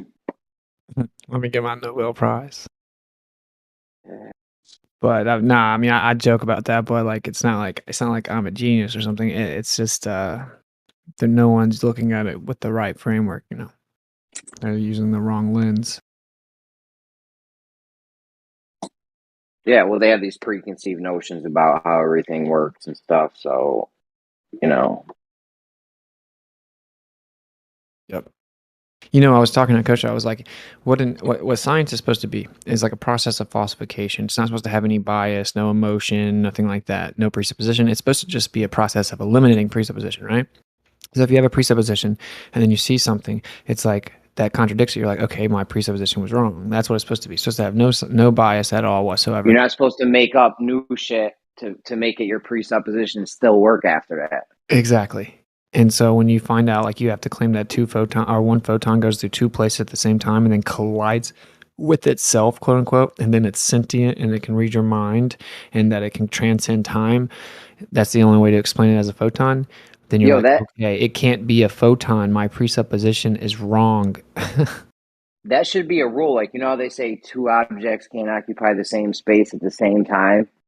Like, that rule should be reversed and say one object can't occupy two. I don't know. Like, reverse that. Dude, one it's object, the globe or one kryptonite. spot. The globe or kryptonite, Jeremy. Like when you were talking about the speed of light to them, you're like, look, they showed this and it looks like it does. It goes faster than the speed of light, and they kind of freaked out. They said, "Nah, a lot." You're on the right path. You're on the right path, dude. If you take away speed of light, they do not know what to do, bro. It doesn't just destroy the globe; it destroys quantum mechanics. Like Richard Feynman will tell you that everything that they do in quantum is dependent upon their understanding of light. Dude, this is the globe or kryptonite. It really is. They don't know what to do. No, They I don't believe understand it. I believe it. Yeah, definitely. Well, that whole light speed being a constant in a vacuum. One day they were trying to tell me C didn't stand for the speed of light as a constant in a vacuum. I think it was Kosho. Wow. Like the things they come up with is just amazing. These simple things that, I don't know, that's already in their paradigm. They're supposed to, this like easily agreeable shit they should be agreeing with. It's in their script. It's in their paradigm. I'm going to drop you a link of something going 3 times the speed of light, bro. What is it?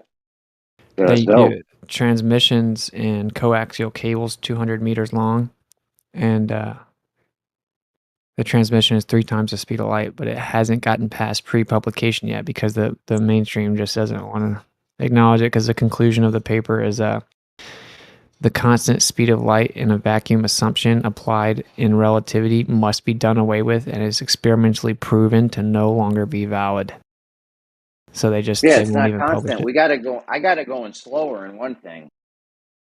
I gotta go in slower in a vacuum. So that's something. You know what I mean? We just know it's not a constant. What's up, Brock? We got pizza coming.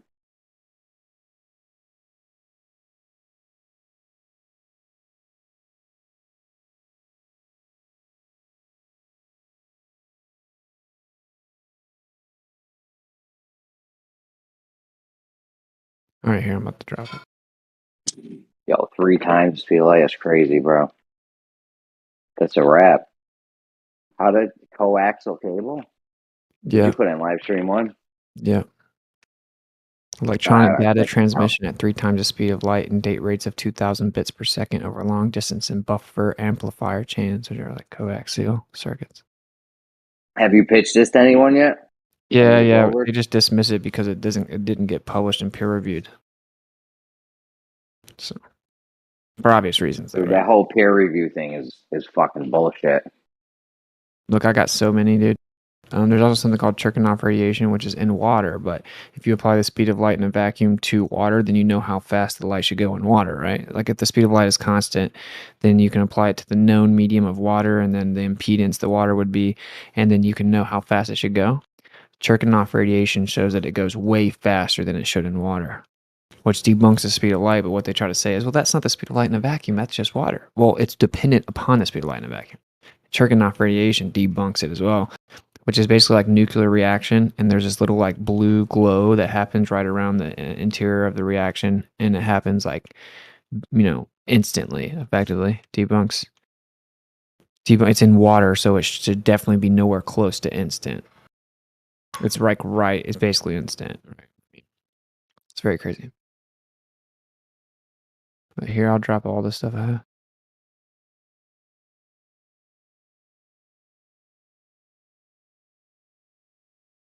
Yeah, that speed of light in a vacuum thing, that's got to be protected at all costs. Because the whole that whole relativity shit is based on that, no? Oh yeah. Special relativity. Like you True. fuck that up. Yeah, you fuck the constant speed of light in a vacuum up, you're in fucking a world of hurt. Yep. Oh, and that's how they got all their distances, and that's how they have their gravity, and it's bad. Yeah. Man.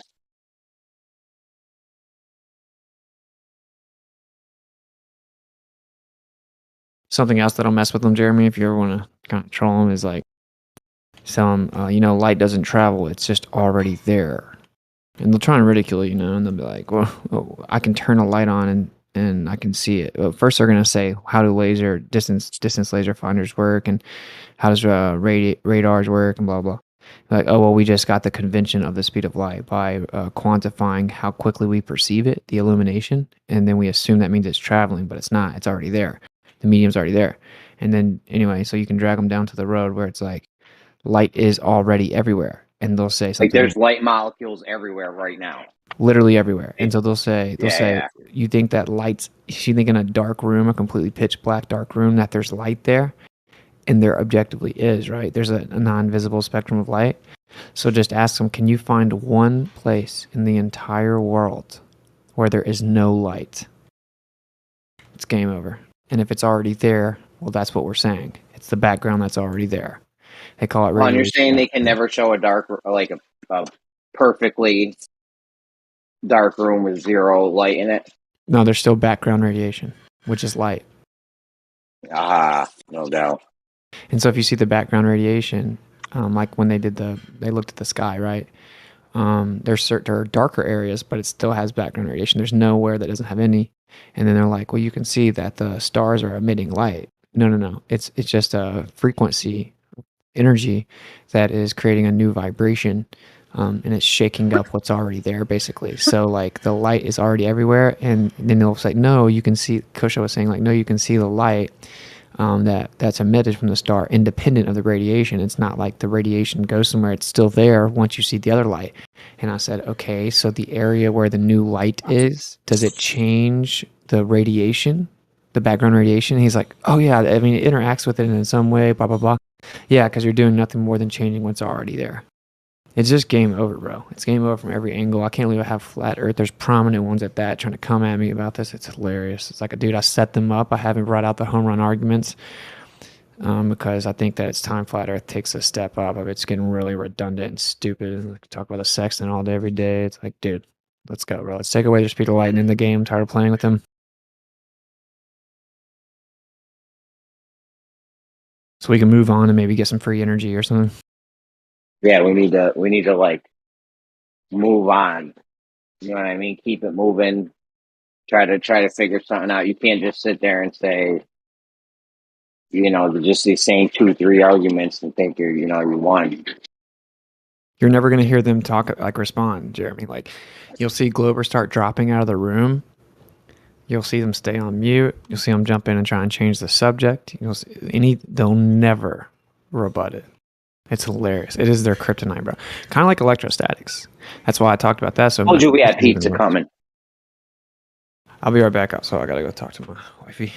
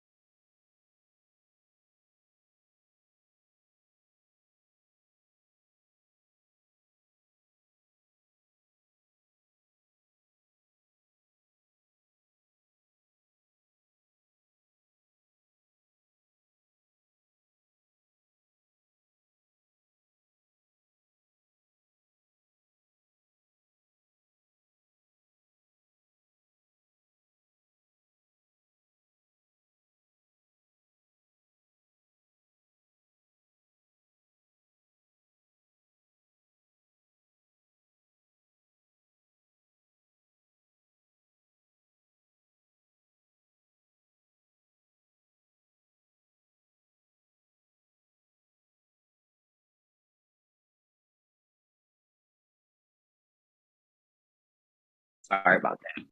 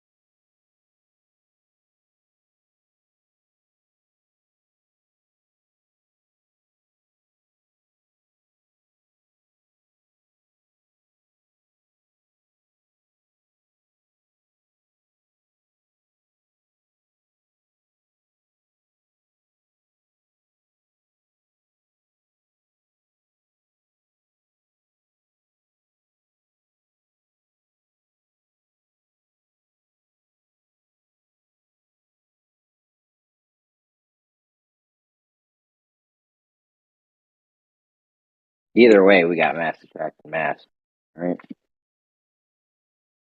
What was that definition of mass again, Selmer?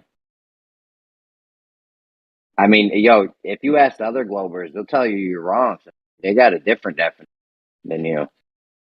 I don't know if you got the right physics definition or like how good you are with physics, but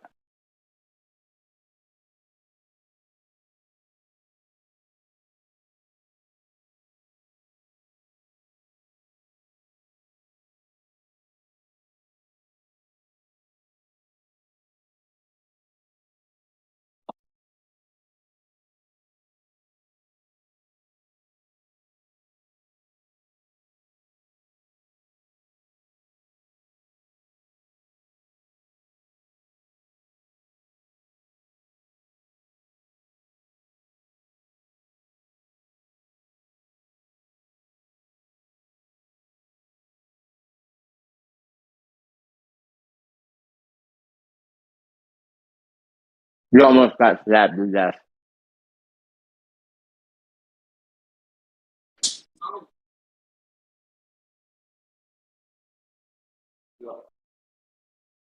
To death. What? You almost did it yourself. You almost ran right into the knife.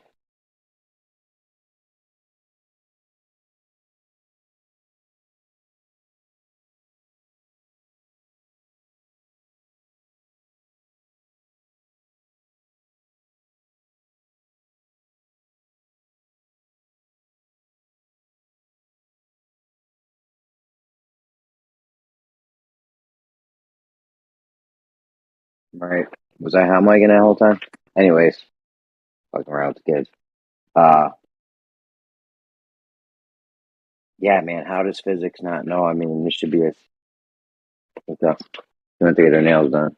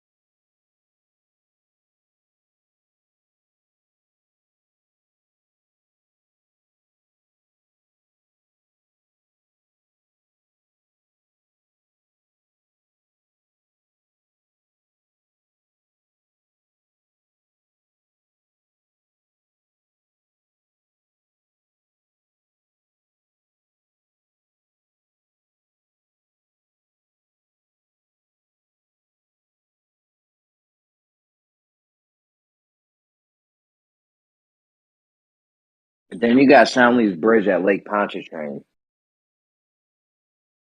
All right, that shit is nuts. If that's Earth curve, we're living on a tiny Earth.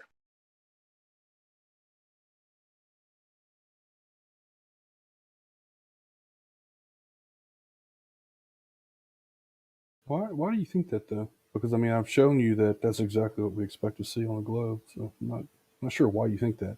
If I show you a model, here's the model, and this is what we expect to see, and then it looks like that, then what you're saying just makes no sense.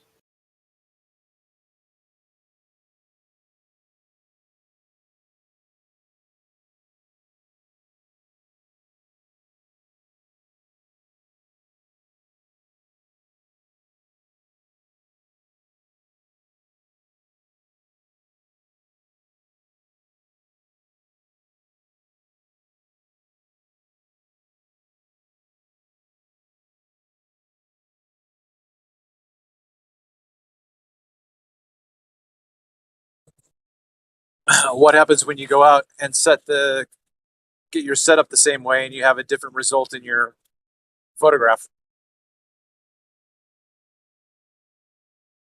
And again, I don't know why you're asking this question. I've already told you I have thousands of photographs which I've shared online in all sorts of different various situations, different weather conditions, and Right. videos, When hundreds of videos, live stream.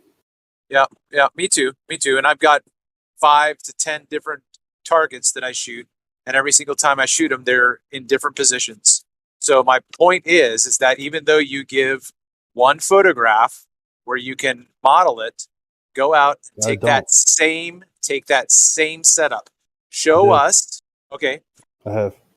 Okay, great. So just give me the link for where you show the data for your photograph so that we can see that it's the same focal length and the same setup for your observation. Because I've done that on my channel. Every single one of my videos has the exact equipment that, well, not maybe all of them, but a large majority of them have all the equipment I use, specs of everything that I use, camera, telescope, P1000, P900, Canon camera. It's all in my description, basically every one of my videos. Okay. It's So weird. It's weird that you guys throw this stuff out there like it's an actual comeback or something, because like I've done all these things. Yeah, so ago, have I. 5 years ago. Yeah, like so have I. literally 5 years ago. Great, good. So go look at the video and get the information for yourself. Why do you always make people do this task setting stuff? What do you mean task setting? I'm just asking you for the data that you claim that you have. Go watch my channel, all of it. Okay, I'm sure that you know that I could say the same to anyone about my channel, right? Elephant fallacy. It's just weird that I've already told you multiple times, like I've done all this. I put the videos out there, I put the photos out there for people to download, videos for people to download, put all the raw videos out there for people to look at on YouTube to download. I've put all this information out there. I've spoke about my camera gear multiple times. People always come back and keep asking the same questions over and over and over again. It's just like, dude, come on. Maybe that's ridiculous. Because it's not a static. No, it's because you've never taken the time to actually go satisfactory. study the evidence that I've provided, or else you would know that all the already. evidence. Yeah, all the evidence disproves the outer space ball religion. So I don't know what the problem is. That was easy. No, it doesn't. Yeah, absolutely does. It's just too easy. Yeah, we require a level surface of water in order for the lens to get compression like that. So there isn't even a claim for the globe doesn't magically go up first then down. So it doesn't even help their claim. It's just way too easy.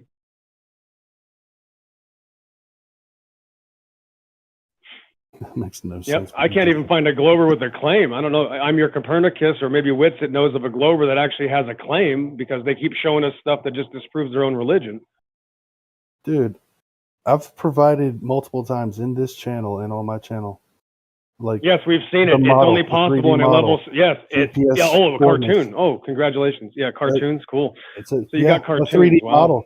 Correct. Congratulations. A 3D model. Wow, That's a cartoon. You can wow. model Wow, You can cartoons, model. yes. Okay, if you're going to No say evidence. cartoon, Wow, then that's you're just easy. a fucking There's pathetic the loser. seizure. We Oh, already yeah. have seizure and panic attack. Yeah, there's the panic attack. Dude, you're a dishonest Yep. fuck if you can't look Yep. at the You evidence. no, you're If just you another wanna- perverted if you just criminal. want to call it, Just no, another Hey, pervert. people just want to call that Hold shit on, gentlemen. cartoons. Yep, Let's it's be just honest. it's so Let's be easy, honest. bro. It's They are Gentlemen, hiding hold from on. somebody reality. will Other Yeah, say guy. it's a they're I'm hiding just from gonna have cartoon. to reality. temp mute you both. I'm gonna have to temp mute you both. Just temporary, Sally. Don't get nervous. Okay, you guys need to relax one at a time, please. We have to have an honest conversation about this type of stuff. If you're just going to start coming in and saying, "Oh, They don't even have it's a a claim. cartoon," if you're just going to, then why are you here, dude? Yes. What are you here all for? the Just evidence and to feel all better the about evidence. your emotional You don't even pain? have you don't Is that even why have a you're here? claim. You're just having a seizure and a So panic you're attack. You just just have here a to yell seizure. at people so you can feel better Yeah, about your just more emotional perversions. pain. Is that Yeah, what it just is? more Okay, perversions got it. from Guys, Satanism. Yep, You're further completely Satanism. irrational. Exo, do you Fucking want to have a ridiculous. discussion, or do you want to just talk over him and just ridicule him? It's just a panic attack seizure. There is no Not that discussion. you're having a panic attack and a seizure, if anyone in this room. The guy is a sociopath beyond repair. Just relax, please, guys. Come on, one at a time. Yeah, so the evidence is dependent on not living on a magical cartoon globe. So there is no evidence against reality. There isn't even a claim. They don't even know what their own claim is. That's why they have to go to a cartoon model, because they don't accept reality. It's just too easy. Okay, it's not a cartoon. We can obviously model things in 3D that are from reality, right? We can create a model and say, if I model my house, it should look like this, and then I go try and build that thing in reality to make it look like that picture that I just modeled. That's what we do. We draw up blueprints, and then we go build them, or we test the blueprints against what's already built. That's how things work, dude. So the pretend like a model is a cartoon, it's just silly. It's absurd. Yep. Complete Yep. No absurdity. claim. Yep. Yep. No, Still no claim. All working made the models. claim. So I have all made the working claim. models in reality are based off not being a magical cartoon ball. That's why the military, including the Trident Flight Research and NASA and even the Russian military industrial complexes, all have to base everything off of linear flat maps. And I'm not even a flat earther. So they don't even have a claim. None of their models work in reality. All working models are based on linear surfaces. It's just too easy. Yeah. Okay, well, I'm not. There isn't even a I'm claim. not going to engage. Yeah, with there you. isn't even a claim. Third person. Yeah, That's, there isn't even a claim. Yeah. Reason. Yep. No, I've definitely. Yep, made you're the just another claim. coward. Yeah, I've just another definitely coward made the hiding from claim. reality. I've No definitely claim made at the all. claim. Well, It's too let's easy. not Just a call suicide names. cult. XO, don't call names, man. Come on. And then he ran away.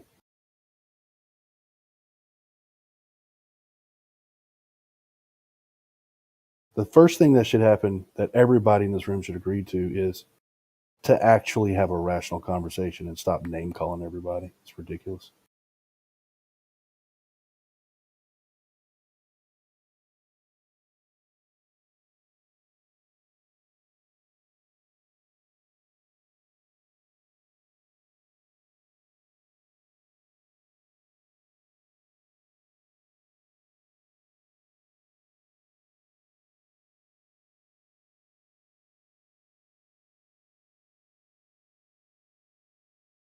I'm just wondering how many optical illusions are in your bridge photo?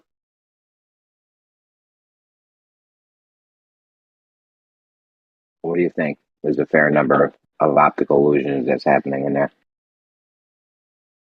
If you look at the history of my channel, I went and took a bunch of photos, and then people were saying, "Oh, this is all like optical illusions. This is all mirage. This is all perspective or magnification or something." They would come up with different, various optical reasons why it obviously couldn't be a globe. It's too small, whatever. And so then, I know. I was asking you personally. How many I do you know. think there are? Well, hold on. Well, then this is important. I am answering your question. Just give me a minute to get there. So then I said, okay, well, this needs to be modeled. And Walter offered to model it. So Walter modeled the thing to say, okay, what should it look like? Like if it's just modeled, and we can like reduce like all the atmosphere and all that to understand what the actual shape should look like through the camera. He modeled it. And then I went to the location that he set up his camera in his 3D model, and I took a picture, and it matched. Okay. So then everybody said, well, it's still, you still don't know. It could be the atmosphere. It could be flat, but the atmosphere could be making it look like a curve. So it could still be refraction, even though it matches the globe model. It just makes it look like the globe model. I said, okay. Well, then the next thing we have to do is figure out a way to get rid of the atmosphere altogether in the real world. How can we do that? Talked to Jesse about it, and he said, well, I could do a GPS waypoint measurements across the whole bridge. And I said, hey, that's a good idea. We don't even have to worry about refraction at that point. So he went and did the GPS waypoint measurements, and the GPS waypoint measurements map to the same shape as a 3D model and show that the photograph has very minimal atmospheric effects in it. And the only thing you can actually see in my photograph that's obvious, like actually affecting the picture, is that refraction makes the bridge look straighter than it should. If you actually compare my bridge to the model with no refraction, like you turn off all refraction, all atmosphere, 0 refraction, then my picture actually looks straighter than the actual model does. So then when you add standard refraction, they match. Are you done? I don't know what else can be done beyond that. Are you done? Yeah. Did you have more? So I'm just I mean, you didn't answer my question clearly. How many optical illusions do you think are in your picture? This is going to be like a single digit number, maybe double or triple digits. I don't know. Just one number should be the answer. No. A number. No sentences, nothing, just a number. I'm not going to answer that question because it's a malformed question. You can take the fifth? No doubt. No, it's a malformed question, Jeremy. And you know it is. Well, there's either 0 or there's some. No. Right? No, because you haven't defined what you mean by optical illusion. Are we Something talking about how many pixels? That it doesn't conform. Something we see that doesn't conform to reality. Something that what do you mean? You want to define optical? What's reality? Are we talking about, is the atmosphere included in reality? Because then we see reality.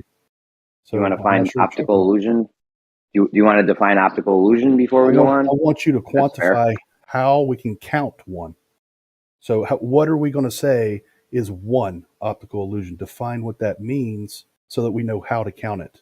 Because I have no idea what you're talking about unless you can do that first. So you don't know the definition for optical illusion. I know what an optical illusion is. Go over that. But one could argue that there's one optical illusion. One could argue that there's one optical illusion, which is all the average results of the atmospheric conditions at the time is the one optical illusion. I mean, you could say that, but it depends on how depends on how you actually want to quantify that term. What does that actually mean? Optical illusion, yeah, something that we see that doesn't conform with reality. Do you agree that that's what an optical illusion would be? Well, no, because the atmosphere is reality, right? So what you're trying to say is something that doesn't conform to the actual geometry of the world if there was no atmosphere. That's what you're trying to say. I'll tell you what, let's get a definition up for illusion. How about that? And I would say that, yes, the entire image is affected by refraction. So I guess there's one, aggregate optical illusion. So one is your number. All right. And you're saying it's the whole thing. All right. Whoa, that was bigger than I thought it was going to be. Okay, never mind then. Yeah, but the previous argument that I made clearly shows that the photograph does map to what the expectations. So it's not the atmosphere that's causing anything to curve. Sure, with the GPS data. Right, that's the most definitive. Yeah, and GPS isn't subject to refraction at all? No. Ooh, really? Yeah, you're not seeing refraction over the corridor for GPS now. There's no refraction. How do you think GPS operates? Curious. Does it operate? That's the question I have. How does GPS? We're going into that right now. How do you think it works? Radio signals. Which is what? What? What's a radio signal for the audience? I don't understand why it says something we really need to go into. Because we're talking about it's a magnetic wave. Electromagnetic wave, yeah. Electromagnetic wave. All right, and is that our electromagnetic wave subject to refraction in the atmosphere? Sure, and they have corrections for it, right? Sure. So GPS is subject to refraction. Aha. Not in the way you're saying. Not the same way as the photograph. No. So you're saying it's not subject to refraction? It's subject to refraction, and that's why you have an error range of how precise your GPS can be. So if your GPS is correct to within a foot, then it has no impact upon the overall shape of that Jesse has produced, right? So you tried to get rid of the refraction element, and you went and used something that is subject to refraction. That's brilliant. That's fucking brilliant. Jeremy, So Jeremy, no you're shit. playing word games. You're playing word games, and you know you are. No. Yes, you are. Soundly, yes, it's you silly. are. Is the GPS accurate to within a foot or not? I don't know. Is it subject to refraction? Yeah, on that day, it was GPS was accurate to within a foot. And it's subject to refraction, right?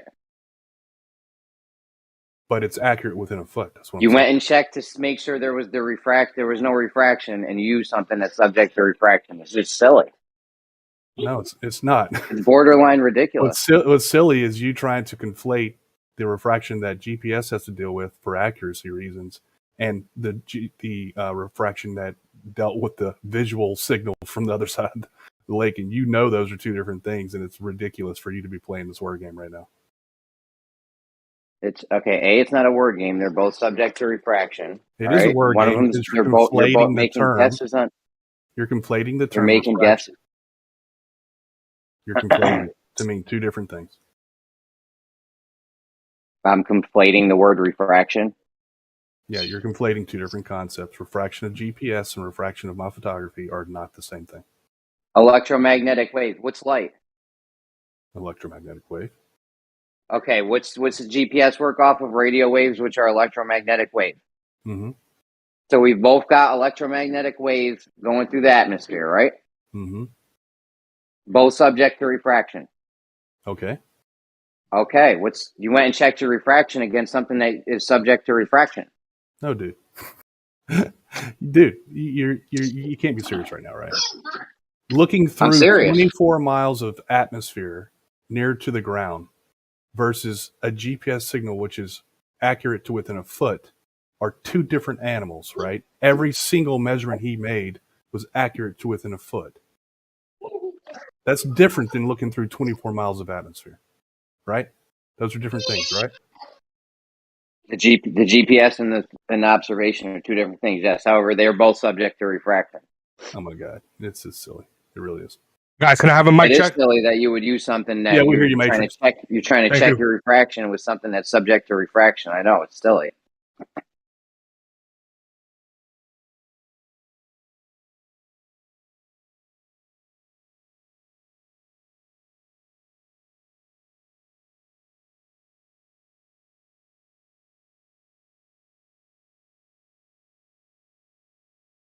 So what's going on, Soundly? What makes you come to this side of the woods?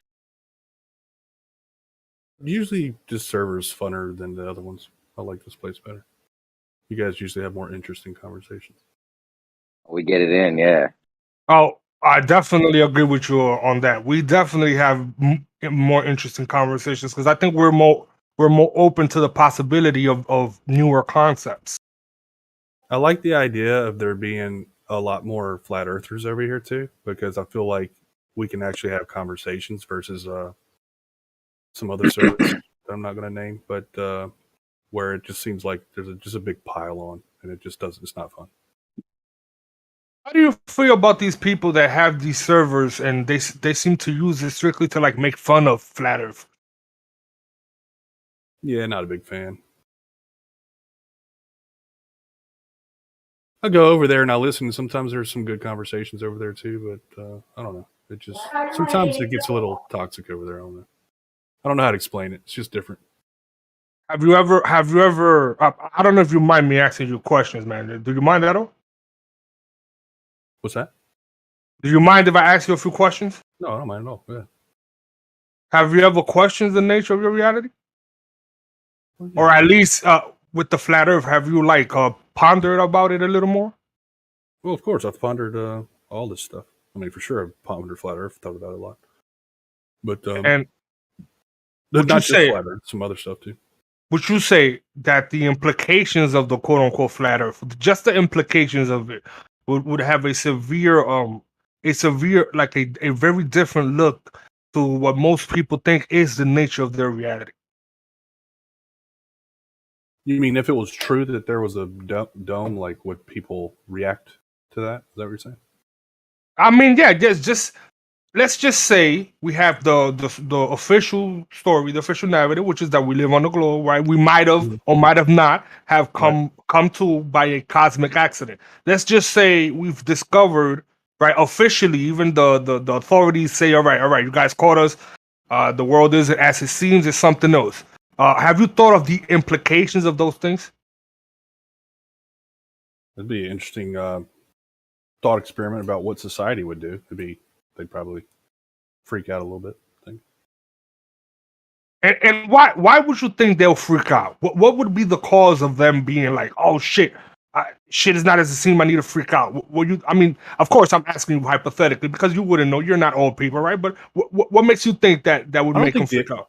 I don't think the average person would freak out. I think most people just go about their lives, to be honest. But I think that there'd be major shifts. There'd be major shifts in like society. I think, yeah, like at a higher like religions. Level, I think things would change because people would all of a sudden be like, okay, wow, yeah, we're like literally living inside of a structure, and I think that would be convincing to people. But I kind of feel that way about Earth already. Like Earth, to me, does feel like something that's basically a zoo that was built for us, like.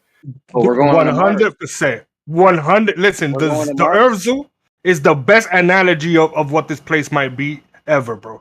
Go ahead, Jim. But we're going to Mars soon, though, right? We're going to the moon and Mars. Then we're going to, we'll be in other galaxies eventually. I don't know. Are we going to go to the moon again? It's like they've been trying, but it's like 2 launches now that they've had to scrub. I'm just saying, in your paradigm, like it's not really a zoo, or I guess the whole. I think it is. Well, I think it. Maybe zoo is the wrong term. Observatory. In your paradigm, observatory, I think would fit more. How about a divine realm? What's the realm is more like for the flat Earth. Preserve's the word I'm thinking of. It's like a preserve, like we had this place built for us that we can live in a relatively safe environment, whereas everything outside of it is pretty much harsh to us. I think that right there is a lot of evidence that it was built, engineered, created. There are a lot of negative reinforcements, like the salt water. As you go up, it gets colder. You can't breathe. You can't dig down because it's, it starts to get too dense. We blow through drill bits. A lot of negative reinforcements. Yeah, it's kind of hard to get out of this tiny little sliver that we live in, right? I kind of see it. I kind of see a little bit, like how bacteria and stuff. How when you look at it, it looks like they're alive, right? But a bacteria probably wouldn't be able to survive outside of your skin or whatever the fuck. So I see us kind of like that. Like this is our environment. We're meant to survive and thrive here. But if you take us out of it, we're probably not meant to survive. It'd be interesting to see what they do with Mars. I think it's going to be very, very hard for whoever goes there. That's for sure. Mars, you mean / Canada? Well, or Devon Island or something. Yeah, well, I'm assuming that they're actually going to a place that's got a harsh environment. Whatever Mars actually is, it's not going to be a inviting environment. Yeah. I would use if Mars is, if they're going to the place they say it is. Right. If they're actually going there. Exactly.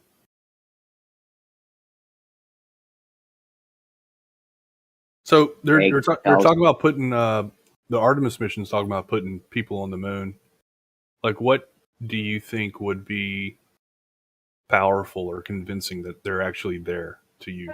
I think they have much better CGI this time, and if they're proposing it, they're probably prepared, right? I'm anxious to see, man.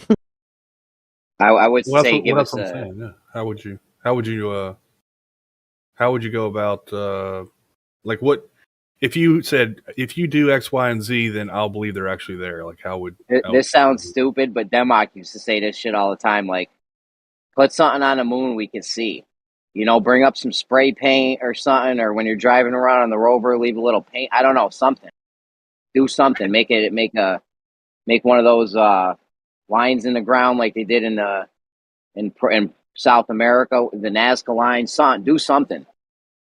I can think of the most extreme thing that they could do, and it will probably still have a little bit of doubt, right? For example, they astronauts, all of them, could just live stream when they're on Earth, where they're getting into the rocket, as they turn on the rocket, as they launch, and all the way over there without any cuts, without any edits, just one continuous stream of, hey man, we're on Earth, hey man, we're not on Earth anymore.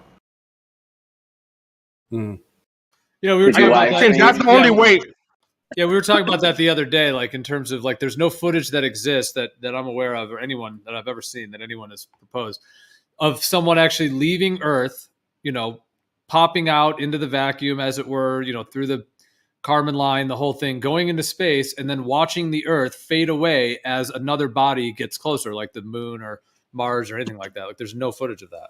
Which wouldn't be difficult, right? Like, is that too much to do when mostly every drone nowadays, you know, like have cameras and like? I don't think that's hard to do. Just get it done once, and all the flat earthers will go away if they don't find anything weird about it. The footage, this whole live streaming footage nonstop, that would be very compelling. But I don't know how much they can't fake at this point. What would be compelling is for them to leave something on the moon we could see. Mm-hmm. Yeah. Dude, I gave them the proof. I feel like that would be. They had asked me, like, oh, what would convince you the Earth's a globe? And I was like, any rocket going straight up past 73 miles. And then I think MC Toon tried for 40 minutes to show me rockets that didn't even claim to go that high. It's still the world record, man. That go fast rocket, 73 miles. Show me something like that. Then I'll be convinced. The go fast, is that the one that stopped from nowhere? Yeah, the one with brakes, right? Exactly.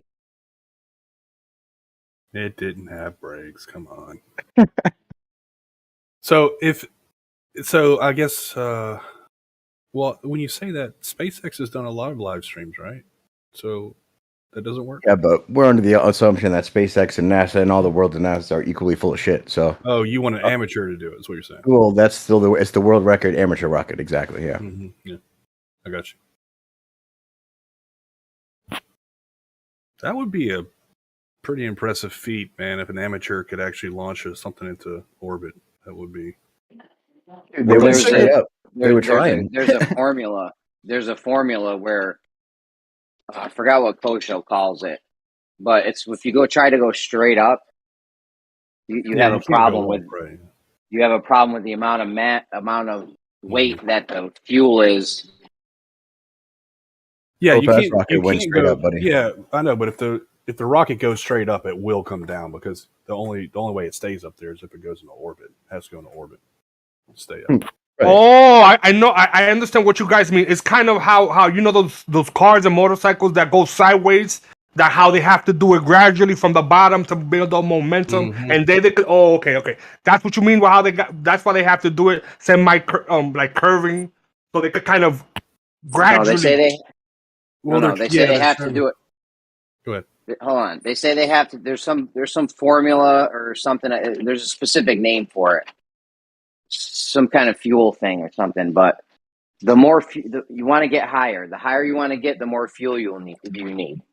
The more fuel you need, the more you weigh, the more it's going to take to push you higher. So, like, there comes to a point where you just can't go. You would have to have like an insanely big rocket or something crazy. I forget what it's called. Kosho knows the name of it. Because it can't push more of its weight, and the more fuel it has, the more weight it has. So yeah, that is a situation. Damn, that's interesting to think about. I think you're talking about the rocket equation, if I remember right. There's actually an equation. It has some other cooler name. There's a cooler name than that. I forget what Kosho is. Here? No, he's not here. Huh? I don't know.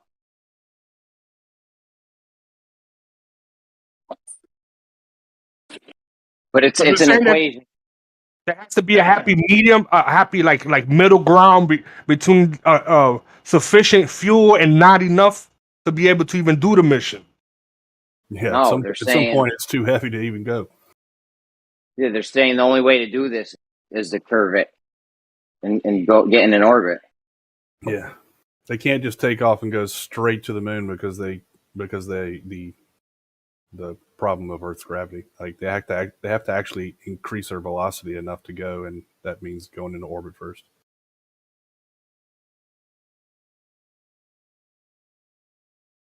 if you believe all that stuff. I mean, the going up with the fuel thing makes sense. Like, you know, if you want to go high, you're going to need, the higher you want to go, the more fuel you're going to need.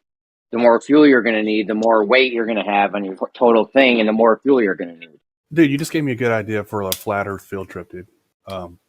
You know how the claim is that rockets just end up in the ocean, like they just end up coming back down?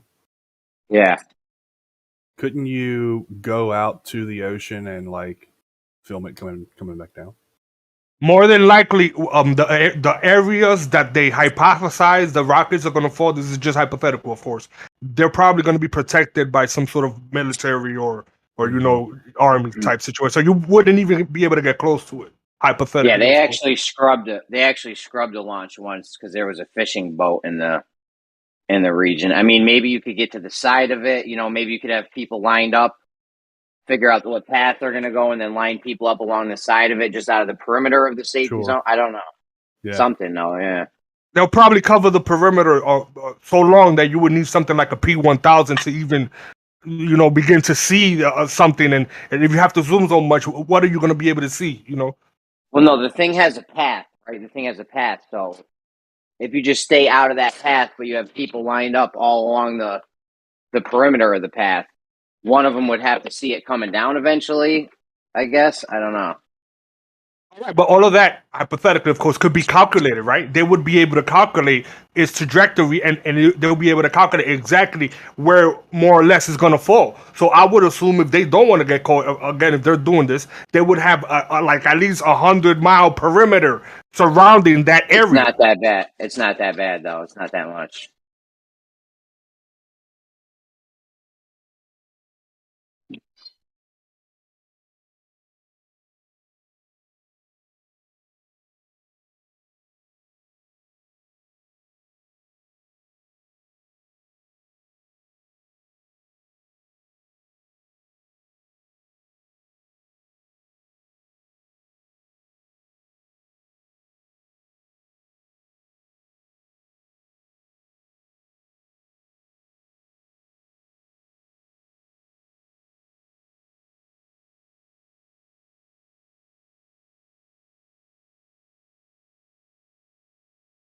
So, Sonley, are you skeptical of the claim of outer space, or do you basically go with it and think it's true? I think it's true.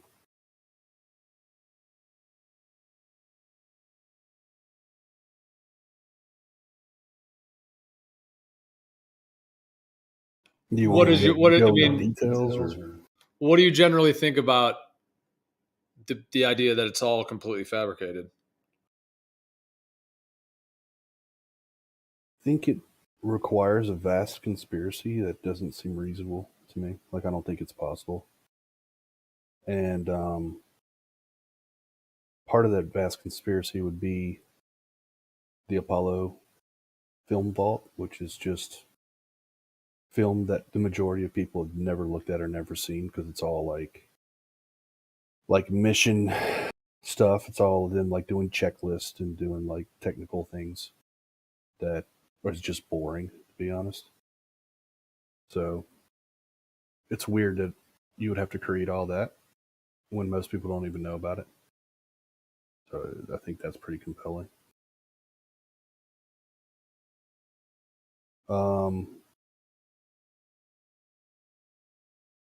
You know, I don't know about the live footage and all that. Maybe there was some Hollywood trickery there. I don't know. I mean, I can maybe even grant you that. But it would have been technically possible to send a signal that distance. And that's one of the things that a lot of people are just skeptical that a signal could even travel that far. But the fact that we can bounce ham radio off the moon and back seems How about the signal? Indication. How about the signal coming from the Voyager? You think that's doable? That's pretty crazy. I don't know how they do that. Pretty crazy. Yeah, it's a good way to phrase it. That's how I would have phrased it.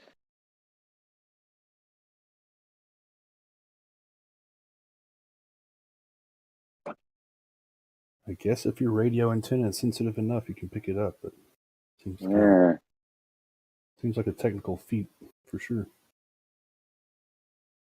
Why wouldn't it be doable, Jeremy?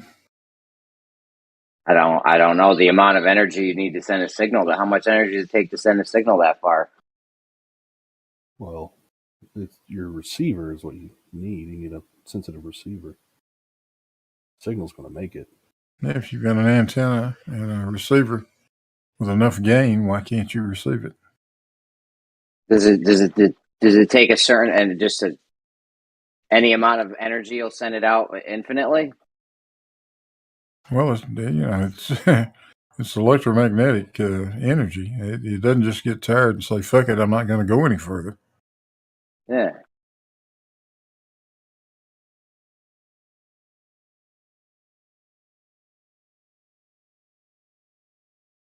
Well, yeah, I mean, you do have some gas particles up there, right? I mean, it's all the way past Pluto now or something. Don't they say it's in interstellar space or something? Got to go through a lot of gas molecules. No, goes through a few, yeah. And yeah. Think how many gas molecules it goes through here in the atmosphere. I hear you. And the farther you want it to go, don't you have to put more energy to it? Isn't that how the radio stations do it? I don't know. I'm not a radar guy or whatever this is, but seems like a pretty big feat to me.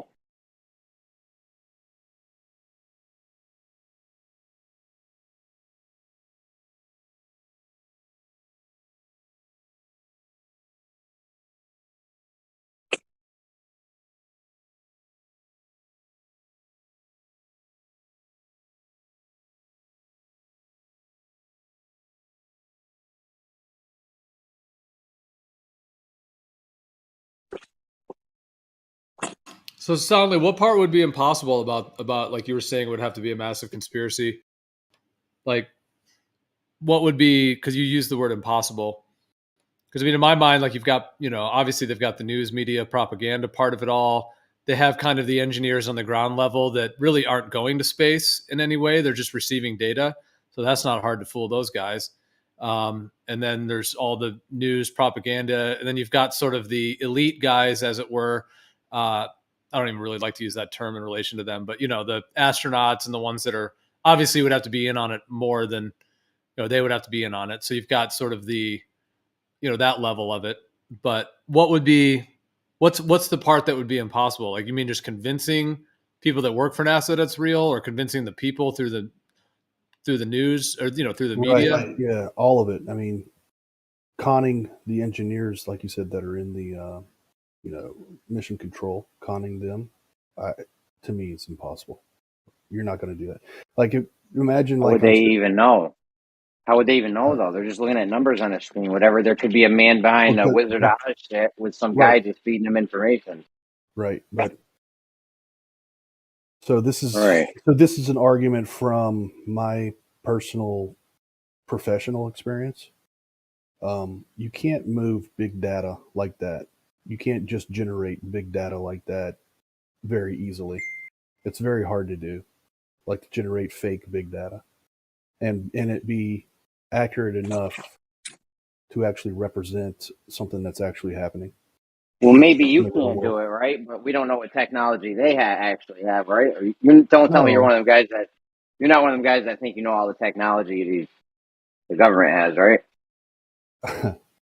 I'm one of the guys that know that if the government has the technology, it's coming like these days. It's coming from somebody like Google, and I do know what Google's limitations are. Yeah, like So you know all the technology the government does and doesn't have, or Google does and doesn't have. I know the foundational. Crazy, I know the foundational hardware level technology that is going to be used to build whatever technology exists. Yeah, there are physical limitations to the hardware that exists, like the best chips in the world that exist. There's physical limitations to them that make moving big data around very difficult.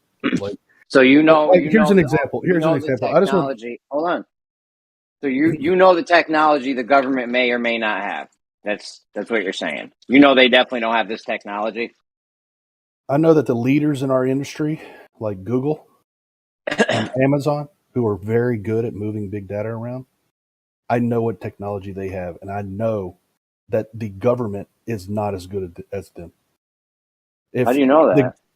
Because the government relies on them. The government uses Amazon and Google. That's So you know what technology the government does? I know Weird, some. but I that's know some cool. of it. Yes. Mm. I mean, I It's don't weird, know. I Tony. don't It's know the weird. aircrafts and stuff like that, but I do know like the data, moving data around technology, big data technology. I do know the technology that they use. Yes, because everybody uses it because there's only basically a handful of people that do it really well, and Amazon's the leader in it right now. Amazon So I mean, Web Services you is know what the happens leader in behind big every. technology. Yeah, no doubt. You know what happens behind every closed door in every room. You know it's what they have, what they don't have. It's very strange. Very strange sound. I don't know why you think it's very strange, dude. Like the top leading minds in this field are known. People know who they are. Anyways, go ahead, Gio. Go ahead. This is getting too weird for me. Okay. Let me just give you this one experiment to do. Buy 2 1 terabyte hard drives and fill one of them up with whatever, photos, videos, whatever. Plug it into the same exact computer and try and transfer 1 terabyte of data over to the other 1 terabyte hard drive on the same computer, and you'll get a sense of what I'm talking about. Yeah, It takes fucking forever, even when you're in physical proximity. 2 hard drives sitting right next to each other on the same desktop. It takes fucking forever to move big data around, dude. I know, soundly. I'm guessing the higher echelon of government and in these these NASA people or whoever they're using stuff better than I get off Amazon. Well, guess.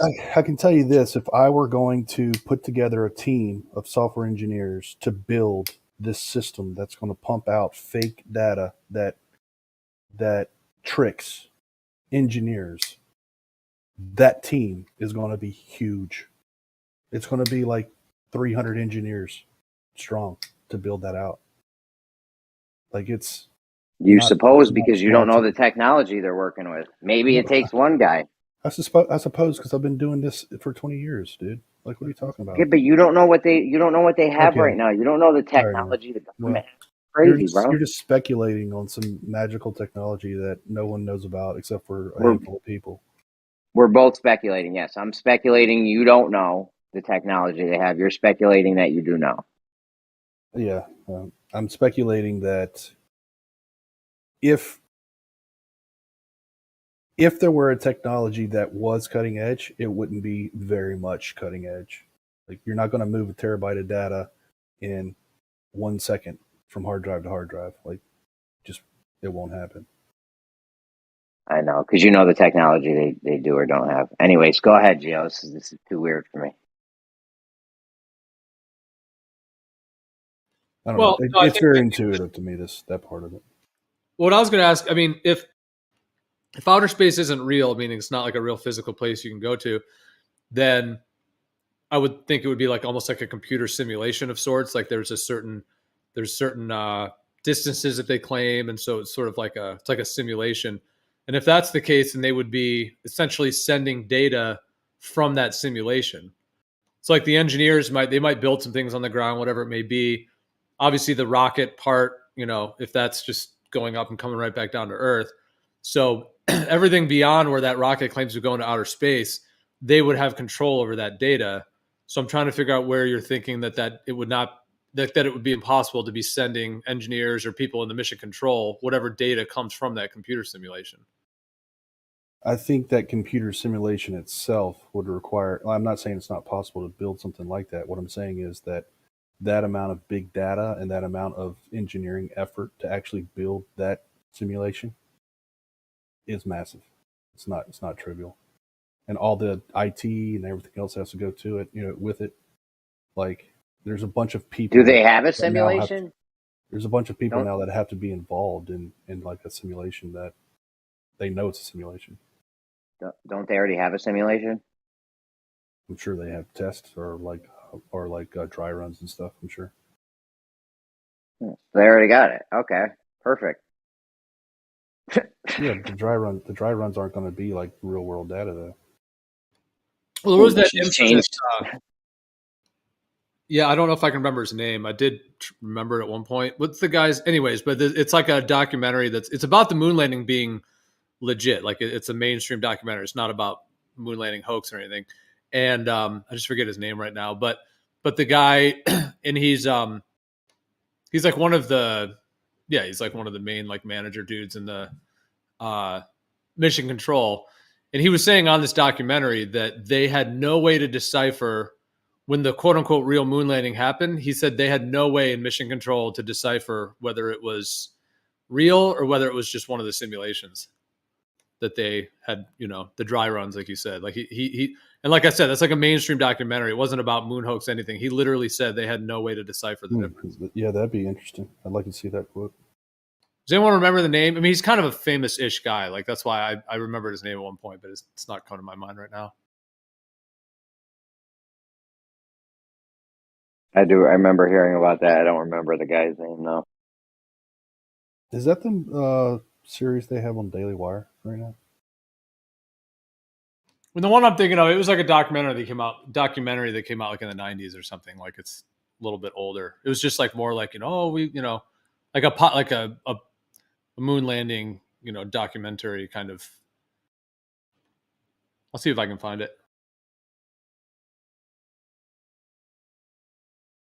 Was it Apollo 11? What we saw?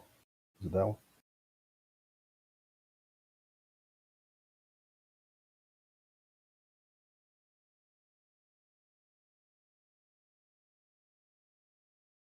Oh, I'm not sure.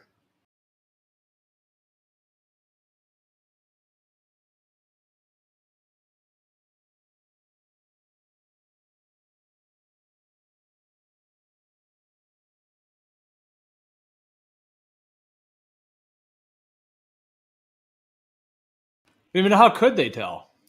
How would they know the difference? Like they're not in space. They're not verifying that the rocket actually went to space. They've done dry runs and things in the past. So like, how would they know?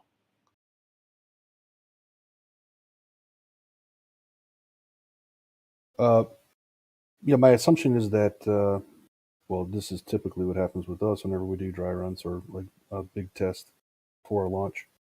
Not a rocket launch, but like a software launch. The dry runs are very like, how do I put it? They're very like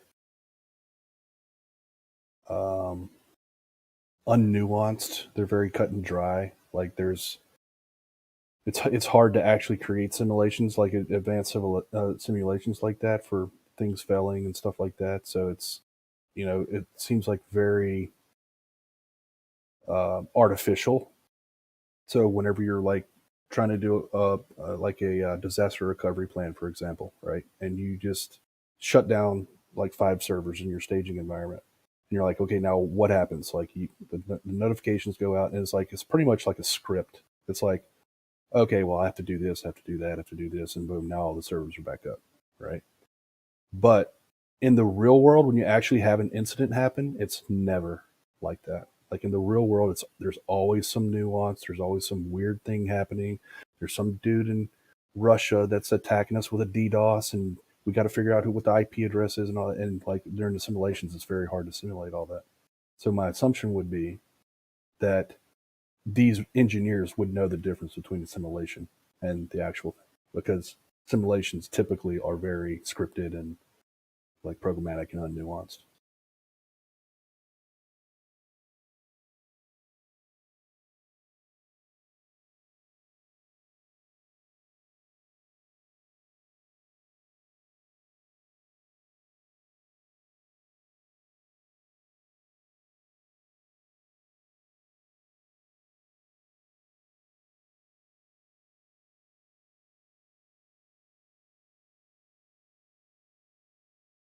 I hear you, but I mean that's also in comparison to like something like if you're doing a dry run compared to something that's in the physical world where you do know what the real one is, but in these like they wouldn't know what the real one was even like.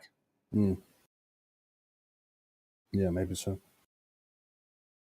With info security and those types of I'm not in info security. I'll only have like a adjacent responsibility, but those info security guys that go through these like mock scenarios where they're being attacked by some hacker in Afghanistan or something, and they're like, okay, now what do we do? You can tell like it's very like within like in 30 minutes they've already identified the problem. They've blocked that IP address or a series of IP addresses and figured out what the gap in the software is and patched it. And okay, that's what our info security team does very quickly whenever we do these dry runs. But then we also hire these white hats info security companies, third-party info security companies, to actually attack our software in real world situations. And a lot of times our info security guys are scrambling for hours and hours and hours trying to figure out what to do, because the real attack, the real life scenario is different than the practice runs. So that's my experience, and I feel like from that experience it would be very difficult to trick a bunch of engineers into believing this is real when it's not. I guess it's possible in theory, but I think it's unlikely. It's just one of the things that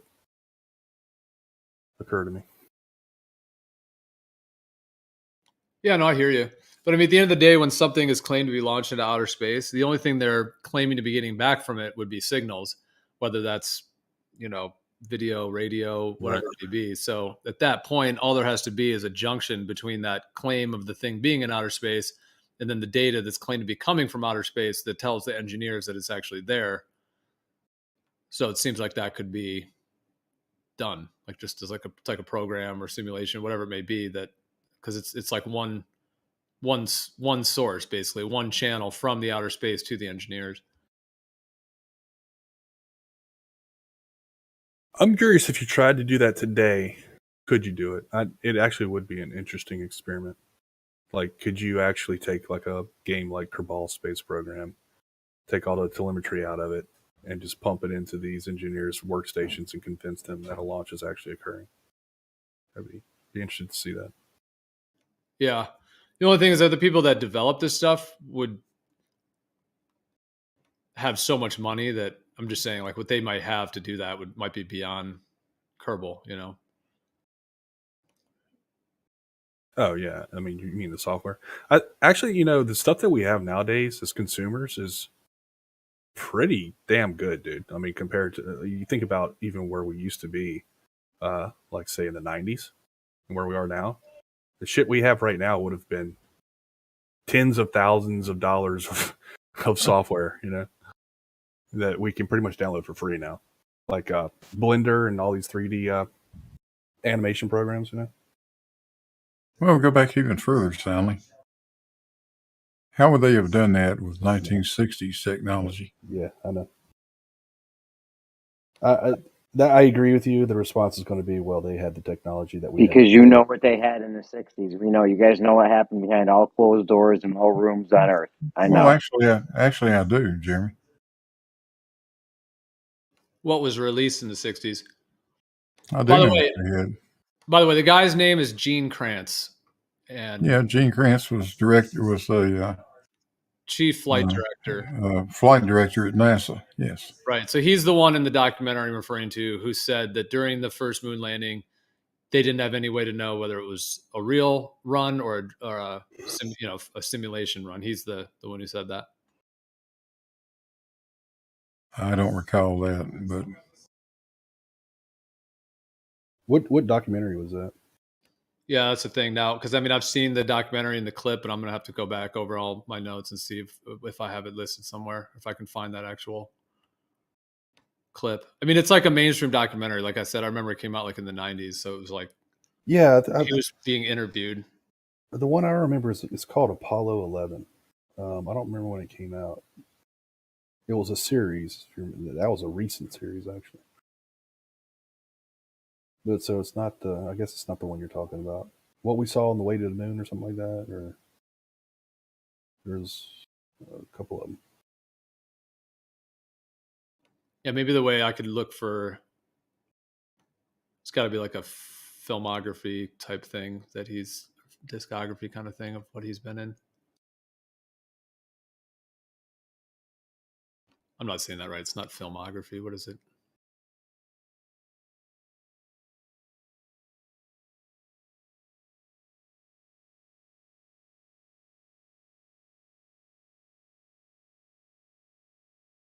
What's that name for a list of movies people have been in? It's also not coming to my mind. Is it filmography?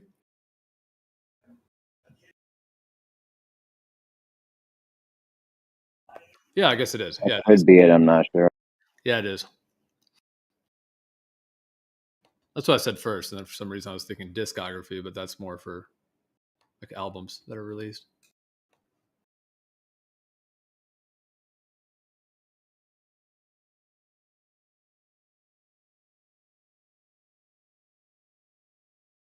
But I mean, if I find that clip for you, I mean, is that not a bit odd that the actual chief flight director of the whole thing didn't know that if it was real or just another run? Doesn't that seem a bit? It's an interesting comment. I'd want to dig into it with him. Yeah, okay. I would be I'd like to hear that. impressed if their simulated telemetry was actually that good that you couldn't tell. Like that'd be impressive to me that they could even do that with simulated telemetry and simulated conditions. That unless it was just a perfect launch, and it didn't have any nuance to it, which just doesn't seem to be the case in the real world. I don't know. Seems like it'd be hard.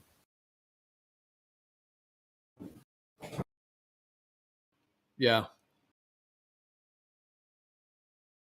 Oh, they were doing excellent and very accurate simulations. No doubt about that. Were they able to simulate it in a way that it felt organic and with nuances and stuff like that? I can't answer that.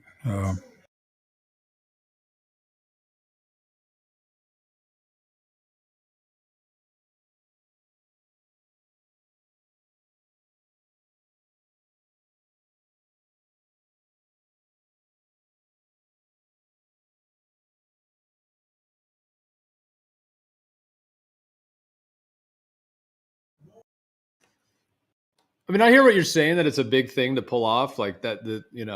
I've definitely thought a lot about it, like all the different layers and levels of this, and how to maintain it, and the whole thing of whether some people will leak the information or not, and that whole right. I wouldn't say I'm the best, architect. I would never make that claim. But if I was going to architect a system, right, and I was going to build out a team, and my whole job was to just fake the telemetry for a launch, it would be a humongous project. Like, I just can't even imagine it. Like, right now, just sitting here, I can't even scope it out, but it would at least be, a year-long project with 20, 30 engineers probably. So what's hard to fake is which direction you got to point your antenna to receive that telemetry. What if there was already a simulation ran up and it had everything all plugged in and all you had to do was change some numbers in it and some data in it? Would it still be 20, 30 engineers, year-long shit? Well, somebody has to build that, right? It's already built. They already had a simulation where they maybe they could detect it, maybe they couldn't detect it. Either way, there's already a simulation going. All you have to do now is change some data in it. Is it still a year-long thing with 20 engineers, or? So you're saying the system already exists, and now all we need is just one person to be complicit to actually fake it. I don't know how many people is it. If the thing's already built, do you still need 20 engineers, or do you just need to change some data in it with maybe one guy? Yeah, I mean that's actually a reasonable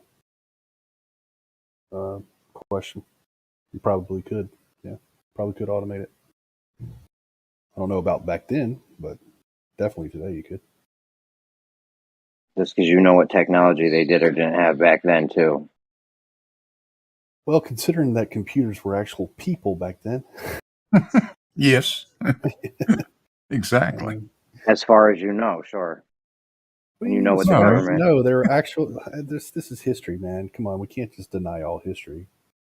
Well, nobody's that's the denying thing. all. We're not denying all history. We're trying to deconstruct how, if it's possible, right? And then I know, but there's what we're used to these even days. Glovers. A lot of Glovers will admit that, or at least not admit, but they'll even speculate that the government or whoever they are, they're probably 20, 30, maybe 40 years ahead technology wise than the public knows. A lot of people will openly So admit that, right? they did have more technology than the average person back then, but we know what that technology was because the people that were actually the computers, the actual people that were the computers, were there doing it. You know, like there's actually even a movie about that. What movie was that? Right. We know. That That's would a have to do. story. That would go along with the idea that the narrative was set up to say, okay, there's things we don't know, but here's the real history, and it's kind of like it's subterfuge. It would have to be designed perfectly so that they're 50 years ahead of technology wise, so they can set up the simulation, and then they could also have the backstory that's like, well, here's the admittance, but it's like a slap on the hand compared to the real admittance, which is they're 50 years ahead. And they had the complete narration simulation set up, as well as like the backstory, and then like the people that are acknowledging it are denying it all of history if they question it, because we're admitting that we're 20 years ahead, but not that far ahead. You know, they have to have those caveats because they know people are smart. I can't bring myself to think that could be reasonable. I just can't get there. I mean, it's just such a vast conspiracy at that point that it's just like You don't think it's reasonable? If I tried to, like, I'm thinking about right now, if I tried to project manage that project, I don't think we're smart enough as a human race to actually pull that off. To be honest. But think about it, the simulation, like faking something is harder than actually doing the miraculous event that they claim to be doing. When you think about it, it's not really logical to think that. Like no man ever died. How many men went to the moon? How many trips to the moon? And no men ever died on the trips to the moon in space. Hold on, Soundly, is it reasonable to think though that? Go ahead, Jeremy. Did we lose Jeremy? No, go ahead, man. Go ahead. No, you were about to ask a question. Go ahead.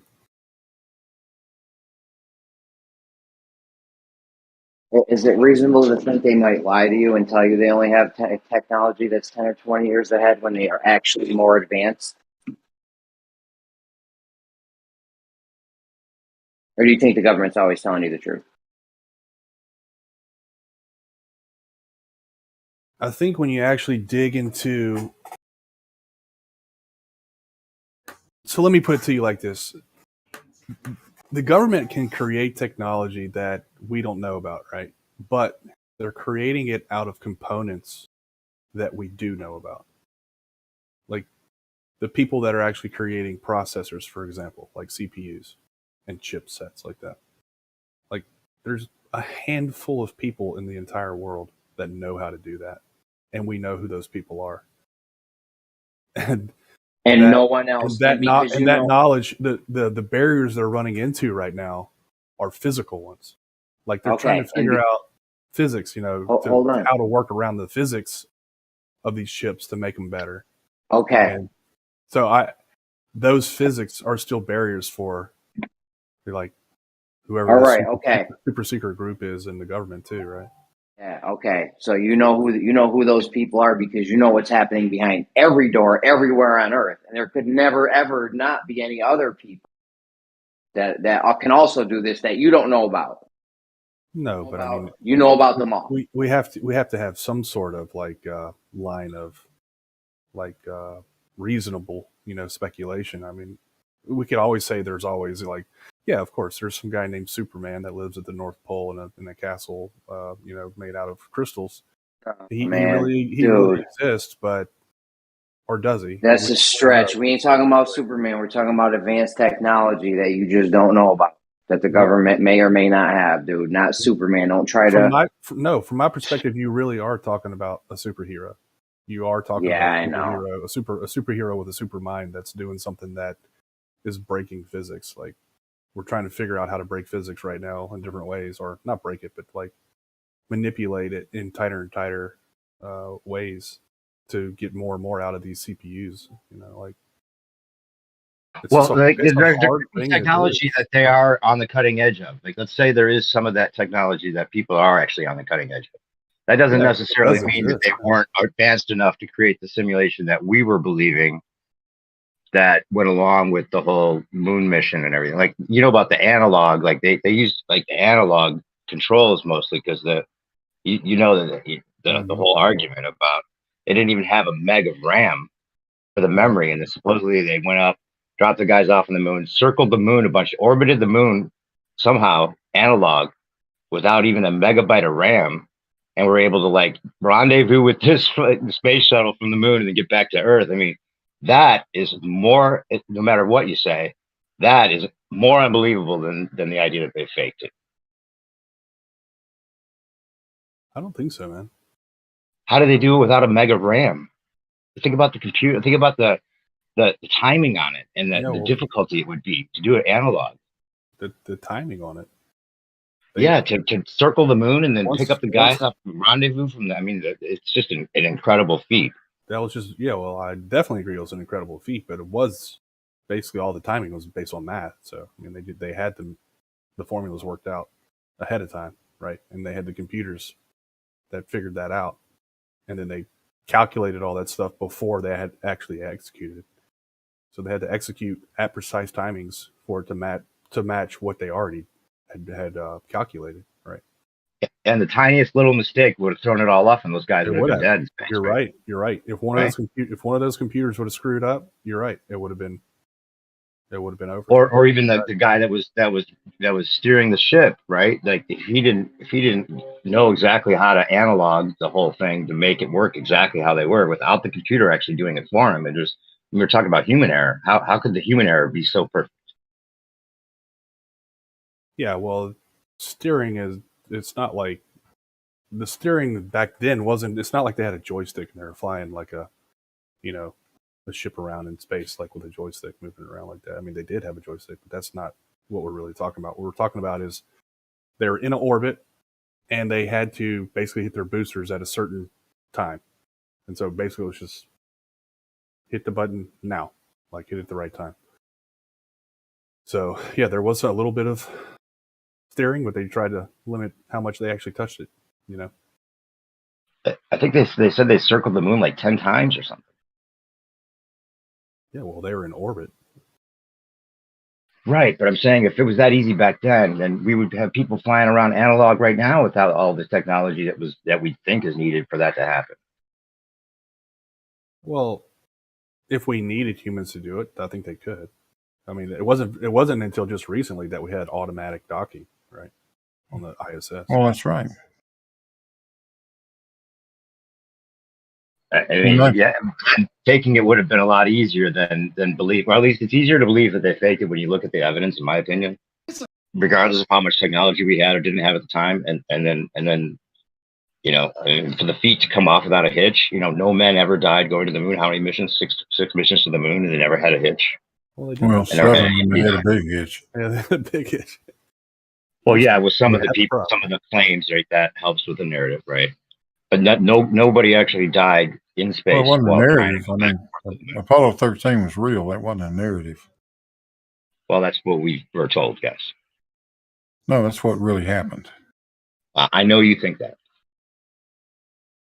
But that's why we're having this discussion, because it's either real or not real, right? In terms of 1969 technology, I really think an autonomous totally autonomous rendezvous and docking was probably beyond the capability of what we had technologically at that point. Today, not so. I mean, yes, we can do it now. Not in 1969. That's why we had guys we called pilots. Talk about believing in Superman. Do you think we had technology to send a craft, circle the moon, take a picture, develop it in space, and send it back to us, Blue? In 1968, I believe. Develop a picture? What are you talking about? Oh, you mean develop a picture in space? Let's see. Yes, sir. They develop pictures in space? What are you talking about? You guys are you're not aware of the mission? Apparently not. So why don't you tell us? Well, they sent an orbiter, and it took pictures of the moon, the landing sites that they were, guessing. Well, not guessing, figuring to go. Okay. And that spacecraft actually, well, this is the story now. I'm not saying I believe it. It orbited the moon, took pictures, developed them, and sent them back. Sent them back or brought them back? What are you saying? Send them back. How'd they send them? Electronically, yeah. I'm not making this up. Just Google it. I forget the name of the craft. What mission is this? It was pre-Apollo. Yeah, we did a lot of things pre-Apollo.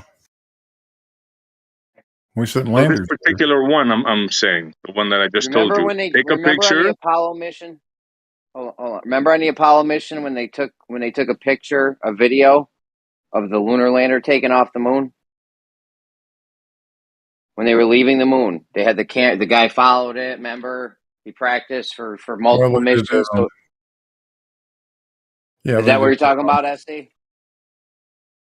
Say again, Jeremy. Sorry. They took a video of the men taking off from the lunar lander when they were leaving the moon, and they followed it. It looked like it was getting pulled up by a string. How'd they get that video back? Is that the video you're talking about? No, not that one, bro. Before the Apollo missions, they send an orbiter. I'm gonna get the details and send it to you guys. Now check this out. Now they had film back then, right? So they took pictures of the moon with film. They developed it in space, and then they transmitted it back to Earth. I kid you not. You know, I don't make up stuff. This is their stuff. Oh no, you never do that. Before we leave QLC, they also did the video of that takeoff from the moon, and there was no one left on the moon, so that had to be controlled from Earth, right? That's right. Digitally Yeah. went back and controlled, like panning up, keeping Yeah. that thing. So that was another thing that he's talking about.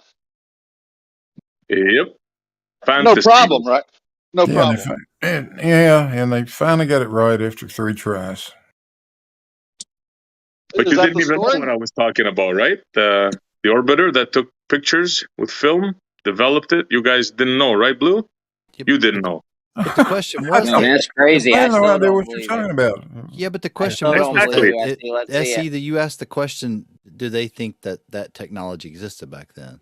Exactly. That's what I did. Yes, Buster. Look, if Can you're you playing post off, that? if you're playing off what I said I think in 1968 an autonomous takeoff from the moon and docking with a spacecraft in orbit around the moon would have been a real challenge. I'm not sure they could have done that then with the technology we had.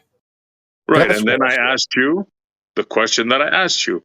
Do you think it's possible to send an orbiter, take pictures, develop them, because they had film back then, and send it back to Earth? You don't think they had video back then? In other I words, didn't say they didn't have video back then.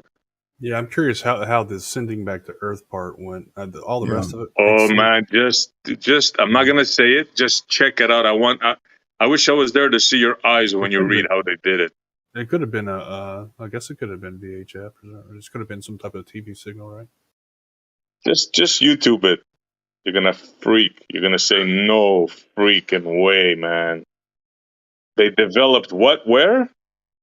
They scanned it with what? Yeah, I want it to be a surprise for you guys. So Kodak. They would never say that. Was it Lunar Orbiter 1? Is that the mission? I forget the name, man. I'm not in a position right now where I could check it out. Well, I think that's the first one. So maybe this is what you're talking about. Just check out. It had film. It developed the film in space, and it scanned it. You're gonna freak how it scanned it, and then it transmitted it to Earth. Could it be? No, it's not Voyager. No, forget the freaking name. Lunar Orbiter 1 or something like that. I can't remember. Sorry. Yeah, I found it. I found a National Geographic article on it. What's it called? It's Lunar Orbiter 1. Okay. Now have a read. This is. Oh, I haven't read it yet, but here's the article. I'm about to send it to the chat. Hold on, not yet. I'm about to though. Like just a little bit of scruples, just a little bit of logic, and coherent thought. You're gonna say what they did, what, where, when, how. Yeah, I think that's the one. Yep.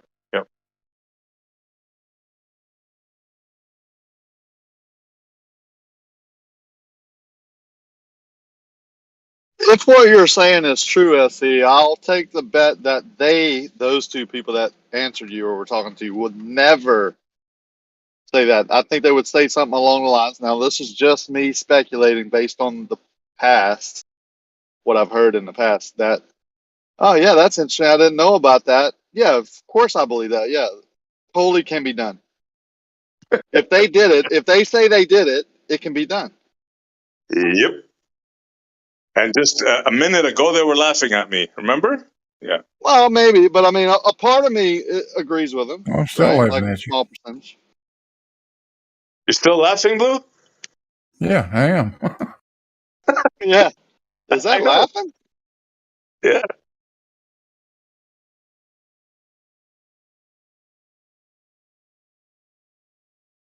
So even when somebody posts you a thing of it, your own NASA boys, you still don't believe me.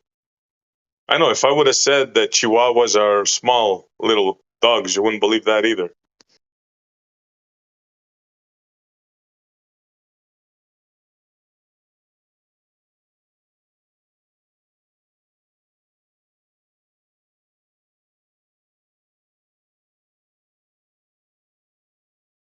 I do believe people in academia and scientists that have told me that if I live on a sphere of the radius given, that it's so big, right? I don't know how many times I've been told that. I mean, it is so ginormous that you would never, ever be able to tell if it was curving from your feet in a downward motion or not. Like, I don't know how many times I've heard that. Now, I've been enlightened since then and told directly that all of those people in academia and all the people that's told me those exact words before, how big the earth was, they're full of shit, man. This place is small. You can go anywhere where there's a bridge or a power line going away from you, stand at a certain angle, and it will appear to curve. And that appearance is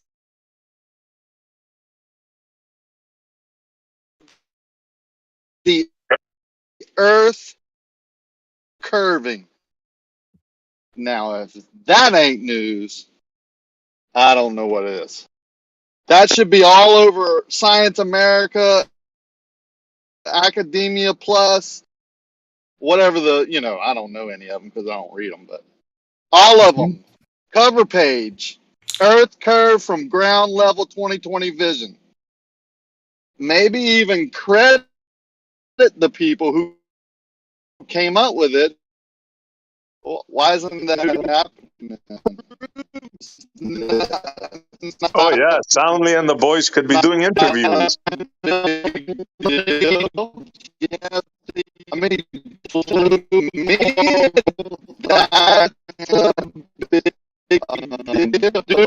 You're roboting, Rocky. If you do a big write-up to go to space. You need to go